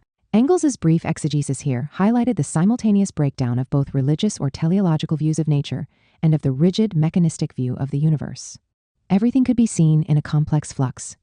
The clear implication for both Engels and Marx was that science, through its development, was unconsciously demonstrating the existence of natural relations that could only be comprehended in historical and dialectical terms, as evidenced in areas as distinct as physiology, including discoveries in organic chemistry and cellular analysis, thermodynamics, and comparative anatomy. This was to form the basis for the argument Engels was later to develop in such works as Dialectics of Nature, Anti-Düring, and Ludwig Feuerbach and the Outcome of Classical German Philosophy, written in the 1870s and 80s. The Darwinian Revolution and the Dialectics of Nature. Engels's observations concerning the close morphological relation of the human species to other species, down to insects and, indeed, at the cellular level. Connected to all life in his July 1858 letter to Marx, are all the more remarkable when placed in the context of an historic event, almost certainly unknown to him at the time. That had taken place only 13 days before, on July 1st, 1858. On that day, the secretary of the Linnaean Society of London had read to an audience of 30-odd nonplussed fellows a set of scientific papers, abstracts written by Charles Darwin and Alfred Russel Wallace, providing evidence of their separate discoveries of natural selection by innate variation, the first announcement of the new theory of evolution. The Darwin and Wallace papers were to be published together on August 20th, 1858. This was followed the next year by the landmark publication of Darwin's The Origin of Species. As the noted British scientist J.D. Bernal was to observe in 1935 in his Engels and Science, commenting on Engels's July 14, 1858, letter to Marx. Engels had shown himself prepared to accept beforehand the idea of transformation of species which Darwin was to publish in the next year. According to Bernal, Engels, in emphasizing the notion of the morphological similarities between species, which he extended to humans with Georg Wilhelm Friedrich Hegel's notion of small quantitative changes leading to qualitative transformation, was thinking in many ways along the same general lines as Darwin. Engels's receptiveness to Darwin's breakthrough in the development of evolutionary thought was intertwined with both his general materialist outlook and the impact that Hegelian dialectics had exerted on his thinking.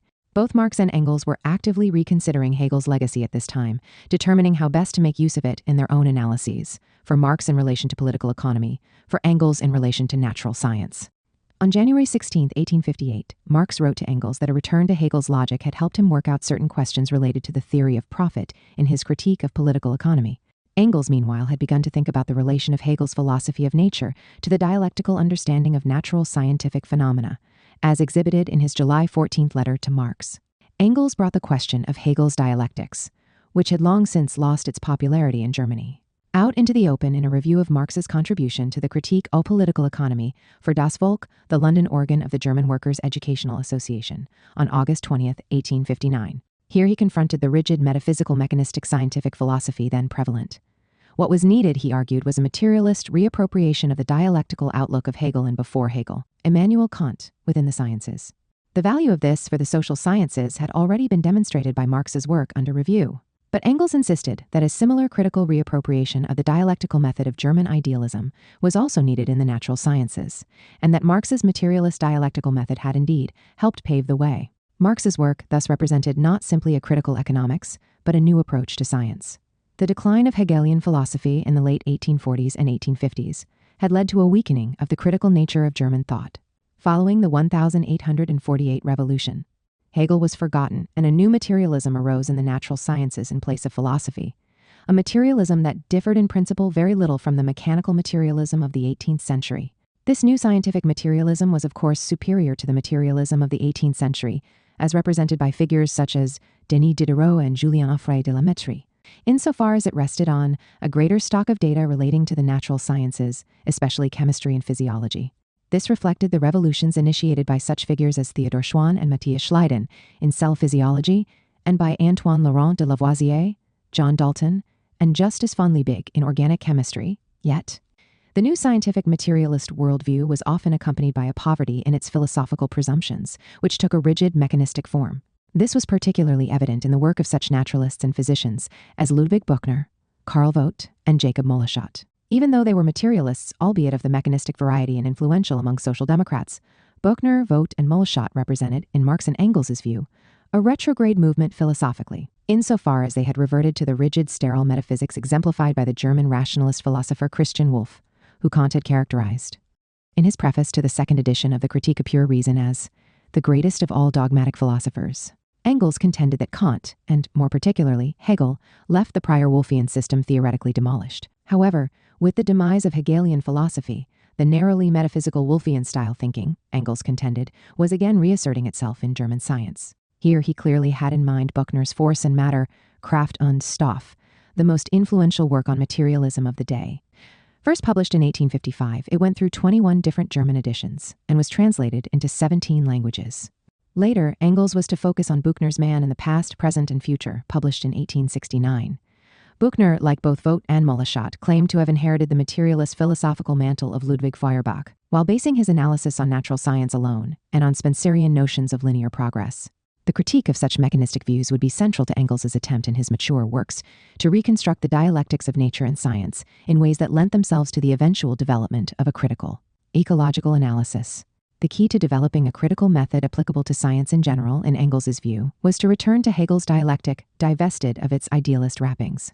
Rather than a call for a renewal of speculative philosophy, the emphasis here was on the coevolution of ideas and material processes in history. It was the exceptional historical sense underlying Hegel's manner of reasoning, Engels wrote, which distinguished it from that of all other philosophers. However abstract and idealist the form employed, yet his evolution of ideas runs always parallel with the evolution of universal history. Following this complex, parallel development required an examination of contradictions and discontinuities. The fact that it is a relation already implies that it has two aspects which are related to each other. Each of these aspects is examined separately. This reveals the nature of their attitude to one another, their reciprocal action. Contradictions will emerge which will require a solution. 13. History, Engels observed, often moves in leaps and bounds and in zigzags. 14. The recognition of complex processes and the emergence of new forms. The irreversibility of contingent developments and the introduction of new properties, often representing qualitative leaps, was crucial to such a historical understanding of what Marx was later to call the universal metabolism of nature, and what Engels himself was to refer to as a metabolism that occurs everywhere, related in different ways to organic and inorganic bodies. What was required was systematic thinking, but not that of a static, mechanical order, but one of change. The true is the whole, Hegel had written, but the whole is nothing other than the essence consummating itself through its development. In other words, the whole can only be understood through its becoming. Such a conception meant that nature and humanity had to be conceived in historical terms, that is, in their making, with humanity to be viewed in large part in terms of its self-making. Engels clearly argued for what is now known as ontological emergence, in which the question of a higher level is not simply one of non-predictability or epistemological emergence, but a change in the whole causal landscape representing a fundamental transformation. Here he was pointing to a conception of integrative levels or emergent evolution as integral to a dialectical worldview. Due to this complex philosophical and scientific outlook, Engels, like Marx, was by 1859 exceptionally well placed to grasp the revolutionary nature and significance of Darwin's argument, which pointed to the historical evolution of living species. The first copies of The Origin of the Species came off the press in early November 1859. Around 1,170 copies, out of a total print run of 1,250, were offered to the public for sale on November 24, 1859, and were quickly purchased. One of these soon found its way into the hands of Engels, who wrote to Marx on December 12, 1859, "Darwin, by the way, whom I'm reading just now, is absolutely splendid. There was one aspect of teleology that had yet to be demolished, and that has now been done. Never before has so grandiose an attempt been made to demonstrate historical evolution in nature, and certainly never to such good effect." 20. Engels' letters of July 14, 1858, and December 12, 1859, as well as his August 1859 review of Marx's A Contribution to the Critique of Political Economy, clearly demonstrate that he had already arrived at the broad conception of the historical dialectical development of nature and science that was to constitute the core of his later dialectics of nature. As Ilya Prigogine, winner of the 1977 Nobel Prize in Chemistry, observed, the idea of a history of nature as an integral part of materialism was asserted by Marx, and, in greater detail, by Engels. Contemporary developments in physics, the discovery of the constructive role played by irreversibility, have thus raised within the natural sciences a question that has long been asked by materialists. For them, understanding nature meant understanding it as being capable of producing man and his societies. Moreover, at the time Engels wrote his Dialectics of Nature, the 1870s, the physical sciences seem to have rejected the mechanistic worldview and drawn closer to the idea of an historical development of nature. Engels mentions three fundamental discoveries: energy and the laws governing its qualitative transformations, the cell as the basic constituent of life, and Darwin's discovery of the evolution of species. In view of these great discoveries, Engels concluded that the mechanistic worldview was dead. Here it is significant that the core proposition that Prigogine associates with Engels' Dialectics of Nature, including the stipulation of the three key scientific discoveries, those associated with the cell, thermodynamics, and Darwinian evolution, were all points that Engels had outlined in letters to Marx by the end of 1859, the same year as the publication of Marx's contribution to a critique of political economy and Darwin's Origin of Species. Although Engels' conceptual breakthrough cannot be compared to that of Marx or Darwin, its significance nonetheless stands out markedly in our time. Few at that time recognized at so general a level what Prigogine has called the materialist proposition that understanding nature meant understanding it as being capable of producing man and his societies. That is, that nature and history had to be understood dialectically as a product of contradictory developments and the emergence of entirely new forms. Moreover, Engels was to extend this logic further in his subsequent work, recognizing that humanity, though seemingly triumphant, was capable of producing its own antithesis in capitalist society by undermining its fundamental relation to nature, of which it was merely a part. German scientific philosophy after Hegel. It was not until 1873, a number of years after Engels had freed himself from his business responsibilities and relocated to London, that he began to work on what was to become dialectics of nature. The opening notes to Dialectics of Nature, starting on the front of the first sheet, were headed Buchner and were directed at Buchner's man in the past, present, and future, a popular account of the results of recent scientific research as regards the origin, position, and prospects of the human race, a second edition of which appeared in 1872. Meanwhile, the discussion of matter and motion was related, though in a more complex dialectical way, to the opening subject of Buchner's earlier book, Force and Matter. From this, it seems clear that Engels' motivation to begin writing Dialectics of Nature in 1873 and to try to articulate the scientific philosophical basis for his and Marx's views was an immediate response to the work of Buchner, as well as other scientific materialists such as Vogt and Moleschott.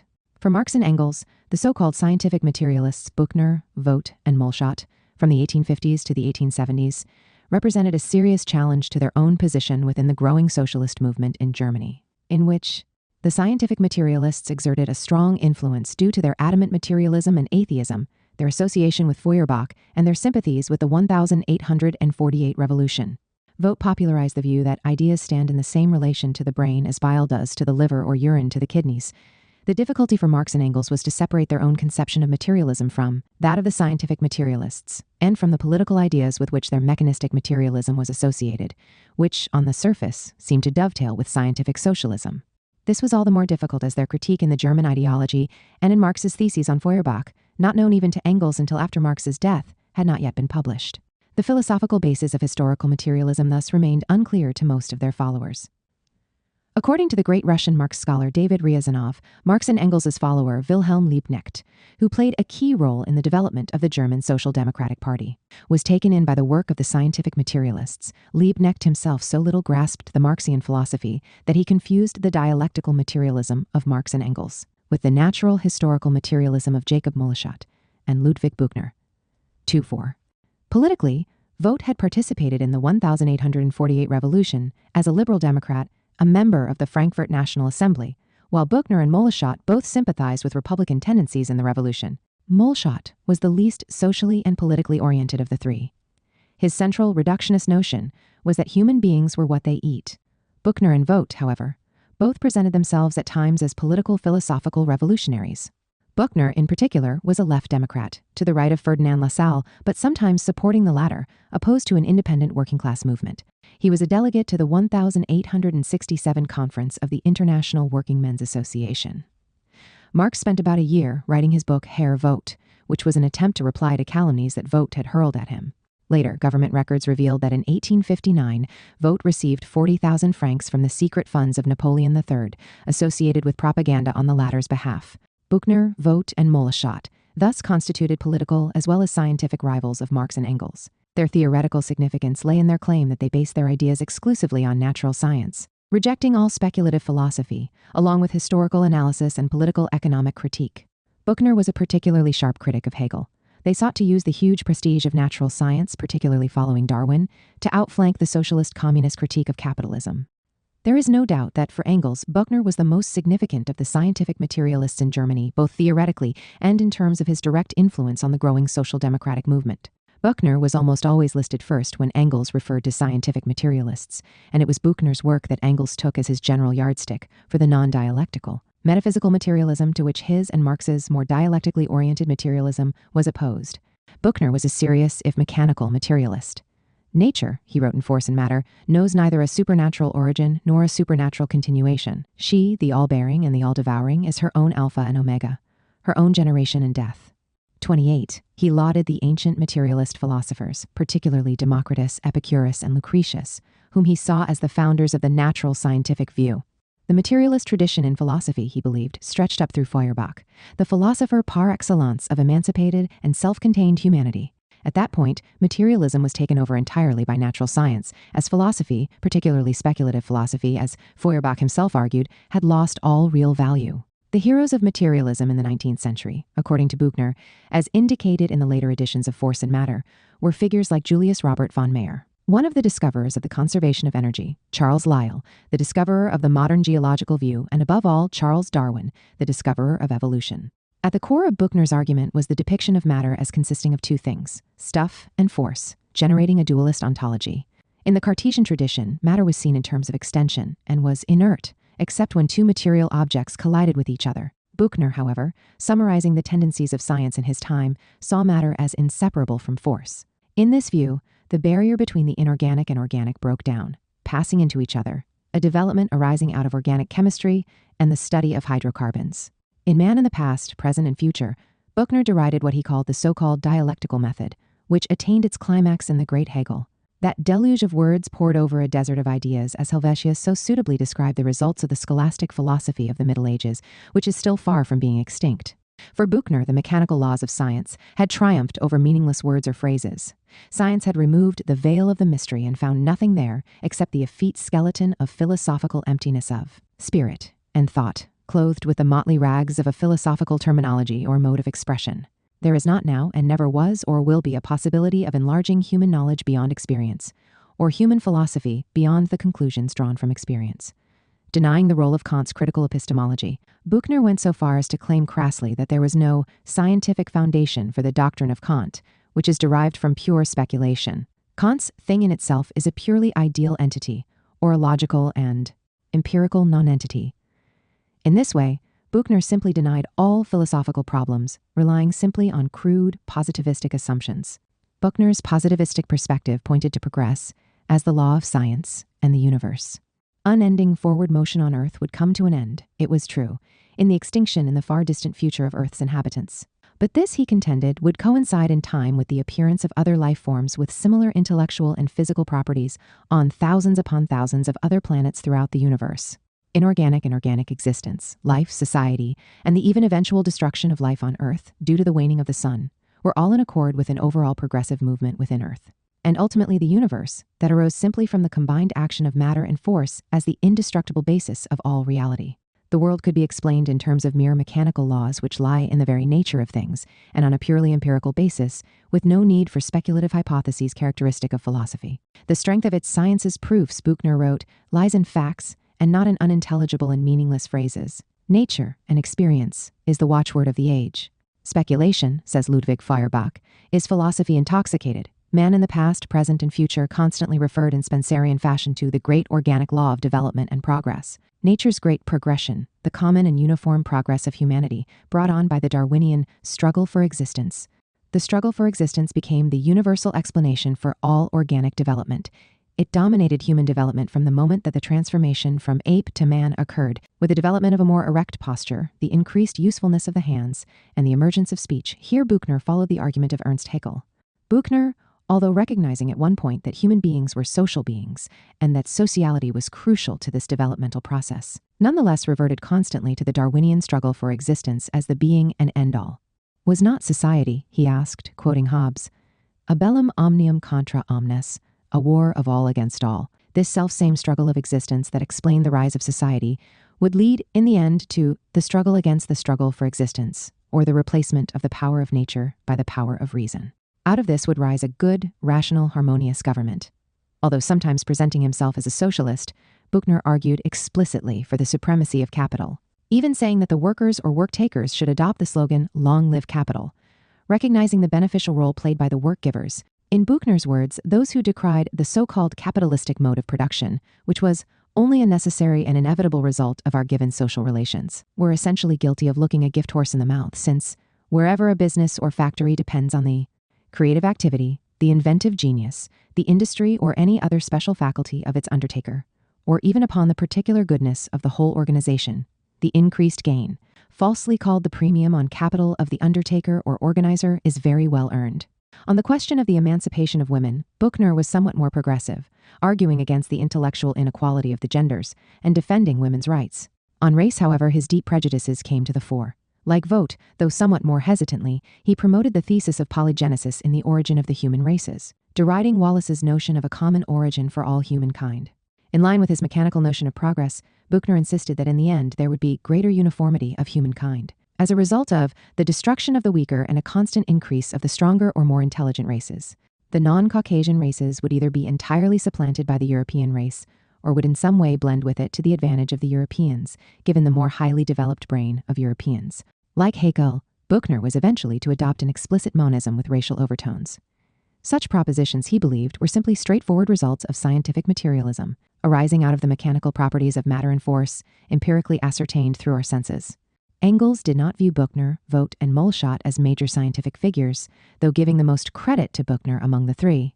Rather, they were popularizers of materialist scientific doctrines, mere caricature-like itinerant preachers, referring to the lecture circuits that they were constantly engaged in, speaking to audiences in England as well as on the continent. They were mechanistic philosophers of science, devoid of any genuine philosophy except of the most unreflexive positivist kind. Why then was it so important to engage with such thinkers at all? Addressing this question, Engels wrote, "One could let them alone and leave them to their not unpraiseworthy if narrow occupation of teaching atheism, etc., to the German Philistine but for 1. Abuse directed against philosophy, and 2. The presumption of applying the theories about nature to society and of reforming socialism. Thus, they compel us to take note of them." Although Engels acknowledged that the materialist teachings of these thinkers had some value, he regarded their views as too simplistic due to their active neglect of philosophy, which led them down the road to metaphysical, in the Hegelian sense, fixity of thought and mechanism. Their monistic and dualistic tendencies were consistently opposed by Engels, who strongly insisted on the manifoldness of nature reality. Moreover, attacks on the dialectic made them opponents of genuine critical thought. Finally, their attempts to transform socialism along lines of survival of the fittest doctrines made them opponents of historical materialism. Darwinism, in its crudest form, Engels argued, was immediately monopolized by these gentlemen, that is, by Buchner, Vogt, and Moleschott, constituting a threat to scientific socialism. It was therefore necessary to take up the challenge represented by the new mechanistic scientific materialism by providing a more powerful alternative in the form of a dialectics of nature and history, connecting the materialist conception of nature to the materialist conception of history. This required a similar overall range of analysis to that of Buchner in Force and Matter and Man in the past, present, and future. The manuscript, fragments, and notes that made up Engels's Dialectics of Nature were arranged in individual sheets contained in 4 folders, numbered 1-4, entitled, respectively, Dialectics and Natural Science, The Investigation of Nature and Dialectics, Dialectics of Nature, and Mathematics and Natural Science, Miscellaneous. The original sheets were subsequently numbered according to the order in which they were found in the folders. The front of the first sheet of the first folder began with the heading Buchner and was concerned with the rise of scientific materialism in Germany. The back of that first sheet consisted of notes on matter and motion, corresponding to the general range of inquiry that distinguished the main part of Buchner's Force and Matter. It was undoubtedly based directly on these notes that Engels wrote his celebrated May 30th, 1873, letter to Marx, who was then in Manchester. Here, Engels laid out what he saw as the main dialectical points involved in the analysis of the natural sciences. He began with what was a short abstract, mainly on physics and chemistry. The subject matter of natural science, matter in motion, bodies. Bodies cannot be separated from motion. Their forms and kinds can only be known in motion. One cannot say anything about bodies without motion, without relation to other bodies. Only in motion does a body reveal what it is. Natural science therefore knows bodies by examining them in relation to one another and in motion. To understand the different forms of motion is equivalent to understanding bodies. The investigation of these different forms of motion is therefore the chief subject of natural science. 1. The simplest form of motion is change of place in terms of time, to please old Hegel, mechanical motion. Physics proper, the science of these forms of motion, establishes the fact, after investigation of each individual form of motion, that under certain conditions they pass into one another, and ultimately discovers that all of them, at a certain degree of intensity which varies according to the different bodies set in motion, produce effects which transcend physics, changes in the internal structure of the bodies, chemical effects. 3. Chemistry. For the investigation of the previous forms of motion, it was more or less immaterial whether it dealt with animate or inanimate bodies. The inanimate bodies even exhibited the phenomena in their greatest purity. Chemistry, on the other hand, can distinguish the chemical nature of the most important bodies only in substances which have arisen out of the process of life. Its chief task becomes more and more to produce these substances artificially. It forms the transition to the science concerned with organisms, but the dialectical transition can be produced only when chemistry has either made the real transition or is on the point of doing so. 4. Organism. Here I will not embark on any dialectics for the time being. In contrast to Buchner's force and matter, there can be little doubt that Engels was here planning an alternative conception of the development of natural science on a far greater scale, rooted in dialectical conceptions. To develop such an analysis thoroughly would require many years of work, although the analysis would culminate in an analysis of the organic world. The precondition for developing a meaningful philosophy history of science in this respect was to provide a dialectical conception of the basic scientific viewpoint underlying developments in physics and chemistry. This was then a crucial starting point for Engels' entire project. No doubt Engels had already begun to discuss the project in outline with Marx before he left for Manchester. Here, though, was the first concrete description of the premises with regard to the understanding of inorganic and organic phenomena. Engels remarked to Marx, "Since you are there at the center of the natural sciences, you will be in the best position to judge if there is anything to it." By this, Engels was referring to the fact that Marx was in Manchester, a noted center of science and technology, where he could consult with Engels' scientific friends Karl Schorlemmer and Gumpert, and also Samuel P. Moore, who was interested in the natural sciences, particularly geology. Another of Engels' and Marx's friends in the Manchester area, living on a farm nearby, was the noted geologist John Roche Dawkins, who was for many years a member of the International Working Men's Association. 6, however, it was Schorlemmer, Engels' very close friend, a member of the Royal Society and one of the world's leading chemists, who was the chief authority being referred to here. Marx, during his visit to Manchester, was staying at the rooming house where Schorlemmer resided. Engels added at the bottom of his letter, "In order to underscore that all of this was extremely preliminary and should be judged in that way, working it all out will take a long time yet." Marx wrote back to Engels on May 31st that the letter had edified me greatly. However, I shall venture no judgment until I have had time to reflect on the matter and consult the authorities. When Schorlemmer arrived shortly after, Marx added, at the end of the same letter, that Schorlemmer read your letter and says he is essentially in agreement with you, but reserves his judgment on points of detail. Schorlemmer then wrote some marginal notes on Engels' letter, agreeing with Engels' first paragraph in his abstract on bodies in motion. In relation to Engels' paragraph on chemistry, Schorlemmer exclaimed, "That's the point." No. With that response, Engels seemed to be on his way, and the research and writing of dialectics of nature could proceed in earnest. At the outset, he sought to work out more fully the significance of the dialectics of matter and motion, and the relation of physics and chemistry, which were to guide his study and which would culminate, as his general plan for the book would show, in a conception of the evolution of human beings and their relation to their natural environment. Such a project was extraordinarily ambitious. A dialectical view of the philosophical method of the natural sciences, he was aware, had to address in its most general forms: physics, bodies, motion, energy, followed by organic chemistry.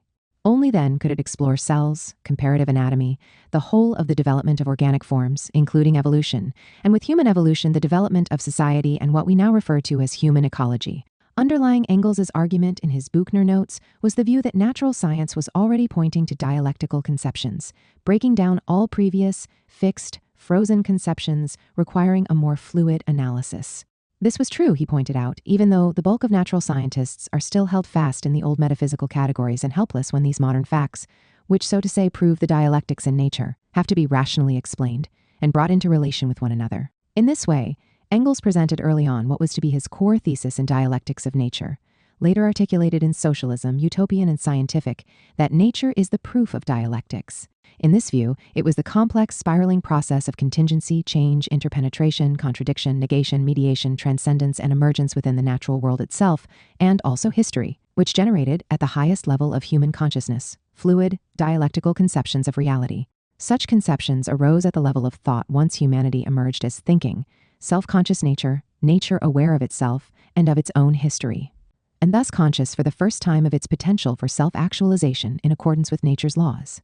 At the same time, what Hegel called bad infinity, the principle of infinite merely quantitative and linear expansion, excluding qualitative transformation, asserted itself more and more in the capitalist world, which was increasingly in conflict with the very principles of change, placing humanity at odds with the natural world, history, and its own existence. All of this suggests that dialectics of nature was conceived in its initial phase as a response to the scientific materialists. No sooner had he begun, however, than Engels was confronted with other challenges. In the years that Engels was conceiving dialectics of nature as a project, Neo-Kantian philosophy was emerging as the primary philosophical tradition in Germany, in the work of figures such as Friedrich Albert Lang, Eduard Zeller, Alois Riel, and Hermann Cohen, as well as German scientists with close affinities to Neo-Kantianism, such as Hermann Helmholtz, Emile du Bois-Reymond, and Carl Wilhelm von Nageli. These thinkers, for which such self-designated agnostics as Thomas Huxley and John Tyndall were to be the British counterparts, adopted a mechanistic materialism in science while dualistically insisting that there were areas beyond science, represented by Kant's thing in itself, noumena, which lay completely outside the realm of materialist analysis. In the neo-Kantian view, the role of philosophy became principally an epistemological one, of demarcating the logic and limits of science, while also incorporating ethics and aesthetics. Science was unquestioned, and philosophy was no longer seen as providing it with foundations. Indeed, ontological questions were no longer taken up by philosophy, and were relegated to science with its materialist conceptions, or subsumed within epistemology.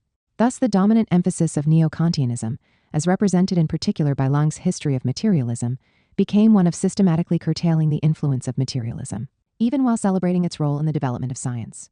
It is no accident that Lange, who had been in correspondence with Marx and Engels, sought to limit the influence of historical materialism by means of a neo-Kantianism meant to re-establish and defend the bourgeois worldview. In Engels's view of these developments, leading scientific figures either distorted materialism, reducing it to a mechanistic metaphysical form, or fought against it altogether. The forms of attack varied. Hegel promoted a philosophical monism, or what Engels also termed moral materialism.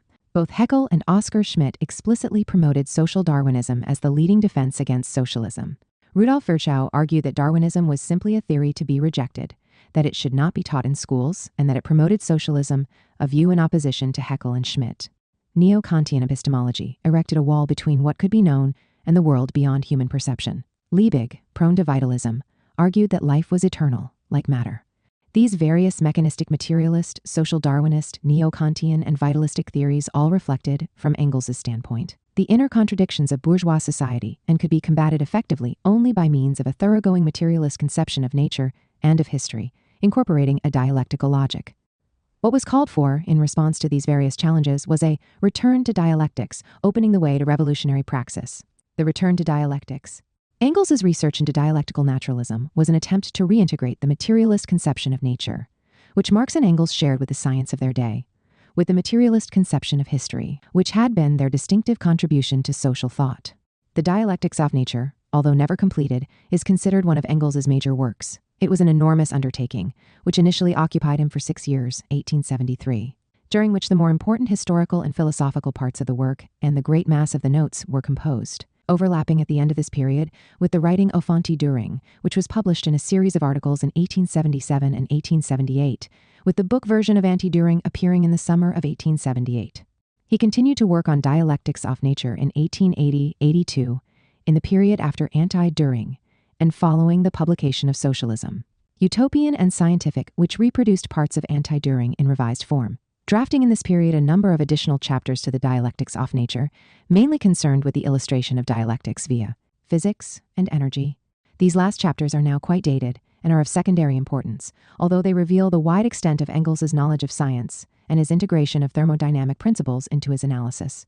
Engels, by his own testimony in the preface to the second edition of Anti-Düring, was only about halfway through the molting process with respect to natural science and the completion of the Dialectics of Nature when he was compelled by circumstances to turn to writing Anti-Düring. Chapters 1 to 3 of Dialectics of Nature, as it has come down to us, the introduction, the old preface to Anti-Düring, and natural science in the spirit world, as well as the concluding chapter, the part played by labor in the transition from the ape to man, were drafted in this early molting process before the appearance of Anti-Düring. Chapter 4, Dialectics, was drafted in the year following the publication of Anti-Düring, while Engels was preparing Socialism, Utopian and Scientific, based on Anti-Düring. Following this short chapter on dialectics, which remained incomplete, about a third finished, the only other major parts of Dialectics of Nature, all drafted in 1880-82, were the 5 physics chapters on the basic forms of motion, the measure of motion, work, tidal friction, heat, and electricity. The chapter on electricity was about a third of what is considered the main text of the work as a whole, but is relatively distant from the philosophical issues that dominate the manuscript as a whole and the most dated part of the manuscript, since Engels was dealing with developments in science and technology that were still in their very early stage.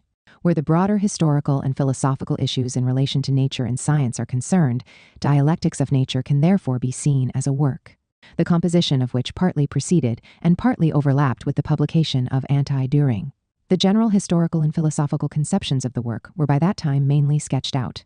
However, the extension of the analysis to physics was not carried out until the early 1880s, while the planned sections on chemistry, biology, and knowledge were never composed and exist only in the form of scattered notes. With Marx's death in 1883, Engels was forced to curtail altogether his research and writing for dialectics of nature, and to confine his main intellectual efforts to the massive task of editing and publication of volumes 2 and 3 of Marx's Capital, based on the voluminous notebooks Marx had left behind, and to writing The Origin of the Family, Private Property, and the State, which he regarded as carrying forward Marx's project in his ethnological notebooks. In his 1885 preface to Anti-Düring, he indicated that he still hoped to draw on his notes for the dialectics of nature in the context of preparing an edition of Marx's mathematical notebooks.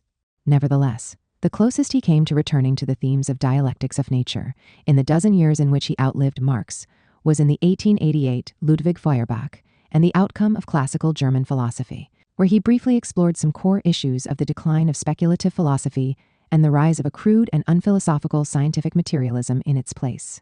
A critical assessment that demonstrated the necessity of a resurrection of conscious dialectics if socialist theory was to advance.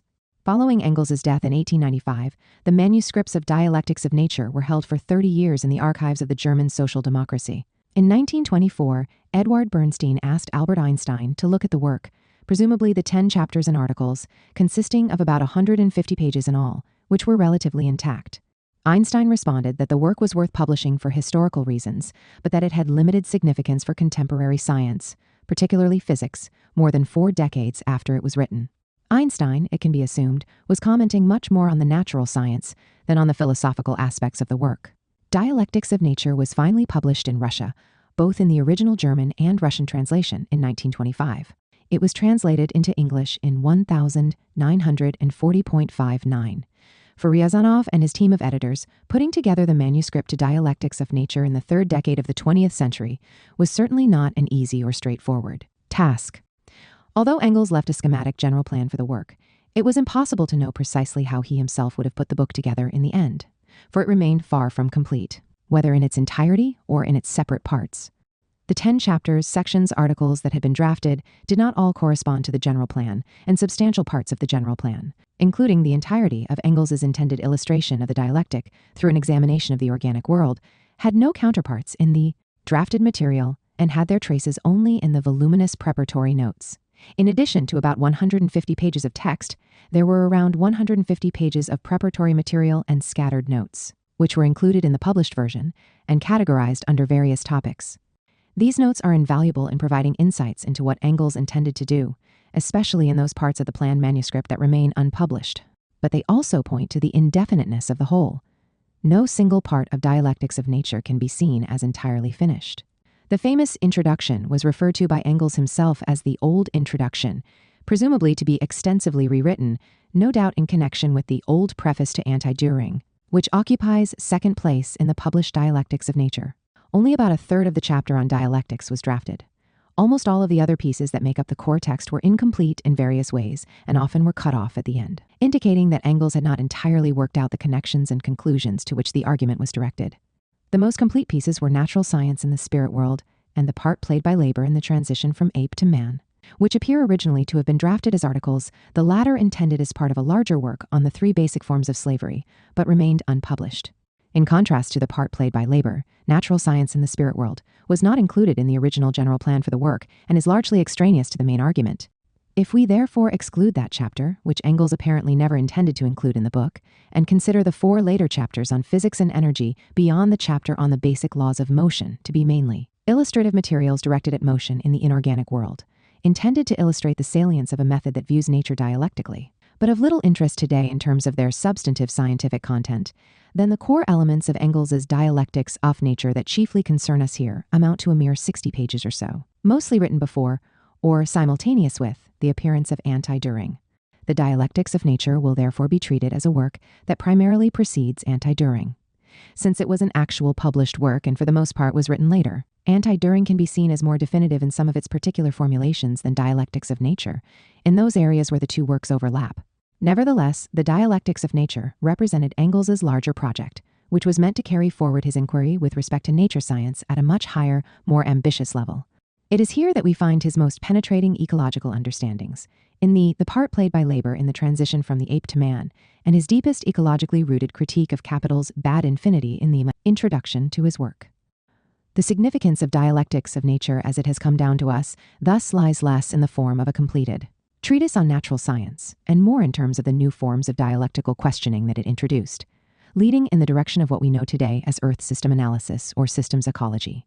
It proved to be an immense source of inspiration to those struggling to comprehend ecological complexity and human environmental impacts. Although the Dialectics of Nature was not published until the 1920s, and not available in an English edition until 1940, the analysis that Engels developed in his half-molting was to enter partially into the argument in Anti-Düring, having a profound impact on Marxian theory in his lifetime.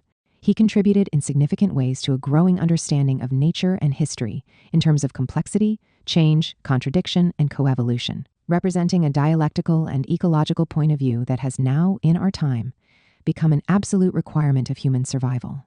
The intent of the Introduction to Dialectics of Nature, as Engels explained in his outline of the general plan, written in late summer 1878, was to provide a historical argument demonstrating that the metaphysical conception of rigid, immutable relations has become impossible in natural science owing to the very development of the latter.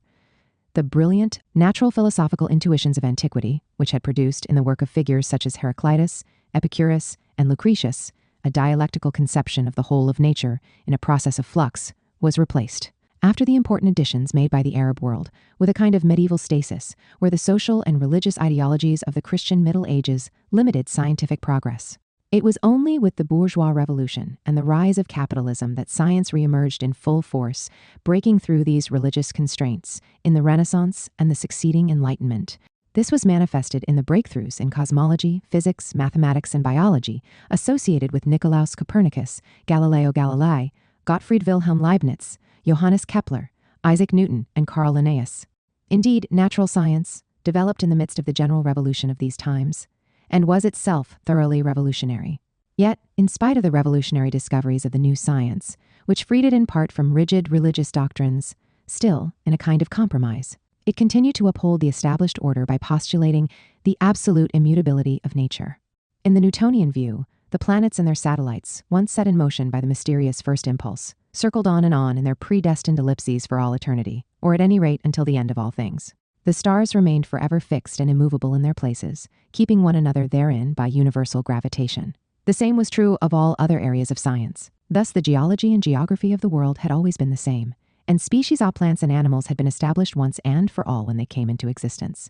All change, all development in nature was denied. Natural science, so revolutionary at the outset, suddenly found itself confronted by an out-and-out conservative nature, in which even today everything was as it had been from the beginning, and in which, to the end of the world or for all eternity, everything would remain as it had been since the beginning. Nature was thus dehistoricized and made passive. In contrast to the history of mankind, which develops in time, there was ascribed to the history of nature only an unfolding in space.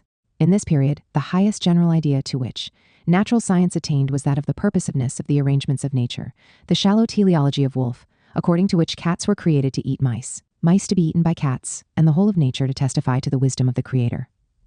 Nature thus remained fixed, passive, and preordained, excluding all active, dialectical, evolutionary, and ecological conceptions.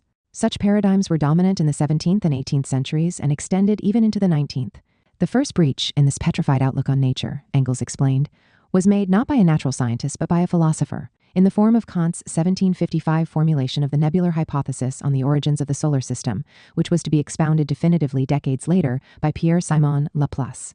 This was followed by a revolutionary advance in physics in the form of the theory of the conservation of energy and the interchangeability of its forms, developed simultaneously by Mayer and James Joule, whereby the special physical forces, the as it were immutable species of physics, were resolved into variously differentiated forms of the motion of matter. Lavoisier and Dalton in chemistry demonstrated that the laws of chemistry were equally applicable for organic as for inorganic bodies, bridging what had hitherto been seen as an unbridgeable gap. Georges Cuvier and Charles Lyell showed geology to be historical, while in zoology and botany, the discovery of the cell, following upon that of the microscope and the development of the comparative method, produced a mass of empirical results under which the rigid system of an immutably fixed organic nature crumbled away. Despite the resistance to materialism, the development of the evolutionary theory that emerged full force only with Darwin's Origin of Species was inevitable. Nature in all its forms had become historical. In this way, over the course of a century, science had returned objectively to a mode of outlook with respect to the world as a whole that invited comparison with the brilliant, dialectical and ecological intuitions of the ancient Greeks, in which the whole of nature, from the smallest element to the greatest, from grains of sand to suns, from protista to man, has its existence in eternal coming into being and passing away, in ceaseless flux, in unresting motion and change. Even the theory of the heat death of the universe arising from thermodynamics, Engels argued, could not halt this process, since our island universe must give rise to others among innumerable worlds in infinite space. Nevertheless, it was clear that the solar system itself came into being and passed away, as must humanity itself along with it. Such a historical, dialectical, and ecological understanding was needed most of all in approaching human development itself. In the Introduction to Dialectics of Nature, Engels outlined his argument on the origins of the human species through the development of the hand, human labor, and the related development of articulate speech and the brain. A coevolutionary analysis that was to be developed more fully and in ecological terms in what was to be the closing section of Dialectics of Nature. Composed around the same time, the part played by labor in the transition from ape to man. It was here, too, in his Introduction to Dialectics of Nature, that Engels makes his famous observation. Darwin did not know what a bitter satire he wrote on mankind, and especially on his countrymen, when he showed that free competition, the struggle for existence, which the economists celebrate as the highest historical achievement, is the normal state of the animal kingdom. Only conscious organization of social production, in which production and distribution are carried on in a planned way, can lift mankind above the rest of the animal world as regards the social aspect, in the same way that production in general has done this for mankind, in the specifically biological aspect. Historical development makes such an organization daily more indispensable. The reason that such social planning is necessary, Engels insisted, is the increasing scale of the unforeseen effects and uncontrolled forces of human production, leading to increasing ecological contradictions both between individual and class-based production and the needs of society, and a whole, and between social development and the larger natural environment. The introduction of the conscious organization of social production, which, if not inevitable, is at least with every day more possible, will represent a new epoch of history, comprising an advance for humanity that will put everything preceding it in the deepest shade. Now, in the old preface to Anti-Düring, which made up the second chapter of Dialectics of Nature in the published version, Engels was concerned with the rise of metaphysics and mechanical materialism following the demise of Hegelian speculative philosophy, and therefore the necessary return to dialectics that was occurring unconsciously in natural science, hence contradictorily and slowly. Here he argued that conscious dialectics constituted the analog for, and thereby the method of explaining, the evolutionary processes occurring in nature, interconnections and general, and transitions from one field of investigation to another. Arising in its formal intellectual characteristics within the human mind, dialectics nonetheless was a manifestation of the real objective dynamism of nature on the one hand, and the intellectual means of understanding that dynamism on the other. Once again, the atomic philosophy of ancient Greece, exemplified by Epicurus and Lucretius, was coming to the fore in science. The conception of the whole of reality introduced by the Greeks and the forms of scientific inference they had pioneered on this basis were being rediscovered in science in the form of so-called objective dialectics. What impeded this development, represented above all by Hegel, was the subsequent regression to a crude materialist view, characterized by fixity and absolute opposition, in the crudities of thinkers like Buchner, Vogt, and Moleschott, preventing the evolution of so-called subjective dialectics. 2. What was needed then was a return in one form or another, from metaphysical to dialectical thinking, a return to more dialectical, evolutionary and ecological perspectives, as in the ancient Greeks, that science's spontaneous development was making possible, but that needed to attain a much more conscious form.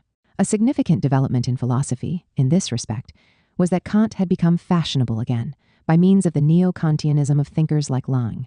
Unfortunately, this revival was based on a fetishism of Kant's notion of the noumena, or thing in itself, in Engels's view the least important aspect of Kant's immense legacy, and a means of attacking a consistent, critical materialism. Hence, only a revival of Hegelian dialectics, but in a form related to realism and materialism, offered real hope for the resurrection of critical reasoning with respect to natural history, providing the basis of a dialectical and evolutionary ecological view. It was precisely this emphasis on nature as historical that opened the way to what we today call ecological thinking, and which was embedded in Engels's focus on nature as dialectic. This central theme of the return to dialectics, animating Engels's whole argument in Dialectics of Nature, was to form the basis more than a decade later of Ludwig Feuerbach and the outcome of classical German philosophy. Engels, in fact, omitted a 4-page section from Ludwig Feuerbach and placed it in the second folder of materials for Dialectics of Nature next to the part played by labor in the transition from ape to man, clearly indicating that he meant it to be included in some form in the published work. However, the The editors placed the omitted from Feuerbach section instead in the notes to the volume, outside the main text. It was here in omitted from Feuerbach that Engels returned to the three great discoveries in natural science that he had raised as early as 1858. In correspondence with Marx, the discovery of the conservation of energy by Mayer and Joule, the discovery of the organic cell by Schwann and Schleiden, and the discovery of evolution by Darwin. By means of these three great discoveries, the main processes of nature were explained and referred to natural causes. A materialism in which the world was in a process of flux and change, of the kind that had characterized the innate dialectics of the ancient Greeks, was re-emerging on a firmer foundation after more than 2,000 years of an essentially idealist outlook on the world. Yet, the objective triumph of materialism in natural science was caught in a contradiction in which scientists were inexorable materialists within their science, but outside it, not merely idealists, but even pious and indeed orthodox Christians. The same dualism could be seen in Feuerbach himself. In the field of nature, he is a materialist, but in the human field, he is otherwise. For Engels, it was the rejection of dialectics that had led to a dualistic split between the natural, scientific, and human worlds, which was so evident in the crude metaphysics of the scientific materialists, and in another and more sophisticated way in Neo-Kantianism. Implicit in his view was the notion that a dialectical perspective was more useful than Enlightenment rationalism in interrogating the world, since it offered a more realistic representation of nature's complexity, as manifested as well in the thinking mind. Standing against the numerous criticisms of Engels for promoting a metaphysical conception in his well-known Three Laws of Dialectics is the reality of this sophisticated approach, akin to dialectical critical realism, which, in contrast to the Western Marxist philosophical tradition, allows us to think of humanity as part of nature while exploring the interaction. Dialectics, Engels observed in his provisional notes for Dialectics of Nature, is conceived as the science of the most general laws of all motion. This implies that its laws must be valid just as much for motion in nature and human history as for the motion of thought. 75. Dialectical reason was seen by Engels, along with Marx, as crucial for apprehending nature because it was itself a refracted, reflexive part of nature's complex process of change, mediated by historical society. The dialectical development of thought thus went hand in hand with our developing human interactions with the natural world through production. Nature could never be treated as fixed or passive, but was in contrast fluid and characterized by complex, developing interconnections and change. Dialectics, viewed in this way, was the science of interconnections. The unfinished draft titled Dialectics that became the fourth chapter of Dialectics of Nature. Engels argued that the laws of dialectics were abstracted from the history of nature and society, and represented the human effort to understand its own experience and relation to nature in critical rational form. This was depicted in the form of general laws. The most general dialectical laws of nature and history together, as well as of thought itself, could be reduced in the main to three: the law of the transformation of quantity into quality, and, vice versa, the law of the interpenetration of opposites, the law of the negation of the negation.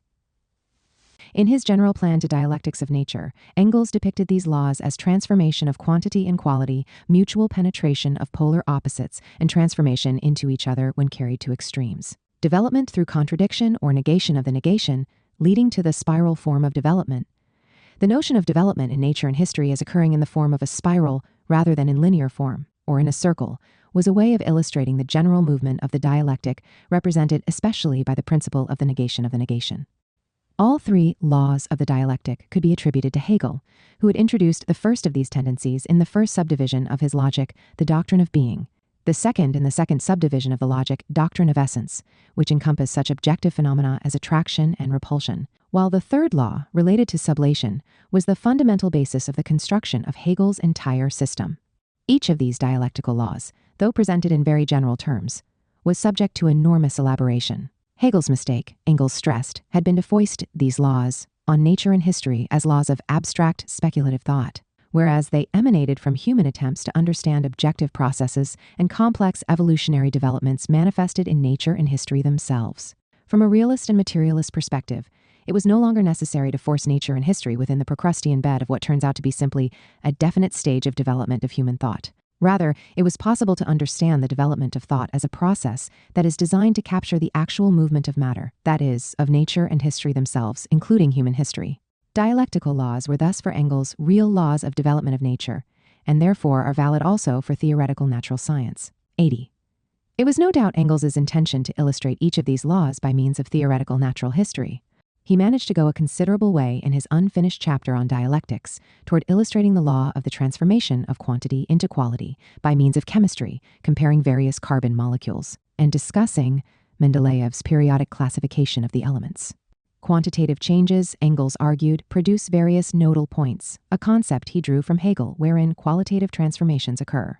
The so-called physical constants are for the most part nothing but designations of the nodal points at which quantitative addition or subtraction of motion produces qualitative change in the state of the body concerned, at which, therefore, quantity is transformed into quality. Indeed, the discrete parts of matter at various stages, ether atoms, chemical atoms, masses, heavenly bodies, he pointed out, are various nodal points which determine the various qualitative modes of existence of matter in general. 1. In a letter to Marx on June 16, 1867, Engels referred directly to Hegel's nodal points, in which quantitative change turned into qualitative change. Marx replied on June 22, 1867, indicating how in Capital, Vol. 1, I quote Hegel's discovery regarding the law that merely quantitative changes turn into qualitative changes, and state that it holds good alike in history and natural science.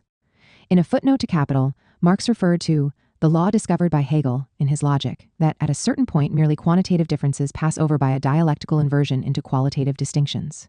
Elaborating later on Marx's footnote here, in an annotation to the third edition of Capital, Volume 1, Engels explained this in terms drawn from his discussion of carbon molecules in Anti-Düring and in his unpublished chapter on dialectics, in Dialectics of Nature. Referencing Schorlemmer's 1879 Rise and Development of Organic Chemistry. In the Anti-Düring chapter, Dialectics, Quantity and Quality, which Engels had read to Marx along with the rest of the draft manuscript prior to publication, he strongly defended Marx's use in Capital of the Hegelian law of the transformation of quantity into quality, arguing against Düring's criticisms of Marx in this regard. There he commented on the development of paraffins. Each new member is brought into existence by the addition of CH2 to the molecule of the preceding one, and this quantitative change of the molecule produces every time a qualitatively different body.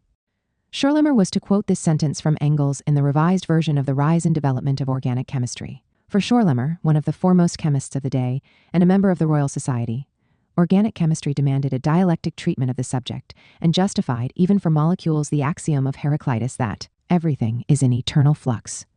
83. The general principle or law of the transformation of quantity into quality, that is of emergence or integrative levels, has to do with levels of organization in material reality and is fundamental to all contemporary science. New forms of organization of the same elements, often by mere changes in quantity or through variation, lead to qualitatively different results. The application of this same principle to society can also be perceived. In an attempt to demonstrate this, Engels drew in Anti-Düring on the memoirs of Napoleon Bonaparte, who describes the combat between the French cavalry, who were bad riders but disciplined, and the Mamelukes, an Arab military caste descended from slaves whom Napoleon encountered in Ottoman Egypt, who were undoubtedly the best horsemen of their time for single combat but lacked discipline. In Napoleon's words, 2 Mamelukes were undoubtedly more than a match for 3 Frenchmen, Mamelukes were equal to Frenchmen, and Frenchmen invariably defeated Mamelukes. At a certain quantitative level, organization trumped individual skill and created a qualitative shift, even though the basic elements constituting the two forces had not changed.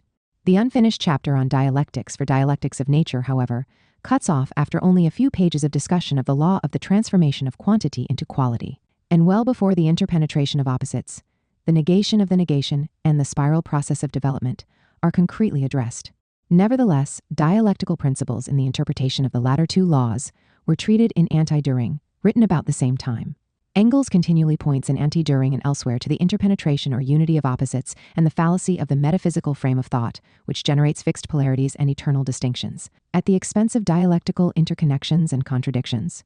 The first elements of dialectics, he wrote, deal precisely with the inadequacy of all polar opposites, such as being and nothingness, subject and object, mind and matter, repulsion and attraction, quantity and quality, and nature and society. In this dialectical conception, for example, there can be no absolute opposition between nature and society. Rather, human beings are a part of nature, while society is an emergent form within the universal metabolism of nature, the product of material evolution, operating according to its own laws, but still subject to natural laws, such as the laws of physics. Engels' third dialectical law is dealt with most comprehensively in his chapter Dialectics, the negation of the negation in Anti-Düring, where his main concern again is defending Marx's own references to the negation of the negation in Capital against Düring's criticisms. The negation of the negation was an integral part of a whole series of dialectical turns of speech, such as Marx used, processes which in their nature are antagonistic, contain a contradiction, transformation of one extreme into its opposite, and finally, as the kernel of the whole thing, the negation of the negation. A concrete example was the evolution of materialism. The philosophy of antiquity was primitive, spontaneously evolved materialism. As such, it was incapable of clearing up the relation between mind and matter. But the need to get clarity on this question led to the doctrine of a soul separable from the body, then to the assertion of the immortality of the soul, and finally to monotheism. The old materialism was therefore negated by idealism. But in the course of the further development of philosophy, idealism too became untenable and was negated by modern materialism. This modern materialism, the negation of the negation, is not the mere reestablishment of the old, but adds to the permanent foundations of this old materialism the whole thought content of 2,000 years of development, of philosophy and natural science, as of the history of these 2,000 years.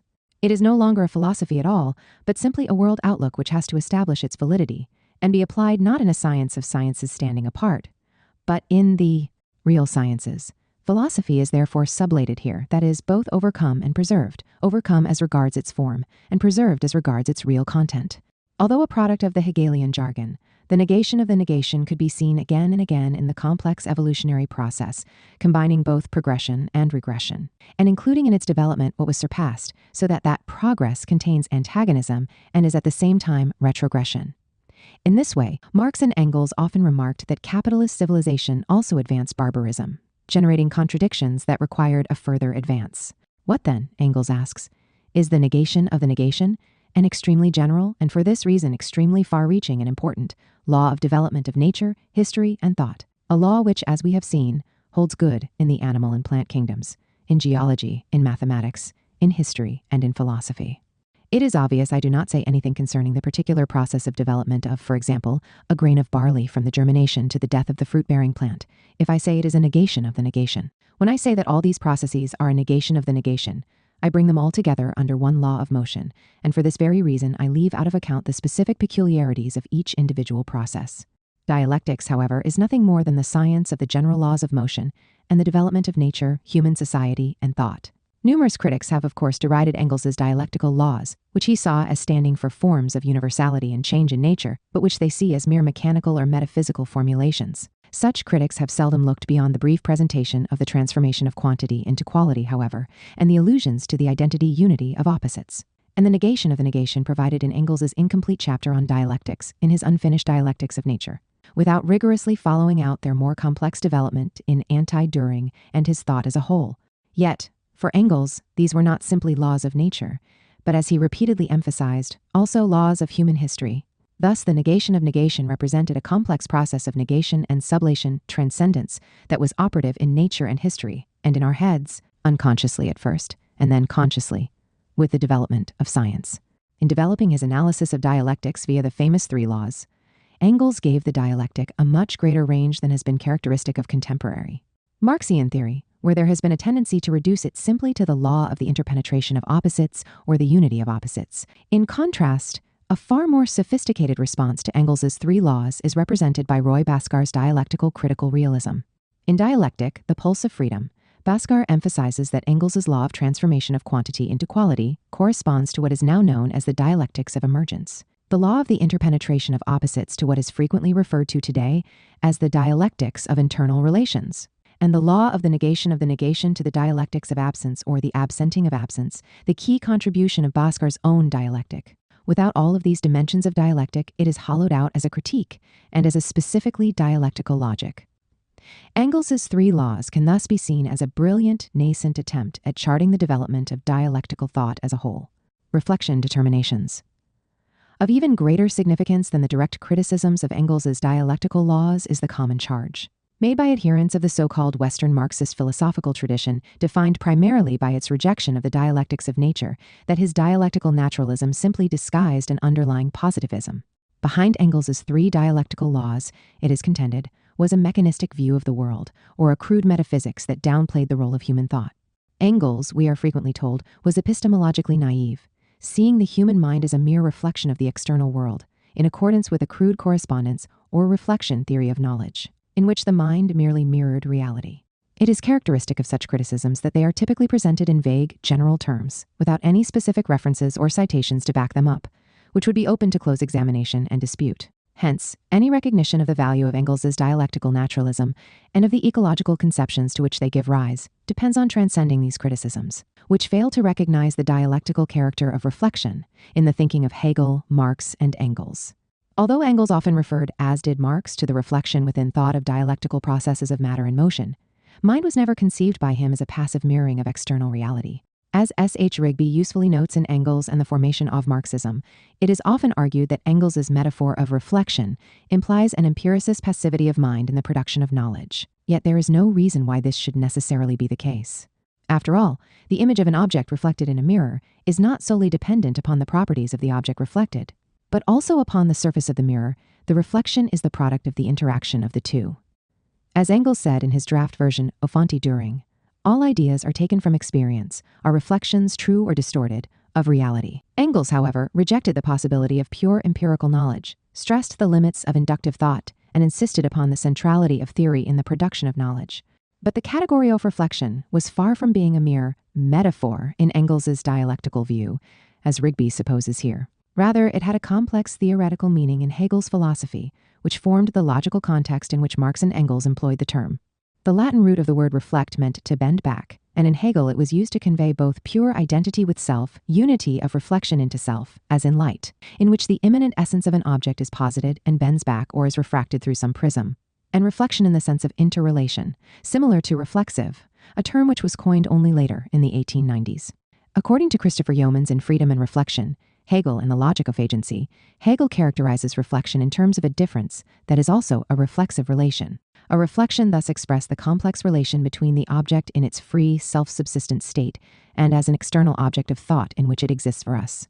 In his Phenomenology aus Spirit, Hegel wrote, "The true is a result, but it is equally reflection that overcomes aufheben, the antithesis between the process of its becoming and the result."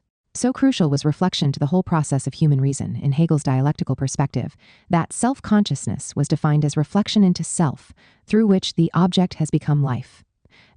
Engels pointed out that at the very heart of Hegel's logic, as depicted in The Doctrine of Essence, were the determinations of reflection, or reflection determinations, which stood for the dialectical movement from essence to appearance to actuality, the real. In these reflection determinations, related to essence, everything, Engels emphasized, is relative, having meaning only in their relations, that is, in complex reflections and mediations, and not each for itself. Likewise, Georg Lukács was to explain in his Ontology of Social Being that the center of the dialectic, for Hegel, was the concept of reflection determinations, through which the contradictions between ontology and epistemology manifested themselves. A reflection determination in Hegel's conception represents a complete turning back of a subject or an object on itself, deriving its meaning through the unity of opposites. For example, identity and difference, attraction and repulsion, internal and external, positive and negative. This conforms with Benedict Spinoza's great principle of omnis determinatio est negatio. Every determination is a negation. No wonder that Lukács in the Young Hegel declared, philosophical reflectivity is the most important driving force of the dialectic, of his Hegel's system. It is the methodological foundation both of the dialectic and of his view of history as a moment of the dialectic. The concepts of reflection and mediation, as Raymond Williams argued in Marxism and Literature, are tightly interwoven in any dialectical view. Mediation represents a kind of sophistication of reflection. Mediation is always the less alienated concept, pointing to the role of a constitutive consciousness. As Hegel put it, mediation is a becoming other that has to be taken back, a reflection into self, and thus represents self-consciousness asserting itself in relation to the world of objects. What may seem then, in a cursory reading of Engels, to be a crude notion of reflection, as simple mirroring or correspondence, becomes something altogether different when reflection is understood as also encompassing the bending of thought reality, or, in Engels's words, the mediation of ideas. The real objective complexity of nature itself, as grasped by the mind, is not to be denied since it consists of opposing contradictory forces and relations, part of an ever-changing emerging existence. It is these constant metamorphoses in material reality, the result of the opposition between essence and appearance, mediated via human thought and action, that constitute the complex set of reflection determinations that lead to the realm of so-called objective dialectics, along with so-called subjective dialectics. This is what Lukács called the dialectical conception of the reflection of objective reality. All of this indicates that the mere use of the word reflection by Engels, along with Marx, in relation to the sensual perception and cognition of natural objects cannot immediately be taken as referring to a one-dimensional mirror image, or the action of mirror reflexes, and therefore as evidence of his adherence to a simple one-to-one correspondence, or in this sense, a crude reflection theory of knowledge. Rather, Engels saw reflection as a process of dialectical mimesis, embodying contradiction in the constitutive role of the intellect. This view was perhaps best captured by Lenin, who wrote in his philosophical notebooks, "The reflection of nature in human thought is not dead, not abstract, not without movement, not without contradictions, but is to be comprehended in the eternal process of movement, in the emergence and resolution of contradictions." 113. In the words of French Marxist sociologist and philosopher Henri Lefebvre, civilization reflects nature, material or living, but the relationship involved is radically different from a passive reflection. It extracts natural elements from nature in order to profoundly metamorphose them into forms, into a human order. For Bhaskar, in Dialectic, the Pulse of Freedom, Marx and Engels could be seen as employing the concept of reflection, primarily in Hegel's developed sense, related to reflexivity and cognitive activity, and not in the simple mirror image. Sense, that is, immediate form, which was widely attributed to them, and to Engels in particular. If this was in some sense a correspondence theory of truth, then it was a deep correspondence theory, one that was aimed, as in Hegel, at the comprehension of what constituted essential relations, a comprehension possible only through the active agency of thought, or in Marx and Engels' more materialist terms, through human praxis. As Hegel observed, of a metaphysics prevalent today, which maintains that we cannot know things because they are absolutely shut to us, it might be said that not even the animals are so stupid as these metaphysicians, for they go after things, seize and consume them. Only an understanding of the world and of thought as dialectically related could explain how nature could exist for us in terms of universals, and also constitute free, self-subsistent being. 116. Rejecting the notion that thought was simply outside nature, and thus was in opposition to objective being, Engels said that if we ask what thought and consciousness really are and where they come from, it becomes apparent that they are products of the human brain, and that man himself is a product of nature, which is developed in and along with its environment. Hence, it is self-evident that the products of the human brain, being in the last analysis also products of nature, do not contradict the rest of nature's interconnections but are in correspondence with them. 117. In using the term correspondence here, Engels did not mean a one-to-one correspondence, but rather a correlation of growth in the products of the mind and the objective material environment, of which human consciousness was itself, reflexively, the product. Following Kant and the entire critical tradition in German philosophy, Engels insisted that such concepts as matter and motion, like space and time, must be understood as abstractions or concepts of the understanding, which are necessary if we are to know nature at all. Knowledge could never be based simply on the empirical perception of finite phenomena immediately available to us through the senses, but had to rely ultimately on a priori categories, logically independent of experience, that is, abstract universals. Nevertheless, an extreme a priorism, as in neo-Kantianism, that attempted to deduce relations from concepts alone, inevitably fell prey to reification. Our perceptions about the world, Engels posited more definitively, arise not from our minds, but only through our minds from the real world. But this only took place as a result of human activity or praxis. As he stated in the Dialectics of Nature, natural science, like philosophy, has hitherto entirely neglected the influence of men's activity on their thought. Both know only nature on the one hand and thought on the other. But it is precisely the alteration of nature by man, not solely nature as such, which is the most essential and immediate basis of human thought. And it is in the measure that man has learned to change nature that his intelligence has increased. The naturalistic conception of history, as found for instance to a greater or lesser extent in J.W. Draper and other scientists, as if nature exclusively reacts on man, and natural conditions exclusively determined his historical development, is therefore one-sided and forgets that man also reacts on nature, changing it and creating new conditions of existence for himself. All scientific knowledge, Engels insisted in line with Hegel, consisted of going beyond the particular, the finite, to the universal, the infinite. It was therefore incompatible with the shallowest empiricism, which denied the active role of thought. Nor was a critical scientific understanding facilitated by a neo-Kantian dualism, which sharply divided off the transitive, mind-dependent realm from the intransitive, mind-independent realm, thus denying the possibility of knowledge in certain areas. In his critique of the neo-Kantian Swiss botanist Nageli's celebrated 1876 lecture on the limits of scientific knowledge, part of the famous ignorabimus controversy, Engels declared, Nageli, first of all, says that we cannot know real qualitative differences, and immediately afterwards says that such absolute differences do not occur in nature. In accordance with the prevailing mechanical view, Nageli regards all qualitative differences as explained only insofar as they can be reduced to quantitative differences. We can only know the finite, etc.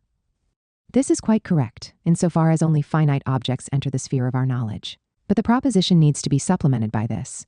Fundamentally, we can know only the infinite. In fact, all real exhaustive knowledge consists solely in raising the individual thing in thought, from individuality into particularity, and from this into universality, in seeking and establishing the infinite in the finite, the eternal in the transitory.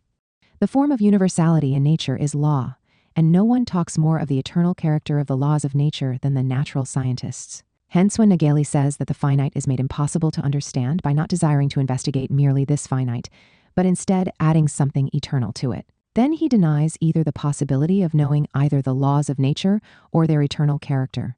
All true knowledge of nature is knowledge of the eternal, the infinite, and hence essentially absolute. Scientific knowledge therefore requires that we transform things into universals or make them our own. Nageli's failure was not to discern how Kant, and then Hegel, had emphasized the critical and dialectical basis of knowledge, in contravention to Wolffian metaphysics and Humean empiricism. Nageli was thus unable to perceive that scientific knowledge required a priori universals, without which there could be no real knowledge, no real science. Dialectics was a necessary element in this process of scientific inference, without which causal laws, complexity, and the concrete conditions of change could not be fully comprehended. Related to this was the rejection of all fixity and finitude that stood in the way of the analysis of motion, change, and universal processes, including the realm of evolutionary ecology. Engels emphasized that a dialectical view was incompatible with the kinds of hard and fast lines that characterize the metaphysical mechanistic outlook. Dialectics was antagonistic toward all forms of rigidity and reductionism. He frequently illustrated this with references to changes in the classification of species, which were then undergoing radical changes as a result of the development of evolutionary perspectives. Here he singled out E. Ray Lancaster's remarkable discovery, in which, by means of a study of the development of homologous organs, he had determined that the king crab Limulus was an arachnid, part of the spider and scorpion family, a revelation that startled the scientific world and threw previous biological classifications askew. Evolutionary theory thus quickly broke down hard and fast lines between species, showing complex and contingent lines of descent and transmutations. From the moment we accept the theory of natural evolution, Engels wrote, all our concepts of organic life correspond only approximately to reality. Otherwise, there would be no change. On the day when concepts and reality completely coincide in the organic world, development comes to an end. There could be no fixity in the perception of evolutionary reality. It was in the chapter of Dialectics of Nature on the basic laws of motion that the dialectical conception of the physics of matter and motion that Engels had first laid out in his May 30th, 1873, letter to Marx came into play. The chapter strongly criticized Helmholtz's and, by implication, Buchner's more popular and derivative use of the concept of force to explain the basic physical laws of motion. The concept of force, Engels argued, was treated as a reified concept for unspecified physical actions of attraction and repulsion, and added nothing but mystification to the understanding of general scientific laws. Instead, Engels insisted on the use of the concept of motion, or the newly emerging scientific notion of energy, both of which were conceived in a dialectical way in terms of polarities of attraction and repulsion, basing his analysis in particular on Mayer's 1845 organic motion in its connection with metabolism. So important was Engels's position in this regard that Haldane, writing a half-century later in the preface and notes to the English-language edition of Dialectics of Nature he edited, pointed repeatedly to the significance of Engels's critique of force and its replacement with motion and, increasingly, energy as evidence of his comprehension of the only sound, scientific dialectical concepts. What this meant, Engels explained, was that motion energy in the most general sense, conceived as the mode of existence, the inherent attribute of matter, comprehends all changes and processes occurring in the universe, from mere change of place right up to thinking. All of material reality was to be conceived as process. Physics was the science of that motion or energy inherent in matter in its most general physical form. Only after these different branches of the knowledge of the forms of motion governing non-living nature had attained a degree of development could the explanation of the processes of motion representing the life process be successfully tackled. Too little was known, as of yet, of the physiochemical aspects of organic motion, however, to provide a general account beyond the mechanics of physical motion. Nevertheless, it was indisputable, Engels insisted, that motion was the mutual reaction between bodies. Moreover, matter is unthinkable without motion, and if, in addition, matter confronts us as something given equally uncreatable as indestructible, it follows that motion also is as uncreatable as indestructible. Dialectics demonstrated that any conception of the cessation of motion in the universe was excluded from the outset. Furthermore, dialectics has proved from the results of our experience of nature so far that all polar opposites in general are determined by the mutual action of the two opposing poles on each other, that the separation and opposition of these poles exist only within their mutual connection and union, and conversely, that their union exists only in the separation and their mutual connection only in their opposition. This once established, there can be no question of a final canceling out of repulsion and attraction. The investigation of the world and the universe was an investigation of the forms of motion, which could be perceived in hierarchical terms as extending from atoms all the way to the heavenly bodies, and from inorganic to organic forms. This was consistent with notions of emergence that were to be developed within science, and particularly ecology. In a passage that was intended for dialectics of nature, but was left out of the published version, Engels stated that the most general approach to the system of the universe takes the form of analyzing its origin to its passing away, hence. A history in which at each stage different laws, that is, different phenomenal forms of the same universal motion, predominate, and so nothing remains as absolutely universally valid except motion. 132. In this context, eco-socialist Ted Benton observed that Engels provided what can be understood as a first approximation to a concept of emergent qualities and laws, consequent upon a given level of organization. The explanation of higher-level laws and properties in terms of lower ones is a feature of many of the epoch-making new developments in science. 133. For Engels, such hierarchies, in integrative levels or emergent realities, were a product of historical development, including nature's own evolution over time. The introduction into his Engels' characterization of the historical process of the notion of levels of complexity, Benton stressed, also suggests a historicization of the problem of emergence. Historicity in nature, the essence of the ecological worldview, is the emergence in temporal succession of new levels of complexity in forms of motion, of new levels. Similarly, A. Jordan, though often critical of Engels, explained that it cannot be denied that the central idea of emergent evolution is to be found in anti-Düring and dialectics of nature. Engels' doctrine of emergent evolution is part of his dialectical conception of nature. 135. Ecology 1's The Proof of Dialectics. If the dialectics of nature was Engels' most ambitious attempt to address the dialectics of nature and society, raising all sorts of ecological issues, it was nonetheless, as we have seen, an unfinished work. Not only were most of the drafted chapters unfinished, with the key chapter on dialectics only just begun, but the general outline that Engels drew up for the book indicates that 5 of the 6 concluding chapters, the final chapter, the part played by labor in the transition from the ape to man, being the exception, in which he had intended to address such questions as the limits of scientific knowledge and the rise of the Darwinian theory, were never even drafted.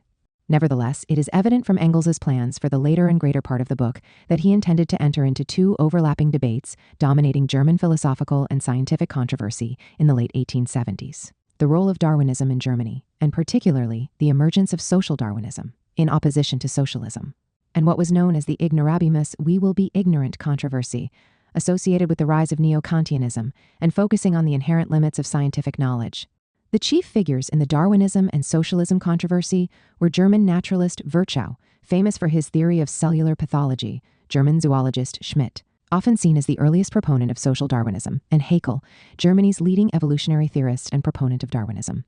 The principal protagonists in the closely related ignorabimus controversy were German physiologist Du Bois-Reymond, Buchner, Lang, Swiss botanist Nageli, and Virchow. Both controversies arose at the time that Engels was in the process of writing Anti-Düring, and in both cases, his analysis there helps us understand how he would have responded to these debates, as well as the development of his overall conception of nature and history. It is therefore crucial to turn to that work. Engels began writing Anti-Düring, the full title of which was Herr Düring's Revolution in Science, in May 1876, after considerable hesitation at the time. He was deeply engrossed in his research and writing of dialectics of nature, and he did not welcome the interruption. Nor did he see the work of Eugen Düring, which at the time had considerable influence, as worthy of a full-scale critique. It soon became apparent, however, that many of the younger German social democrats with whom Marx and Engels were associated, including August Bebel and Eduard Bernstein, and even to a certain extent Liebknecht, were being taken in by Düring, who declared himself a socialist in 1875. At that time, the 2 rival factions within German social democracy, the Eisenachers, those closest to Marx and Engels, and the General German Workers' Union, or the Lassalleans, had come together in their 1875 conference in Gotha, forging a common program. This resulted in what Marx and Engels considered serious mistakes associated with concessions made by the Eisenachers to the Lassalleans. It was this that led to Marx writing critique of the Gotha program, circulated privately at the time and only published years later by the German Social Democratic Party at the urging of Engels. It was in this context that Düring threatened the still fragile unity of the factions by, in Engels' words, openly proceeding to form around himself a sect, the nucleus of a separate party. Düring was a lecturer at the University of Berlin with an eclectic mixture of positivist, materialist, and idealist neo-Kantian views. whose criticisms of the cultural hegemony and seeming defense of the oppressed was attracting a strong following among German workers. Düring's published work was peppered by vituperative rhetoric against Hegel, Marx, and Darwin, among others. Düring referred to the Hegel pestilence and the crudities of the Hegelian method. Marx's analysis was said to full of barren conceptions, undignified affectation of language, anglicized vanity, and deformity of thought and style, as well as characterized by snotty and vile mannerisms, buffoonery, philosophical and scientific backwardness. In general, Marx was accused by Düring of having a narrowness of conception and an impotence of the faculties of concentration and systematization. Marx's critique of the individual capitalist, considered as a personification of capital, was, according to Düring, full of venomous hatred. Likewise, what was specific to Darwinism, distinguishing Darwin's work from that of his Lamarckian forerunners in Düring's terms, was simply that it constituted a piece of brutality directed against humanity. Düring was also to pen 3 of the most vicious anti-Semitic tracts of the 19th century. Along with Heinrich von Treitschke, Frederick Beiser writes, Düring has the dubious distinction of being a founder of the anti-Semitic movement in the late 19th century. 141. Nevertheless, Düring's work had all the pretensions of thought. Its attraction to socialists lay in its apparently comprehensive worldview, while Marx and Engels's work, in comparison, seemed to be lacking in philosophical and general scientific perspective. Most of Marx's more philosophical works, evolving out of the critique of Hegelianism, including Marx and Engels's German ideology, had never been published, giving the impression, even among some of their followers, that their work was almost exclusively political economic. Even on political economic grounds, Düring challenged their perspective, rejecting Marx's value theory, calling it a hazy conception, though also drawing on it and presenting it as his own. Marx and Engels reluctantly concluded that there was simply no alternative to a full-scale critique of Düring's system, criticizing Düring without any compunction, as Marx insisted in his letter to Engels of May 25, 1876.14. 4. Given Marx's occupation with capital and their general division of labor, the necessary critique was to be carried out by Engels alone, but with Marx's support. Düring's extensive attacks on Marx had centered on the latter's dialectics and use of Hegelian concepts, and hence Engels was compelled to respond to Düring point by point. Marx was deeply involved in the nature of Engels's response, including the chapters on dialectics, where Marx's own work was directly concerned. Engels read the entire draft manuscript of Anti-Düring to Marx, no doubt incorporating some of Marx's observations into the final version. Marx himself contributed the chapter From the Critical History, the longest chapter in the book, addressing Düring's view of the evolution of economic thought. In addition, Marx provided notes on the Greek atomists, on which it appears Engels relied in Anti-Düring. These excerpt notes in Marx's handwriting were later published as part of the notes on the history of science attached to Engels's Dialectics of Nature. Marx's brief introduction to the French edition of Socialism, utopian and scientific, the contents of which were taken from Anti-Düring, emphasized the great success of Anti-Düring and referred to the part excerpted from the theoretical section of the book as an introduction to scientific socialism. That in Herr Eugen Düring's Revolution in Science, or Anti-Düring, Engels was replying specifically to 3 works by the prolific Düring that had appeared in the 1870s. Critical History, All Political Economy and Socialism, Course of Philosophy, and Course All Political and Social Economy. Since much of Düring's writing here criticized Hegel, Marx, and Engels, as well as the utopian socialists Robert Owen, Charles Fourier, and Saint-Simon, and thus sought to redefine the entire intellectual basis of socialism, as well as its connection to philosophy and science, Engels constructed Anti-Düring as a kind of anti-critique, a term that Marx and Engels had employed in the German ideology. 147. Engels specifically denied the intention of creating an all-encompassing system of thought pertaining to all areas of knowledge. Nevertheless, in responding to Düring's reflections on all things under the sun, he was compelled to enter into areas in which he was, as he said, only a semi-initiate, and in which he had no particular expertise, as well as other areas where he had much more comprehensive knowledge, and even expertise. In each case, he tried to draw on principles of general dialectical analysis, as well as recognizing the need to consider the specific results of each area of knowledge. It was necessary at all times to isolate and analyze the concrete details, the task of the natural sciences and historical studies, as a means to understanding the specific mediations that constituted the actual whole, which otherwise would succumb to mere idealization. The result of Engels's attempt to counter Düring's all-encompassing world schematism was thus the development, if only provisionally, of a broad historical materialist approach to a wide array of areas, applying a dialectical realist standpoint, not just in regard to political economy, history, and the development of socialism, but also in relation to the philosophy of science and naturalistic dialectics. As Engels put it, my negative criticism became positive. The polemic was transformed into a more or less connected exposition of the dialectical method and of the communist world outlook championed by Marx and myself, an exposition covering a fairly comprehensive range of subjects.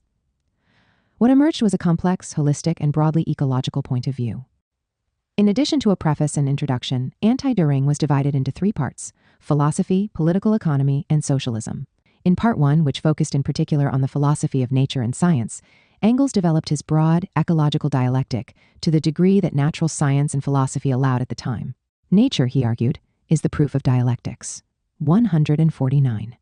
It is nature that teaches us to comprehend things, and the mind itself can be considered a part of nature, in their essential connection, concatenation, motion, origin, and ending.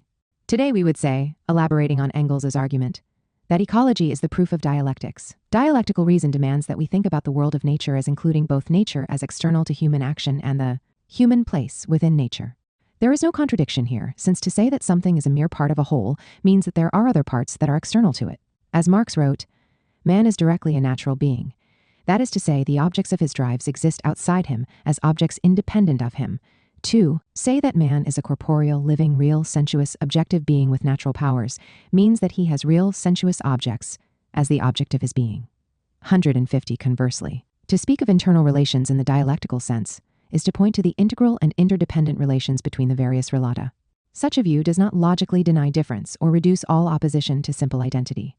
Society or the human historical realm can be viewed as an emergent form within nature, with its own laws, irreducible to the natural world, or what Henri Lefebvre usefully called physis. Reason, as opposed to mere understanding, Engels suggested, is essentially dialectical, a product of the complexity of natural relations themselves. It thus stands opposed to the narrow, motionless thought, caught in irreconcilable antitheses, which he characterized as metaphysics in the Hegelian sense, encompassing rationalistic philosophy, mechanistic science, and positivism, and which is unable to perceive the fluidity of natural relations, and indeed of thought itself. The complex, ever-changing character of material existence is most immediately apparent in life itself. Every organic being, Engels wrote, is every moment the same and not the same. Every moment it assimilates matter supplied from without, and gets rid of other matter. Every moment some cells of its body die and others build themselves anew. In a longer or a shorter time, the matter of its body is completely renewed and is replaced by other atoms of matter, so that every organic being is always itself, and yet something other than itself. Every organic being, in other words, participates at each and every moment in what Marx called the universal metabolism of nature, and what Engels called the metabolism that in the long run occurs everywhere, affecting both inorganic and organic existence. All life is in continual metabolic interchange with the natural environment that surrounds it. In the 2 chapters on dialectics, quantity and quality, and dialectics, negation of the negation, in Anti-Düring, Engels came to Marx's defense, countering Düring's harsh criticisms of the use of dialectical laws in Capital. Yet Engels' distinct dialectical approach to nature, ecology, is most evident not in his defense of Marx, but rather in his defense of Darwin's evolutionary theory against Düring's attacks. Moreover, it is this critical defense of Darwin, when supplemented by notes for dialectics of nature, that allows us to understand the basis of Engels' response to the rise of the debate over socialism and Darwinism, and particularly social Darwinism, which was then arising in Germany. Engels' best-known statement in Anti-Düring, and also Socialism, Utopian and Scientific, was, as we have noted, that nature is the proof of dialectics. And it must be said for modern science that it has furnished this proof with very rich materials increasing daily. In this connection, Engels wrote, Darwin must be named before all others. He dealt the metaphysical conception of nature the heaviest blow by his proof that all organic beings, plants, animals, and man himself, are the products of a process of evolution going on through millions of years.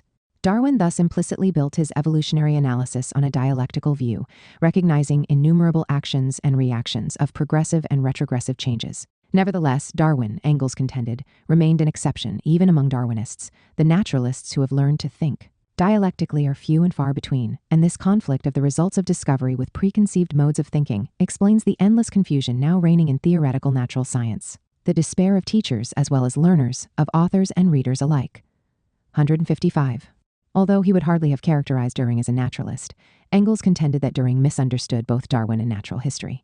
Düring criticized Darwin for taking his ideas from Malthus, adopting the naive view of a breeder, filling his work with a kind of semi-poetry about nature, producing an analysis that offered nothing beyond Lamarck and Malthus but an emphasis on brutality in nature, failing to show the sources of the variability, innate variation, which is the basis of his theory, and not solving the problem of the origins of life, and specifically human life. Engels strongly defended Darwin in all of these respects, showing in the process his deep understanding of Darwin's theory of evolution. He demonstrated that Turing contradicted himself innumerable times, taking on Darwin's theory at one point, relying implicitly on a creator at another. Although Darwin noted the importance of Malthus's overpopulation theory for his notion of the struggle for existence, as well as the general impact of Malthus on his ideas. And although both Marx and Engels had themselves criticized the intrusion here of bourgeois notions of competition into Darwin's theory, Engels insisted that Darwin's praise for Malthus did not go so far as to contend that Malthus was the source of his ideas. Darwin would not dream, Engels wrote, of saying that the origin of the theory of natural selection by innate variation is to be found in Malthus, nor were Malthusian spectacles necessary to, or particularly useful in arriving at such an analysis. In point of fact, Darwin had become deeply engaged in the analysis of natural variation within and between species and its causes in the context of his voyage on the Beagle. Upon returning home, he had studied animal breeding in England, the country which had developed it to the highest industrial art, as a means of further inquiry into the problems of variation and inheritance, and how artificial selection might throw light on natural selection. The arduous intellectual path by which Darwin arrived at his conclusions, sifting through an immense amount of data, ordering it, and coming to theoretical conclusions, was evident in the totality of his work, and could not be dismissed as the product mainly of Malthus's ideas, or of animal breeding. Similarly, the dismissal of Darwin as an author of semi-poetry, Engels contended, was simply a refusal to understand the nature of such scientific discoveries, or the elegance with which they were presented in Darwin's epoch-making work. The notion that Darwin had taken his ideas from Lamarck was evidence of Turing's absolute failure to understand Darwin's theory. Lamarck's work had been important, but had developed at a time before either embryology or paleontology had emerged as systematic fields, and thus lacked the preconditions of Darwin's own evolutionary theory. Lamarck thus relied simply on the inheritance of acquired characteristics. For Engels, Turing's charge that what Darwin had provided beyond Lamarck and in line with Malthus was merely a notion of brutality in the form of the struggle for existence, demonstrated a complete failure on his part to comprehend the complex, dialectical, and ecological character of Darwin's evolutionary theory. Rather, Turing saw things in the simplistic terms of a crude bourgeois Darwinian, a view that Engels distinguished from Darwin's own theory, and was synonymous with what was later to be called social Darwinism.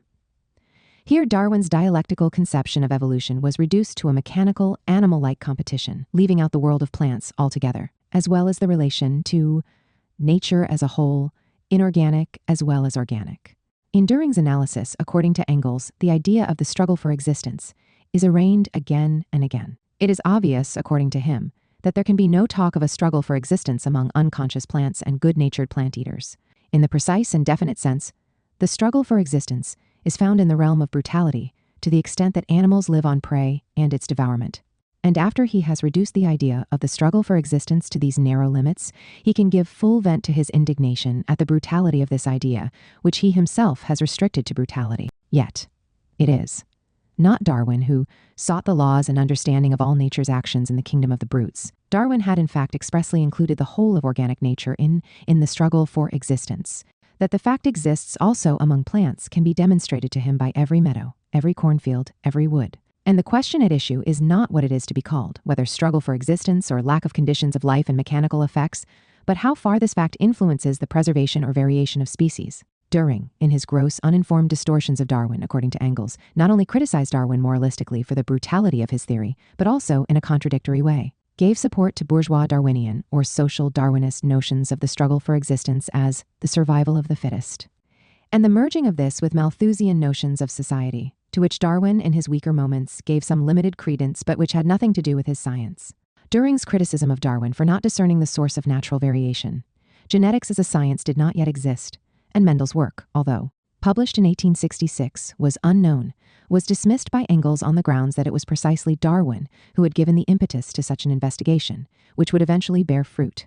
Darwin, moreover, demonstrated the dialectical nature of his thinking by basing his analysis on the maximum of chance, connecting this to necessity in a manner analogous to Hegel's dialectic of chance and necessity. In Darwin's evolutionary theory, as Hegel had shown, innate variation constituted evolutionary potential. Preservation of such variations by means of the struggle for existence meant the realization of a part of this potential. Likewise, the fact that Darwin did not explain the origins of life which must have occurred, Engels argued, by some kind of chemical action, though science had not yet solved this problem, only served to underscore that Darwin had done the most to extend evolutionary views to all of organic existence, or the ecological world, including the evolution of human beings themselves. To fault Darwin for not having solved all the mysteries of organic existence was sheer nonsense, a failure to understand the way science itself evolved. In one of his most trenchant points, Engels argued that there were laws of population that widely differed for all the organisms of nature, pointing to the need for inquiries in this area, a subject that was later termed population ecology. This, too, was an area to which Darwin had given impetus. Engels was equally critical of Düring's attempt to define life as metabolism Stoffwechsel, viewed simply as the exchange of matter, since such exchange of matter was common to both the inorganic and organic world, as explained by modern chemistry. A meaningful, fixed, singular definition of life, Engels argued, was not then possible and had generated untold problems for naturalists making the attempt. Moreover, such a definition of life would have to consider the entire range of living species, the development of cells, including single-cell organisms, and the elements making up cells, all of which had to be seen in evolutionary and totalistic or ecological terms. Social Darwinism and Neo-Kantianism. While Engels was writing anti-Düring, the great controversy over Darwinism and socialism burst out in Germany, leading to the first explicit formulations of what we now know as social Darwinism.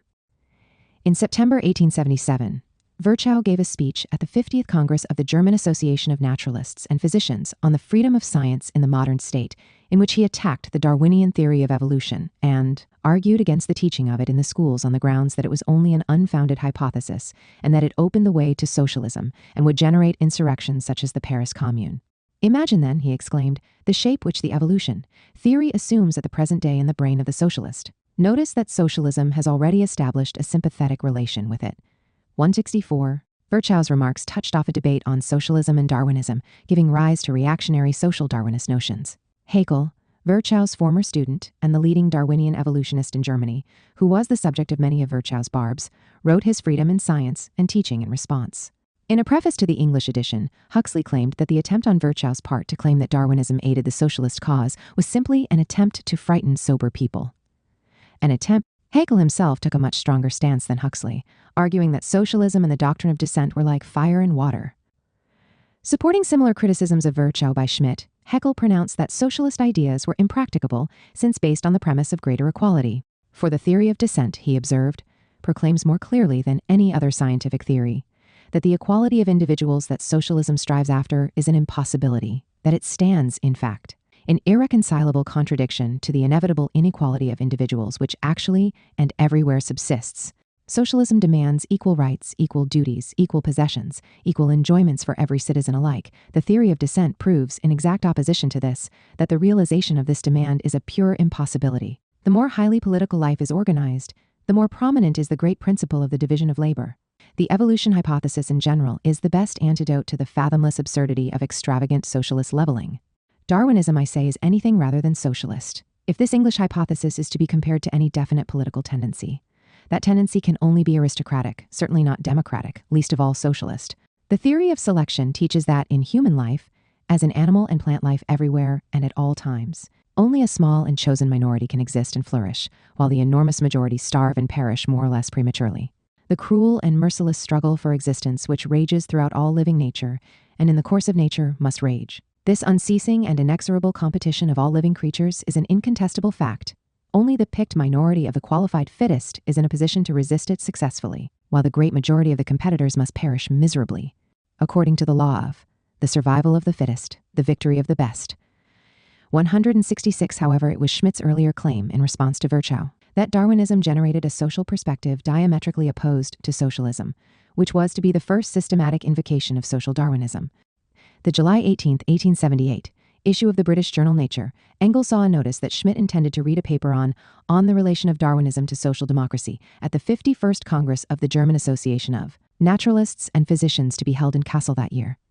Engels wrote to Schmidt on July 19th, indicating he planned eventually to subject Schmidt's views, of which he already had an inkling, to a healthy critique, and sent Schmidt a copy of Anti-Düring, then fresh off the press, pointing to the passages on Darwin.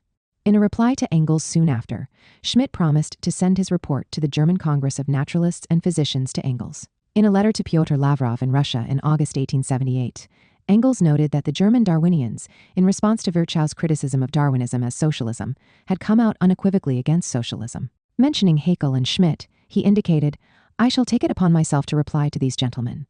106. Schmidt's presentation to the Congress of German Naturalists and Physicians, which began with a reply to Virchow, was published in November 1878 in Deutsche Rundschau, and also as a pamphlet under the title of Darwinismus and Sozialdemokratie. It is here that Schmidt offered what was the first systematic statement of social Darwinist ideas, though his ideas paralleled those of Haeckel developed at about the same time. Most of Schmidt's fire in promoting social Darwinism, significantly, was directed explicitly against Marx and Engels. Schmidt explored what he called the actual relations of sociology to Darwinism, or what might be better referred to as the social implications of Darwinism, offering this as the scientific basis for a critique of Marxian social democracy, focusing particularly on Marx's Capital and even more on Engels's Anti-Düring. Schmidt told the assembled German scientists that Engels had been wrong in referring to ecological laws of population pertaining to each species. Instead, Schmidt argued on positivistic grounds that one could not properly talk of laws in cases such as that of differing species, which were the result of various contingent events, and thus went against any inference of fixed laws. This did not, however, prevent Schmidt from claiming that there was one single Darwinian proposition or law applicable to all species, including humans, the struggle against the environment. 171. It was the law of the stronger, or the question of might, according to Schmidt, that refuted the idea of socialism. The socialist's aspiration toward perfection is associated with his ideal of the equality of mankind. Now, this illusion Darwinism utterly demolishes.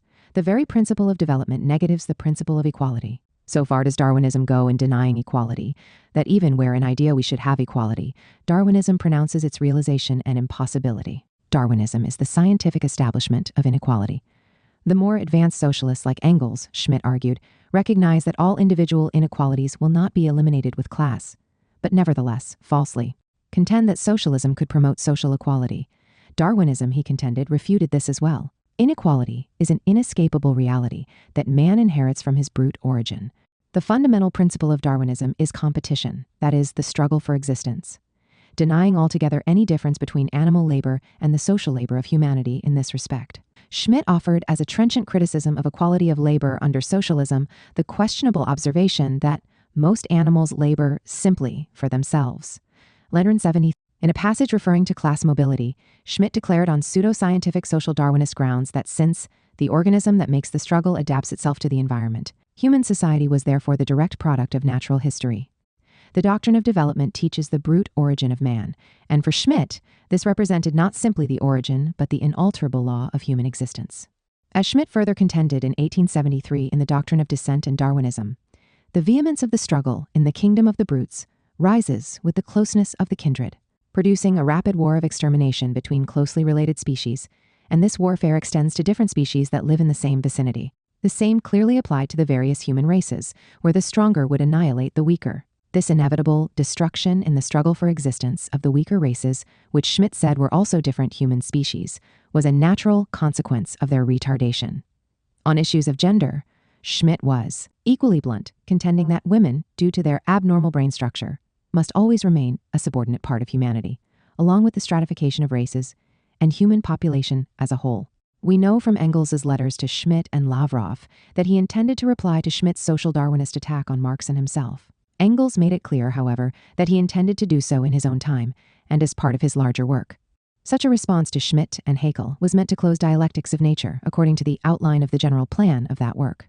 As late as November 1882, in a letter to Karl Kautsky, who was requesting an article on Darwinism, Engels indicated that he was not prepared to write the requested article, as he intended to delve more deeply into Darwin's work and the development of subsequent Darwinian notions as part of his work on Dialectics of Nature, and that it would have to await the point at which he reached that stage in his work.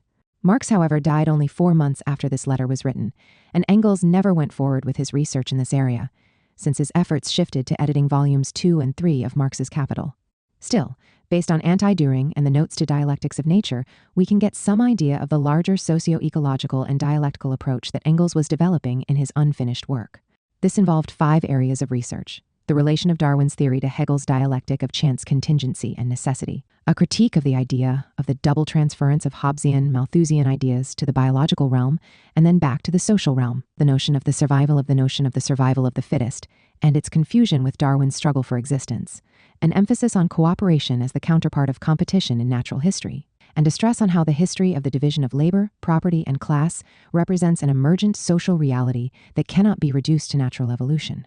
Together, these various points stressed in Engels' notes make it clear that, in line with his general plan, he was concerned with re-emphasizing the dialectical nature of Darwin's ideas, and more important, the critique of bourgeois Darwinian, or social Darwinist notions.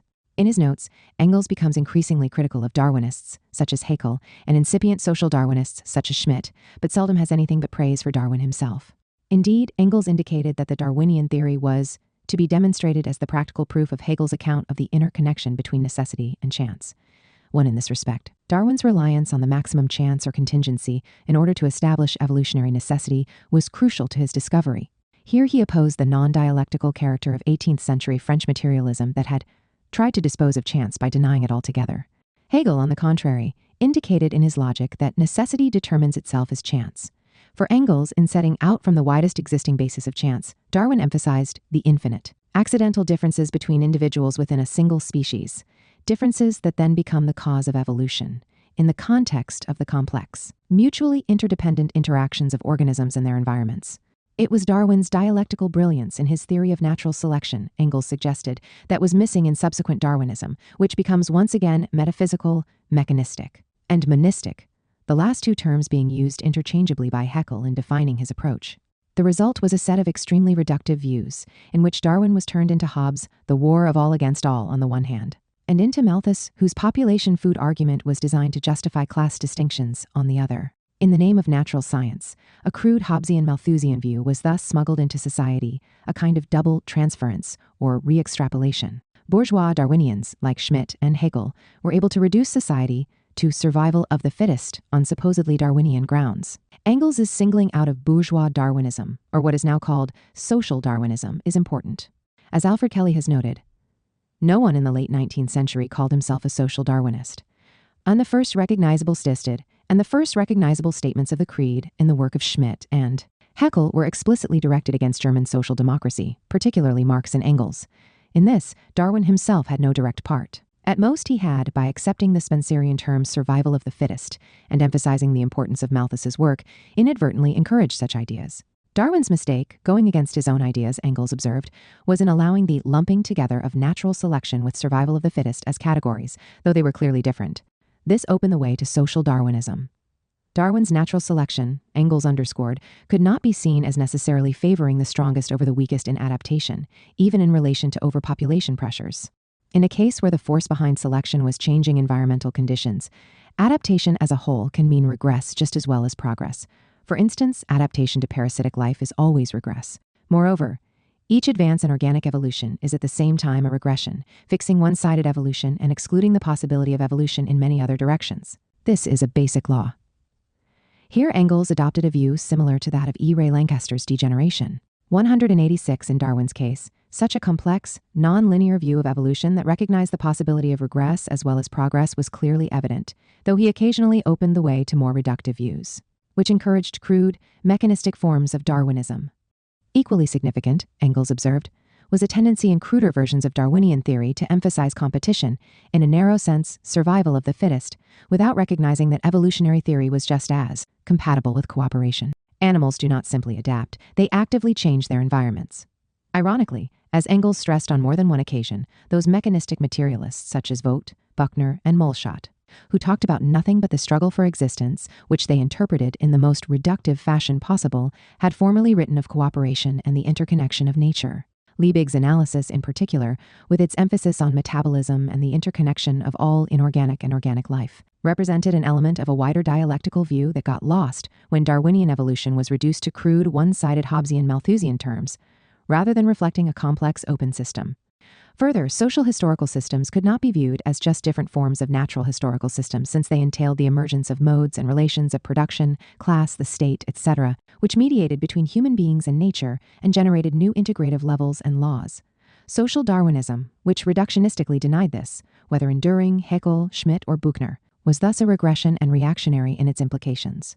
Engels was especially critical of those supposed socialists, like the Italian theorist Enrico Ferri, later to become a supporter of fascism and Mussolini, who took on a pseudo-Darwinian approach, embodying aspects of social Darwinism. For Engels, Ferri's Darwin, Spencer, Marx was to be dismissed as an atrocious hodgepodge of insipid rubbish. Engels thus saw Darwin's epoch-making work as the key to an understanding not only of natural evolution, but also a more complex view of the interconnections between nature and society. Nature in Darwin was the proof of dialectics, as society was in Marx. Indeed, ecology, we would now say, elaborating on Engels's famous phrase, was the proof of dialectics. The materialist conception of history and nature could be unified within a wider dialectical vision of a spiral form of development, one of regress as well as progress. Such an outlook was fully cognizant of the dangers in the attempted domination of nature, as well as the domination of humanity. Darwinism, for some, of course, became the basis for a new imperialist view. Vogt, Buchner, Haeckel, Düring, Schmidt, and Ferry were all to be known, particularly in relation to their later works, for their promotion of monist views, merging racist and social Darwinist ideologies, a development that would have surprised Engels least of all. Thus, Schmidt opined, inferior human races exist. We may also call them human species, which are related to others, as are lower animals to higher. If we contemplate the ethnology and anthropology of savages, not from the standpoint of philanthropists and missionaries, but as cool and sober naturalists, destruction in the struggle for existence as a consequence of their retardation itself regulated by the universal conditions of development is the natural course of things. Buchner, meanwhile, asserted, the white or Caucasian human species is ordained to take dominion of the earth, while the lowest human races, like Americans, Australians, Alfuran, Hottentots, and such others, are proceeding toward their destruction with huge steps. Nothing could have been more opposed to Engels's or Marx's views with respect to human equality. Just as crucial in highlighting the significance of Engels's claim that nature is the proof of dialectics was the ignorabimus controversy associated with the rise in the 1860s and 70s of neo-Kantianism in Germany and its penetration into science. Neo-Kantianism was a response within liberal philosophy to the crude scientific materialism of thinkers like Buchner, Vogt, and Moleschott, and represented a different and more complex challenge to historical materialism. Neo-Kantians accepted a rigid mechanistic interpretation of science within its own proper realm, but placed their emphasis on Kant's unknowable thing in itself and the reality of a priori knowledge, in order to emphasize the epistemological limits of knowledge. On this basis, Neo-Kantianism sought to carve out a separate sphere of meaning and ethics, thereby leaving room for the re-entry of religion. The earliest and most influential systematic treatise in the Neo-Kantian tradition was Lange's 1866 History of Materialism, Lange, as Marx, and Engels acutely observed in their correspondence, sided with Buchner, Vogt, and Moleschott in the absolute rejection of Hegelian speculative philosophy and in viewing nature in mechanistic terms. But he coupled this with a dualistic conception that divided off materialist science from philosophy. All attempts at general systems, in the manner of German idealist philosophy, that sought to transcend the multiple dualisms of quantity and quality, nature and history, empiricism and a priori knowledge, materialism and religion, as well as chance and necessity, were to be rejected. Engels, in particular, saw this emerging neo-Kantianism in Germany as closely connected to the agnosticism of scientists like Huxley and Tyndall in Britain. The neo-Kantianism that emerged primarily in Germany in the last third of the 19th century sought to erect epistemology into a separate science dominating over philosophy as a whole, sharply curtailing all conceptions based on materialism, realism, or a wider dialectical logic. As the great Soviet philosopher Evald Ilyankov critically observed, the special feature introduced by neo-Kantian epistemology was not at all, of course, the discovery of knowledge as the central philosophical problem, but the specific form in which it was posed, which boiled down to the question of existence of definite boundaries to human knowledge based on the eternal and immutable nature of man's psychophysiological peculiarities, through which all external influences were refracted as through a prism. 192, as he went on to explain, epistemology was distinguished as a special science in this broad neo-Kantian tradition only on the grounds of a priori acceptance of the thesis that human knowledge was not knowledge of the external world that is existence outside consciousness, but was only a process of ordering, organization, and systematization of facts of inner experience that is ultimately of the psychophysiological states of the human organism, absolutely dissimilar to the states and events of the external world. Epistemology was thus counterposed to ontology or metaphysics, and not at all conceived as a discipline investigating the real course of human knowledge of the surrounding world. Quite the contrary, it was born as a doctrine postulating that every form of knowledge, without exception, was not a form of knowledge of the surrounding world, but only a specific schema of the organization of the subject of knowledge. 193. Neo-Kantians thus sought to promote a strict epistemology, establishing the boundaries of the subject of knowledge, which could not extend to the Kantian thing in itself. Although natural science, usually viewed in mechanical terms, was frequently accorded its own distinct worldly realm in this conception, its actual knowledge claims were thrown into doubt. Scientific realism was thus often criticized as based on metaphysical propositions that were inherently positivistic. 194, moreover, neo-Kantianism was adamant in rejecting the possibility of a more complex dialectical conceptions linking natural material existence and human knowledge, that is, the possibility of naturalism. The specific role given to epistemology under the influence of Neo-Kantianism was to have enormous influence on the development of philosophy as a profession extending into our time. Engels was attentive to developments in Neo-Kantian philosophy, focusing not just on Lang, but also on related thinkers such as Du Bois-Reymond, Nageli, and Virchow among the scientists, and figures such as Riel, Cohen, and Paul Natorp among the philosophers. Neo-Kantianism in Germany frequently overlapped with the so-called philosophy of realism associated with positivists like Dühring, who relied on similar dualistic conceptions. Thus Riel, who argued that all quality is alien to science as such, saw his work arising in important ways out of that of Dühring. Neo-Kantianism, however, represented a serious challenge to historical materialism in its rejection of dialectics and in its entrenched dualism. The difficulty lay in Neo-Kantianism's ignorabimus claims, which were meant to cordon off materialism. The Neo-Kantian view turned fundamentally on Nageli's argument on infinity, which conflicted with a dialectical approach to the material world, and with an understanding of the earthly limits of humanity itself. For Engels, Nageli's argument, like bourgeois ideology itself, represented a bad infinity in its reductive quantitative approach and its related metaphysical dualisms. As indicated in his plan for the later chapters of Dialectics of Nature, he clearly intended to challenge these perspectives from the standpoint of the dialectic of nature and society. The ignorabimus controversy arose in 1872 with a speech by Du Bois-Reymond, then rector of Berlin University and one of Germany's most prestigious physiologists. He claimed that although one could imagine an ideal Laplacian scientist who was able to extend quantitative knowledge to its furthest limits, scientific knowledge nonetheless was presented with two insurmountable, largely qualitative limits: the actual development of consciousness sensations, thought out of the physiology and chemistry of the brain, and the underlying nature of matter. Du Bois-Reymond dismissed atoms as a philosophical fantasy. Neither of these points were new, but given Du Bois-Reymond's prestige within the scientific establishment and the turn toward Neo-Kantian dualism and skepticism, they created quite a stir. Buchner, as a representative of scientific materialism, sharply criticized Du Bois-Reymond's claims, arguing that neither of the two realms he singled out were beyond the potential progress of mechanistic science. In contrast, Lang, as the founder figure in Neo-Kantianism, came to Du Bois-Reymond's defense, emphasizing the inherent limits of knowledge. More important even than Du Bois-Reymond's address in the ignorabimus controversy was that of Nageli's speech to the German Congress of Natural Scientists and Physicians in Munich in 1876. Nageli adopted the Humean empiricist position that knowledge is obtained from the senses, but that the senses are limited, and although empirically based knowledge can be extended through scientific inference, the capacity to know the universe decreases with time and space. In this respect, Du Bois-Reymond, he contended, had failed to consider the full limits of knowledge, which extended beyond the inability to comprehend the nature of the realms of matter and consciousness, to the inability to comprehend the infinite. For Nageli, we can know only the finite. Adopting a Humean view, Nageli claimed that we cannot explain constant causal connections in nature since our observations lack universality. Space is infinitely divisible and infinitely extendable, and thus beyond universal comprehension. Time, too, showed the same infinite divisibility and extension. Qualities in general defied our ability to grasp them since they were beyond quantitative measure. In fact, Nageli reinforced Humean empiricism and skepticism, introducing into the Neo-Kantian and positivist thrusts in German philosophy views that were in fact pre-Kantian Humean. It was this argument of Nageli's that, for Engels, most clearly demonstrated the growing failure to recognize the dialectical character of both reason and nature as comprehended by self-conscious reason and from a materialist perspective. Nageli's error started with his contention that we cannot know the qualitative, since only quantitative knowledge is valid. Such views of the qualitative as somehow constituting an altogether separate reality, Engels insisted, were wrong for at least 4 reasons. First, every qualitative difference had infinitely many quantitative gradations that could therefore be measured quantitatively. Second, qualities do not only exist in themselves, but only in relation to things. Although things with widely different qualities may seem very distinct, it is always possible to put other things with varying qualities in between, and thus by classification show that things stretching from meteorite to man belong to a series, and thus to allocate to each its place in the interconnection of nature and thus to know them. Third, the correlation of our senses allows us to detect interconnected qualities.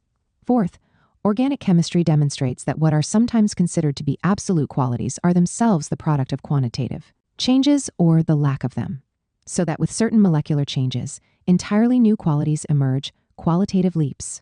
Nageli's argument for absolutely distinct qualitative differences outside quantitative determinations, together with his notion that knowledge consisted simply in the quantitative, indicated his inability to think dialectically, where both quantity and quality constitute necessary and interconnected aspects of knowledge. More important was Nageli's contention that knowledge was simply the comprehension of the finite, and that the infinite was by definition unknowable. It was here, in countering Nageli, and also in contradicting Dühring, who had advanced similar arguments, that Engels drew explicitly on Hegel's critique of bad infinity, which was to be a key concept unifying his entire conception of the dialectics of nature and history, grounding it in an ecological worldview. In Hegel's philosophy, if the infinite is viewed as separate from the finite, then it is limited by the finite, which would contradict the notion of the infinite. Hence, the finite must be viewed as a moment in the infinite. An infinite, moreover, that was seen as an infinite progress ion or extension, a mere 1 + 1 + 1, was a bad infinity, intellectually self-defeating and essentially meaningless. True infinity, for Hegel, was the universe as a whole turning back on itself, assuming a self-contained circular form. True infinity does not go on forwards or backwards forever. It is as infinite as the world and operates in cycles of life and death and negation of the negation. In the face of the bad infinity of the Enlightenment concept of progress, where all boundaries were barriers to be surmounted by an endless progress, Hegel thus sought to resurrect on a higher plane the self-contained circular understanding of ancient Greek dialectics. If bad infinity was simply an abstract 1 + 1 + 1, true infinity carried the finite within itself, and was thus filled with differentiated content, exhibiting real transformations. As Engels put it, true infinity was already correctly put by Hegel as filled space and time. In this respect, nature was seen as historical, with content, and natural history differed from social history only in the sense that the latter was self-conscious. Here, bad infinity, or the notion of infinite progression, was necessary at a certain level for the development of thought, but offered only a partial, one-sided conception. This had to be sublated through a conception of true infinity, breaking away from such linear, merely add-on conceptions. The concept of true infinity pointed to the infinite complexity of nature and the practically infinite diversity of phenomena and natural knowledge. It was on this conception, in our little corner of the universe, more or less restricted to our little Earth, that universal natural laws were devised. Engels thus argued that true infinity was not endless repetition, nor a circle as in Hegel, but a kind of spiraling development in which both progression and regression had their part. Hegel was himself mistaken in arguing, as his idealist system demanded, that development was excluded from the temporal history of nature. Rather, the more we learn about the eternal laws of nature referred to by positivistic science, the more we learn that they have become transformed into historical ones. Indeed, nothing remains as absolutely universally valid except motion. As Marx, quoting Lucretius Epicurus, put it, "The only immortal thing is mortality, death the immortal, change is all." But such true infinity has content. Development is filled space, that is, space with determinate content. We can know the universe, Marx and Engels suggested, because we are a moment within it and partake of its universality in our own finite existence. Engels' critique, inspired by Hegel, of the sterile bourgeois notion of progress, that is, bad infinity, was central to all of his writings on nature and science, and constituted the foundation of his overall ecological perspective. According to Hegel, Engels wrote, "Infinite progress is a barren waste, rather than an eternal repetition or a linear notion of upward progress, as in the Enlightenment perspective. Nature and history were characterized by development and advance or regression. Indeed, the end of the Earth's lifetime," Engels observed, "can already be foreseen, but then the Earth is not the whole universe." Farhadin Engels commended Fourier for having introduced into historical science the idea of the ultimate destruction of the human race. 104. The introduction to Dialectics of Nature ends by pointing to the absolute destruction of terrestrial nature. There was no getting around the eventual demise of the Earth, tied to the demise of the Sun, at that time believed to be much closer. All that comes into being deserves to perish. Mephistopheles' words in Goethe's Faust, Act Y, SC. 3. Millions of years may elapse, hundreds of thousands of generations be born and die, but inexorably the time will come when the declining warmth of the sun will no longer suffice to melt the ice thrusting itself forward from the poles, when the human race, crowding more and more about the equator, will finally no longer find even there enough heat for life, when gradually even the last trace of organic life will vanish, and the Earth, an extinct frozen globe like the moon, will circle in deepest darkness and in an ever narrower orbit about the equally extinct sun, and at last fall into it. Other planets will have preceded it, others will follow it. Instead of the bright, warm solar system with its harmonious arrangement of members, only a cold, dead sphere will pursue its lonely path through universal space. And what will happen to our solar system will happen sooner or later to all the other systems of our island universe. Yet materialist and dialectical logic teaches us that the same universal laws of the natural world that will, through their action, exterminate on the earth its highest creation, the thinking mind, will somewhere else, and at another time again, produce it. In Engels' ecological view, the universe was open and change was universal.